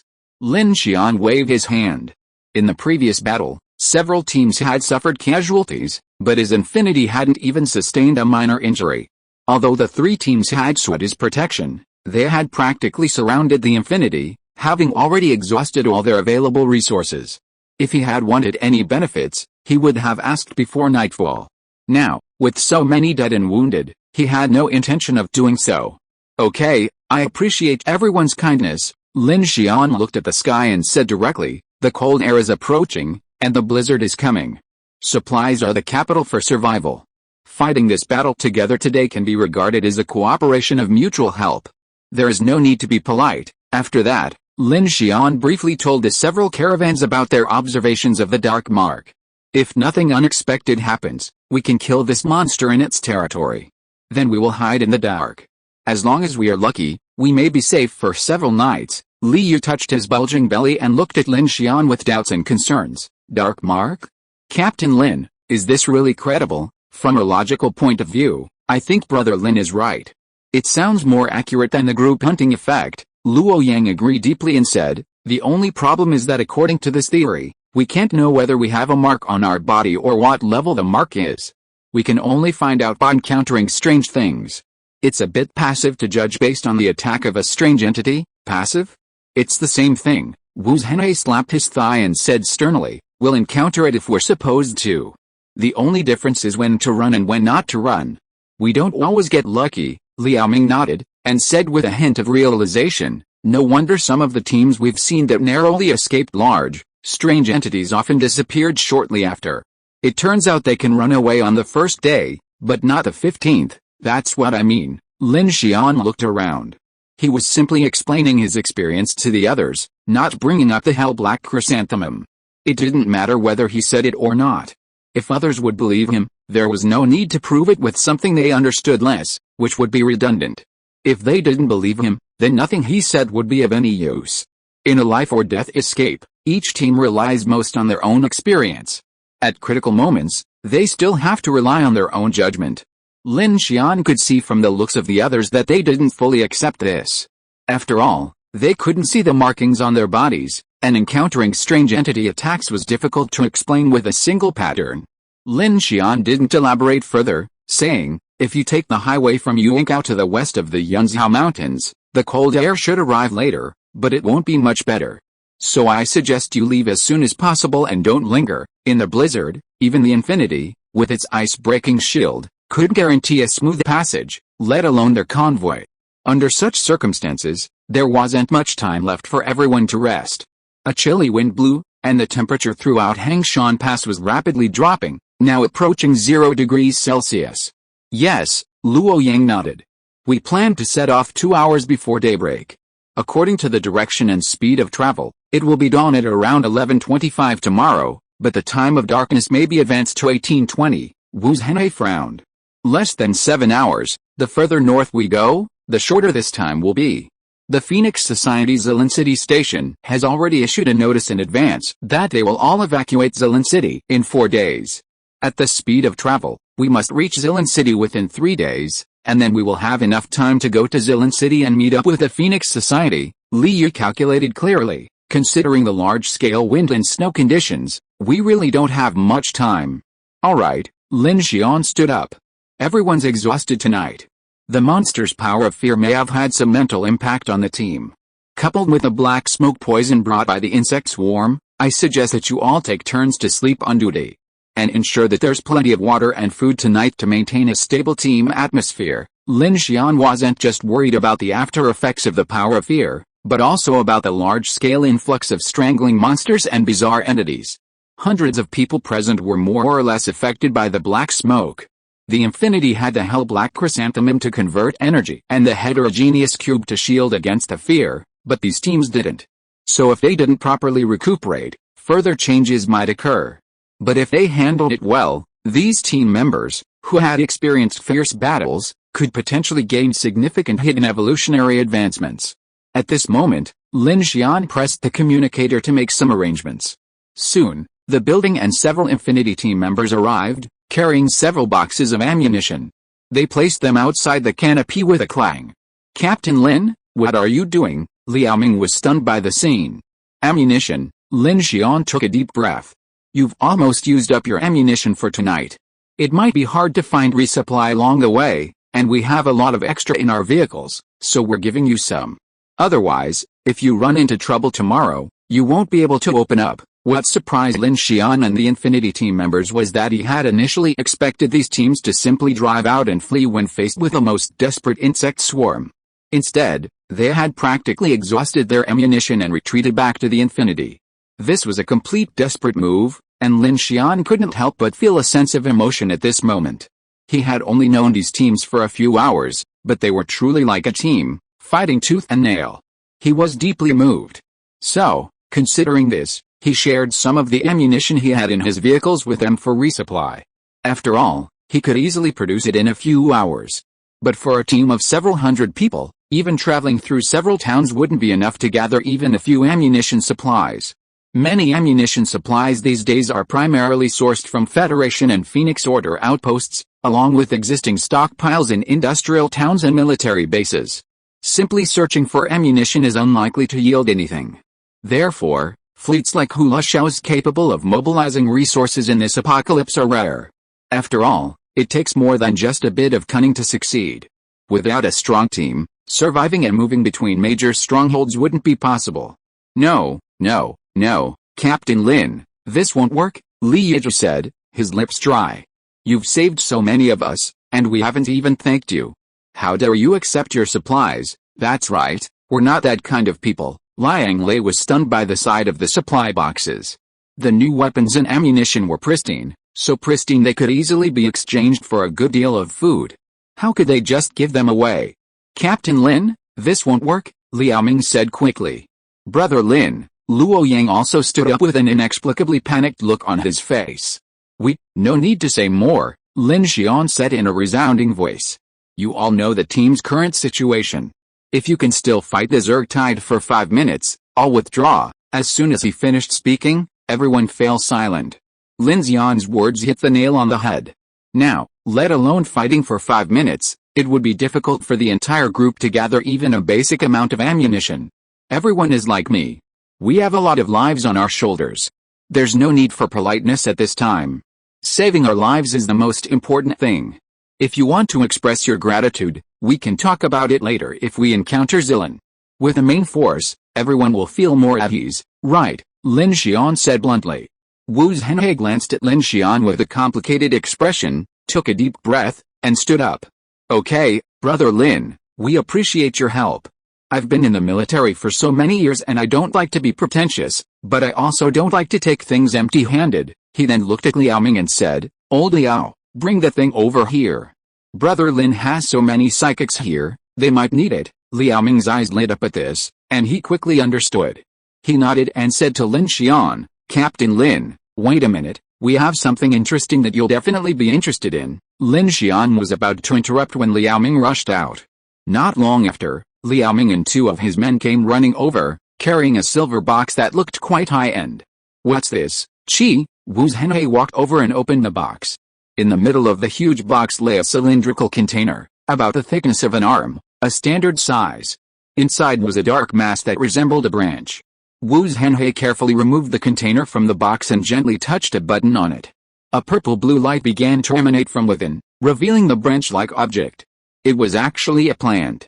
It was about the thickness of a little finger, with short roots dotted with several faint purple buds.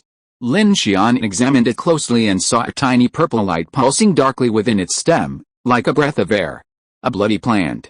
Lin Xian's eyes froze as he realized what was happening. Wu Zhenhe explained, we found this in a destroyed scientific research convoy.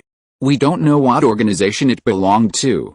Later, a small Federation team approached us and offered to buy it for a high price, but we declined. A high price, haha. Liao Ming, recalling it now, found it incredibly difficult to believe. Yes, it was enough to equip our 2 great eagle convoys, but Uncle Wu declined. Not only Lin Xian, but even Luo Yang, Liang Lei, and Li Yu stared at Wu Zhenhe in confusion. Unexpectedly, Wu Zhenhe sneered, who the hell would cooperate with a damn Federation? Since this thing is so useful, I'll definitely cooperate with a Phoenix Society. But, he patted the container, looked at Lin Xian, and sighed, we may not be able to deliver this thing to Zilan. In that case, why not give it to you, Brother Lin? If it's useful, consider it a token of our appreciation. If not, you can exchange it for supplies with the Phoenix Society and recoup your investment. Although Wu Zhenhe wasn't sure if this thing was as valuable as the Federation people claimed, he knew it was certainly something special. However, he also knew that whether his convoy could successfully reach Zilan and rendezvous with the Phoenix Society was still uncertain. From a practical point of view, this thing was of no use at the moment. It was better to give it to Lin Xian as a favor. He would feel more at ease if he took Lin Xian's supplies. Most importantly, he was in urgent need of ammunition. Without it, he could survive tonight, but what would he do tomorrow? Lin Xian's expression was complex. He was now 70% to 80% certain that what Wu Zhenhe held was some kind of blood-curdling plant. He had witnessed the wonders of the hell-black chrysanthemum. That black chrysanthemum had played a crucial role in enabling the dozens of people on the Infinity to escape from Jiazhou City. Therefore, Lin Xian was well aware of its value. With this in mind, he didn't hesitate. Okay, I'll take it, he paused, then continued, from what I've heard, this thing is truly valuable. How about this? I'll get you some more weapons. No, these are enough. Wu Zhenhe waved his hand. I'm not here to bargain with you, I know. Lin Xian turned and walked towards the Infinity, speaking loudly, that's why I don't want you to die before dawn. His words startled everyone. Soon, 4 Growler K-23 electric rotary machine guns, 3 Thunderstorm A-1 grenade launchers, 12 M556 light machine guns, nearly 3 dozen tons of ammunition, and a box of alloy explosives were unloaded from the vehicle by Lin Xian's men and neatly laid out before the crowd. The growlers and light machine guns were taken directly from the team's supplies, as he didn't have the time to manufacture them quickly. The ammunition was partly pre-made and partly improvised.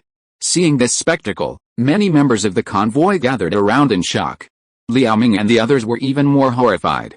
Wow, Wu Zhenhe exclaimed. I've only seen such extravagant munitions transported in the army. Brother Lin, are you giving us all your money? Lin Xian shook his head. Don't worry, we still have more, he looked at Liao Ming. Brother Liao, you should know that we have a lot of munitions on board. Everyone looked at Liao Ming, who also had a complicated expression. He had indeed seen it before, the guns on Lin Xian's Infinity being carried out one by one. But when Lin Xian asked him this, he was a little speechless, not knowing how to describe it. Share these things among you. Your firepower will be boosted to a new level. The road ahead will be treacherous and snowy, and will be lost and unpredictable. For the sake of our brothers and sisters in your vehicles, don't be polite to me, okay? Wu Zhenhe, noticing the hesitation on Liang Lei and Luo Yang's faces, stepped forward and said, then let's all thank Brother Lin for his kindness. We won't be so pedantic, everyone, make plans and quickly pack your weapons and prepare your ammunition. Yes, with a quick discussion, the ammunition and supplies were quickly distributed. Dozens of people swarmed over and began loading the convoy. Seeing such a large amount of ammunition, the members of the convoy were stunned and excited. With a replenishment of ammunition and supplies, everyone could sleep soundly tonight. This undoubtedly gave a shot of confidence to the already anxious atmosphere in the camp. Alright, there's still a lot of things to arrange in the convoy, so we won't talk anymore. If anything else, please communicate via the communicator. We'll be leaving before dawn. See you all in Zilin if you have the chance, Lin Xian said. Okay, thank you, Brother Lin, Wu Zhenhe nodded. Their team had suffered the most casualties, and things were indeed a bit chaotic. Brother Lin, thank you, Luo Yang said gratefully. You must take care of yourselves. We'll meet up at the Dawn Center. Yes, Lin Xian nodded. Captain Lin, Li Yu was deeply moved. She stood up and said, thank you. Lin Xian looked at the couple and interrupted them directly. You have many children in your team who need your care. There's no need to say anything more. I wish you all the best. Liang Lei hugged his wife's shoulders and said to Lin Xian, Captain Lin, I, Liang Lei, have never admired anyone in my life, and you are one of them. Take care, everyone. A cold wind swept across the wilderness, without any trace of autumn's bleakness. Under the cover of night, the sky quickly shifted to winter mode. The members of the Great Eagle, sun-chasing, and running far camps busily packed up and returned to their positions. Several leaders began to reorganize their forces, counting the wounded. After replenishing their ammunition, everyone felt more confident. On the bus, Li Yi and her men began distributing food to the children. Mom Li Yi, the train is amazing, a little girl said childishly. Will we ride with the train? A little boy asked. Yes, Li Yi said with a smile. Yes, once we reach Zilin, the larger group will be even larger. We'll have trains, cars, and even planes. Wow, really? Then we can sleep in big beds. Yes, then we'll have clean drinking water. Yes, report, Mom Li Yi, I wish for French fries on my birthday, haha, so greedy. You want French fries? Back at the sun-chasing convoy, a group of young people, led by Luo Yang, were holding a meeting in an RV. I mean, Lolo, you cooperated very well today. Damn, remembered to collect their sports data and optimize it. The two girls nodded excitedly. It was very thrilling tonight, but I feel that our cooperation is getting better and better. Li Guangwen, do you feel that your dust wave ability has improved? You killed so many monsters tonight. The boy named Li Guangwen scratched his head. Not bad, the people in the Infinity team are so awesome. That's right, fire ability, telekinesis ability. Damn, Brother Lin can actually use black holes. Luo Yang's eyes flashed, and he nodded. Yes, Brother Lin is very powerful. Then shall we still enter Zilan City as planned? Yes, the plan remains unchanged. Luo Yang calmly pulled out his mobile device, flicked on the map, and began to plan his route. Now we've got our ammunition replenished. Since most of our convoy consists of low-riding vehicles, we need to get through the Yunzhao Mountains quickly. Otherwise, the snow and wind will make it difficult for us to move forward. The two girls nodded. From Zilan to Zilan, did you follow the main force of the Phoenix Order? Luo Yang nodded. Yes, I hope to reunite with Brother Lin and the others in Zilan. The Great Eagle convoy was bustling with activity, and the numerous casualties had created a somewhat depressing atmosphere within the convoy. In one of the living quarters, a middle-aged woman was busy preparing hot meals and distributing them to the wounded. Beside her, a young boy was also diligently helping. Two team members approached, carrying some supplies. MRS. Lee, I understand. The middle-aged woman's eyes were red, but she never stopped working. Hurry, get these food to the wounded first. It's nighttime, and we can't let their condition worsen. At this, she suppressed a few sobs. Don't let those guys end up like Li Dong. The two team members paused for a moment, sighed, and began to help distribute the hot food. Separation and death were a daily occurrence for the fleeing convoy. Inside the convoy, Liao Ming, while assisting the wounded, texted Uncle Wu's Hen, "Hey, Uncle Wu, 6 killed and 13 wounded. They're all under control. Give the list to Suang Li, and ask her to take care of their families in the living quarters. Chen Sixuan and those brats told me they want to join the fight. They're really strong right now." On the truck, Wu's Henhe sighed. None of them are even 14 years old. Tell them to wait until we're across the snowfields, and then help with logistics if they can. Brothers, please give me your monthly votes. Chapter 245 Cold Dark Basic Particles. The night wind was bleak, and the vortex of extreme cold spread across a wide area. Fine snowflakes began to fall in many areas near Hangshan Pass. After the fierce battle, the people in the camp gradually cleaned up the mess on the battlefield, and the noisy traffic gradually quieted down. Infinity, the lights were bright. You little girl, you actually drove out in a metro without my permission and your brother Lin's permission. You are so brave. In car 2, Kiki pinched Sasha's face and said in a lecturing tone. I was wrong, Sister Kiki, I was wrong. It's okay. The insect swarm has surrounded us from all sides. This situation really requires mecha combat, Lin Xian said to Sasha directly. I'll modify the door of car 11 tonight so you won't have to crawl out next time. Sasha quickly escaped Kiki's clutches and nodded to Lin Xian. Yes, I'll listen to Brother Lin. At this time, the core members of the team were in car 2, and everyone first reviewed the battle situation. We've resolved the trouble here tonight, so it's relatively safe to stay where we are and regroup.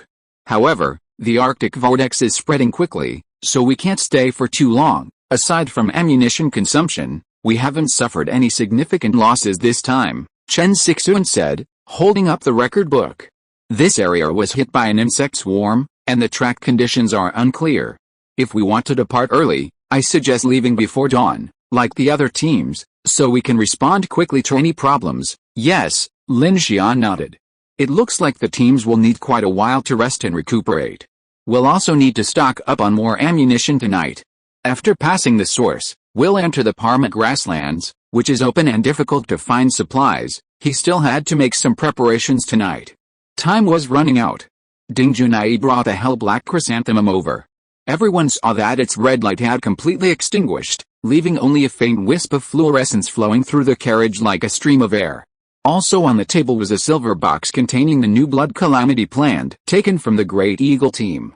Everyone's eyes turned to the strange plant. A purple energy seemed to flow through its core, making it look quite magical. Ding Junai took it in her hands and examined it carefully, then said, "It does share some similarities with disaster plant number 1. If it's a new disaster plant, it should have very special properties. I hope it will be useful to us," Lin Xian said.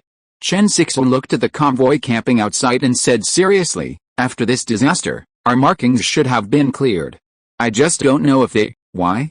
They don't believe it," Kiki couldn't help but ask. Lin Xian shook his head and said in a deep voice, "I have advised them, and they should give it some thought. But the problem still remains. We have the hell black chrysanthemum, but they don't. This mark is difficult to represent concretely. If they really encounter danger, these people may still act based on reality." Ding Junai shrugged and said, "This is normal. The nature of living things is to seek benefits and avoid harm. There is no clear benefit in killing these monsters at present. On the contrary, the rate of return of escape is higher. Therefore, when encountering danger, people will choose to escape rather than test whether the danger can be overcome by force. There is no benefit, is there?" Lin Xian's expression sank slightly when he heard this. Ding Junai's words hit the nail on the head. If all survivors cannot realize that fighting back and solving the weird body is a key issue related to their own survival, then it will be impossible to reverse this consensus. Let's leave it at that for now. These aren't things we need to worry about. Once we arrive in Zilin, we'll need to obtain a lot of supplies and intelligence from the Phoenix Society. Regarding the Dark Mark, we simply need to sink it. Whether they accept it or not is beyond our control. Ultimately, the team's primary goal is survival space. Lin Xian can only continuously sink this information to every survivor team he encounters. As for how many people are affected, that's beyond his control. Ding Junai nodded and was about to take the blood plant for research when Lin Xian suddenly called out to her. "Director Ding." Lin Xian took a deep breath and asked, "I remember that in string theory, gravity is the only fundamental force that can transcend spatial dimensions, right?" At this, everyone looked at Lin Xian with strange expressions, wondering why he had asked such an inexplicably academic question. Ding Junai paused, looked at Lin Xian, and pondered for a moment. "My academic field is biology. The string theory you mentioned is a branch of theoretical physics. According to quantum gravity theory, all elementary particles are viewed as vibrating strings. These strings exist in a curled 9 or 10-dimensional space, not our 3-dimensional space. The graviton, the carrier of gravity, is a closed string. Its ends are not fixed in our 3-dimensional space, but can move freely in extra dimensions, which means that gravity can indeed travel to higher dimensions." After saying this, she changed the subject, raised her glasses, and said, "Do you think the dark tide is actually another dark world dimension that has superimposed on our world?" "What do you mean? What are you talking about?" Kiki looked puzzled, and the others were even more confused. "I don't understand," Sasha muttered softly. Lin Xian knew Ding Junai understood his point, but he wasn't sure how to approach the question. He simply shook his head and said, "Nothing, just some weird ideas." Lin Xian remembered watching the movie Interstellar. In it, the protagonist, Murphy's father, Cooper, found the solution to the gravitational equation within a black hole. He used gravity to transmit this information to Murphy via Morse code, using it to travel through spatial dimensions. Murphy used this information to eventually solve the other half of the gravitational equation, enabling humanity to build a massive space station capable of reaching space, thus averting Earth's extinction crisis.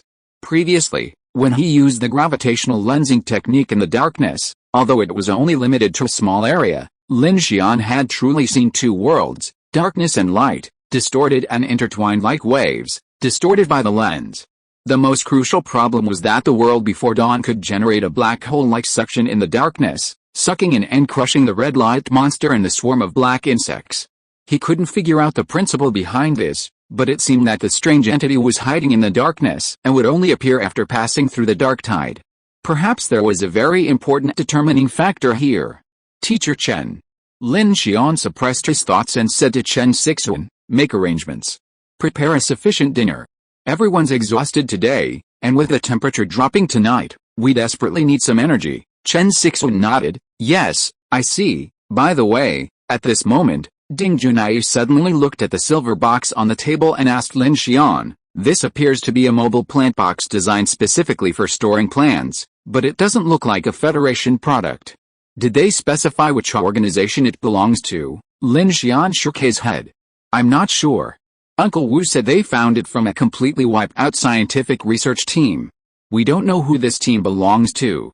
Their original goal was to find the Phoenix Society and exchange some supplies. Oh, really? Kiki picked up the silver box with her fingertips, moved it in front of her, and examined it carefully. It looks very high-end, not something a small organization could produce. She turned it around and suddenly stopped, because she saw a tiny symbol on the bottom of the box, a triangular symbol. Everyone looked at them. What is this symbol? I don't think I've seen it before, Chen Sixuan asked. Shukin and the building both shook their heads. Maybe, like the Foundation, it's the symbol of a scientific research organization, perhaps connected to the Phoenix Society, Lin Xian said. Lu Xingchen, standing nearby, glanced at it, his expression narrowing slightly. He remained silent. Zizzy, the Phoenix Society's Lin Station has notified the Yunjiang Plain area that they have received investigative reports from various survivor organizations and monitoring teams. A large number of alien creatures have been discovered in the blizzard brought about by the extremely cold vortex. Based on the vital signs of the captured living creatures, the creature is a four-legged strange body 1.2 to 1.6 meters in size, with scales and a tail stinger that is more than 1 times its body length. Sampling and analysis have confirmed that it contains a highly toxic substance. The Phoenix Society has officially named it the Snow Demon. It mainly hides in the snow, can move in a small area during the day, and will enter a violent state at night. Zizzy Federation Phoenix Society Global Announcement. The current location of the Dawn Center is the northern foot of the Yunnan Mountains, coordinates 116.39134447 degrees. 39.90539337 degrees. The Dawn Center will arrive in Xianji in 3 days. The Phoenix Society's Lin Station has reported to the Yunjiang Plain area that the snow layer in the center of the extreme cold vortex has exceeded 2 meters. A large number of Ilus B-class strange entities have been discovered deep in the snowstorm. Survivors, please take precautions. The Federal Phoenix Society radio station has issued a global report. The Nightwalker Ice Cube Neutrino Observatory has successfully separated a special energy particle from the strange blood essence through the underground xenon cold dark screening method. This particle has a rest mass of 0. After kinetic energy acceleration, it will produce quantum rise and decay states. It has been confirmed that this energy particle is consistent with the magnetic wave signal of the superpower's soul value. This energy particle has been officially named the cold dark basic particle. Currently, this energy particle can be separated from the strange blood essence and dark tidal waves through special separation equipment. Through experiments conducted by superpower volunteers of the Nightwalker organization, it has been confirmed that this particle has a strong correlation with superpower waves and biological genetic evolution. The Phoenix Society is working with Xinghu Heavy Industry and Silent Industrial City to develop a portable separation device. Phoenix Radio is sending a global announcement. 147 additional mobile support stations will be deployed in the near future to assist, train, and support various survivor teams and strengthen their basic survival capabilities. The Nightwalkers recommend that you do not consume the strange blood essence. When collecting blood essence, remember to wear protective measures to avoid being attacked by dark forces. Zizzy Survivor Shortwave Band. The White Light Fleet has issued a warning to the surrounding area within 500 kilometers. Zizzy, we have been completely wiped out. The location is 150 kilometers northwest of Chiksha. Remind everyone, don't run away when you encounter snow monsters, the number will increase. Zizzy, we are the Flying Tiger Fleet, and we are heading towards the Yunzhou Mountains. We have encountered multiple convoys with large-scale casualties. Snow water is highly toxic. Do not use it for filtering. Those who are still alive, run to places without snow. Watchers Alliance, at coordinates 102.457147 degrees, 66.454547 degrees near Sufang Village and Yays Lake, there is a large-scale battle organized by the Phoenix Order and the Interstellar Army. It is speculated that a terrifying dark monster may have appeared in this area. Everyone is advised to bypass this area. A supergiant appeared in the blizzard there. It can fire laser cannons. It is not certain whether it is a monster or a man-made object. Everyone run. This is from the day before, including some messages tonight, and some from earlier this morning. I played them out together through the recording. Ding Junai turned off the radio and said to everyone, I have screened out some useless information. From the current point of view, the dark energy should have been clearly captured. The key now is to conduct a common analysis of various dark substances, organisms, and natural disasters. Once this difficulty is overcome, it is only a matter of time before the secrets of Xingqian are discovered by humans. Oh my god, it sounds like the grassland in the direction of Zilin has turned into a snowfield, and it looks very dangerous, Sasha said at this time. It seems you are right, Chen Sixuan looked at Lin Xian. Some people think they can't run, but most people still focus on escaping. But escaping with the mark is more troublesome. Shukin frowned slightly. Captain Lin, that snow demon sounds like some kind of large-scale group creature, and it can appear during the day. It seems that it can trigger the characteristics of the dark mark. This is indeed very troublesome, Lin Xian nodded, but there is still good news. Ding Junai seemed a little excited at this time. She said to Lin Xian, yes, it seems that the Phoenix Society is already developing this kind of separation device. It should be a project that can formally use blood essence to enhance superpowers and genetic evolution. In this way, the construction of various superpower systems in the Angel Project should be made public soon. If there is a chance, I hope to obtain such a separation device from the Phoenix Society. And it would be best if I can get a paper on this cold dark basic particle. Lin Xian nodded. Finally, there is some direction. If we can separate this energy, humans should be able to truly utilize blood essence and the power of the night. Wow, that means blood essence will become more and more valuable, Sasha exclaimed. That's right, Kiki also nodded, but what I'm more concerned about is the manufacturing of this kind of instrument. It should not be simple. Even if it is portable, I estimate it must be very sophisticated. The Phoenix Society has joined forces with Xinghu Heavy Industry, so there shouldn't be any problems.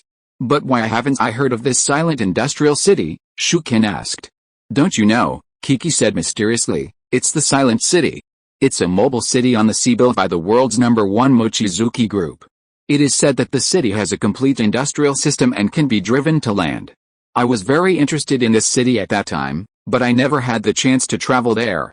It seems that it has now become a survivor traffic base and has cooperated with the Phoenix Society. Can it be driven to land? Lin Xian frowned slightly. You don't mean to say that it's a machine city, really? Kiki said seriously. There have been many construction blueprints of this city circulating on the internet before. Although some are true and some are false, it can indeed be regarded as a large ship on the sea. If there is no industrial system, how can the Phoenix Society cooperate with the city? Lin Xian looked at Chen Sixuan and found that she looked a little solemn at this time. Teacher Chen, what's wrong with you? Chen Sixuan, who was in a daze, was called by Lin Xian. She reacted and said immediately, I'm concerned about the problem of the blizzard they mentioned. The snow water is poisonous and cannot be filtered, and snow demons, snowstorms, large-scale battles, and the area of nighttime strange entities, these are some of the problems we might face next. Lin Xian nodded. I've noticed that, too. There's a lot of information today, both good and bad for us. We must rush to Zilin as soon as possible. There, after reuniting with the Phoenix Society, we should be able to get many answers to our questions about superpowers and darkness. As for the problems along the way, we have only one direction to retreat, either G5523, the opposite track of the Dazhu Mountains, or we can retreat. But that's Star Abyss number 3, so we can't go that way. That's okay. Those demons are hiding under the snow. My method is to shovel it, and I'll make sure they have nowhere to hide, Lu Xingqian said confidently. These creatures are either in the dark or crouching deep in the snow, which just proves that fire is their deadly nemesis. Okay, Kiki clapped her hands. It's a good thing you're so capable. I'll tie you to the front of the car and shovel the snow. It's definitely more effective than breaking the ice shield. Oh, no, what's that supergiant in the blizzard? Shasha asked in surprise. Another massive monster, sounds like it, Shukin shrugged. I'd guess something like that would be at least S-class, it can fire laser cannons. Could it be man-made? Kiki said quickly. Did Hula Xiao tell us the Phoenix Society is working on some kind of imperial project in the Parma grasslands? Stop guessing, Lin Xian pinched his brow. There's a lot of information. We just need to keep monitoring it. We can't draw any conclusions right now. We can only take it one step at a time. Everyone, get some rest. The cold and dark elementary particles and separation device were discovered. The superpower system was about to emerge. The Phoenix Society united with the industrial system. The snowstorm and snow demon beneath the extreme cold vortex. The giant figure in Ye's lake, everything was like a veil of mystery, lingering before everyone's eyes. Various forces were constantly working, and survivors around the world were racing against death. Lin Xian knew that no conclusion would be reached at this point, so he decided to let everyone rest early and prepare for tomorrow's journey. The most practical matter at the moment was the newly acquired blood-curdling plant. Lin Xian felt that with the emergence of the cold dark fundamental particles, the mysteries of dark marks, invasions, superpowers, blood essence, and the plant would inevitably be gradually unraveled by humanity. With a level 3 dark mark removed, everyone on the Infinity heaved a sigh of relief. Chen Sixuan and Miao Lu led the team in distributing food, while Lin Xian remanufactured a new batch of Roar K-23 electric miniguns and other heavy weaponry.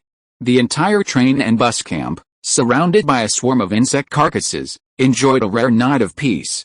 In the darkness, Sasha, Dalu, and several other Infinity members, wearing gas masks, searched for blood essence among the insect carcasses around the camp.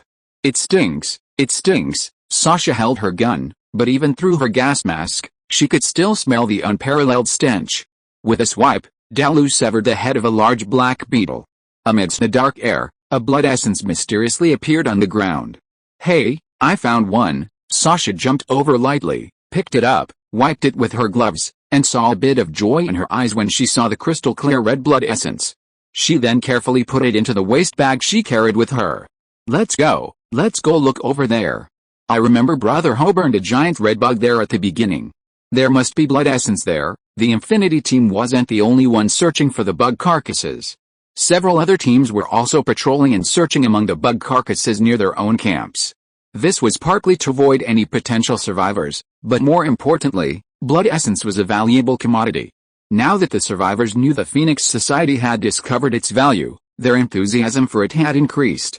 Meanwhile, Chen Sixuan, along with Miaolu and Xiao Yuan from the other teams, were exchanging various useful supplies, as well as tips and information on coping with the apocalypse. A bonfire was lit in the center of the camp, and the various groups enthusiastically joined in. Upon learning that there were seriously injured personnel in the Great Eagle team and the Running Far camp, Lin Xian instructed Chen Sixuan to load them onto the vehicles and use the onboard full-effect life-saving treatment chambers for treatment. This immediately caused an uproar throughout the camp. The high-level treatment chambers were nothing short of a miracle for the crew. Wounded and even chronically ill children and women felt a glimmer of hope. Many were healed quickly. Meanwhile, Chen Sixuan and her crew had exchanged valuable supplies, enriching the train's living quarters. This spirit of solidarity and mutual support in the apocalypse was deeply moving. Soon, the crews of the various teams had become familiar with one another. With their departure due before dawn, everyone was busy exchanging equipment. Men and skilled personnel repaired vehicles and armor, while young men and women diligently assisted in carrying supplies and cleaning windows. The main escorts also used this precious time to train the newcomers in firearms and rescue techniques, contributing to their team's success. Wind cannon, mechanical amplification start, wind cannon 6 hours, 14 minutes, and 26 seconds, R&D Center, TRP 4th Generation Special Industrial Active Exoskeleton Power Armor, Blueprint. 3 days 10 hours, late at night, communication activities between the various teams had ceased, and each team began to rest and recuperate. Due to the rapid drop in temperature, the team members on duty donned thick cotton clothing and patrolled the camp. In Carriage 12 of the Infinity, Lin Xian took a deep breath as he looked over the amplification and R&D projects. Before dawn tomorrow, his wind cannon would be officially upgraded, and he couldn't help but feel a sense of anticipation. His attack methods would be significantly improved. Not only were they basic skills, but the actual use of gravitational lensing this time exceeded Lin Xian's expectations, actually inflicting severe damage to the red light monster at a crucial moment. He had originally thought it was just a light distortion skill, a kind of control ability, but now it seems there's a lot of room for development. Guys, I'll update a lot more after the new year, so I'll save the draft for the next few days. Chapter 246 Upgrade the Mechanical Energy Cannon. Bang, bang, bang.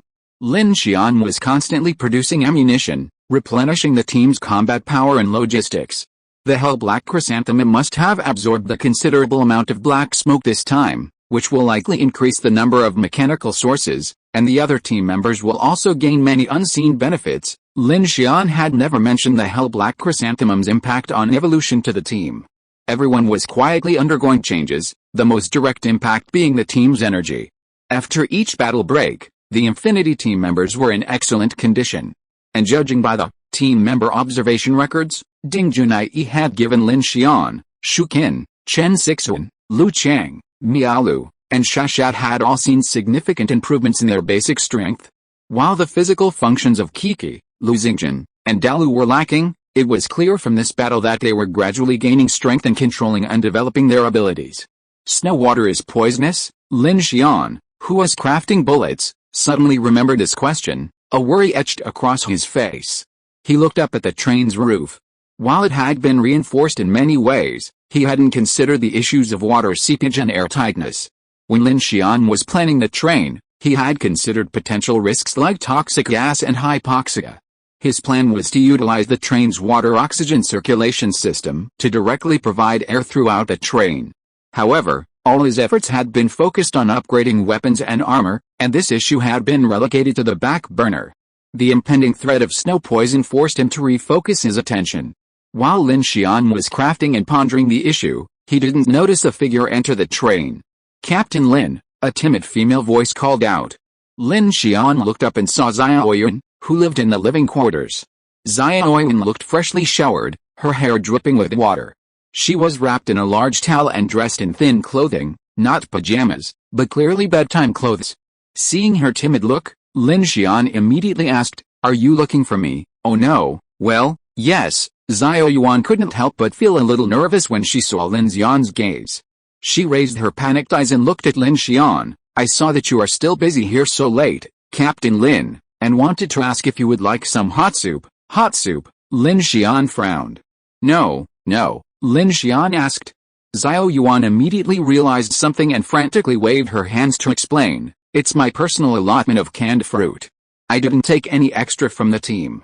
If you want some, I can make it for you." Her face flushed under the light, and she avoided Lin Xian's gaze awkwardly, lowering her head. "My pear soup is delicious. It'll warm your stomach." Xiaoyuan was a nice girl with a slightly plump and reserved figure. She was the kind of sweet girl with a charming smile. She usually had a good relationship with the others in the team. Although she couldn't provide much help in combat, her youth, intelligence, knowledge, and cooking skills made her often work with Miaolu and Chen Sixuan on the team's internal affairs. She was now poised to become the core of the team. "Yes, sure." Lin Xian saw her face flush and her posture slightly unnatural, and immediately guessed something. He had been aware of Xiaoyuan's eager glances at him recently, but he didn't say anything, nor did he directly refuse. He immediately returned to making bullets. When Xiaoyuan saw Lin Xian agreed, her eyes lit up with joy and she nodded quickly, saying a little incoherently, "Okay, Captain Lin, you wait for me." After that, she immediately turned around and ran towards the car in front. After a while, Xiaoyuan carefully brought him a pot of pear sweet soup in a lunchbox. Lin Xian reached out to take it, took a sip, and couldn't help but exclaimed, "It's really delicious." It seems that some spices are added. Hearing Lin Xian's praise, Xiaoyuan was suddenly excited. She couldn't help but take a few steps closer, pointing to a few dried roots in the sweet soup and said, "They are dried vanilla seeds and dried verbena." She bent down, and her large chest trembled in front of Lin Xian's eyes.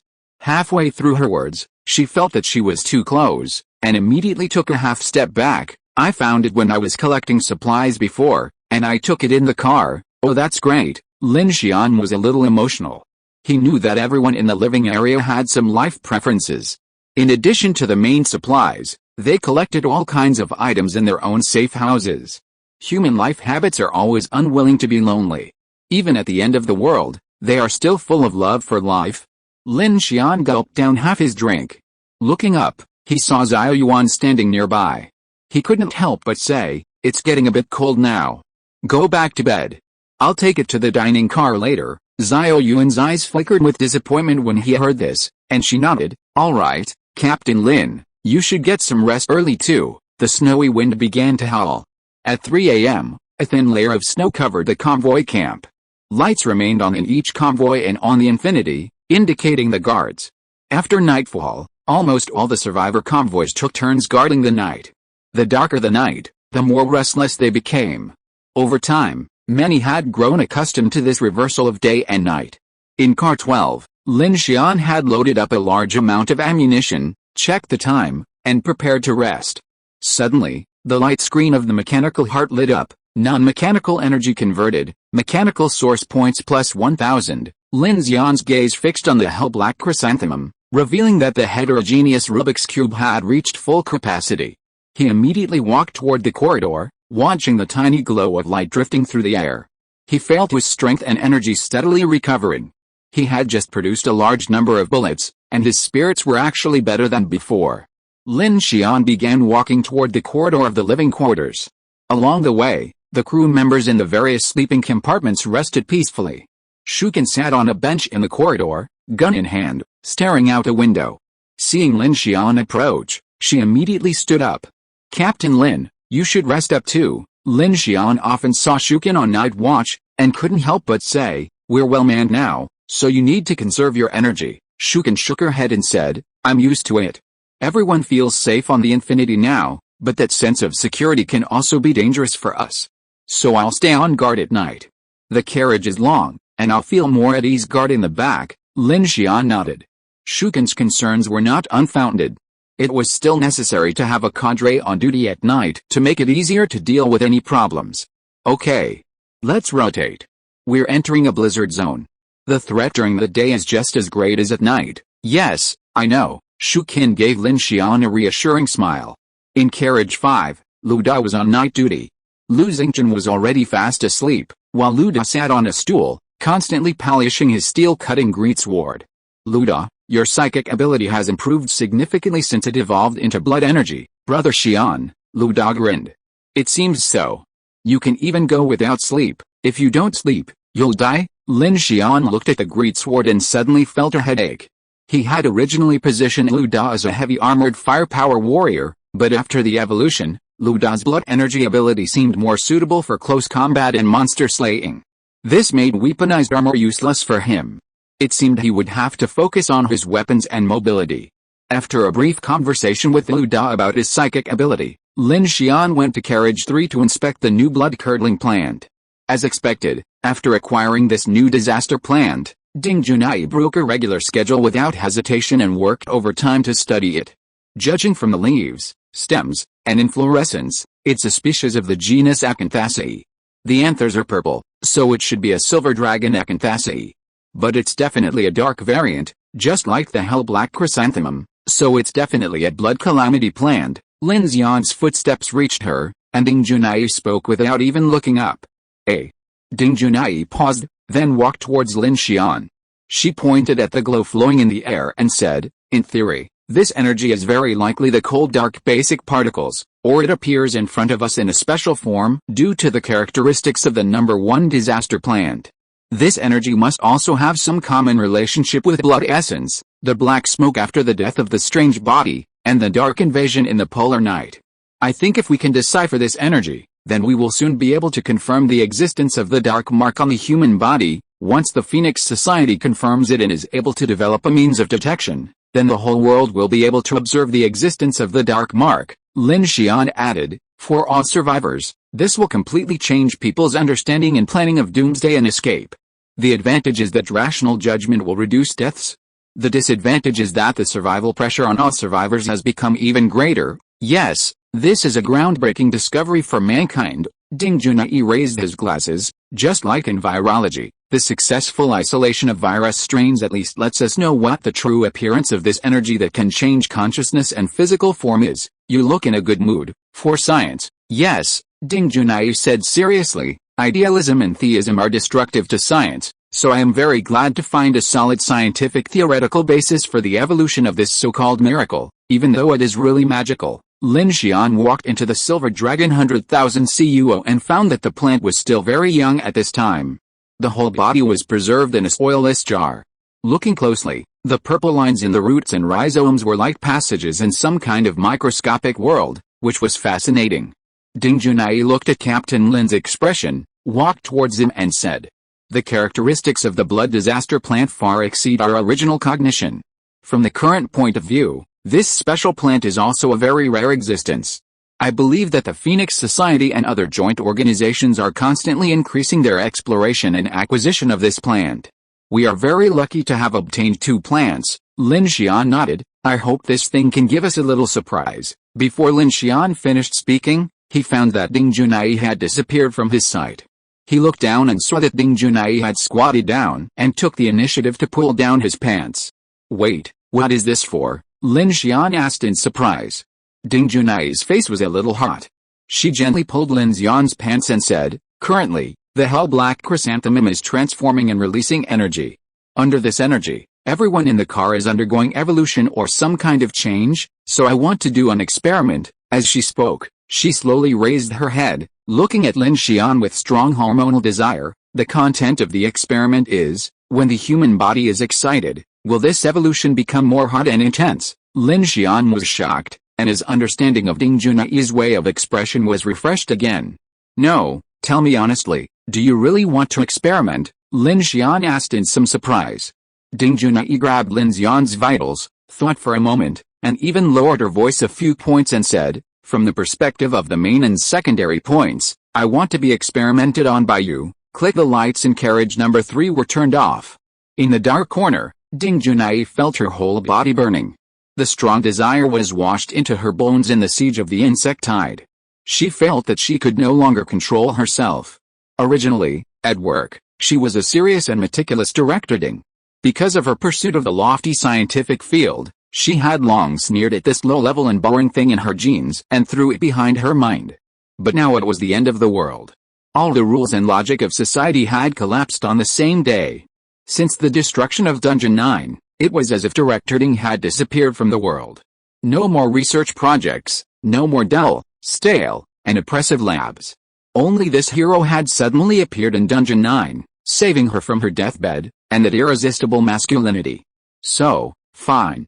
She'd decided to be with him, leaving behind all the loneliness and boredom, the very existence of a woman in this world, the repression she'd endured at her desk from adolescence to the days of preparing for graduate school and doctoral studies, the loneliness and pain of the lab where even the slightest joke couldn't be made. It turned out that there was a way to live life this way. Beyond the sense of accomplishment she'd gained in the scientific community, this lowly and boring thing was actually so joyful. In the rest area, a former disinfection room, Ding Junai rode her surfboard with abandon, like a galloping horse, like a sailing ship sailing the ocean. She wanted to transform herself into a heat wave, completely melting the savior of suffering, the master of idealism, the king of the soul, the warm blender, whom she had chosen as her lifelong partner. Ding Junai suppressed the roar within her heart, channeling it into action, accepting the biological signals transmitted by the human body's various sensory nerves. But what followed was an even greater surge of sensations, like an electric current, shocking. Lin Xian was now at the brink of control and being controlled. Frightened, he couldn't help but say, wait a minute. No. Ding Junai held him down, not stopping, but speeding up. In the darkness, she pressed herself against Lin Xian, her breath hot as she spoke, her voice scorching. This is part of the experiment. I need you to follow the standard procedures. I need to obtain perfect experimental data. Lin Xian was stunned. The enthusiasm of this science-loving masochist was truly overwhelming. The first snow fell, and the convoy under the dark night, the vibrant energy and the scene of all things competing for development, were still vivid before his eyes. When Lin Xian awoke, a screen of light flashed in his mechanical heart. Congratulations, mechanical amplification successful. Wind cannon upgraded to mechanical energy cannon. Mechanical energy cannon fires a beam of mechanical energy from your fingertips, with high destructive power. Successful. Lin Xian saw this and was about to turn over when he found a warm woman lying on top of him. Ding Junai seemed completely exhausted, sleeping soundly. Looking down, Lin Xian could even see that the small green seedling above her head had blossomed into a small pink flower, facing him, and it seemed to emit a delicate fragrance. Alright, Lin Xian lay back down and, without a word, immediately began mechanical amplification of the ice wall. Ice wall, mechanical amplification start. Ice wall 1 day 19 hours, 59 minutes, and 59 seconds. Aren't ice wall and wind gun skills of the same rank? Why is the mechanical amplification time almost doubled? Lin Xian was a little frustrated. After several hours of energy recovery, he felt as if most of his strength had returned. He immediately reached out and picked up Ding Junai and set her aside. Then he got up and prepared to test the mechanical energy cannon. He also went to the heterogeneous Rubik's Cube to see how many mechanical source points he had converted. After exiting car 3, he immediately ran to car 1 and lit up the heterogeneous Rubik's Cube. Non-mechanical energy converted, 550 mechanical source points obtained. Ling. Using non-mechanical forces for reflection detection, detection successful. No fear risk within the train, shielded from dark side attacks. There's still 550 points. Lin Xian was a little surprised. The mechanical source points he had gained from this battle were even more than those obtained by the giant parasite before. It seemed those insects had contributed a lot as well. Current mechanical heart level LV, 4, 1690, 7000, unnoticed. The mechanical heart had gained nearly 20% experience in a single day, arguably the largest increase in recent memory. Of course, this had also come at a considerable cost. The Infinity's ammunition reserves, along with those of the other 3 formidable teams, were depleted, and personnel were also lost. Lin Xian opened a sunshade, peering out at the sleeping teams, and couldn't help but say, I hope these guys can get better too. After a night of wind and snow, the outside began to be blanketed in a blanket of white by the headlights. It was 6 a.m., and most of the other 3 teams, save for the shift crew, had already begun to rest.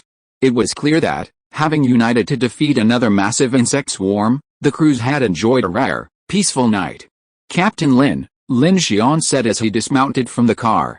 Turning to see Lu Cheng and 2 teammates, bundled in thick winter clothing, standing on the roof, he greeted him. Lin Xian nodded. These young men were diligently keeping watch, giving the passengers a sense of reassurance. Clad in power armor, he stepped past a pile of insect corpses and into the darkness. The men in the convoy were overly vigilant, fearing the slightest disturbance could trigger a major chain reaction. So, Lin Xian simply walked further away. The cold wind howled, and the display on his power armor displayed his body temperature and the ambient temperature. The flashlight illuminated several bluestone blocks ahead. Lin Xian glanced back at the convoy in the distance, calculating that this distance should be sufficient. He raised his finger, aimed at one of the bluestone blocks, and prepared to unleash his mechanical energy cannon. Che-woo. At this moment, Lin Xian's finger seemed to be encased in some kind of metallic device, and the faint sound of a motor gathering energy could be heard.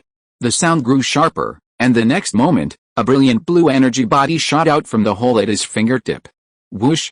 A slight whistling sound echoed as the mechanical energy cannon from Lin Xian's fingertip blasted out a burst. With a single blast, it pierced through the bluestone in front of him. The bluestone didn't even make a sound of feedback. Lin Xian's eyes fixed, and he quickly walked over. Searching with his flashlight for a while, he finally found a black hole, the thickness of a finger, in the center. He reached out to touch it, then immediately withdrew his hand. The hole was surprisingly hot, and when the light shone on it, a fine white smoke rose from it. So powerful, Lin Xian was incredulous and quickly moved behind the bluestone. Sure enough, he saw a tiny hole completely perforated by the cannon. Lin Xian frowned and quickly measured the bluestone before him. The thickness was at least 80 centimeters.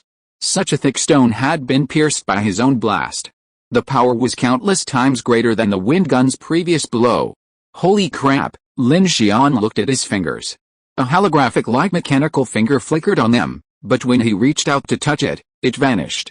Mechanical energy cannon, interesting, a glint flashed in Lin Xian's eyes, then he calmed down. It's much more powerful. The only problem seems to be the firing rate. I can't fire continuously like the wind gun did before. It felt like he had traded a machine gun for a cannon. It was less effective against ordinary zombies. However, this situation could be completely ignored. After all, ordinary zombies were no longer a significant threat to him and Infinity. After the test, Lin Xian prepared to return. He planned to upgrade the materials and airtightness of the train's connections while he had time. The entire train's heating system was now activated. Lin Xian scooped up a handful of snow from the ground, his eyes grim. He didn't know the extent of the supposed toxicity of snow water, so for safety's sake, it would be best to prevent it from seeping into the train. Chapter 247 Rushing into the Blizzard. Lin Xian's plan was to try to recreate a set of his own TRP 4th generation special industrial active exoskeleton power armor, if he had time after completing the train maintenance. His first intention was to give it to Shukin or Chen Sixuan. Both of them were genetically evolved and needed enhanced mobility, which would greatly improve their performance. Lin Xian had originally considered asking the Sun Chaser team to scan a copy of Amin and Luo Luo's military power armor, but after comparing them, he found that the military armor only performed well in terms of weapon expansion and application systems. His special industrial armor provided good support in terms of strength and protection, and he could easily add weapon expansions himself, so he gave up.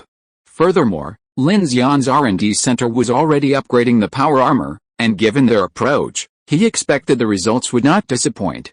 Just as Lin Xian was about to return to camp, he felt something watching him from the darkness behind him. Always cautious, Lin Xian immediately turned around and scanned the area with his flashlight, but found nothing unusual. Activate collision volume sensing system, range radar. Lin Xian unhesitatingly activated his power armor's warning system. It sprang into action, scanning the darkness. But after searching for a while, nothing was found.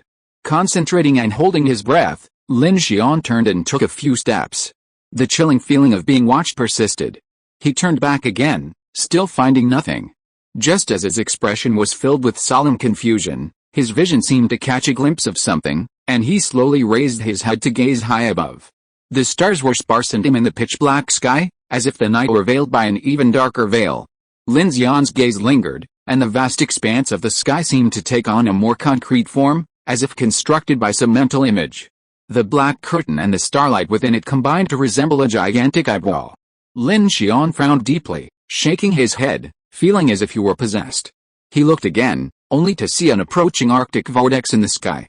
It seemed that atmospheric ionization had triggered an optical phenomenon similar to the aurora ghost, charged snow dust aggregates, creating the appearance of a gigantic circular nebula.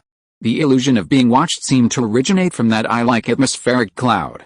It seems staying up late so often is truly hallucinating. Lin Xian exhaled, turning and passing through the heap of stinking insect carcasses, returning to the infinity.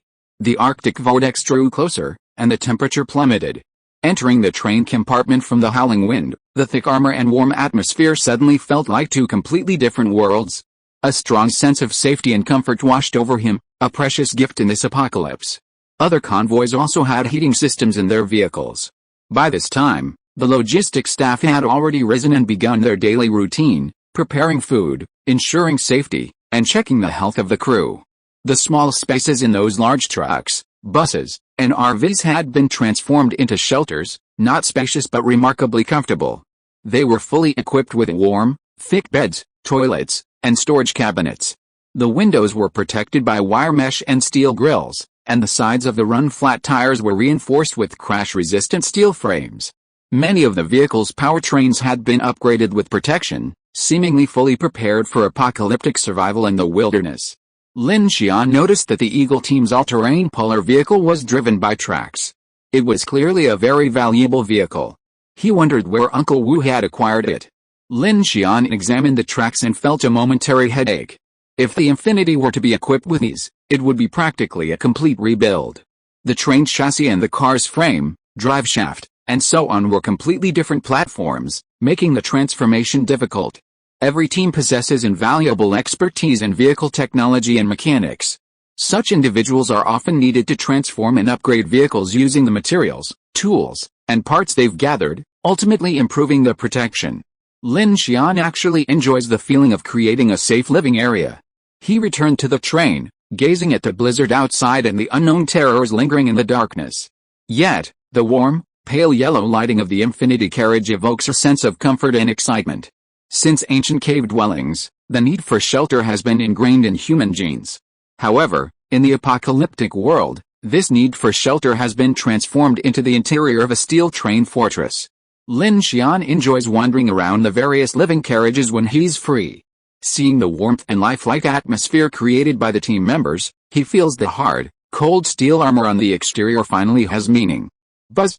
Lin Xian takes a seat in carriage number 1 and begins activating his mechanical heart, inspecting and repairing the nearest few carriages.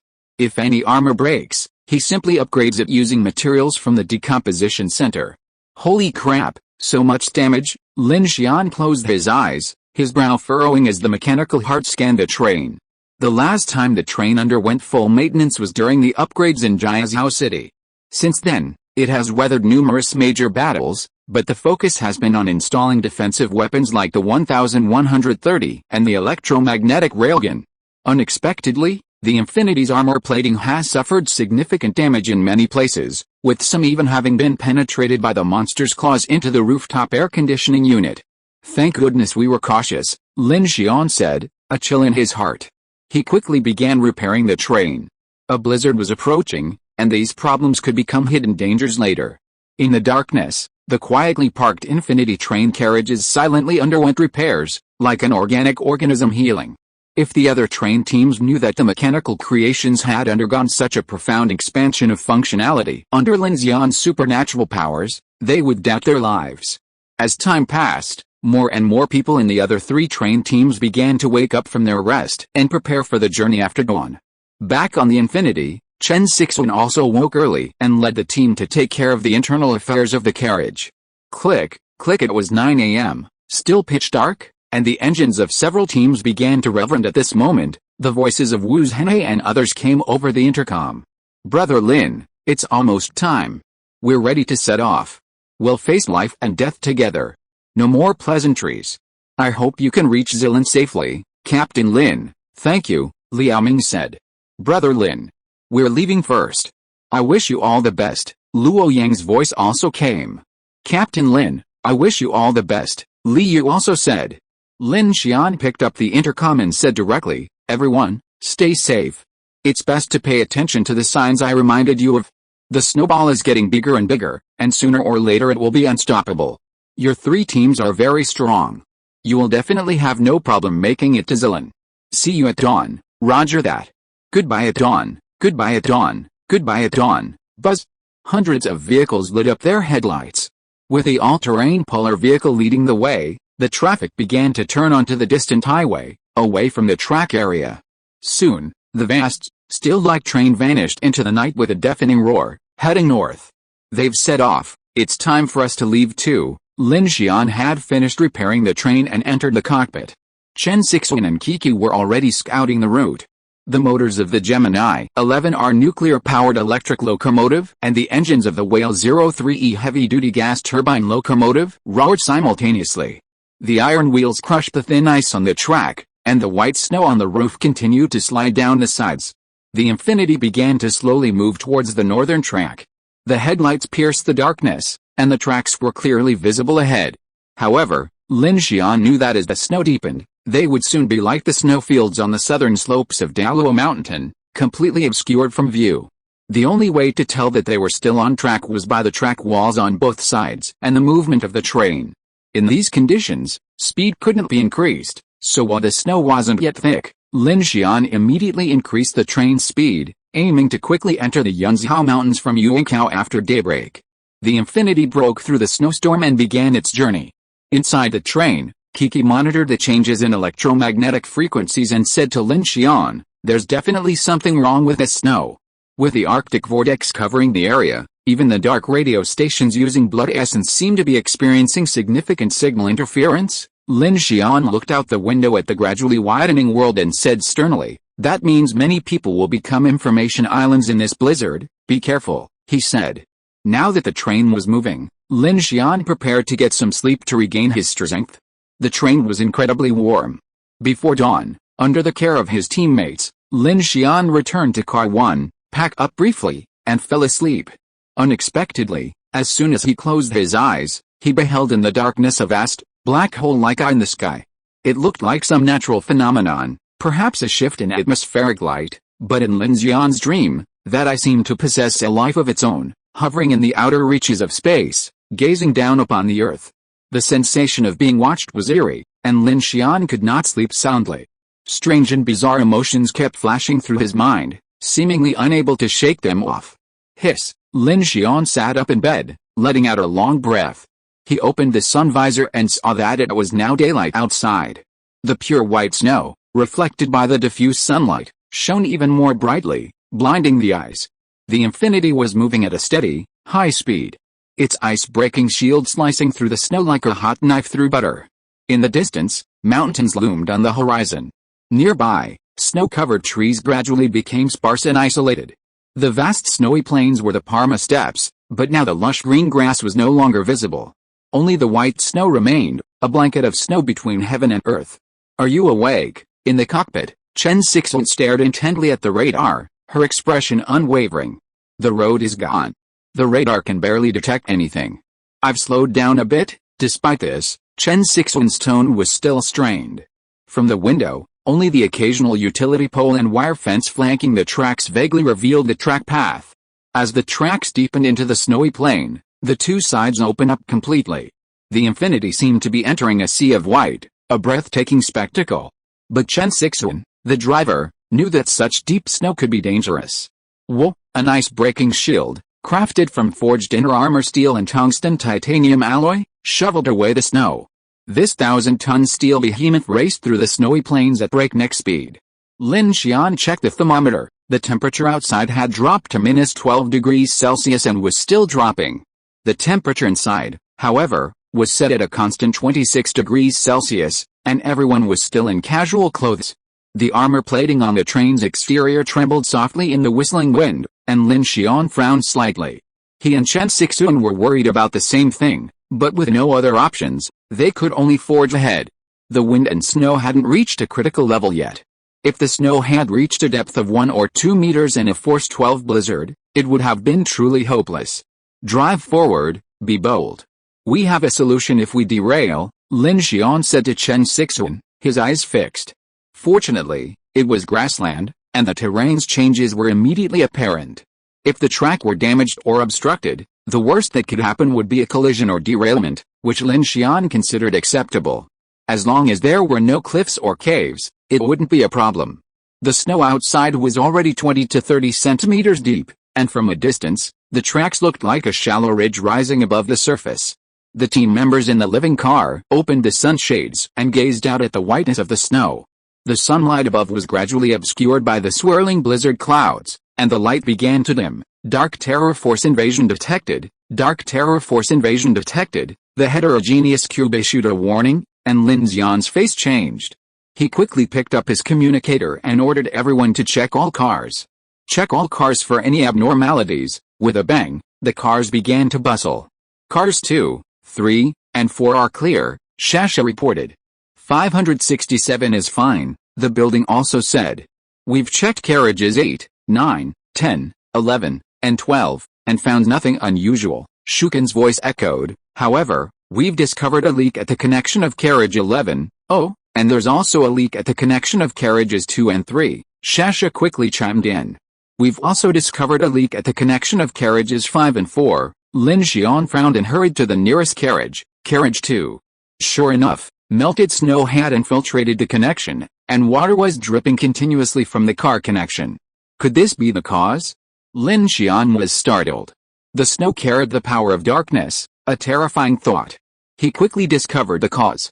Carriages 3 and 4 were originally high-end Col-3 biological science research vehicles, with different standards for connecting them than the other cars.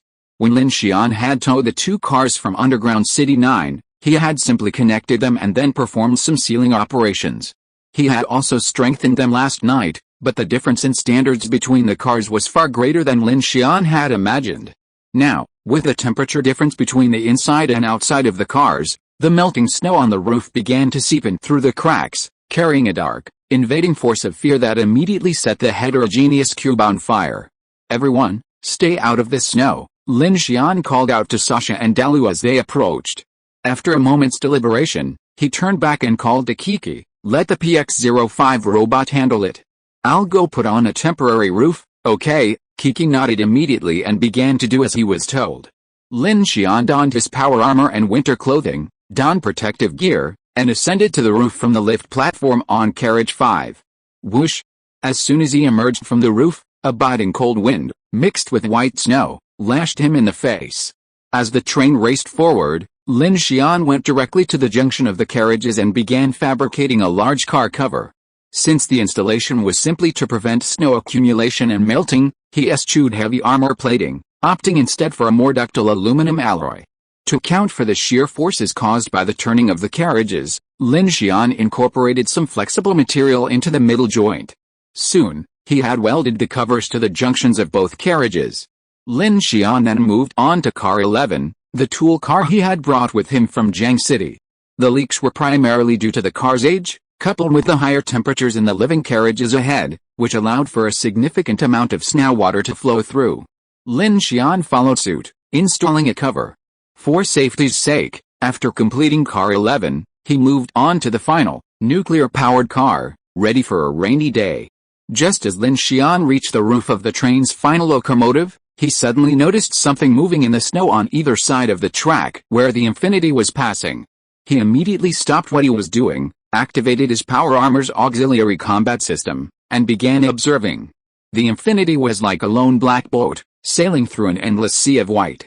The loud vibrations of the tracks caused a gradual appearance of surging motions in the snow behind it, as if some fish or subsand creature were burrowing beneath the snow.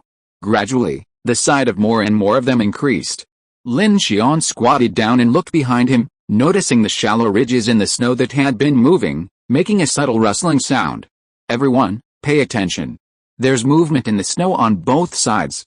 It could be the snow monster the other survivors have mentioned, Lin Xian warned everyone directly on the communicator. With that, he abandoned his efforts to create the cover and returned to the train via the lift platform on Car 11. A PX-05 robot, using its vacuum cleaner, quickly vacuumed the snow off Lin Xian.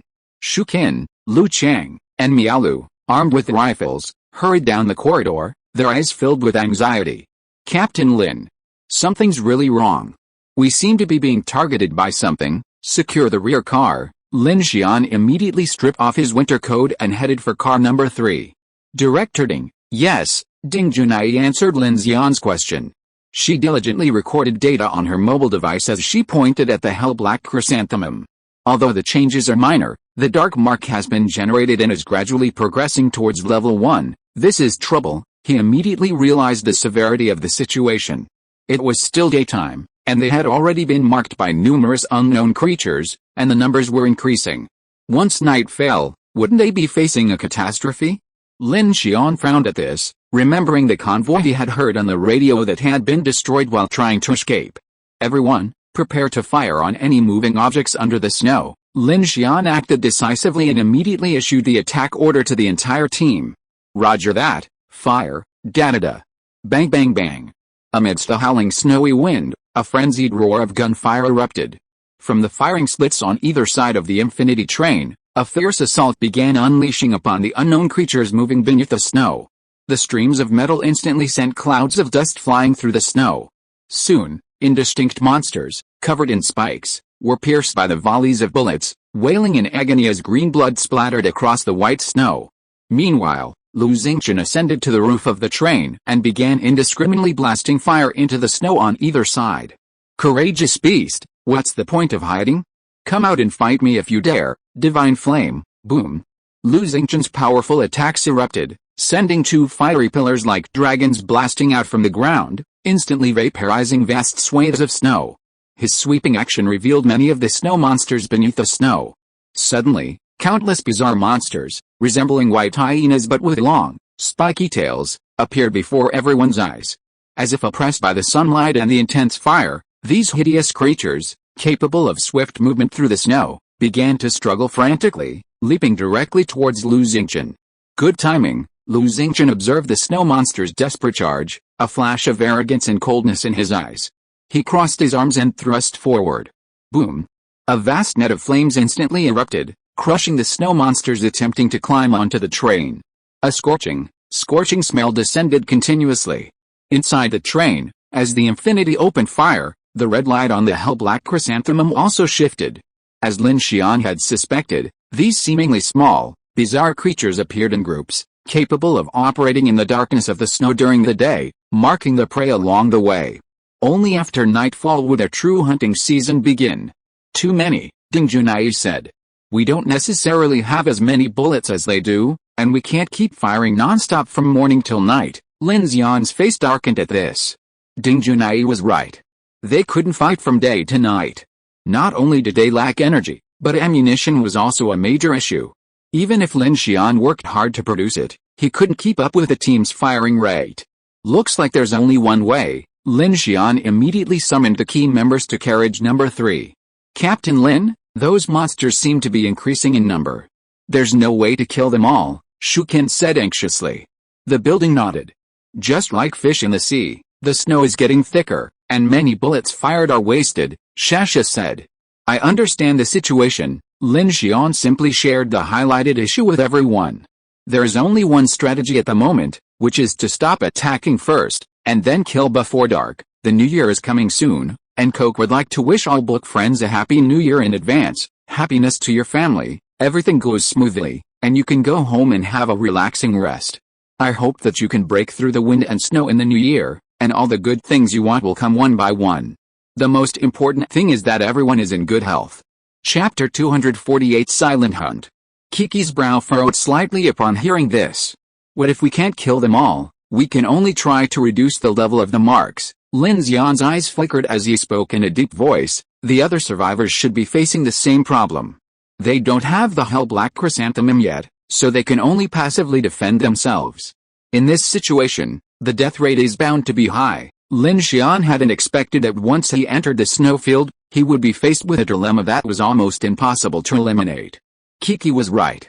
Even with enough time, he couldn't guarantee that he could kill all the pursuing snow monsters. Therefore, the Infinity would hardly be able to completely clear the marks on its body, which meant that they would remain exposed in the blizzard. But after much thought, there was no better way. The train couldn't stop, and it was impossible to kill all the monsters in the snow. The snowfield was as endless as the sea, and as the snow layer grew, who knew if something even more terrifying would appear?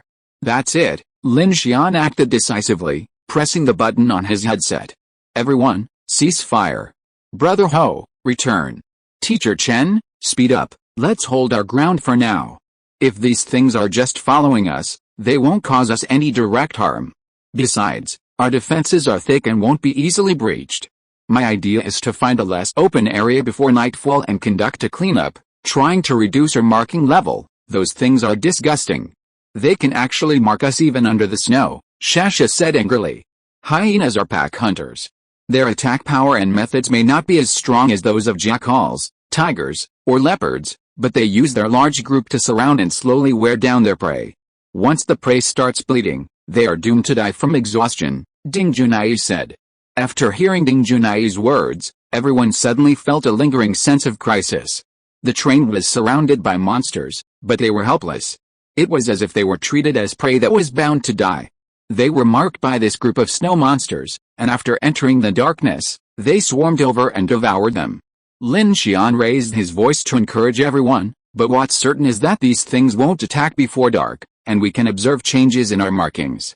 This gives us some initiative, at least allowing us to decide at what level to enter the night. I have a suggestion. Ding Junai, noticing the ceasefire, pointed to the regional black chrysanthemum and said to Lin Xian, open fire to relieve the pressure before the marking reaches level 5. We may not be able to handle a level 5 situation. To be on the safe side, we shouldn't try it lightly. Lin Xian looked at the disaster plant, whose crimson glow was changing, and nodded. That's what I thought. He then looked at the others and said, let's do it. Everyone, be on guard. We'll open fire again when we reach level 4. I'm worried that lowering the marking won't be so easy once the snow gets thicker. The most terrifying scenario is that the destruction is not as fast as the increase. In that case, the Infinity will likely face a dark hunt with the highest level of marking tonight. If that were the case, everyone could only pray that they didn't encounter a monster like the atmospheric mica in this blizzard. The pursuit of the snow monsters had everyone on the Infinity on edge. Many looked out with solemn expressions at the deepening snow, the growing storm, and beneath the snow, a rustling of snow monsters. Inside the train, the atmosphere grew incredibly heavy. The train kept moving, and every passing second seemed to be a countdown for the Infinity. The entire train was like a gradually increasing pressure cooker, the atmosphere so heavy it was almost suffocating. Lin Xian quickly walked towards car 12.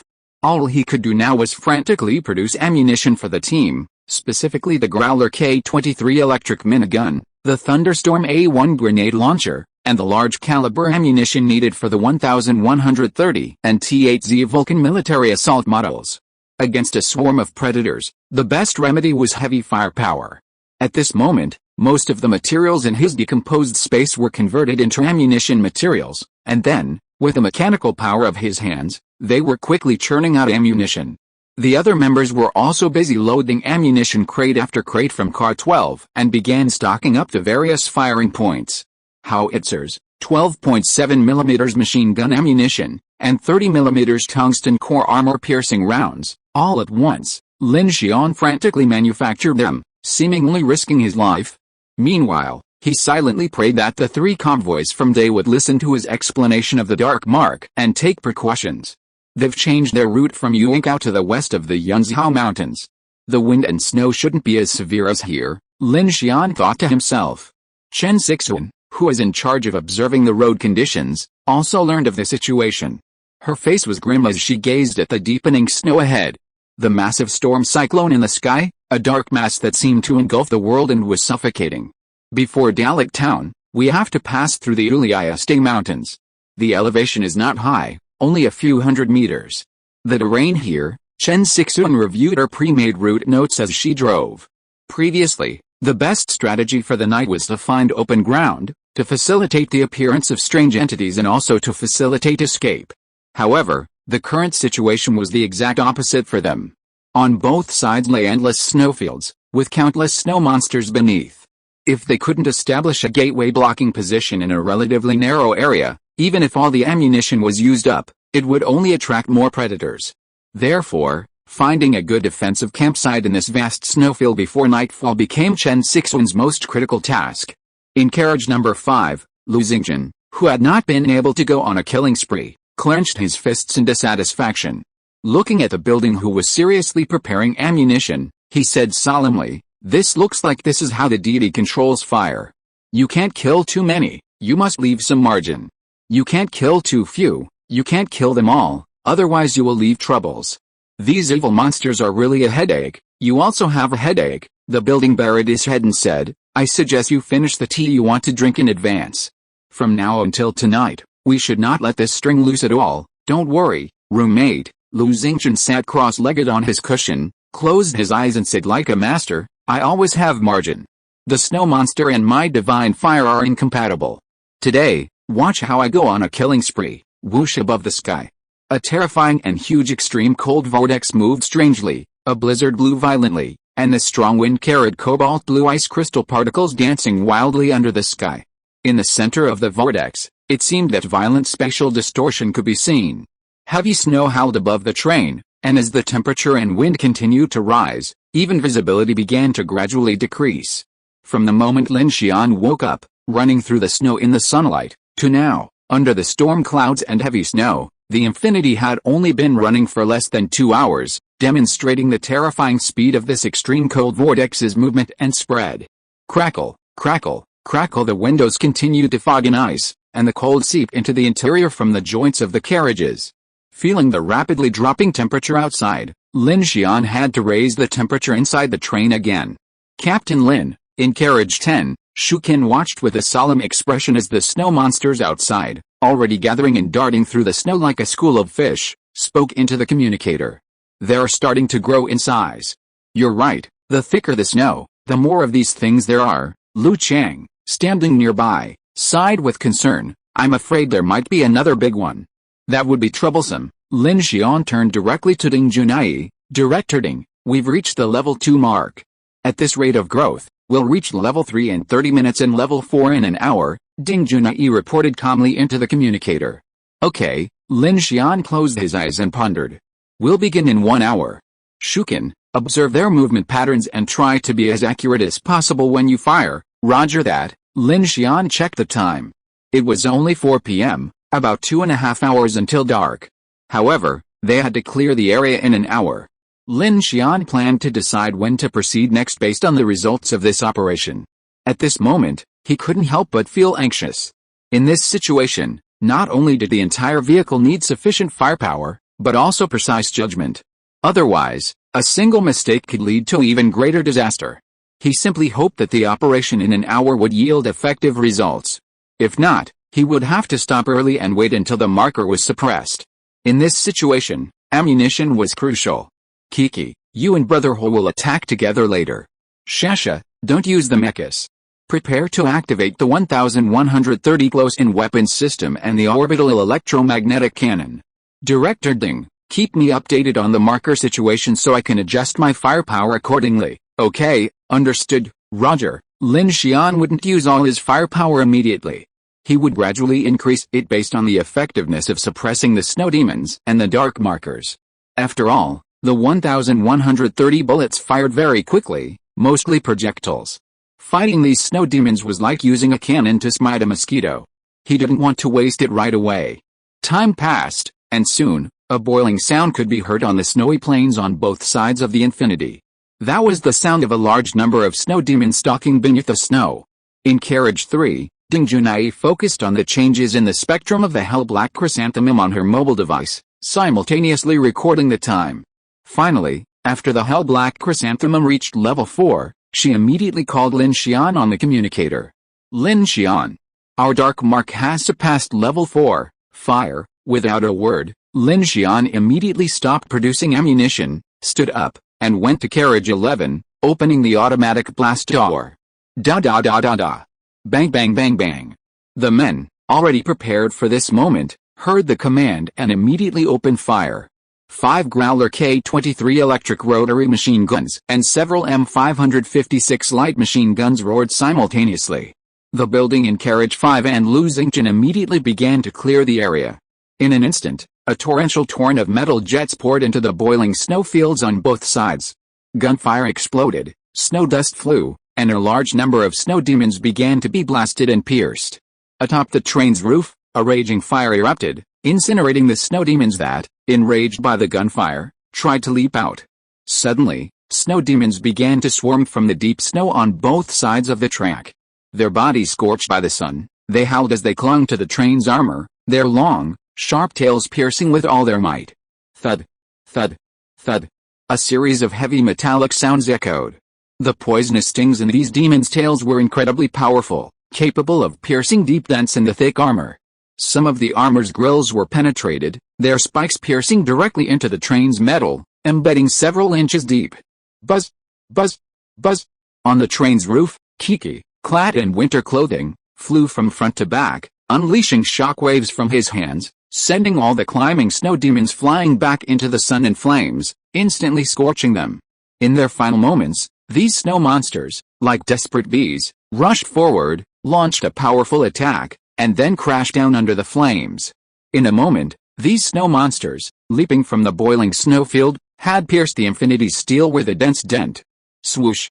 Lin Xian, standing at hatch 11, raised his hand and unleashed a mechanical energy cannon, piercing a large snow monster lying dormant, preparing to leap towards the train.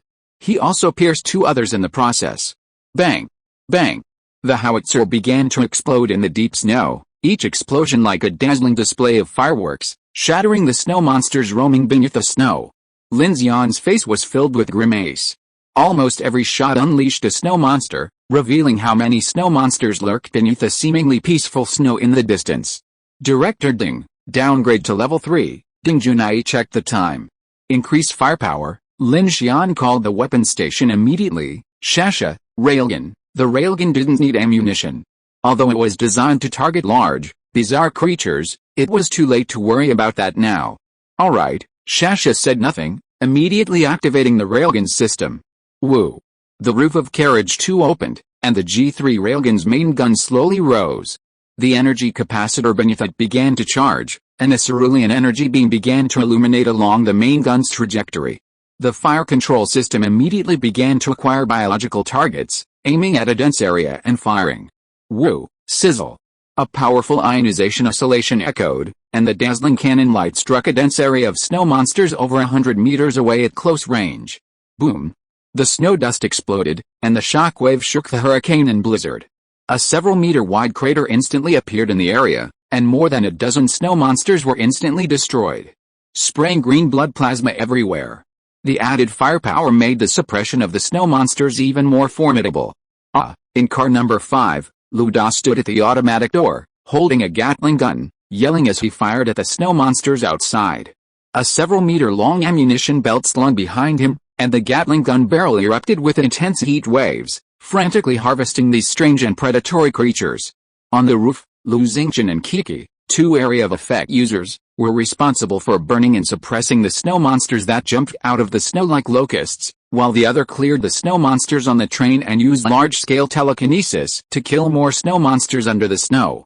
Downgrade to level 2, 3 minutes, Ding Junai's voice came again from the communicator.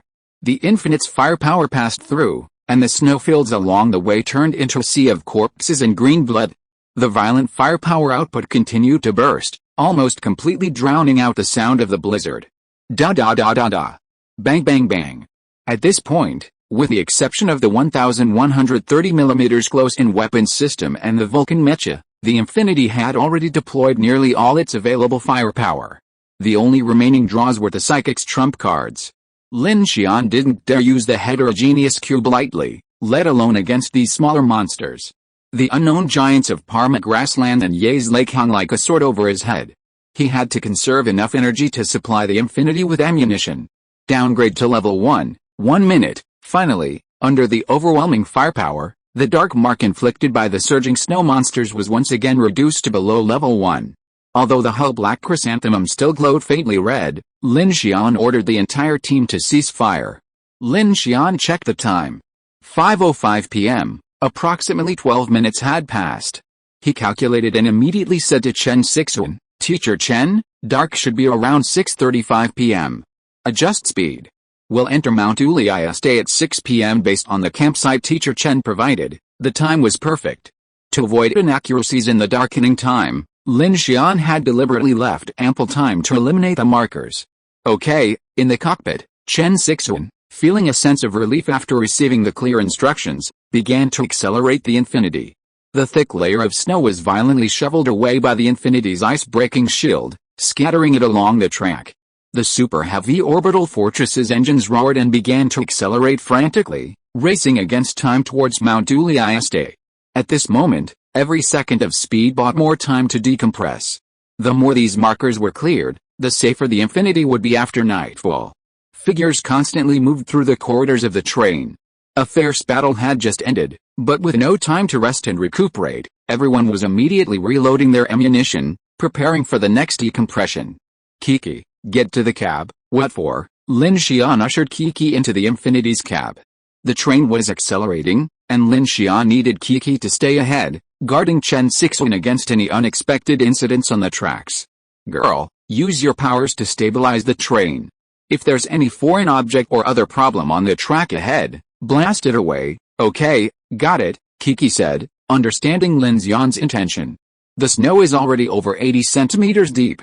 I estimate at this rate, it could be over 1.5 meters or even deeper by tonight." She worried that the train would be completely buried, making it impossible to move forward.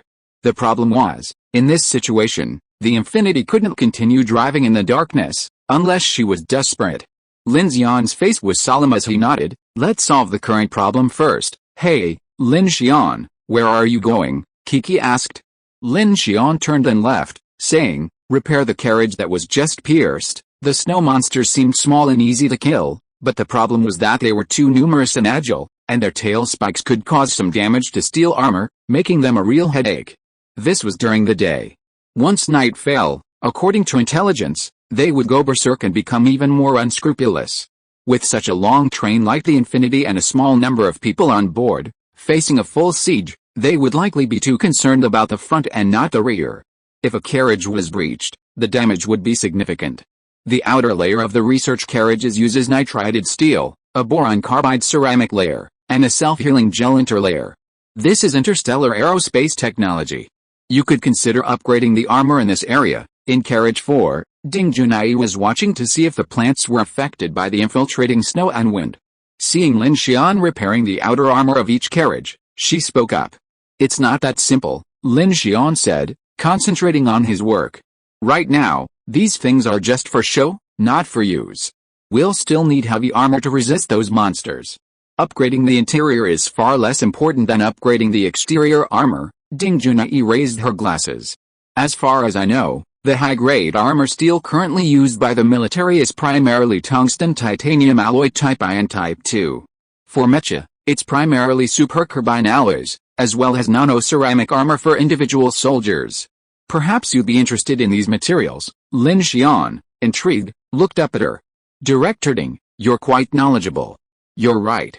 If we could use these materials as a foundation, the Infinity's exterior armor would definitely be elevated to a higher level of protection. Lin Xian didn't have molecular scans for these materials, so the fabrication center couldn't convert them.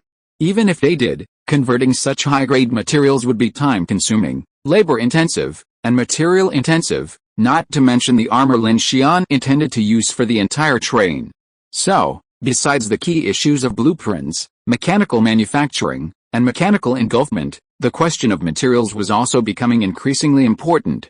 Originally, the Infinity only needed forged steel, titanium alloy, high manganese steel, and highly hardened tungsten steel. These materials could be obtained by devouring cars, trains, or other large man-made machinery. However, Lin Xian's first acquisition of tungsten titanium alloy was from the broken-down Iron Guard III military assault mech, which he used in key components like the GK-03 electric knife and ice shield. Therefore, to obtain this type of material, he had to find more advanced objects to devour. Cars and trains were no longer a significant solution, they could only be used to transform into ammunition and weapons. Rumble. Amidst a blizzard, the Infinity raced at full speed, the icy rails rumbling. A large number of snow demons once again gathered in the snowfield, following the train's movement and creating a seething rustling sound within the snow. After repairing some of the damage inside the train, Lin Xian began repairing and reinforcing the exterior armor, including the firing ports. Once the battle began, coupled with the opening of the automatic blast doors, the temperature inside the train plummeted. To maintain the warmth, Lin Xian configured the gates of cars 3 and 4 to automatically close upon entry. The living quarters at the rear were completely unprotected. The cold wind intruded through the firing ports, quickly turning the temperature into freezing cold. Many of the crew members on duty had their hands frozen. Therefore, everyone in the train began donning thick thermal insulation and cold weather clothing, awaiting nightfall. Lin Xian, we're almost there. Inside the cockpit, Chen Sixuan gazed at the large, rolling hills in the distance, now blanketed in white by the wind and snow. The Uliaste Mountains were a circular massif, their highest peak only a few hundred meters high. When the Parma steppes were unshrouded in snow, they were a breathtakingly beautiful sight. Now, all that was visible was a vast expanse of towering snow-capped hills. Dear book friends, Happy New Year's Eve! Coke would like to wish all book friends a Happy New Year, happiness for the whole family, everything goes smoothly, and you can go home and have a relaxing rest. I hope the new year can break through the wind and snow, and all the good things you want will come one by one. The most important thing is that everyone is in good health. Chapter 249 Endless Winter Night. Swish, the heavy black train ripped through the thick snow, sending a deafening roar through the blizzard. Above the dome, a raging vortex of extreme cold obscured the sky, plunging the world into darkness as if prematurely. Everywhere was a white, whistling blanket of snow. Marked to be passing level 4, prepare to fire, squeaky, air. Snow demons swarmed through the snow like a swarm of Crucian carp, stirring up a seething cloud of snow dust.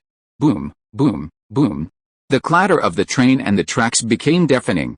Lin Xian stood in carriage number 2, gazing at the various locations outside the train as seen on the sentry system, his expression stern. Lin Xian, Chen Sixuan's voice boomed over the communicator. Many monsters have appeared at the pass ahead. Kiki immediately switched to the electro-optical sighting system. Amidst the vast expanse of white snow ahead, a dense swarm of long, black and white tails began to surge like a wave. Perhaps due to the approaching night, or perhaps the blizzard obscuring the light, these snow monsters were beginning to emerge from beneath the snow, sweeping towards the train like a whirlwind. It seems our level 4 markings have attracted the attention of a wider range of strange entities. Kiki frowned, observing the surveillance footage. Lin Xian's eyes hardened, and he pressed the button on his headset. Speed up. Crush them. He instantly activated his mechanical heart, increasing the Infinity's power by several percent and accelerating again. Lin Xian checked the time. It was already 5:53 p.m. No one in the convoy had any experience with the oncoming tide of darkness, so they could only estimate the time of nightfall. It looked like it would be around half an hour from now.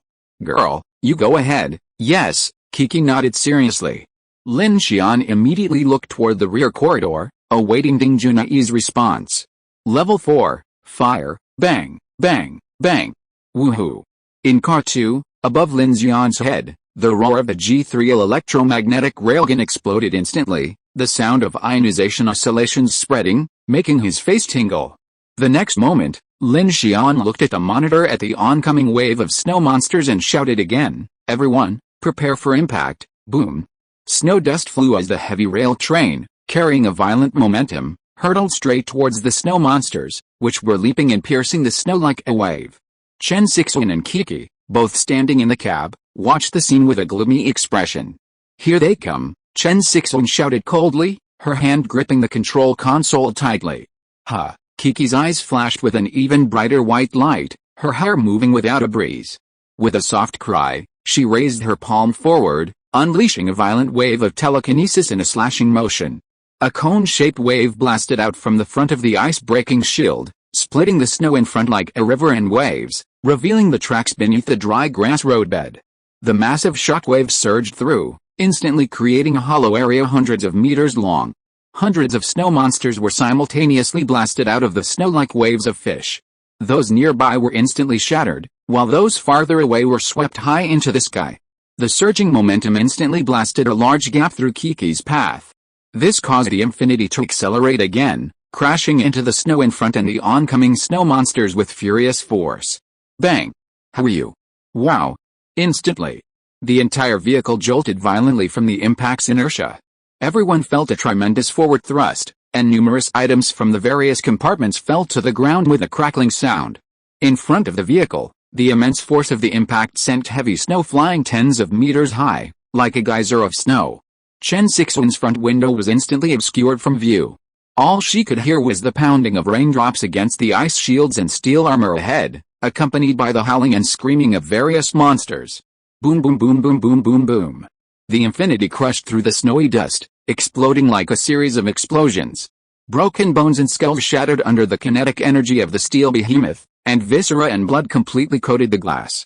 Chen Sixuan's attempts to turn on the showers and wipers proved futile. Luckily, Kiki was nearby, sending a telekinetic wave forward. Gritting her teeth, she braved the blizzard and the onrushing snow monsters, forging ahead. Woo! Zzz! The electromagnetic railgun fired at full capacity and speed, its intelligent system automatically targeting densely populated areas or large monsters. With each shot, the train's lights dimmed slightly, then instantly returned. Da-da-da. Bang bang bang. The train cars behind opened fire with even greater intensity. This round of snow monsters was even more daring and frenzied than before. Each blast of the building's K-23 Grenadier machine guns ripped away a vast swath of them. The problem was that more snow monsters had climbed onto the Infinity train, and now they were apparently able to remain in the light for a longer period. Countless tail spikes clanged and pounded against the train's armor plating.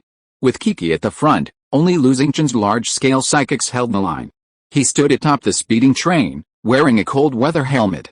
As the wind and snow intensified, the frost on his windshield thickened at an alarming rate. Snowy and cold weather is a time for hard training, Lin Xian breathed rapidly, but now he had no desire to show off. The fire in his hands barely stagnated, blazing through the train's deck. The repeated strains of low and high temperatures caused the train to groan with fatigue. The heat from the hurricane seemed to threaten the snow demons. Instead of attacking the steel, they surged towards Lin Xian. Their bodies were rotting, but they couldn't stop the onslaught, swarming the roof. Lin Xian watched this scene with a jolt of joy instead of worry. Good timing, good timing. Originally, the monsters had been attacking from scattered compartments, leaving many of the people inside unattacked due to the limited firing slits. Previously, with Kiki helping him clear the monsters, it was fine. Now without Kiki, he was powerless to defend over a dozen compartments alone. With so many monsters charging at him, things seemed much easier. Fire cloud, Lin Xian crossed his sword fingers, compressed and blasted out flames, directing a massive burst of fire to burn the rooftop, wasting nothing. Chi. At that moment, the train's electric blade armor system suddenly activated. The snow monsters that had scrambled up the train were unable to react and were instantly shredded. They crashed to the roadside, their long blades flashing with arcs of light, slicing even the tails of their sharp blades. Dark sign, level 3, the front of the train crashed violently. And Kiki and Chen Sixuan, in the cockpit, gritted their teeth as they raced. Dark sign, level 2, da-da-da, bang, bang. The crew members of each car, Shasha, Shukin, Dalu, Lu Chang, Miaolu, opened fire. Dark sign, level 1, Lu Xingqian's fire was like the tail of a meteor streaking across the snowy plains, blazing across the sky and scorching the swarming snow demons. Finally, Lin Xian, gazing at a mountain pass with silted terrain ahead, applied the brakes. Squeak. The Infinity began to decelerate frantically, the snow cascading from the roof falling like a waterfall. The locked wheels melted the ice on the tracks, scorching red, and steam rose uncontrollably. Ugh! Squeak! Squeak! After the train stopped, everyone began mopping up the incoming snow demons. After fighting for over 10 minutes, with the bodies of the snow demons piled up like mountains on both sides of the train, the attacks from all directions gradually subsided. Hiss! It's so cold, Lu Xingqian was nearly exhausted. The intense cold was overwhelming even for a fire-based psychic. Seeing the snow monsters were gone, he immediately prepared to open the hatch and return to the train. However, the hatch on the roof lift had been frozen shut by the snow and wind, preventing it from opening. Desperate, he blew another burst of fire, melting the frozen ice before finally returning to Car 5. The howling blizzard became the only sound in the air. As the firing ports in the other cars closed, the heating system began to throttle, providing warmth. Lin Xian, Shukin, and the others in the building donned tight winter clothing, temperature-maintaining devices, and helmets. They then opened the hatch of Car 11 and jumped out. Outside the train, the howling snowstorm shifted to sideways motion, completely obscuring visibility to a few meters. As soon as Lin Xian stepped off the train, he crushed the frozen corpses of several snow monsters, making a crackling sound. He thought to himself, this thing isn't afraid of snow when it's alive, but once it's dead, it freezes into a popsicle. Captain Lin, Shukin's voice came from behind him. Lin Xian looked back and frowned. The Infinity's side armor was already in tatters, with large holes and even signs of cracking in the armor plating. Brother Xian, the temperature is too low. The armor plating is starting to become brittle, said the building. I know, Lin Xian took a deep breath, feeling a bit heavy. In less than a day, the temperature had dropped to -30 degrees Celsius. The huge temperature difference was causing deformation not only on the train's armor but also on the train's hull. Clang, clang, clang, clang, clang. The Infinity was constantly filled with a low, humming sound. The strain of heat from inside and outside was causing constant fatigue in the joints and welds of the vehicle. The pressure of this extreme cold wasn't limited to the night monsters. Quick, check everywhere. Get back quickly. It's almost dark. Seeing the ice rapidly forming on the front of his windshield, Lin Xian felt a sense of foreboding. He immediately led a few men around the train to check. Ugh! Whoosh! Mechanical energy cannon, a snow demon that emerged from under the train was blasted in the head by Lin Xian. It struggled a few times before becoming stiff. Just as Lin Xian was about to step forward, the monster suddenly moved, curling its thick tail stinger and piercing Lin Xian's face. Captain Lin Shukin watched the scene and prepared to rush forward, but it was too late. With a swish, Lin Xian stood still as a third mechanical arm behind him firmly grasped the sharp stinger. Guu. Such a high density, no wonder, this thing can even sneak attack. How cunning, Shukin stepped forward and said in a deep voice. Yet, it's really hard to deal with without heavy armor, Lin Xian said. He threw it aside and wasted no time. The others checked along the vehicle. Just as Lin Xian was about to return to the vehicle, he vaguely saw a figure in front of the vehicle. Activate collision volume perception system, range radar activated, beep. The power armor's auxiliary system activated, locking onto the human figure in the snow and wind ahead, but the system soon flickered yellow. Beep, no life response. Lin Xian frowned, took out his black gun and walked over. Only then did he realize that the figure was a middle-aged woman, completely frozen into an ice sculpture, wearing a thick down jacket, half buried in the snow. Captain Lin, there's more up ahead. Shukin, who had followed him, also noticed the situation. Looking ahead, they began to see more survivors, frozen like ice sculptures. Lin Xian followed them and found many buried, dead on the spot, weapons in hand. Further ahead, a motorcade appeared, but the cars were mostly half buried in the snow, their roofs pressed down with thick layers of snow. Across the rolling hills of wilderness, numerous cars lay half buried in the snow. A black SUV, at the forefront, sat diagonally on the snowy slope, its roof racked tarpaulin and bulging like a pale sail. The cracked driver's window let in a howling wind, revealing a pair of hands encrusted in ice on the steering wheel. A man, frozen like an ice sculpture, hunched over it. Not far away, a bus flipped sideways at a 45-degree angle, its escape window jammed like a funnel with snow. A woman in a red down jacket emerged from the shattered armored window. The baby swaddled in her arms had frozen into a cocoon of ice. Her draped scarf blew in the wind, and the ice shattered like wind chimes. The diesel heater pipe at the rear of the bus burst, spilling fuel, forming stalactite-like icicles on the hull, reflecting the gray light of a dead person's fingernails. As the wind swept through the traffic, snowflakes played a dirge between the cracks of the car doors. A white SUV had a peace charm hanging from its rearview mirror, its red tassel frozen into stiff ice needles. 13, 14, 15, Shukin took a quick look and counted in a low voice. Captain Lin, there are 23 vehicles. It's quite large. Judging by the parking, it should be a camp. They must have been attacked. Lulu snatched a frozen monster tail from the snow and wrestled it out. He found half a human hand still clenched in the snow monster's mouth, its bright red tissue sealed in ice. They're all wiped out, Lin Xian sighed softly. All right, let's get back to the train. Yes, braving the fierce blizzard, the few men returned to the train. With a swish, the automatic blast doors closed, instantly blocking out the howling wind. Before Lin Xian could even remove his windproof helmet, Chen Sixuan's voice rang through his headphones. Lin Xian, come to the cab.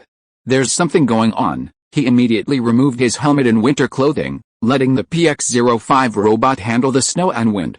Then, he quickly crossed a corridor and reached the cab ahead. What's going on? Chen Sixuan pointed at the train's answering machine. Someone's calling us. Can you still get a message? The snowstorm is so severe that we can't receive radio waves from long distances, so they should be nearby, said Kiki. Lin Xian pressed the call button. Who? As soon as he finished speaking, a loud, intermittent shout came from the other end, sounding very urgent. Hey, you train drivers, get out of here quickly. It's getting dark, don't hurt us. Lin Xian heard this and realized it was probably a convoy of survivors who were also taking shelter from the wind and snow in the snow monster near the Uliaste mountain pass. He paused for a moment before bluntly stating, we've cleared all the monsters. We'll be camping here tonight. We have no ill intentions. Just as he finished, another voice, sounding rather rude, rang out, what do you mean by cleared or not? You know we have 4 convoys here, more than enough people. Do you understand the pack hunting effect? It's almost dark, and you're still attracting so many monsters? Get out of here. Don't stay here. Hey, Kiki was immediately enraged and about to start yelling, but Lin Xian stopped him. Lin Xian pressed the communicator and briefly explained the dark mark. So, if you haven't been attacked yet, and neither have we, then we're both relatively safe tonight. Even if there's trouble, it won't be too serious. Just stay put and wait for daybreak. The pack hunting effect and the dark mark are similar in some ways, but their essence is different. The former makes it difficult for many survivor groups to unite, and they may even be hostile to other groups approaching. Under such circumstances, these survivor groups will not easily consider joining forces with anyone other than an official and powerful organization like the Phoenix Order. But Lin Xian knew they had completely misunderstood the situation. Snow monsters were swarming the snowfields. If these people weren't being attacked, they should be safe. Lin Xian's Infinity team had just rushed in and killed nearly all the pursuing snow monsters.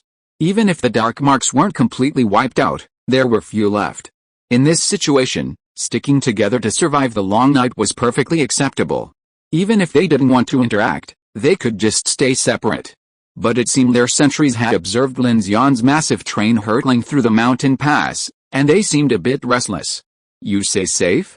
Are you the father of those monsters? The irritable middle-aged man, upon hearing Lin Xian's words, launched into scolding without hesitation. Do you know how much we spent killing the monsters this morning? You can't stop anywhere on the track, so why are you stopping here?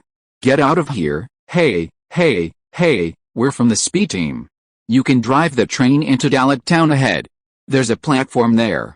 Can you please not stop here? Another woman said. That's right. Get out of here. Don't hurt anyone, the first voice responded hurriedly. In the cab, Lin Xian's face darkened, while Chen Sixuan was slightly furious. How can these people be so stupid? Why do they accept the herd hunting effect and not listen to us?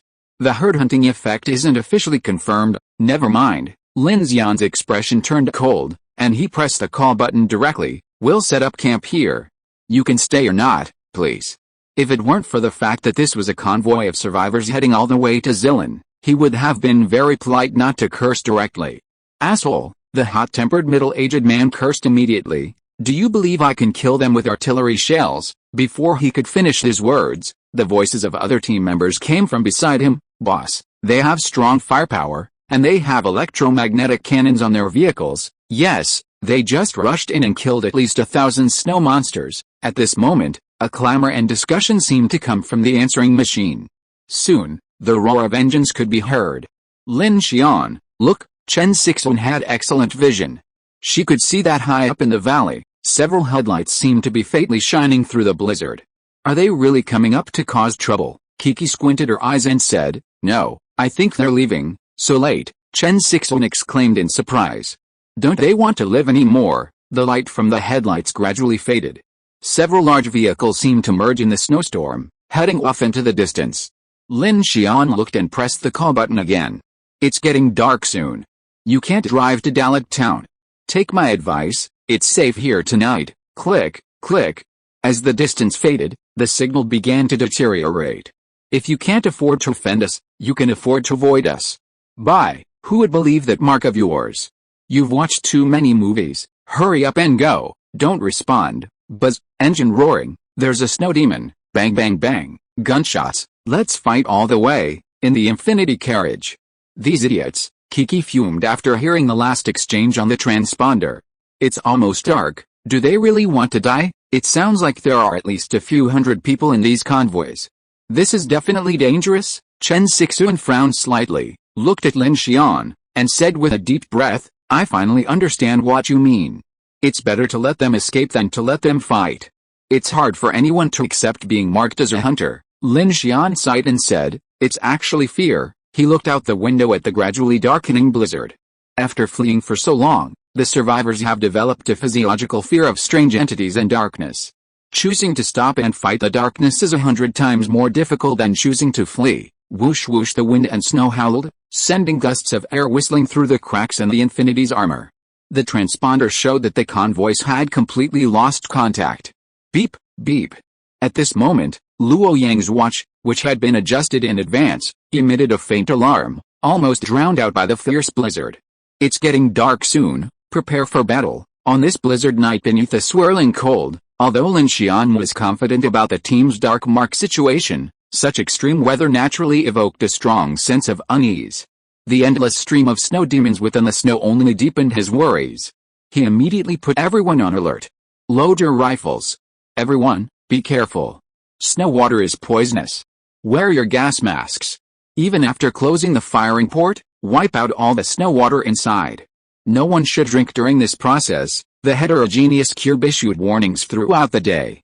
The infiltration of snow water, coupled with the puncture of the vehicle's hull, filled the interior with the terrifying force of the invading darkness.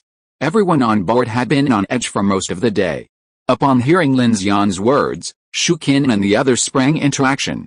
Lin Xian led Kiki and Chen Sixuan to the back, handing each of them a gas mask. Put them on. Don't take them off until the danger is over. The night in the blizzard shifted subtly. The sky had already darkened, and as darkness fell, the light dimmed only slightly. Outside the train window, there was only darkness and the howling blizzard. Tick tick, tick tick. Snow dripped onto the train floor. The passengers in the living cars were all armed. Even Xiaoyun, clutching an automatic rifle, wore a mask for protection. Lin Xian sat in the storage room of Car 7, the center of the train, so he could use his cortex to cover the entire car and perform repairs. Wow, wow, wow, the rooftop heaters were blazing, providing warmth. Atop the roof, the 1130 close-in weapons system and the G3 railgun were covered in frost and icicles. Each rotation shattered the icicles that had formed on their bases, only to be covered again within seconds. The windows were completely covered in white mist, ice patterns forming and melting over and over again. Lin Xian prioritized repairing the damage and cracks within the interior, then the exterior armor, protecting the interior from the snowstorm. The sound of ice forming seemed to echo from all directions, and Lin Xian was filled with worry.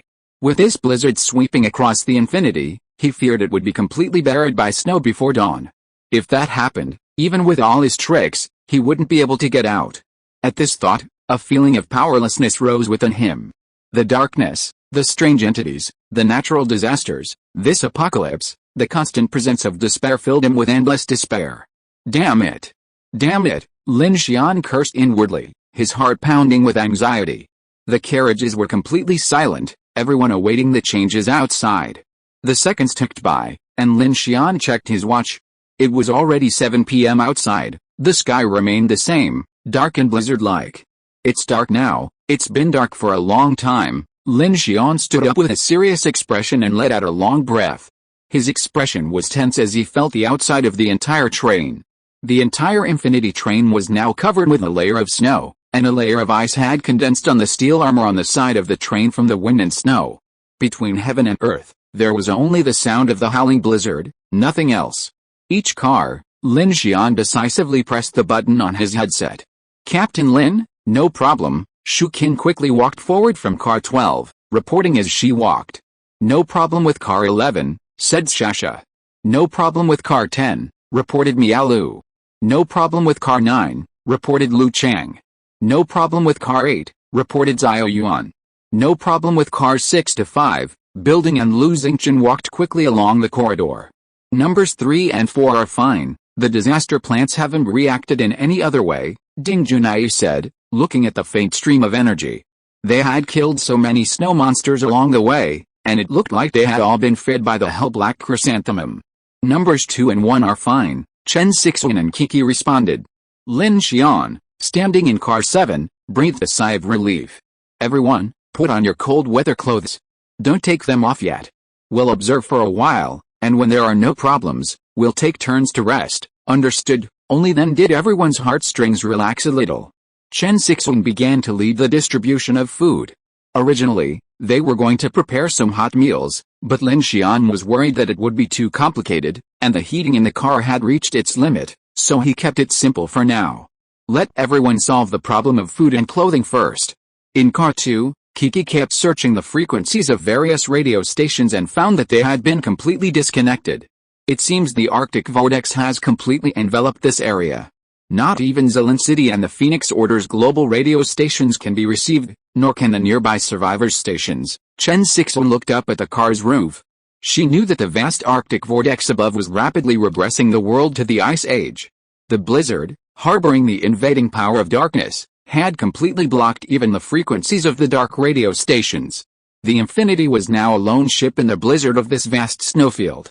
At today's speed, we'll need at least 10 more hours to reach Zilin, Chen Sixuan said. Lin Xian shook his head. That's too optimistic. The snow tomorrow will be at least twice as thick as today. It would be a miracle to be able to drive even 50 miles per hour, unless this blizzard stops. Kiki said, her face worried. She rubbed her hands and said, if the snow continues to intensify, we'll be buried. By then, we might have to rebuild a few snowmobiles, or you and everyone else will fly to Zilin, Lin Xian said half-jokingly. If that were the case, he couldn't think of any other solution besides abandoning the Infinity. Kiki's face immediately darkened, a look of worry etched on his face. Wow, what about our train? I thought the tracks were the biggest problem, but who knew it would be this blizzard? Lin Xian, Chen Sixuan looked at him gravely. Is there no other solution? Lin Xian took a deep breath, thought for a moment, then said seriously, we can only wait and see how the blizzard develops.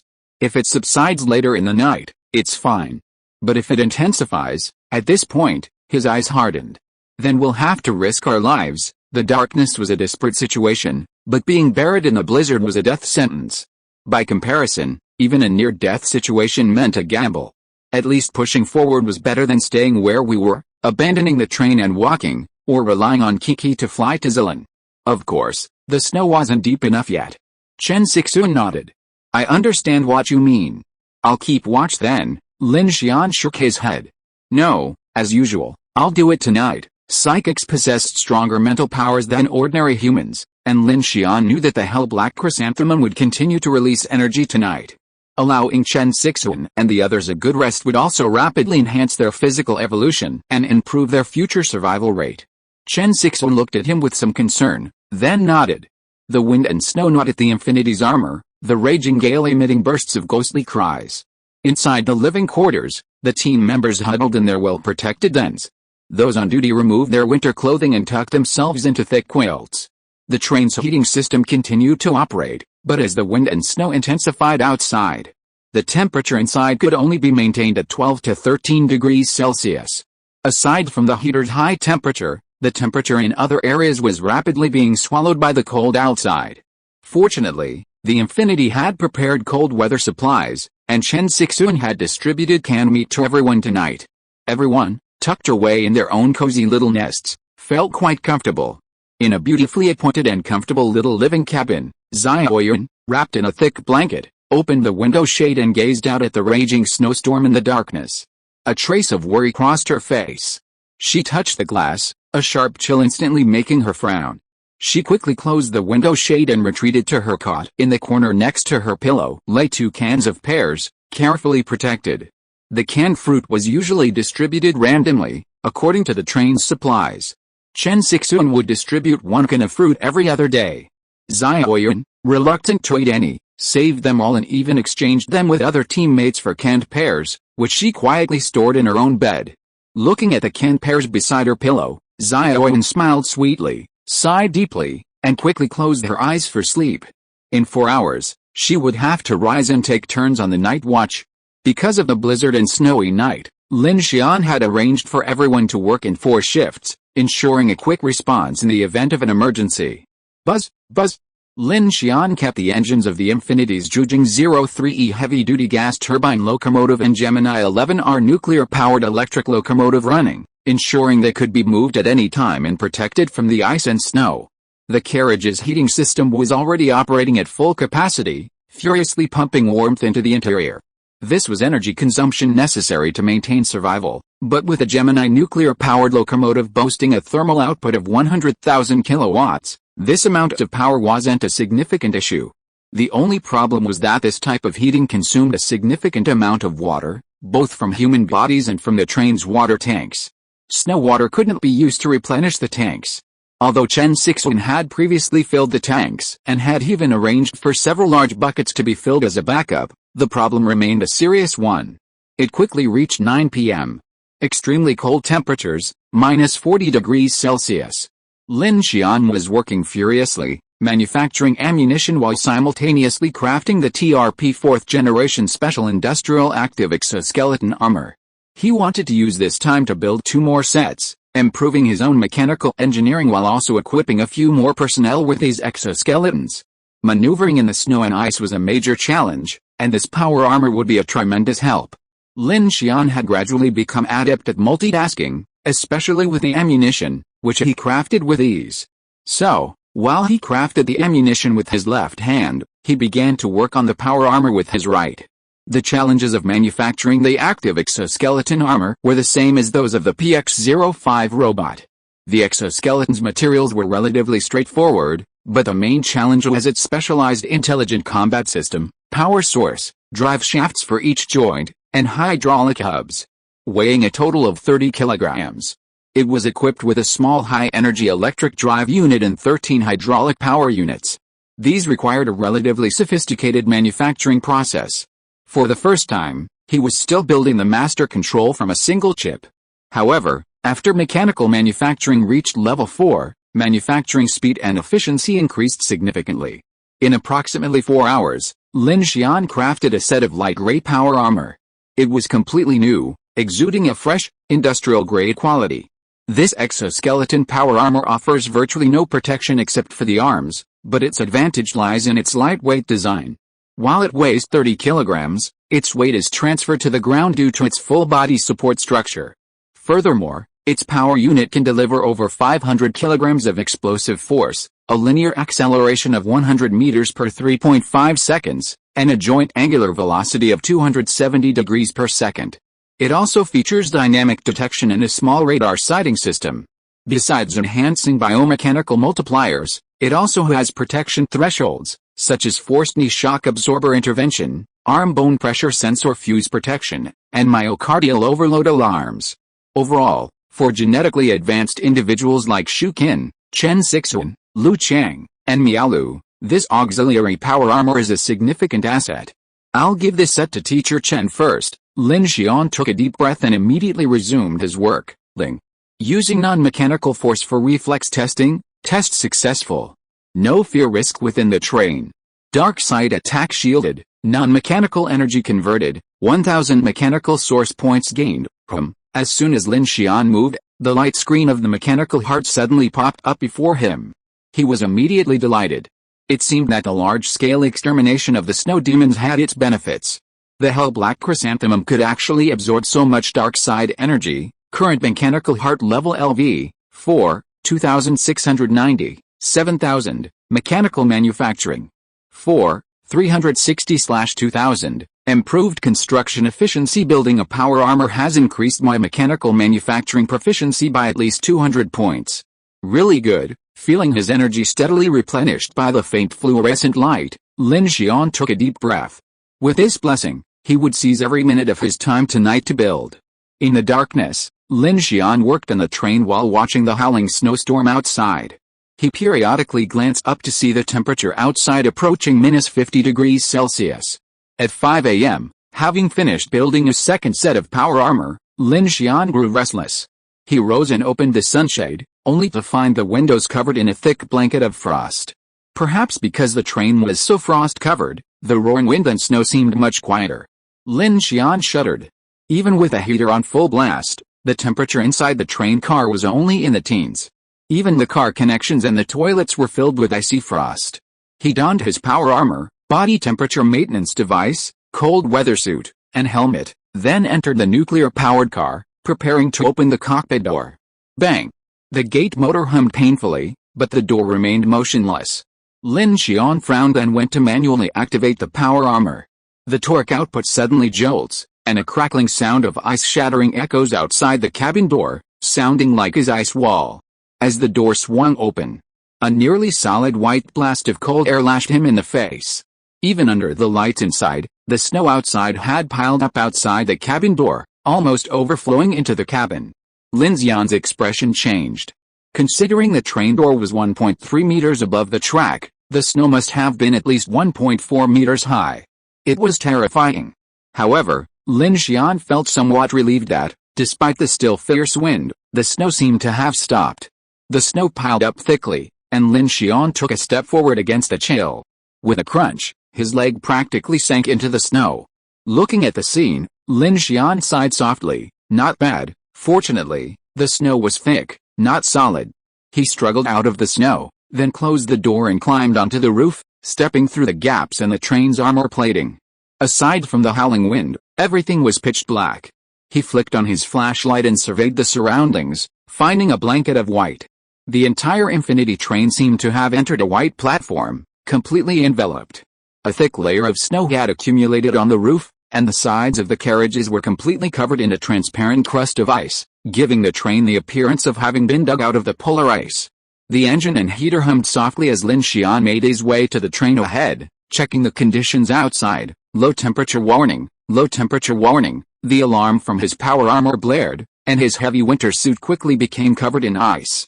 Lin Xian swiftly crossed the roof, observing the current state of the train with a slight shudder. This should still be possible. If the snow doesn't continue, calculating the time, it might still be 7 or 8 hours before dark. If the blizzard persisted, he would be forced to risk the entire team and start the train, forging ahead through the night and snow. But with such deep snow and the night mark, if they were attacked by hundreds of snow monsters, there was virtually no chance they could repress the mark. In this vast snowy plain, with no ammunition or supplies, they were stuck, unable to advance or retreat, and could only wait for death.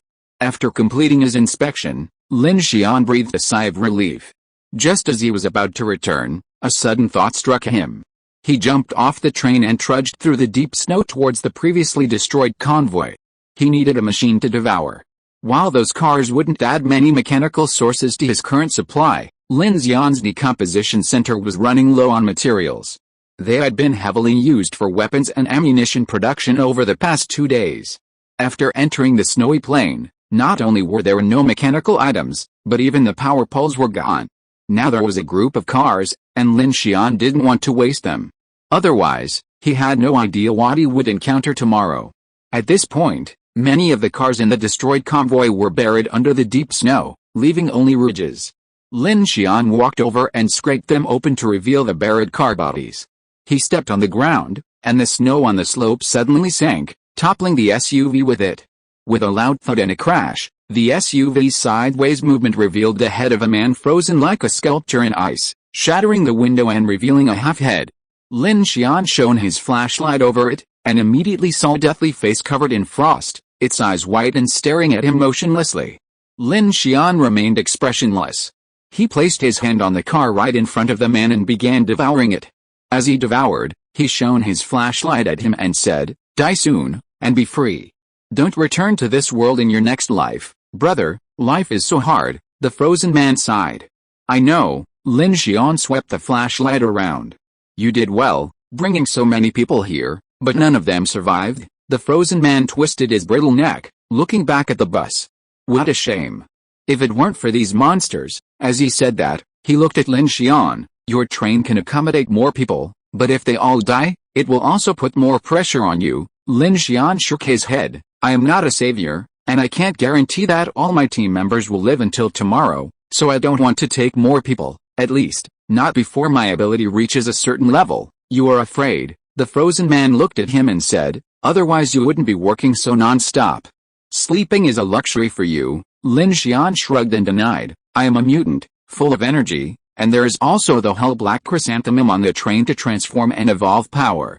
I replenished my strength, so I'm in pretty good shape." "Not bad." The frozen man touched his broken neck and looked at him with mocking eyes. "Then how come you saw me and talked to a dead man like me for no reason?" Lin Xian glared at him speechlessly. "I'm just lonely in the middle of the night." The frozen man sighed and looked at him seriously. "Honestly, you are under so much pressure. Haven't you ever thought about just clinging to the thighs of the Phoenix Society together, so that you will feel much more relaxed?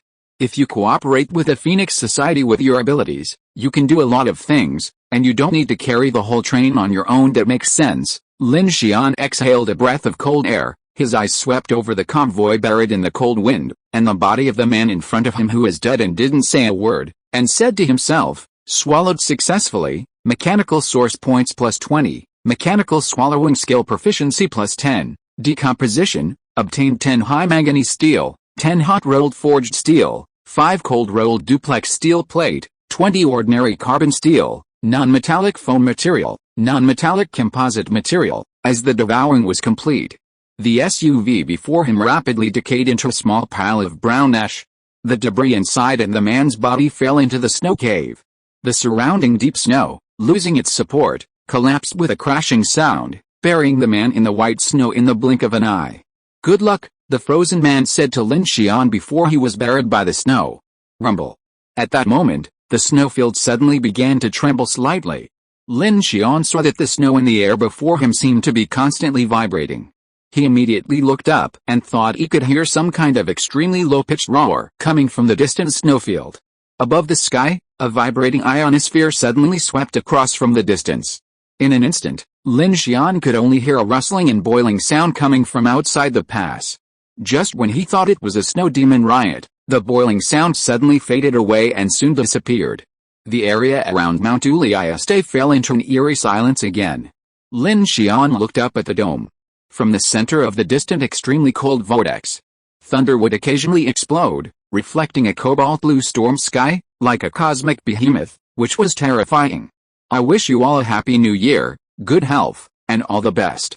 It's the end of the month, please give me some monthly votes." Chapter 250 Snelland. Woo whoosh. The howling cold wind continued. Lin Xian devoured every car he could dig out, harvesting a considerable amount of materials. The snow mounds that had once bulged in the snow were now gone, and the dead in the convoy were buried deep in the snow, vanishing beneath this natural disaster. Back on the train, Chen Sixuan had already woken up. Seeing Lin Xian return from outside, she immediately guessed that he had gone to devour the cars in that convoy. "Want to eat something? It's so cold outside." Lin Xian nodded. The chilly feeling he had felt upon returning to the train immediately dissipated. He knew that it was not only the cold but also the hidden power of fear in the heavy snow, now blocked by the heterogeneous magic cube. Did you hear that sound just now? Lin Xian asked. Chen Sixuan nodded. Many people were awakened, but nothing seemed to happen. Was it an earthquake? It's possible, but I feel it might be some kind of creature. Chen Sixuan's face changed. What do you think it is? Lin Xian shook his head. I don't know, we can only be more cautious. Since many people are awake, let's arrange food so that we can quickly set off and leave here. Yeah, Chen Sixuan responded immediately. Seeing Chen Sixuan's current state of mind, Lin Xian immediately said, I sense a significant change in you. Changed. Chen Sixuan, who was taking something from the locker in carriage 1, tilted her head at Lin Xian's words. What do you mean? Overall, at least you don't look as fragile as before. Really? At that moment, a can of food suddenly fell from overhead. Without turning back, Chen Sixuan reached out and calmly caught it mid-air, her eyes fixed on Lin Xian as she asked, puzzled, why didn't I notice anything? How did you tell? Lin Xian, after a cold night, the train was already brightly lit before dawn. To dispel the chill and help the team members, who had been tense all day yesterday, to calm their minds, Lin Xian had Chen Sixuan and Xiaoyan and Maialulu prepare hot meals for everyone on the train to warm them up. Xiaoyan, bring me a box of canned braised pork. In the dining car, Chen Sixuan and the others were busy. Captain Chen, this, Miaolu cautiously ran into the dining car, holding a bunch of lush green things. She handed it to Chen Sixuan and said, look, this is the celery that Director Ding planted over there. A few are ripe, and Captain Lin told us to cook it into soup. Wow, really? Hearing this, the busy men and women in the dining car gathered around in amazement. The emerald green in Miaolu's hands was a refreshing sight for everyone who hadn't seen fresh food in a while. Chen Sixuan approached with joy, taking in the clean roots and the refreshing smell of the celery. It's growing so fast. Great. We'll have vegetable soup today. The term fresh vegetables had become unfamiliar to everyone on Infinity. The black rain had wiped out a large area of plant life. Aside from the initial survivors who might have gathered some wild greens and fruits along the way, these crops gradually faded from view. Planting crops requires arable land or greenhouses, a time-consuming and labor-intensive undertaking beyond the reach of these refugees. Furthermore, fresh produce is difficult to preserve. Aside from drying or pickling, it simply rots. As time passes, fresh food becomes increasingly scarce, a luxury for the survivors. However, a handful of fresh celery from Car 4 brought a surge of vitality and cleansing energy to everyone, giving them a renewed drive to survive in this apocalyptic winter. For a moment, the atmosphere in the dining car was lively, as everyone chatted about their past lives, from food to hobbies and everyday life. The oppression of the despairing winter nights was lifted. By 8 a.m., everyone except those on shift had woken up, and the temperature inside the car had risen several degrees with the activity. Lin Xian joined the group for a steaming hot breakfast, feeling full of energy. Soon, he gathered the key members of the group in Car 2 to discuss the day's itinerary. Teacher Chen Sixuan, Lin Xian first gave the two of them 2 sets of newly made power armor. This is what I made last night. I'll equip you two with it first and try it out. You should be able to adapt quickly after activating the system. Wow, power armor. Sasha's eyes lit up when she saw it. Brother Lin, are we finally going to wear this? Lin Xian looked at her speechlessly. Don't you already have a big mecha? Do you still want this? Oh Sasha giggled. I want to experience it too. You wish. Kiki sat on the swivel chair and pulled Sasha over to rub her cold face. Looking at the 2 sets of power armor made by Lin Xian, Kiki nodded happily. Not bad, you actually made 2 sets in one night. It was really hard work. Chen Sixuan and Shukin were very surprised. Do I need to wear this? Chen Sixuan looked at the power armor in front of her and said, or, give it to someone else first. I spend most of my time in the car. Shukin also said, Captain Lin, I think it would be best to give this to Kiki and Brother Ho first. They are psychics and the main combat force. Oh, just use it if I let you use it. Kiki sat cross-legged on the swivel chair with a smile. She knew Lin Xian's intention, so she said to the two of them directly, this power armor can mainly improve your mobility. You are genetic evolvers. Using this power armor can be said to be like adding wings to a tiger. Although I also want to play, to be honest, it doesn't help me much. I can fly, so why do I need to run and jump? As for Brother Ho, he can't use it either. What if it burns out? Not bad. Lu Xingchen leaned against the side of the car and nodded in agreement. This power armor will limit my performance.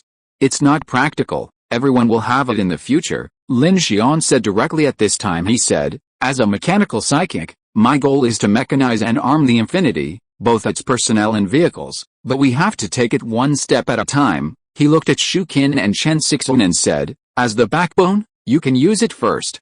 Later, when you become proficient, you can teach others. I will continue to upgrade and manufacture this power armor, and its functions will become increasingly powerful. As for the other psychics, I have other plans. For example, Brother Ho, I heard Director Ding mention that the interstellar military has a nanocarbon ceramic alloy that, when used as combat armor, can withstand temperatures exceeding 6,000 degrees and also has considerable defensive capabilities. Lu Xingchen shrugged and said nonchalantly, actually, I don't need it, that armor is very handsome. Lin Xian added. Brother Lin, please speed up the development. Lu Xingchen's expression changed instantly, and he looked at Lin Xian with a look of sincerity and eagerness. Lin Xian nodded, then said to Kiki and Lu Da, simply put, the functions are different. This power armor won't be of much use to you right now, but that doesn't mean you can't use it. Lu Da nodded, it's okay. I'll follow Brother Xian's instructions. Shu Qin nodded excitedly, okay, I'll follow Captain Lin's instructions, too. With that, she stood in front of the power armor and began to put it on. Chen Sixuan gave Lin Xian a meaningful look, knowing he wanted to protect her. She also wanted to stand up for herself. Her gaze grew firmer as she stepped forward and donned the light gray power armor as well. Instantly, two striking female warriors in light gray power armor appeared before everyone's eyes. Wow, so cool, Sasha exclaimed. Shu Qin felt a surge of strength. She clenched her fists, and the power units on her body responded flexibly. Far from feeling cumbersome, the power armor made her feel a sense of ease. It's truly impressive, she exclaimed. In addition to assisting the limbs in generating power, this power armor also allows for preset movements, allowing the armor to actively pull the user along, and even passively avoid danger at critical moments. Of course, this active pulling action can be disabled to prevent the armor from interfering with the user's intended movements. Chen Sixuan adjusted to the surge of power brought by the armor, her expression growing more confident. A holographic screen popped up before her. Program start. After donning the armor, Chen Sixuan activated the power armor program. New user identification successful. Please enter user information. Chen Sixuan. The information entered, and the power armor began to detect the state of Chen Sixuan's limbs and muscles. The joints began to automatically contract and tighten, quickly adapting to her torso and becoming a perfect fit. She tentatively moved her arms and legs, and the transmission torque responded with incredible speed, instantly making her feel as light as a swallow. Looking ahead, the power armor's target acquisition system had located her teammates one by one, displaying various vital information. Seeing this, Chen Sixuan's eyes lit up. This feature seemed perfectly suited to her role as a sniper, having previously encountered it with a Meteor 3's intelligent scope. The power armor she wore was like a mobile battlefield computer, assisting her with rapid maneuvers. Chen Sixuan had seen Amin and Luoluo, the two women from the Sun Chaser convoy, before her. These seemingly lithe girls, in their mechas, were surprisingly light as a swallow, swiftly weaving through the surging insect swarms and slaying them. Their agility and spirit were truly astonishing.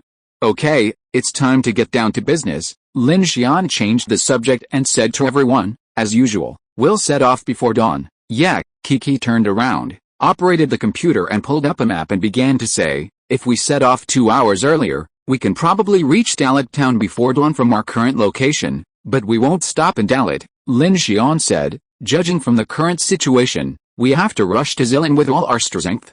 The area around Ye's Lake should be the center of the extreme cold vortex. The blizzard may be even bigger. We don't have time and can't stop halfway. Chen Sixuan nodded. Judging from the wind and snow conditions brought by the extreme cold vortex, we really can't stop. It's difficult to start a train in this heavy snow. So are we going to rush to Zilin in one breath? Shu Qin said worriedly. During the daytime, impossible. Lin Xian's mechanical heart activated, and carriage number 2 the sunshades all rose at once. He looked out at the deep snow and said, this thick snow will make it difficult for us to start, and even increasing our speed is unlikely. So we'll definitely have to run overnight. My idea is that Zilin City has a Phoenix Order outpost, as well as many other survivor groups. Once we arrive, we'll have fire support, even at night. Wow, doesn't that mean we'll have to fight those snow monsters along the way? Kiki frowned. Aren't you afraid the markings will cause more trouble in the dark? We'll have to act according to circumstances, Lin Xian said, standing up. If things go well, we can do the same as yesterday and stay in Chiksha or Sufang village. If things go badly, we'll have to run to Zilin at night.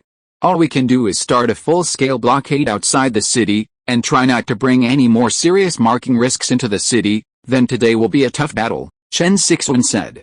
Yes, Lin Xian nodded, looking at Kiki and Lu Xingchen. Not only that, but there's a tough battle to fight right now, Infinity activated. The snow was so thick that it nearly covered 2/3 of the ice shield.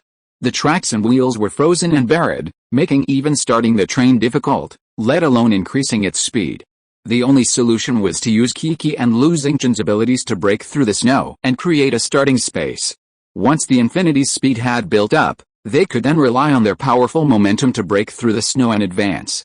By 9 a.m., the Infinity was fully prepared. Kiki and Lu Xingchen, one on the roof and the other in the cockpit, began clearing the snow. We need to hurry, Chen Sixuan said, looking at the slopes flanking the mountain pass. The snow is too deep. Clearing snow on this scale could easily cause avalanches on both sides. So, it's best to get it done all at once and speed off. While Mount Uliasta is a series of low mountains and not particularly steep, a snowfall from such a high altitude poses a significant risk. The chain reaction would undoubtedly cause massive vibrations and could even bury the entire vehicle. That's right, we have one chance, Lin Xian remarked. No problem, Lu Xingchen said into the communicator, holding a fire to warm himself. Kiki, standing in the cockpit, said proudly, how could this be such a problem? Even I can't handle this little bit of snow, brother Ho. I'll wait for you to make the first move, Kiki said into the communicator. No problem, the two reached a consensus. Lu Xingchen took a deep breath, his eyes ablaze as he stood in the howling cold wind. Cluster. A scorching aura surged from him, instantly evaporating the frost and snow on Lu Xingchen's clothes. A radiating heat wave radiated outward, even the ice on the roof beneath his feet rapidly melting. This move, let's call it, fire explosion, sky road, boom. He raised his hands above his head, and instantly a stream of crimson fire shot up into the sky, like a blazing pillar of fire, instantly illuminating the surrounding darkness. Then, with a cold shout, Lu Xingchen slammed the massive column of fire forward. Simultaneously, the flames erupted in a fiery blue Mach ring, triggering a massive blast of air. Boom! The howling cold wind in the mountain pass was instantly disrupted. The collision of cold and hot air created a powerful updraft, sending snowflakes flying through the air into the sky. A massive jet of fire slammed directly into the snow in front of the Infinity, instantly evaporating it, leaving a hollow. It wasn't over yet. Kiki seized the opportunity, his eyes ablaze. He thrust his hands forward, using his powerful telekinesis to grasp the surging column of flames. Then, with a startling push, he gave it a roar. Controlled by his telekinesis, the flames exploded forward. Like ice cream being scooped out by a metal spoon, the snow in front of the Infinity locomotive emptied out, creating a hollow area hundreds of meters long.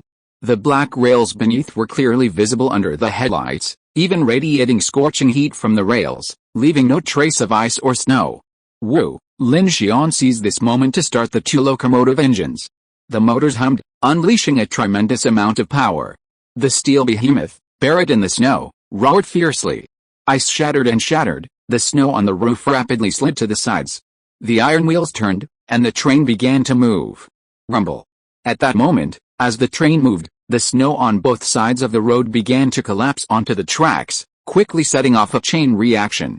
Combined with the massive commotion caused by Lu Xingchen and Kiki, a vast amount of snow began to break apart and slide, pouring down onto the tracks. Bang, bang, bang. The Infinity was accelerating. Ice shells and icicles fell with a crashing sound, while the pillar of fire ahead persisted. Kiki and Lu Xingchen continued to use their supernatural powers to clear the path. Hurry, girl, keep an eye on Brother Ho up there. Don't let him get swept away by the avalanche, don't worry. Boom, boom, boom.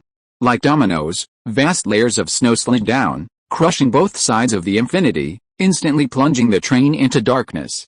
However, thanks to the train's momentum, the trains quickly emerged from the thick snow. Speed up, Chen Sixuan shouted. Brother Ho, get down, Lin Xian called into the communicator. Upon hearing the command, Lin Xian immediately shut down his engine and sprinted to the hatch of Car 5 before returning to the train. Meanwhile, the Infinity had already accelerated to 80 kilometers per hour. Inside the cockpit, Kiki continued to use her supernatural powers to split the snow layer ahead 90 kilometers. Bang, bang, bang, the front of the train broke through the heavy snow 100 kilometers per hour. Snow dust exploded, rising into the sky. Enough, Lin Xian shouted to Kiki. I can hold on a little longer, Kiki said. Lin Xian grabbed her, and then grabbed Chen Sixuan. Prepare for the collision. At 100 kilometers per hour, a steel train weighing thousands of tons, coupled with the ice shield ahead, Lin Xian knew that the potential energy was enough to directly break through the snow layer and move forward. So, without hesitation, he told Kiki to stop her supernatural power output. Bang! Wow! Wow! Instantly, the Infinity collided head-on with a 1.5-meter deep layer of snow ahead. The entire train jolted violently from the impact, and everyone felt a tremendous forward thrust.